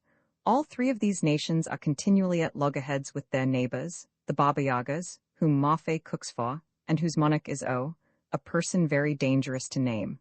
Northward dwell the leprechauns and the men of hunger, whose king is Clubhair. My people, who are ruled by Chiron, live even further to the north. The Sphinx pastures on yonder mountain, and now the chimera is old and generally derided. They say that Cerberus visits the Sphinx at twilight, although I was never the person to disseminate scandal. Centaur, said Jurgen, and what is Dorothy doing here? Why, all the women that any man has ever loved live here, replied the centaur, for very obvious reasons. That is a hard saying, friend. Nessus tapped with his forefinger upon the back of Jurgen's hand. Worms' meat? This is the destined food, do what you will, of small white worms. This by and by will be a struggling pale corruption like seething milk. That too is a hard saying, Jurgen, but it is a true saying. And was that Dorothy whom I loved in youth an imaginary creature? My poor Jurgen, you who were once a poet, she was your masterpiece. For there was only a shallow, stupid and airy, high-nosed and light-haired miss, with no remarkable good looks. And consider what your ingenuity made from such poor material. You should be proud of yourself. No, centaur, I cannot very well be proud of my folly, yet I do not regret it. I have been befooled by a bright shadow of my own raising, you tell me, and I concede it to be probable. No less, I served a lovely shadow, and my heart will keep the memory of that loveliness until life ends, in a world where other men follow pantingly after shadows which are not even pretty. There is something in that, Jurgen. There is also something in an old tale we used to tell in Thessaly, about a fox and certain grapes. Well, but look you, Nessus, there is an emperor that reigns now in Constantinople, and occasionally does business with me. Yes, and I could tell you tales of by what shifts he came to the throne. Men's hands are by ordinary soiled in climbing, quoth the centaur. And Jurgen, this emperor says to me, not many months ago, as he sat in his palace, crowned and dreary, and trying to cheat me out of my fair profit on some emeralds, Jurgen, I cannot sleep of nights, because of that fool Alexius, who comes into my room with staring eyes and the bowstring still about his neck. And my Varangians must be in league with that silly ghost, because I constantly order them to keep Alexius out of my bedchamber, and they do not obey me. Jurgen, to be king of the East is not to the purpose, Jurgen, when one must submit to such vexations. Yes, it was Caesar Pharamond himself said this to me, and I deduce the shadow of a crown has led him into an ugly pickle, for all that he is the mightiest monarch in the world. And I would not change with Caesar Pharamond, not I who am a respectable pawnbroker, with my home in fee and my bit of tilled land. Well, this is a queer world, to be sure, and this garden is visited by no stranger things than pop into a man's mind sometimes, without his knowing how. Ah, but you must understand that the garden is speedily to be remodeled. Yonder you may observe the two whose requirements are to rid the place of all fantastic, unremunerative notions, and who will develop the natural resources of this garden according to generally approved methods. And from afar Jurgen could see two figures coming out of the east, so tall that their heads rose above the encircling hills and glistened in the rays of a sun which was not yet visible.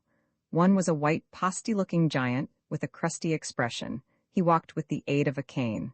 The other was of a pale yellow color. His face was oily, and he rode on a vast cow that was called Eadhamla. "Make way there, brother, with your staff of life," says the yellow giant, "for there is much to do hereabouts." "Aye, brother, this place must be altered a deal before it meets with our requirements," the other grumbled. "May I be toasted if I know where to begin."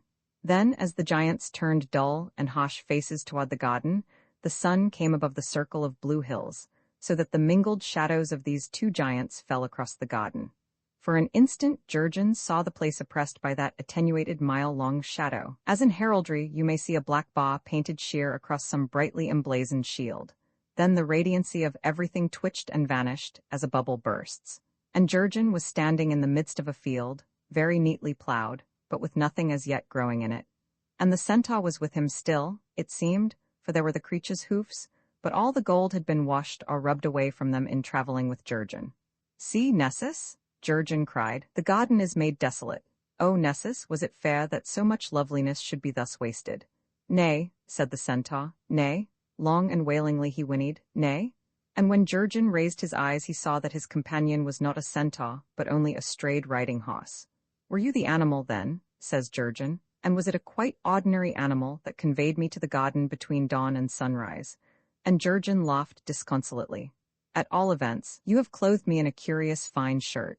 And now I look, your bridle is marked with a coronet.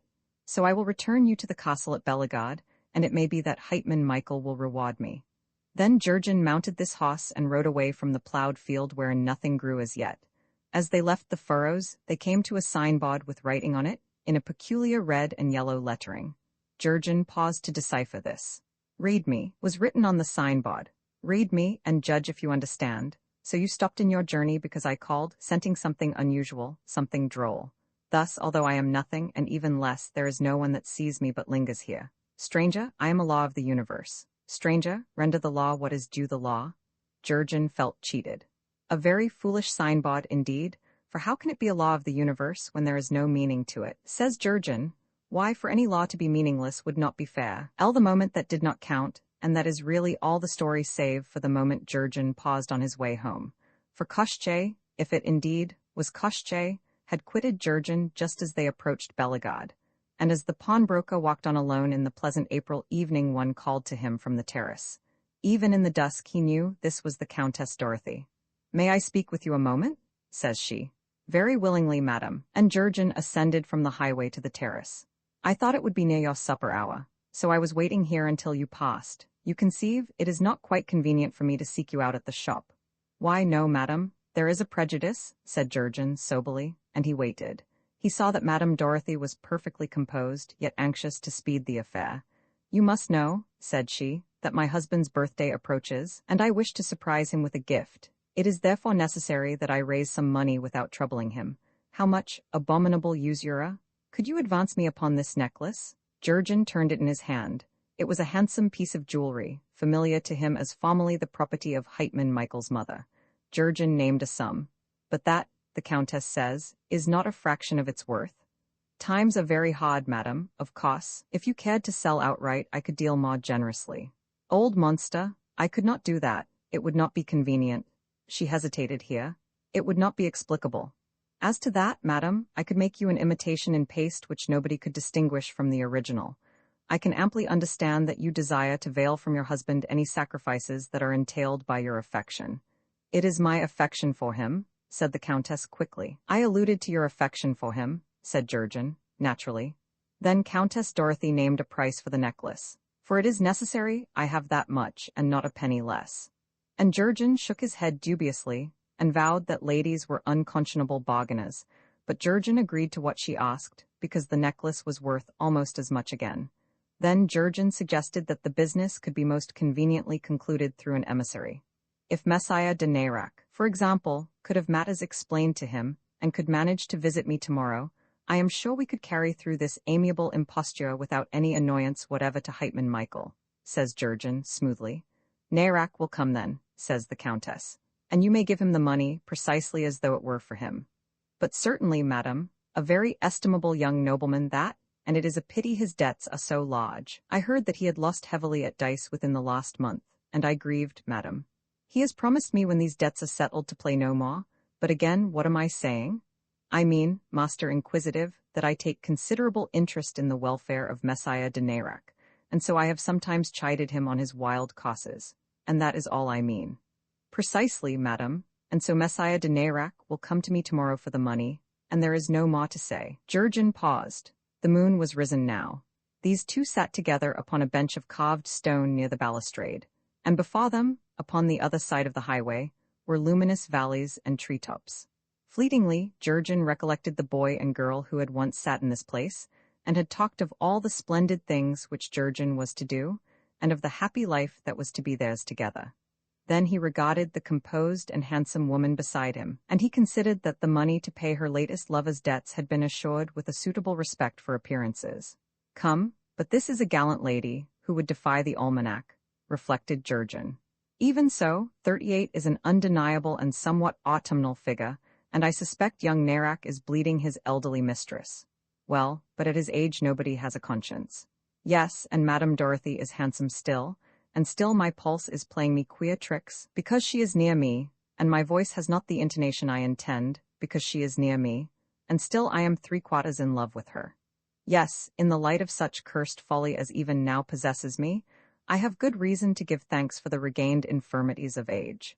Yet living seems to me a wasteful and inequitable process, for this is a poor outcome for the boy and girl that I remember. And weighing this outcome, I am tempted to weep and to talk romantically, even now. But he did not, for really, weeping was not requisite. Jurgen was making his fair profit out of the Countess's folly, and it was merely his duty to see that this little business transaction was managed without any scandal. So there is nothing more to say, observed Jurgen, as he rose in the moonlight, save that I shall always be delighted to serve you, madam, and I may reasonably boast that I have earned a reputation for fair dealing. And he thought, in effect, since certainly as she grows older she will need yet more money for her lovers, I am offering to pimp for her. Then Jurgen shrugged. That is one side of the affair. The other is that I transact my legitimate business, I, who am that which the years have made of me. Thus it was that Jurgen quitted the Countess Dorothy, whom, as you have heard, this pawnbroker had loved in his first youth under the name of Heart's Desire, and whom in the youth that was loaned him by Mother Sarada, he had loved as Queen Helen, the delight of gods and men. For Jurgen was quitting Madame Dorothy after the simplest of business transactions, which consumed only a moment, and did not actually count one way or the other. And after this moment which did not count, the pawnbroker resumed his journey, and so came presently to his home. He peeped through the window, and there in a snug room, with supper laid, sat Dame Lisa about some sewing, and evidently in a quite amiable frame of mind. Then terror smote the Jurgen who had faced sorcerers and gods and devils intrepidly. For I forgot about the butter? But immediately afterward he recollected that, now, not even what Lisa had said to him in the cave was real. Neither he nor Lisa, now, had ever been in the cave, and probably there was no longer any such place, and now there never had been any such place. It was rather confusing. Ah, but I must remember carefully, said Jurgen, that I have not seen Lisa since breakfast this morning. Nothing whatever has happened. There has been no requirement laid upon me, after all, to do the manly thing. So I retain my wife, such as she is, poor dear. I retain my home. I retain my shop and a fair line of business. Yes, Koshchei, if it was really Koshchei, has dealt with me very justly, and probably his methods are everything they should be. Certainly I cannot go so far as to say that they are wrong, but still, at the same time. Then Jurgen sighed and entered his snug home. Thus it was in the old days, explicit, vi showing that Sarada is feminine then, having snapped his fingers at that foolish signboard, Jurgen would have turned easterly toward Bellegarde, but his horse resisted. The pawnbroker decided to accept this as an omen. Forward then, he said, in the name of Koshchei. And thereafter Jurgen permitted the horse to choose its own way. Thus Jurgen came through a forest, wherein he saw many things not salutary to notice, to a great stone house like a prison, and he sought shelter there. But he could find nobody about the place, until he came to a large hall, newly swept. This was a depressing apartment in its chill neat emptiness, for it was unfurnished save for a bare deal table, upon which lay a yardstick and a pair of scales. Above this table hung a wicker cage containing a blue bird, and another wicker cage containing 3 white pigeons. And in this hall a woman, no longer young, dressed all in blue, and wearing a white towel by way of headdress, was sought in curiously colored cloths. She had very bright eyes, with wrinkled lids, and now as she looked up at Jurgen her shrunk jaws quivered. "Ah," says she, "I have a visitor. Good day to you in your glittering shirt. It is a garment I seem to recognize." "Good day, grandmother. I am looking for my wife, whom I suspect to have been carried off by a devil, poor fellow. Now, having lost my way, I have come to pass the night under your roof." "Very good, but few come seeking Mother Sarada of their own accord." Then Jurgen knew with whom he talked, and inwardly he was perturbed, for all the Laishi are unreliable in their dealings. So when he spoke it was very civilly. "And what do you do here, grandmother?" "I bleach. In time I shall bleach that garment you are wearing, for I take the color out of all things. Thus you see these stuffs here, as they are now." Clotho spun the glowing threads, and Lachesis wove them, as you observe, in curious patterns, very marvelous to see. "But when I am done with these stuffs, there will be no more color, or beauty, or strangeness anywhere apparent than in so many dishclouts." "Now I perceive," says Jurgen, "that your power and dominion is more great than any other power which is in the world." He made a song of this, in praise of the Laishi and their days, but more especially in praise of the might of Mother Sarada, and of the ruins that have fallen on Wednesday. To Chetverg and Utonik and Sabotu he gave their due. Pyatinker and Nedalker also did Jurgen commend for such demolishments as have enregistered their names in the calendar of saints, no less. Ah, but there was none like Mother Sarada. Hers was the center of that power which is the Laishi's. The others did but nibble at temporal things, like furtive mice. She devastated, like a sandstorm, so that there were many dust heaps where Mother Sarada had passed, but nothing else. And so on, and so on. The song was no masterpiece, and would not be bettered by repetition. But it was all untrammeled eulogy, and the old woman beat time to it with her lean hands, and her shrunk jaws quivered, and she nodded her white-trapped head this way and that way, with a rolling motion, and on her thin lips was a very proud and foolish smile. "That is a good song," says she. "Oh, yes, an excellent song, but you report nothing of my sister Pandalis who controls the day of the moon." "Monday," says Jurgen. "Yes, I neglected Monday, perhaps because she is the oldest of you, but in part because of the exigencies of my rhyme scheme. We must let Pandalis go unhymned. How can I remember everything when I consider the might of Sarada?" "Why, but," says Mother Sarada, "Pandalis may not like it, and she may take holiday from her washing some day to have a word with you. However, I repeat, that is an excellent song. And in return for your praise of me, I will tell you that, if your wife has been carried off by a devil, your affair is one which Koshchei alone can remedy. Assuredly, I think it is to him you must go for justice. But how may I come to him, grandmother?" "Oh, as to that, it does not matter at all which road you follow. All highways, as the saying is, lead round about to Koshchei. The one thing needful is not to stand still. This much I will tell you also for your song's sake, because that was an excellent song, and nobody ever made a song in praise of me before today." Now Jurgen wondered to see what a simple old creature was this Mother Sarada, who sat before him shaking and grinning and frail as a dead leaf, with her head wrapped in a common kitchen towel, and whose power was so enormous. To think of it, Jurgen reflected, that the world I inhabit is ordered by beings who are not 1/10 so clever as I am. I have often suspected as much, and it is decidedly unfair. Now let me see if I cannot make something out of being such a monstrous clever fellow. Jurgen said aloud, "I do not wonder that no practicing poet ever presumed to make a song of you. You are too majestical. You frighten these rhymesters, who feel themselves to be unworthy of so great a theme. So it remained for you to be appreciated by a pawnbroker, since it is we who handle and observe the treasures of this world after you have handled them." "Do you think so?" says she, more pleased than ever. "Now, maybe that was the way of it, but I wonder that you who are so fine a poet should ever have become a pawnbroker." "Well, and indeed, Mother Sarada, your wonder seems to me another wonder, for I can think of no profession better suited to a retired poet. Why, there is the variety of company, for high and low, and even the genteel are pressed sometimes for money. Then the ploughman slouches into my shop, and the duke sends for me privately. So the people I know, and the bits of their lives I pop into, give me a deal to romance about." "Ah, yes, indeed," says Mother Sarada wisely, "that well may be the case, but I do not hold with romance, myself. Moreover, sitting in my shop, I wait there quiet-like while tribute comes to me from the ends of earth. Everything which men and women have valued anywhere comes sooner or later to me, And jewels and fine knickknacks that were the pride of queens they bring me, and wedding rings, and the baby's cradle with his little tooth marks on the rim of it, and silver coffin handles, or it may be an old frying pan, they bring me, but all comes to Jurgen. So that just to sit there in my dark shop quiet-like, and wonder about the history of my belongings and how they were made mine, is poetry, and is the deep and high and ancient thinking of a god who is dozing among what time has left of a dead world, if you understand me, Mother Sarada. I understand. Oh ho, I understand that which pertains to gods, for a sufficient reason. And then another thing, you do not need any turn for business. People are glad to get whatever you choose to offer, for they would not come otherwise. So you get the shining and rough-edged coins that you can feel the proud king's head on, with his laurel wreath like millet seed under your fingers. And you get the flat and greenish coins that are smeared with the titles and the chins and hooked noses of emperors whom nobody remembers or cares about any longer. All just by waiting there quiet-like, and making a favor of it to let customers give you their belongings for a third of what they are worth. And that is easy labor, even for a poet. I understand all labor. And people treat you a deal more civilly than any real need is, because they are ashamed of trafficking with you at all. I dispute if a poet could get such civility shown him in any other profession.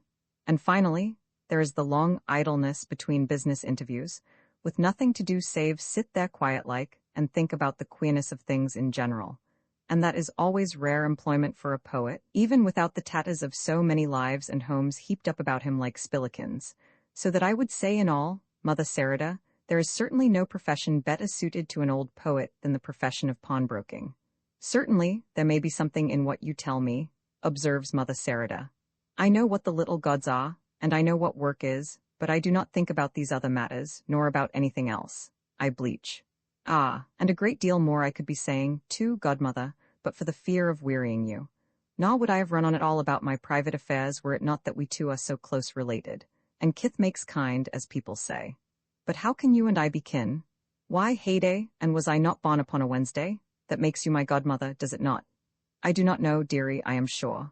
Nobody ever cared to claim kin with Mother Sarada before this, says she, pathetically. There can be no doubt, though, on the point, no possible doubt.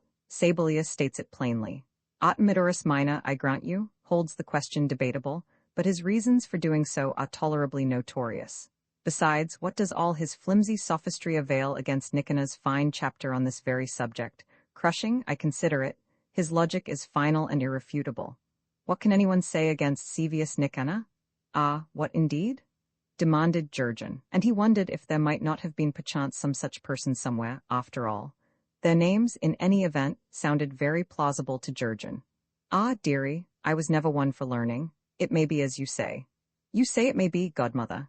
That embarrasses me rather, because I was about to ask for my christening gift, which in the press of other matters you overlooked some 40 years back.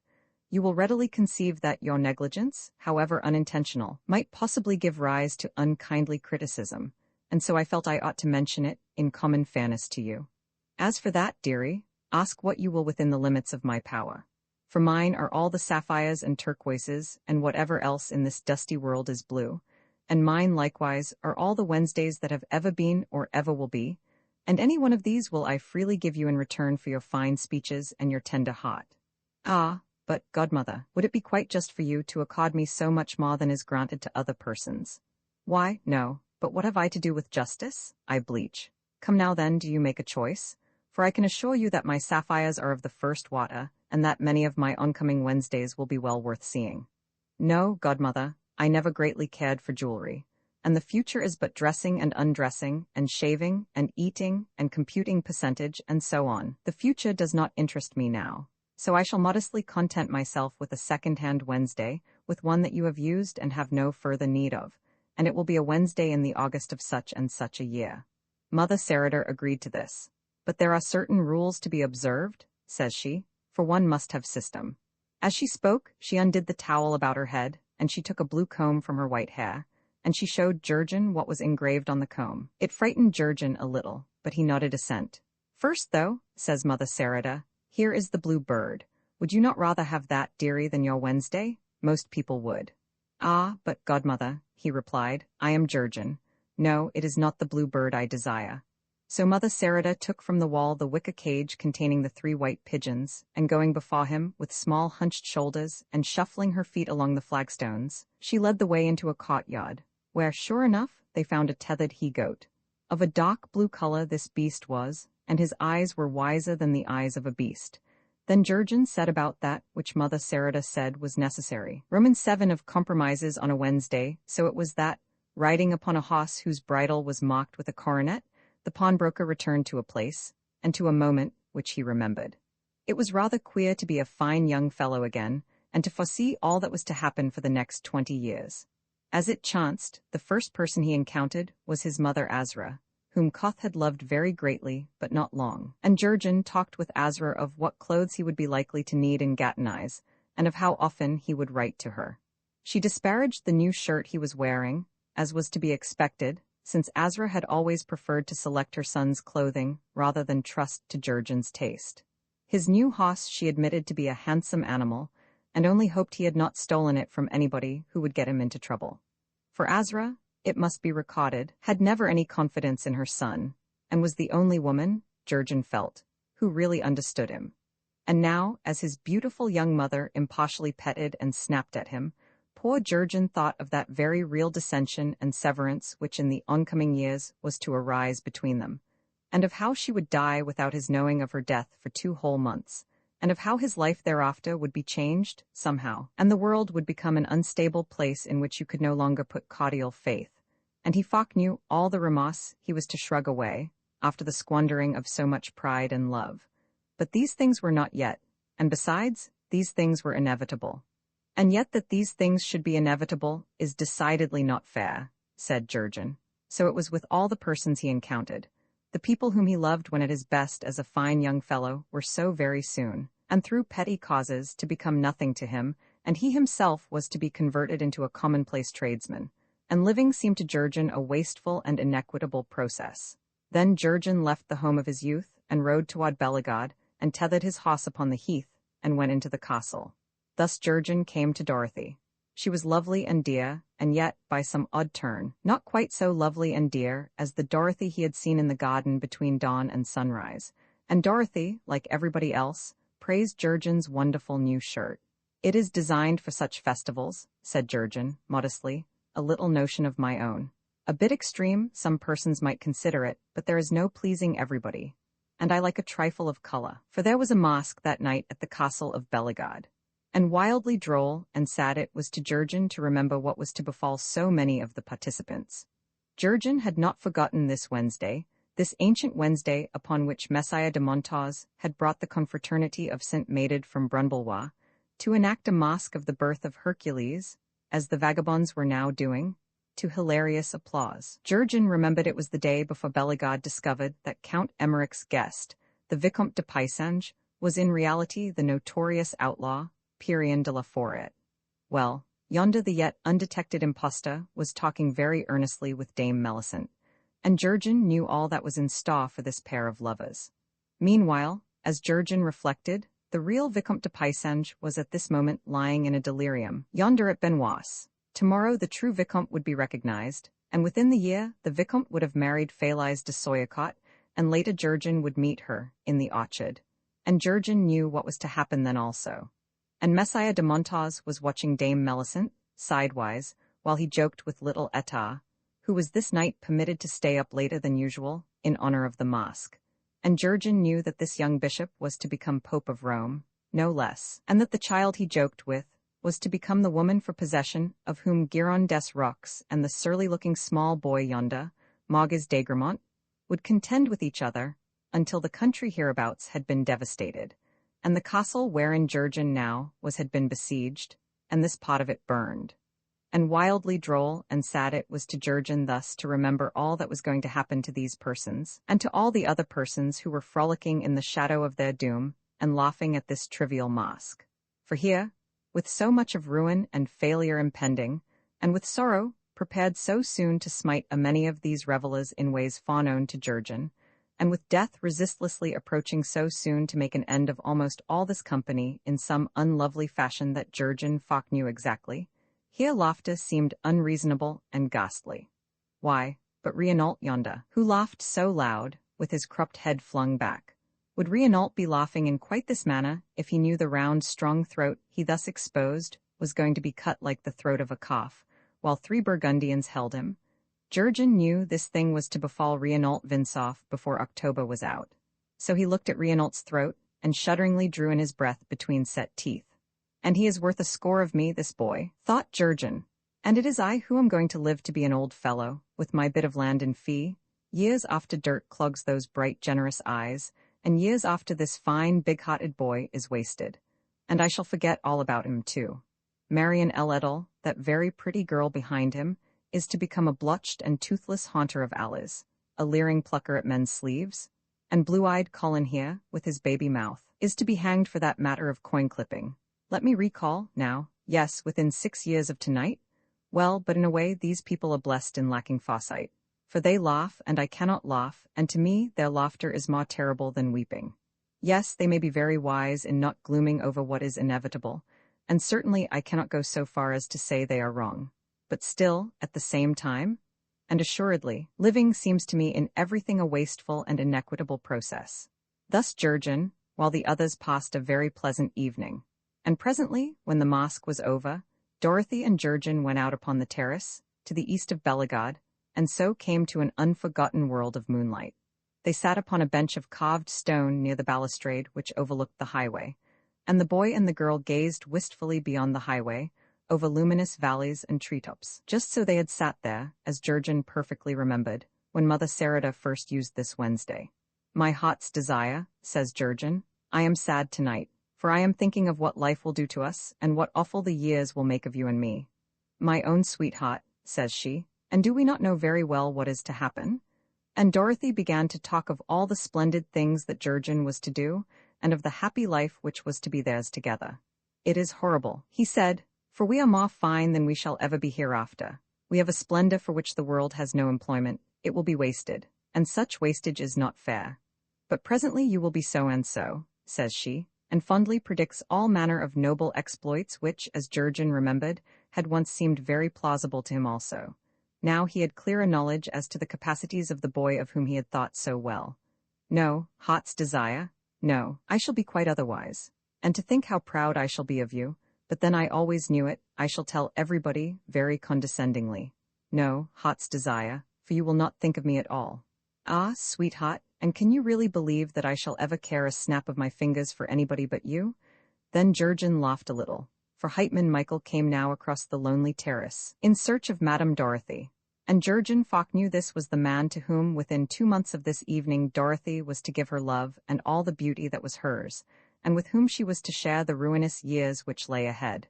But the girl did not know this, and Dorothy gave a little shrugging gesture. I have promised to dance with him, and so I must, but the old fellow is a great plague. For Heitman Michael was nearing 30, and this to Dorothy and Jurgen was an age that boded upon senility. Now, by heaven, said Jurgen, wherever Heitman Michael does his next dancing it will not be hereabouts. Jurgen had decided what he must do, and then Heitman Michael saluted them civilly. But I fear I must rob you of this fair lady, Master Jurgen, says he. Jurgen remembered that the man had said precisely this a score of years ago, and that Jurgen had mumbled polite regrets, and had stood aside while Heitman Michael bore off Dorothy to dance with him, and this dance had been the beginning of intimacy between Heitman Michael and Dorothy. Heitman, says Jurgen, the bereavement which you threaten is very happily spared me, since, as it happens, the next dance is to be mine. We can but leave it to the lady, says Heitman Michael, laughing. Not I, says Jurgen, for I know too well what would come of that. I intend to leave my destiny to no one. Your conduct, Master Jurgen, is somewhat strange, observed Heitman Michael. Ah, but I will show you a thing yet stranger. For look you, there seem to be 3 of us here on this terrace, yet I can assure you there are 4. Read me the riddle, my boy, and have done. The 4th of us, Heitman, is a goddess that wears a speckled garment and has black wings. She can boast of no temples, and no priests cry to her anywhere, because she is the only deity whom no prayers can move or any sacrifices placate. I allude, sir, to the eldest daughter of Nox and Erebus. You speak of death, I take it. Your apprehension, Heitman, is nimble. Even so, it is not quick enough, I fear, to foreign the whims of goddesses. Indeed, what person could have foreseen that this implacable lady would have taken such a strong fancy for your company? Ah, my young bantam, replies Heitman Michael. It is quite true that she and I are acquainted. I may even boast of having dispatched 1 or 2 stout warriors to serve her underground. Now, as I divine your meaning, you plan that I should decrease her obligation by sending her a whippersnapper. My notion, Heitman, is that since this dark goddess is about to leave us, she should not, in common gallantry, be permitted to go hence unaccompanied. I propose, therefore, that we forthwith decide who is to be her escort. Now Heitman Michael had drawn his sword. You are insane, but you extend an invitation which I have never yet refused. Heitman, cries Jurgen, in honest gratitude and admiration, I bear you no ill will, but it is highly necessary you die tonight, in order that my soul may not perish too many years before my body. With that he too whipped out his sword, so they fought. Now Jurgen was a very acceptable swordsman, but from the start he found in Heitman Michael his master. Jurgen had never reckoned upon that, and he considered it annoying. If Heitman Michael perforated Jurgen, the future would be altered, certainly, but not quite as Jurgen had decided it ought to be remodeled. So this unlooked-for complication seemed preposterous, and Jurgen began to be irritated by the suspicion that he was getting himself killed for nothing at all. Meanwhile, his unruffled tall antagonist seemed but to play with Jurgen, so that Jurgen was steadily forced back toward the balustrade. And presently Jurgen's sword was twisted from his hand and sent flashing over the balustrade into the public highway. So now, Master Jurgen, says Heitman Michael, that is the end of your nonsense. Why, no, there is not any occasion to posture like a statue. I do not intend to kill you. Why the devil's name should I? To do so would only get me an ill name with your parents. And besides, it is infinitely more pleasant to dance with this lady, just as I first intended. And he turned gaily toward Madame Dorothy. But Jurgen found this outcome of affairs insufferable. This man was stronger than he. This man was of the sort that takes and uses gallantly all the world's prizes which mere poets can but respectfully admire. All was to do again. Heitman Michael, in his own hateful phrase, would act just as he had first intended, and Jurgen would be brushed aside by the man's brute strength. This man would take away Dorothy, and leave the life of Jurgen to become a business which Jurgen remembered with distaste. It was unfair. So Jurgen snatched out his dagger, and drove it deep into the undefended back of Heitman Michael. 3 times young Jurgen stabbed and hacked the burly soldier, just underneath the left ribs. Even in his fury, Jurgen remembered to strike on the left side. It was all very quickly done. Heitman Michael's arms jerked upward, and in the moonlight his fingers spread and clutched. He made curious gurgling noises. Then the strength went from his knees so that he toppled backward. His head fell upon Jurgen's shoulder, resting there for an instant fraternally, and as Jurgen shuddered away from the abhorred contact, the body of Heitman Michael collapsed. Now he lay staring upward, dead at the feet of his murderer. He was horrible looking, but he was quite dead. What will become of you? Dorothy whispered after a while. Oh, Jurgen, it was foully done, that which you did was infamous. What will become of you, my dear? I will take my doom, says Jurgen, and without whimpering so that I get justice, but I shall certainly insist upon justice. Then Jurgen raised his face to the bright heavens. The man was stronger than I and wanted what I wanted, so I have compromised with necessity, in the only way I could make sure of getting that which was requisite to me. I cry for justice to the power that gave him strength and gave me weakness, and gave to each of us his desires. That which I have done, I have done. Now judge. Then Jurgen tugged and shoved the heavy body of Heitman Michael until it lay well out of sight, under the bench upon which Jurgen and Dorothy had been sitting. Rest there, brave sir, until they find you. Come to me now, my heart's desire. Good, that is excellent. Here I sit with my true love, upon the body of my enemy. Justice is satisfied, and all is quite as it should be. For you must understand that I have fallen heir to a fine steed, whose bridle is marked with a coronet. Prophetically, I take it, and upon this steed you will ride pillion with me to Lissuat. There we will find a priest to marry us. We will go together into Gatenize. Meanwhile, there is a bit of neglected business to be attended to. And he drew the girl close to him, for Jurgen was afraid of nothing now. And Jurgen thought, oh, that I could detain the moment, that I could make some fitting verses to preserve this moment in my own memory. Could I but get into words the odor and the thick softness of this girl's hair as my hands, that are a-quiver in every nerve of them, caress her hair, and get into enduring words the glitter and the cloudy shadowings of her hair in this bedrenching moonlight. For I shall forget all this beauty, or at best I shall remember this moment very dimly. You have done very wrong, says Dorothy. Says Jurgen to himself. Already the moment passes, this miserably happy moment wherein one small life shudders and stands hot-stricken at the height of bliss. It passes, and I know even as I lift this girl's soft face to mine, and mock what faith and submissiveness and expectancy is in her face, that whatever the future holds for us, and whatever of happiness we too may know hereafter, we shall find no instant happier than this, which passes from us irretrievably while I am thinking about it, poor fool, in place of rising to the issue. And heaven only knows what will become of you, Jurgen, says Jurgen, still to himself. Yes, something must remain to me of all this rapture, though it be only guilt and sorrow. Something I mean to wrest from this high moment, which was once wasted fruitlessly. Now I am wiser, for I know there is not any memory with less satisfaction in it than the memory of some temptation we resisted. So I will not waste the one real passion I have known, nor leave unfed the one desire which ever caused me for a hot beat to forget to think about Jurgen's welfare. And thus, whatever happens, I shall not always regret that I did not avail myself of this girl's love before it was taken from me. So Jurgen made such advances as seemed good to him, and he noted, with amusing memories of how much afraid he had once been of shocking his Dorothy's notions of decorum, that she did not repulse him very vigorously. Here, over a dead body? Oh, Jurgen, this is horrible. Now, Jurgen, remember that somebody may come any minute, and I thought I could trust you? Ah, and is this all the respect you have for me? This much she said in duty. Meanwhile the eyes of Dorothy were dilated and very tender. Faith, I take no chances this second time, and so whatever happens, I shall not always regret that which I left undone.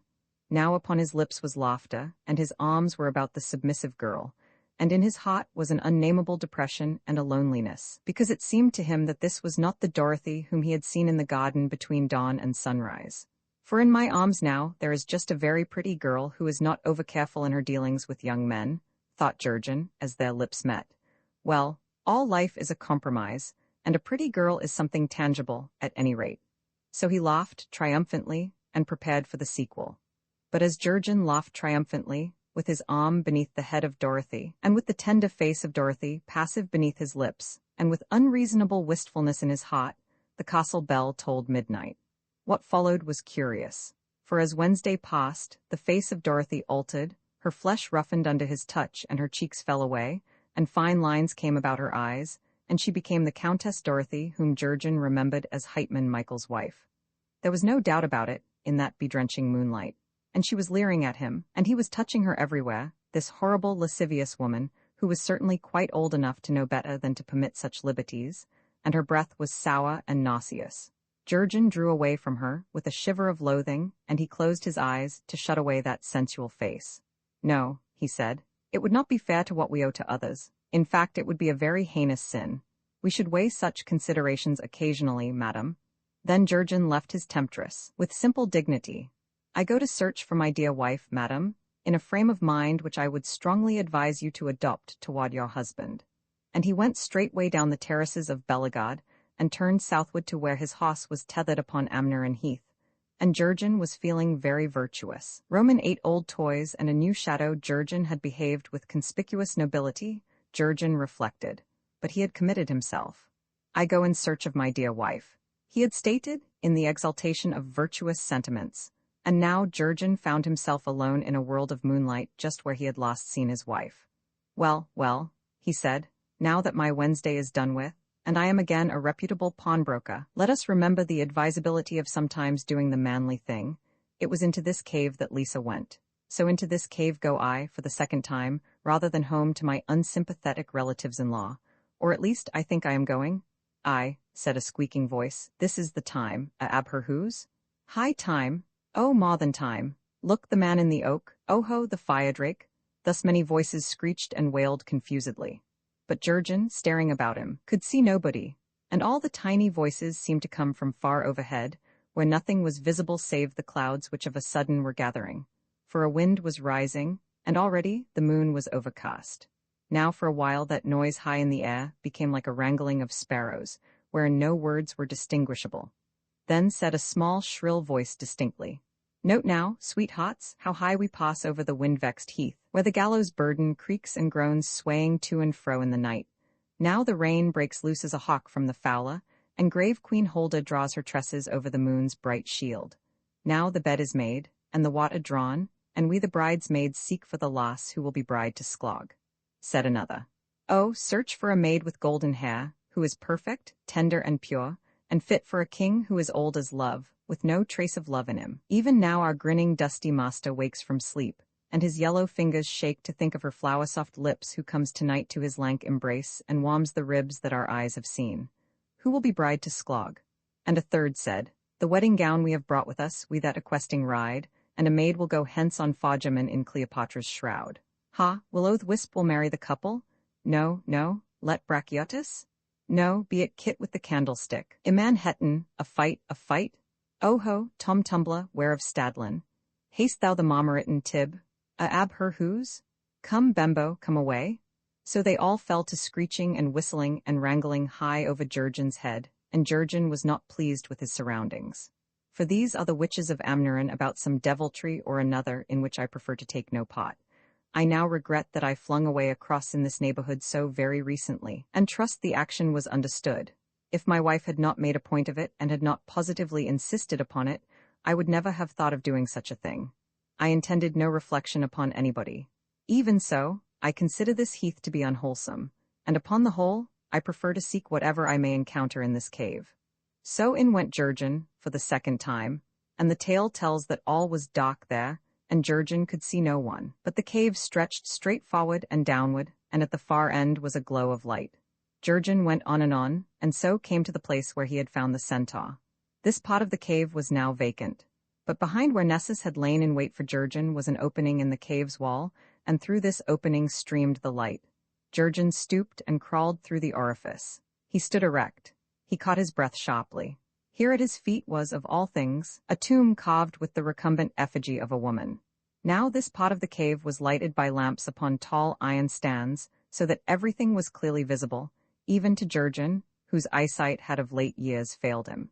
This was certainly a low, flat tombstone such as Jurgen had seen in many churches, but the tinted effigy thereupon was curious, somehow. Jurgen looked more closely. He touched the thing. Then he recoiled, because there is no mistaking the feel of dead flesh. The effigy was not colored stone. It was the body of a dead woman. More unaccountable still, it was the body of Félix de Paysange, whom Jurgen had loved very long ago in Gatineis, a great many years before he set up in business as a pawnbroker. Very strange it was to Jurgen again to see her face. He had often wondered what had become of this large brown woman, had wondered if he were really the first man for whom she had put a deceit upon her husband, and had wondered what sort of person Madame Félix de Paysange had been in reality. 2 months it was that we played at intimacy, was it not, Félix? You comprehend, my dear, I really remember very little about you, but I recall quite clearly the door left just ajar, and how as I opened it gently, I would see first of all the lamp upon your dressing-table, turned down almost to extinction, and the glowing dust upon its glass shade. Is it not strange that our exceeding wickedness should have resulted in nothing save the memory of dust upon a lamp chimney? Yet you were very handsome, Félix. I dare say I would have liked you if I had ever known you. But when you told me of the child you had lost, and showed me his baby picture, I took a dislike to you. It seemed to me you were betraying that child by dealing over-generously with me, and always between us afterward was his little ghost. Yet I did not at all mind the deceits you put upon your husband. It is true I knew your husband rather intimately. Well, and they tell me the good Vicomte was vastly pleased by the son you bore him some months after you and I had parted. So there was no great harm done, after all. Then Jurgen saw there was another woman's body lying like an effigy upon another low flat tomb, and beyond that another, and then still others. And Jurgen whistled. What, all of them? He said, am I to be confronted with every pound of tender flesh I have embraced? Yes, here is Grain, and Rosamond, and Makawev, and Alina. This girl, though, I do not remember at all. And this one is, I think, the little Jewess I purchased from Hassan Bey in Sidon, but how can one be sure? Still, this is certainly Judith, and this is Myrina. I have half a mind to look again for that mole, but I suppose it would be indecorous. Laud, how one's women do add up. There must be several scores of them in all. It is the sort of spectacle that turns a man to serious thinking.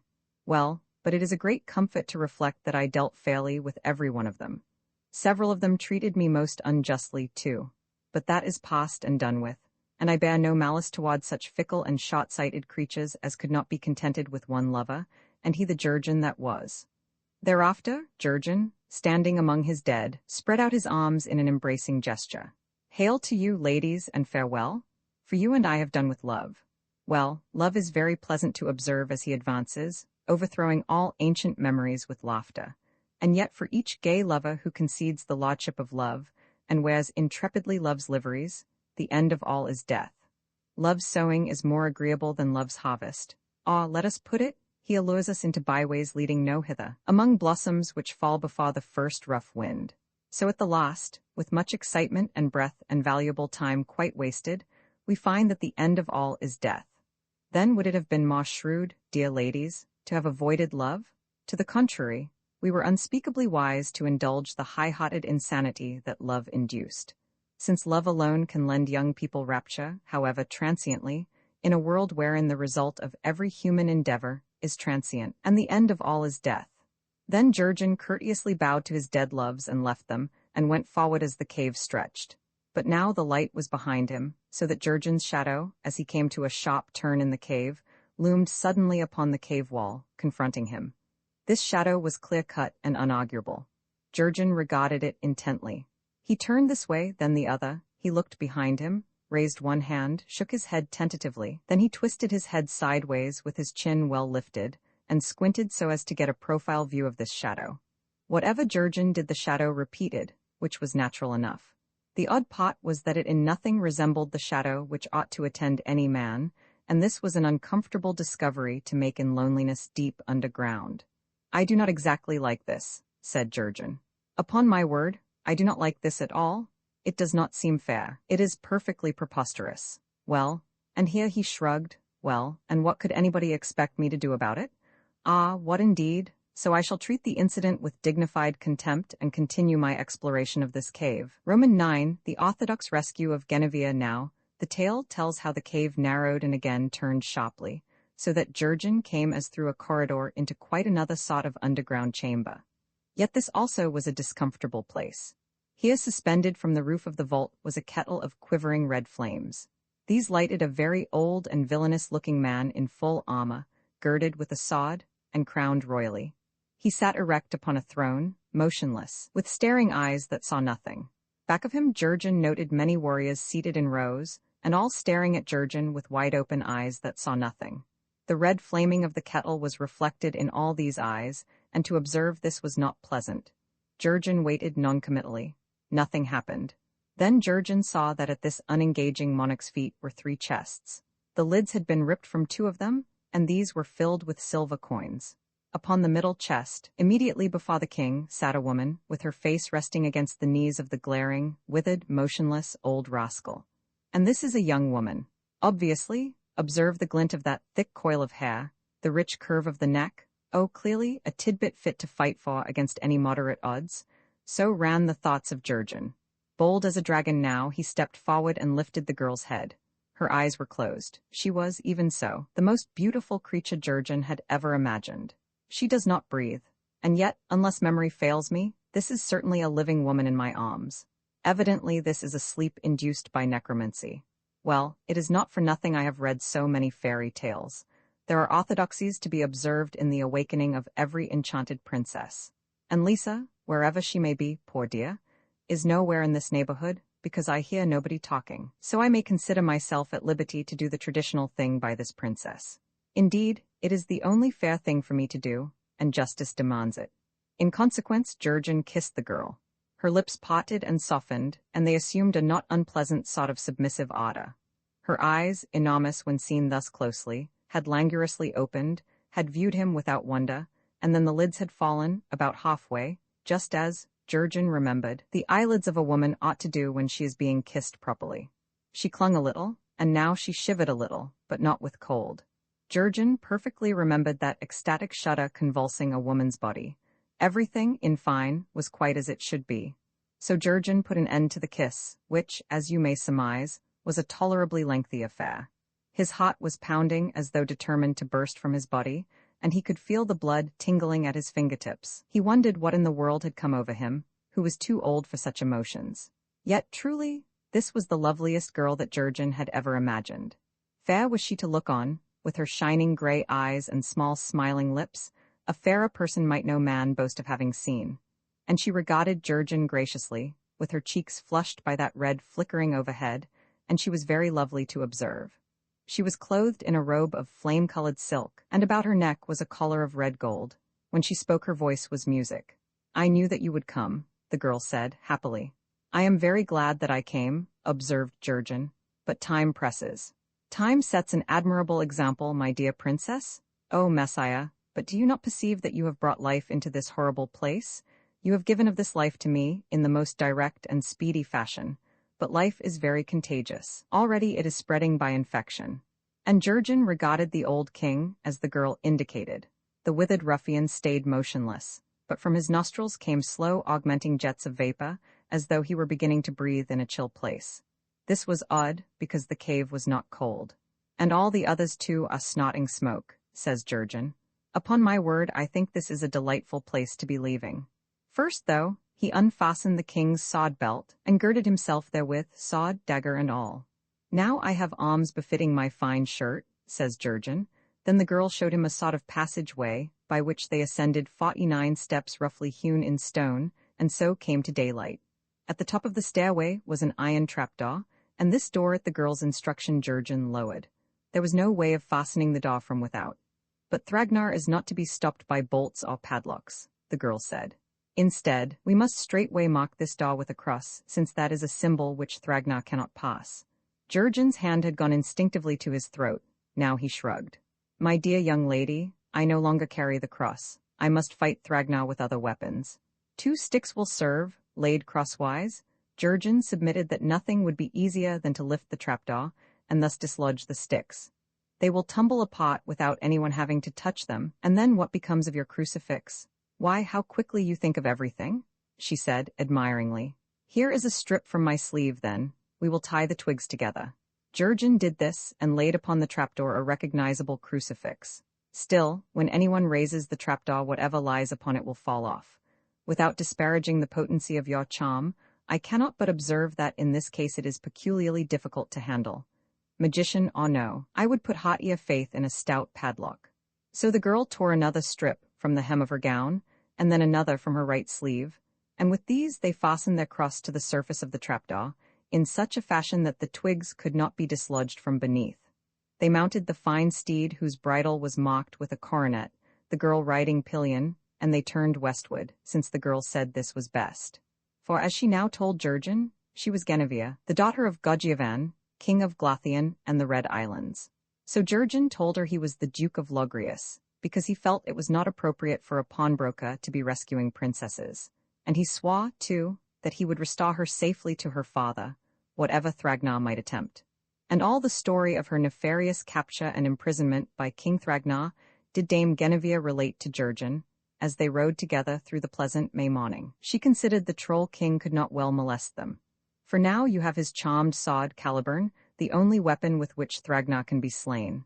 Besides, the sign of the cross he cannot pass. He beholds and trembles.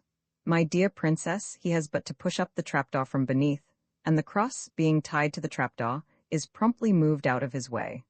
Failing this expedient, he can always come out of the cave by the other opening, through which I entered. If this Thragnar has any intelligence at all and a reasonable amount of tenacity, he will presently be at hand. Even so, he can do no harm unless we accept a present from him. The difficulty is that he will come in disguise. Why then, we will accept gifts from nobody. There is, moreover, a sign by which you may distinguish Thragnar. For if you deny what he says, he will promptly concede you are in the right. This was the curse put upon him by Merman Luaga, for a detection and a hindrance. By that unhuman trait, says Jurgen, Thragnar ought to be very easy to distinguish.